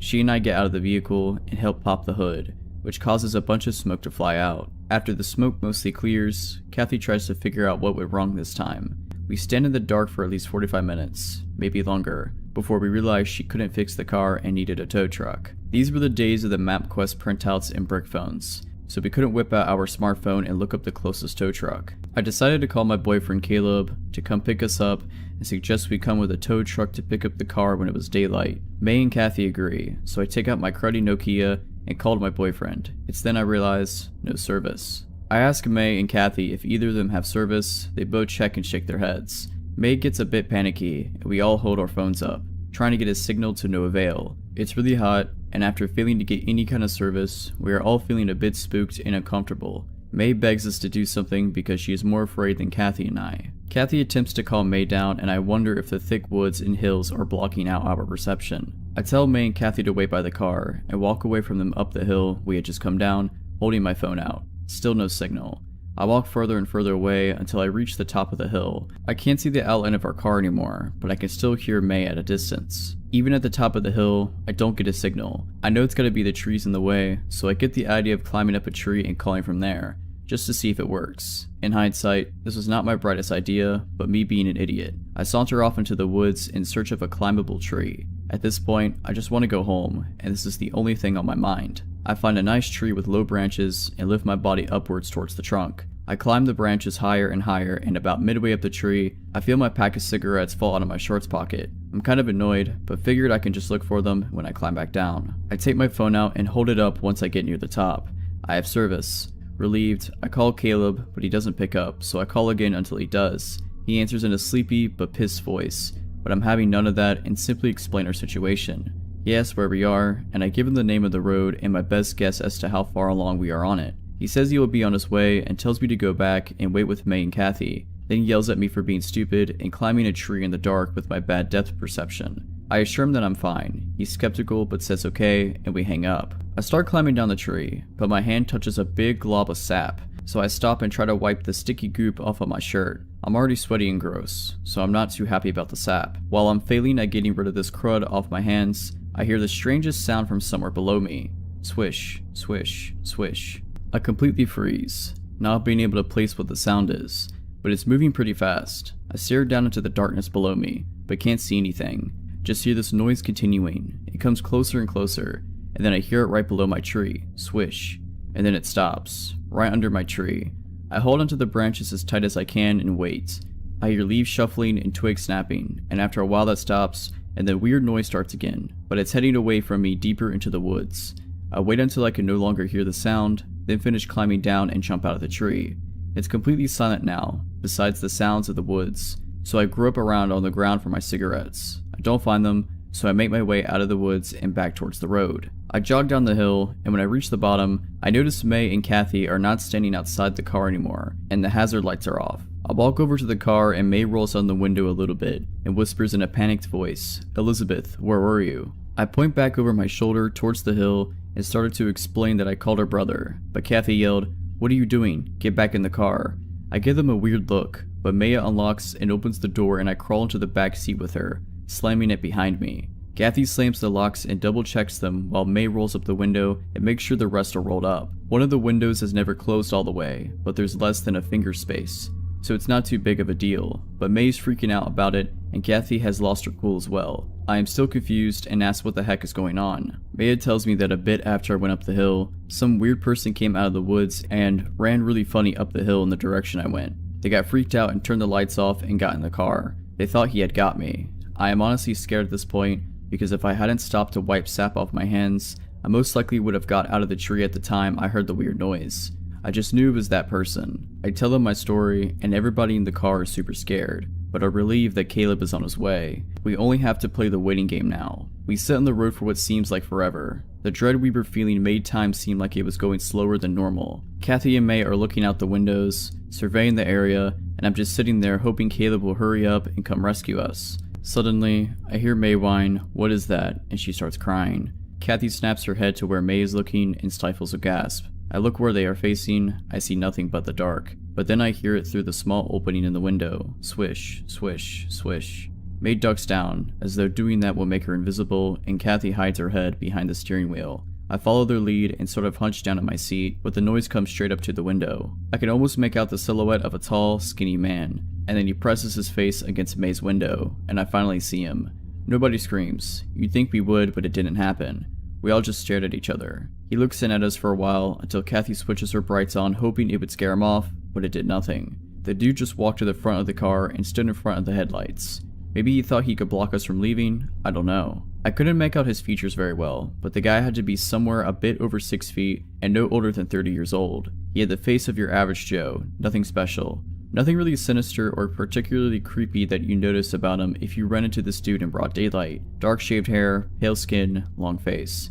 May said he had light-colored eyes and stubble with eyebrows that made him look like he was always concerned, but there was no way I could make that out, so I had to take her word for it. What was really weird was it was like 80 degrees, and this dude was wearing corduroys, which is what the sound was.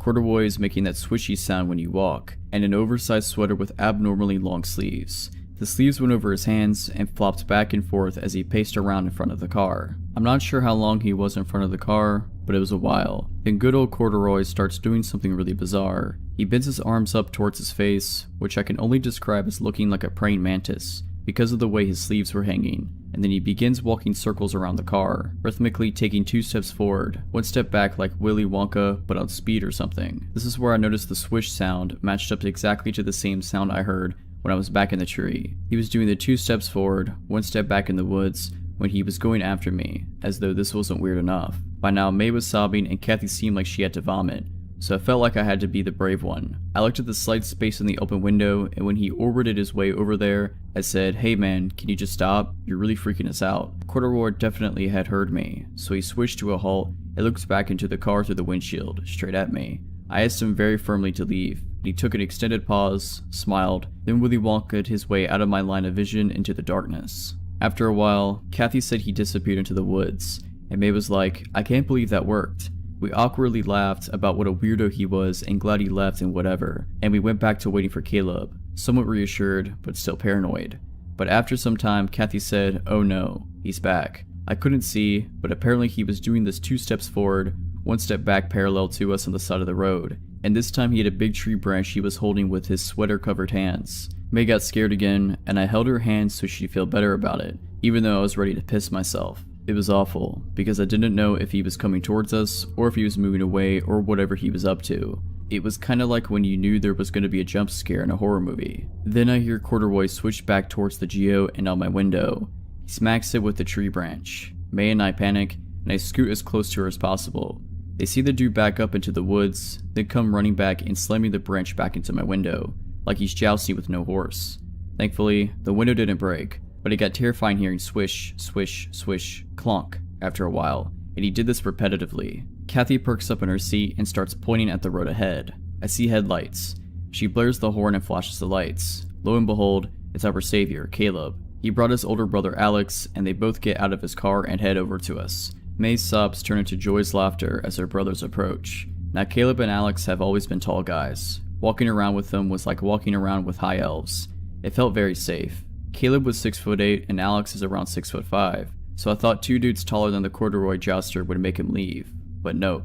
Caleb walks towards Corduroy, trying to assess the situation, and Alex comes over to the car and taps on the window, tells Kathy to get out. She does, and he walks over to his car. Then he comes back and puts the car in neutral so he can push it off to the side of the road. May and I slowly get out, and May makes a bolt for her brother's car. I help Alex push the car to the side, while Caleb distracts the Corduroy jouster by holding the end of his stick and telling him to go away. Corduroy yanks the branch away from Caleb and starts backing up by going 2 steps backward, 1 step forward, and disappears into the darkness down the street. I can't see him, but Caleb can. The dude backs up pretty far and then comes launching at Caleb, who sprints the other way down the road, cause that stick could have really hurt him. He bumps past Alex, who had already got out of the car and was opening his car door, leaving me behind the car alone. Corduroy apparently changed directions and aimed the stick at me, but I couldn't really tell. I just hear everybody shout, "Elizabeth." This startles me, and I jump to the side of the car, hearing Corduroy smash the stick into the back window with a loud thud and a swish. I take the long way around the car and sprint off into the road and feel Caleb grab my arm and tug me over Alex's car. I feel the wind has been knocked out of me and my legs don't seem to work, but Caleb manages to shove me in the back seat and scrambles into the passenger side. By now we are all safely in the car and Corduroy is standing like a mantis in front of the headlights again. He'd abandoned his stick and just stood there with no intention to move. Alex puts the car into reverse and slams on the gas, making me knock my head against the door, then makes the sloppiest U-turn ever and nearly drives us into the woods, but gets us back onto the road. Everybody was in 100% panic mode as Alex tore away, far over whatever the speed limit was. May and Kathy swear they saw Corduroy chasing behind us after Alex made the U-turn, but there was no way he was catching up. The next day, I went back there with Caleb, Kathy, and the dude from the tow truck place. There was no sign of Corduroy anymore, but when we approached the car, we saw that in the space where the window didn't close all the way were my cigarettes. The box was missing, but they were all neatly jammed in a row along the window space, I have no doubt it was the work of the corduroy jouster. To this day, I wonder if he knew I was up the tree and took my cigarettes, or if he thought I dropped them and went further into the woods to look for me, or if he just found them later and decided to stick them through the window because he was weird. I also still wonder what his intentions were. I still have so many unanswered questions on that night. Several years ago, I was in a bit of a financial pickle. I was 21 with a bad job history, a bad job, and bad credit. My living situation went sideways, and I had temporarily moved back home with my folks. As anyone who has ever had to move back home as an adult will tell you, this was a terrible situation. I was a rush to get back out on my own, which is why when my best friend, similar position in life at the time, told me that an apartment had opened up at her shady complex, I had actually jumped at it.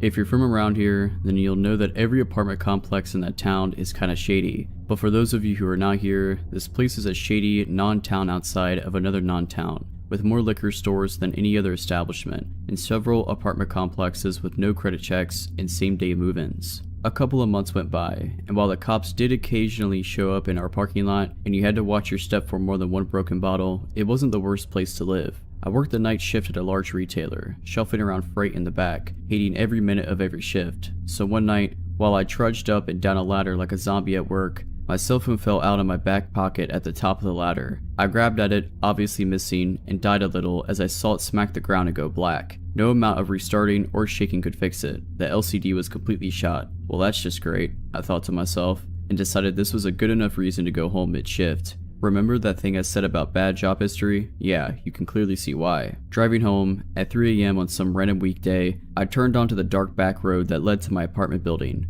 I saw something faintly up ahead, in the road, and immediately think it's someone's dog. I pulled up slower, praying that I wasn't coming up on someone's dead pet, and saw that there was actually a teenage boy laying on the side of the road waving. There was a bike laying in the dirt next to him. The kid saw me and jumped, weaving toward the driver's side of my car. Now, I may have made a lot of poor decisions at this point in my life, but thankfully, I hadn't gone completely brain dead. I locked the car doors, but cracked the driver's side window. "Are you okay? What happened? Let me get some help." "I got hit by a car. They left me. I need help." The kid looked dazed and was cuffed up, but something about him also set my nerves on edge. "I'm gonna call for help, okay?" I grabbed up my cell phone and then remembered the thing was basically useless due to its ladder plunge. My cell phone was broke, but I live nearby there, okay? I will get help. I hope he didn't think I was lying, but then I didn't care. The kid slammed his hand against my car. "Just let me in. I need help now. I promise. I will get help and come back. Everything will be okay." I felt torn. I wasn't going to let this kid into my car, but at the same time, I couldn't blame him. If I was scared and hurt, I would probably be frantic too. The kid slammed his hand against the car again, and I started driving. I hadn't been exaggerating. It was a 30-second drive to my apartment. I didn't have a landline, and I didn't want to somehow lead this kid to my empty apartment with no way of calling for help. I saw my best friend's boyfriend's car parked in her spot, and immediately was thankful for the stroke of luck. I ran up the steps to her apartment and began banging on the door. Roy answered the door, probably expecting a crazy person. It was immediately even more alarmed to see me. "What is going on? Why aren't you at work?" I breathlessly explained that some kid had been hit by a car off the back road, but my cell isn't working, and that I needed him to come back with me. Melanie, my best friend, emerged from her room, sleepy and equally confused. Roy immediately took charge, told us both to get into the car, and drove us back to the boy. The kid was still there, waving us down. Roy, a large man, Mel, and myself all got out of the car. "Help. I need help." "I'm here to help. My friends saw you and came and got me, okay? Calm down." "I got jumped by this gang, man. They beat me up and stole my backpack and rode off," the kid said frantically. I immediately became alarmed. That's not what he told me at all. I looked at Mel, my face clouding over. "I thought you got hit by a car. Why did the gang jump you?"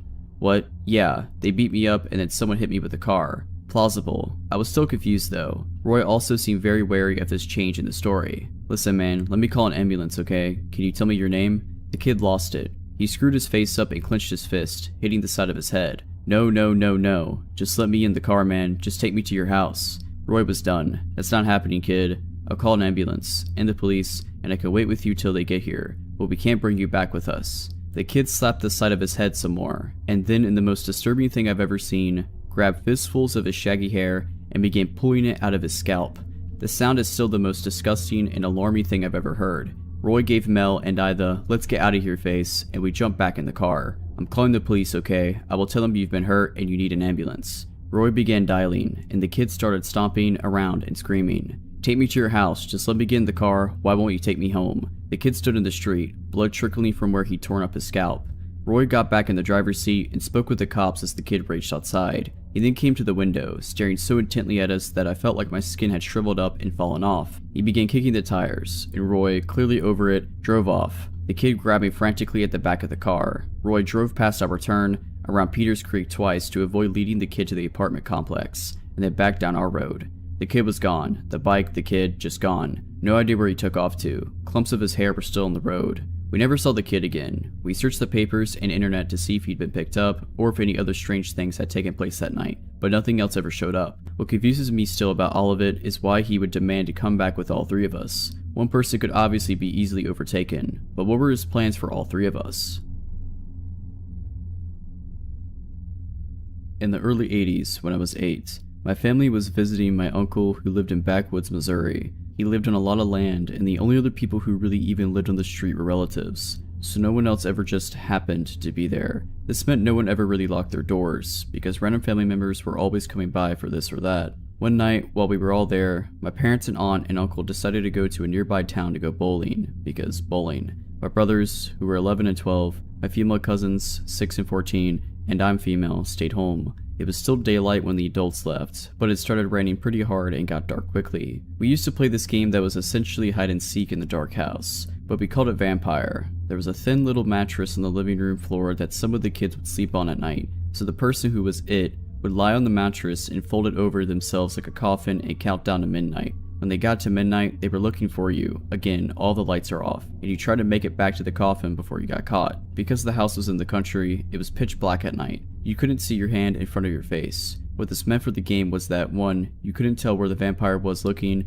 so you just had to make a break for it, and 2, if you were extremely lazy, and I'm sure by now you can guess which one of us met those standards, you could hide in the living room with the coffin and get to base quickly. Ben, my 11-year-old brother, was it and was doing the normal countdown. I was hiding maybe 6 feet from him. As he's counting, there was a flash of lightning. I don't know if I was already looking at the living room window or if the lightning made me look, but with the backlight of the lightning, I see a man with his face against the window. He had his hands on each side of his face as if he's trying to peer in and looks exactly like the stereotypical creepster. Heavy set, scraggly beard, etc. I could feel every hair on my body standing on end. Immediately, I began trying to convince myself that I didn't see what I saw, but then Ben sternly whispered, "If anyone is hiding in here, stay still." I sort of croaked out a, "I'm here," right as there was another flash of lightning. Creepster was still there, but was no longer trying to look in the window. Instead, he was now looking toward the front door. Ben and I immediately knew what was coming next. From where he was standing, Creepster was probably only 5 feet from the front door. Ben was the same distance,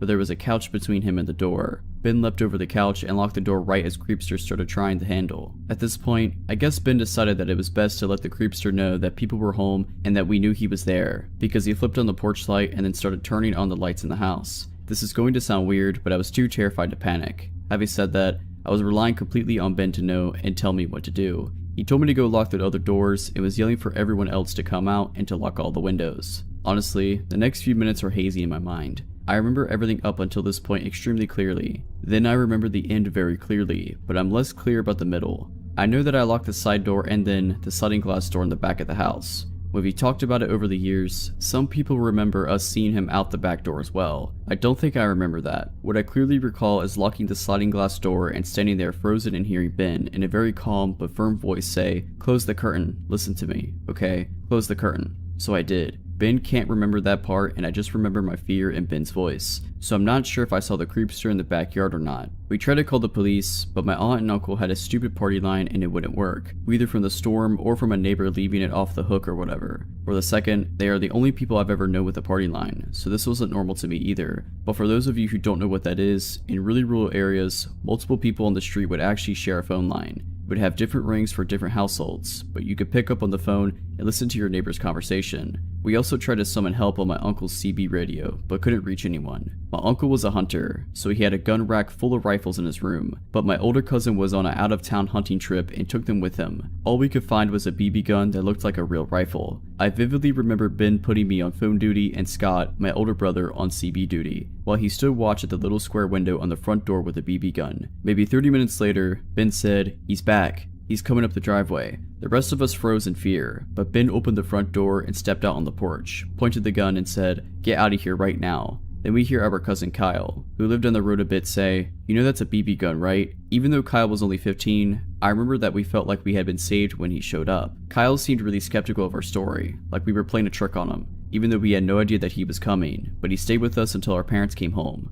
Honestly, I don't remember if we even told our parents what happened when they got home. There was definitely no police involvement though. We just went on with our trip, but we never played Vampire again without some mention of that night. Alright, but that's it. I hope you enjoyed this video. If you did, make sure to subscribe to my channel, like this video, and comment something down below. But as always, Have a nice day.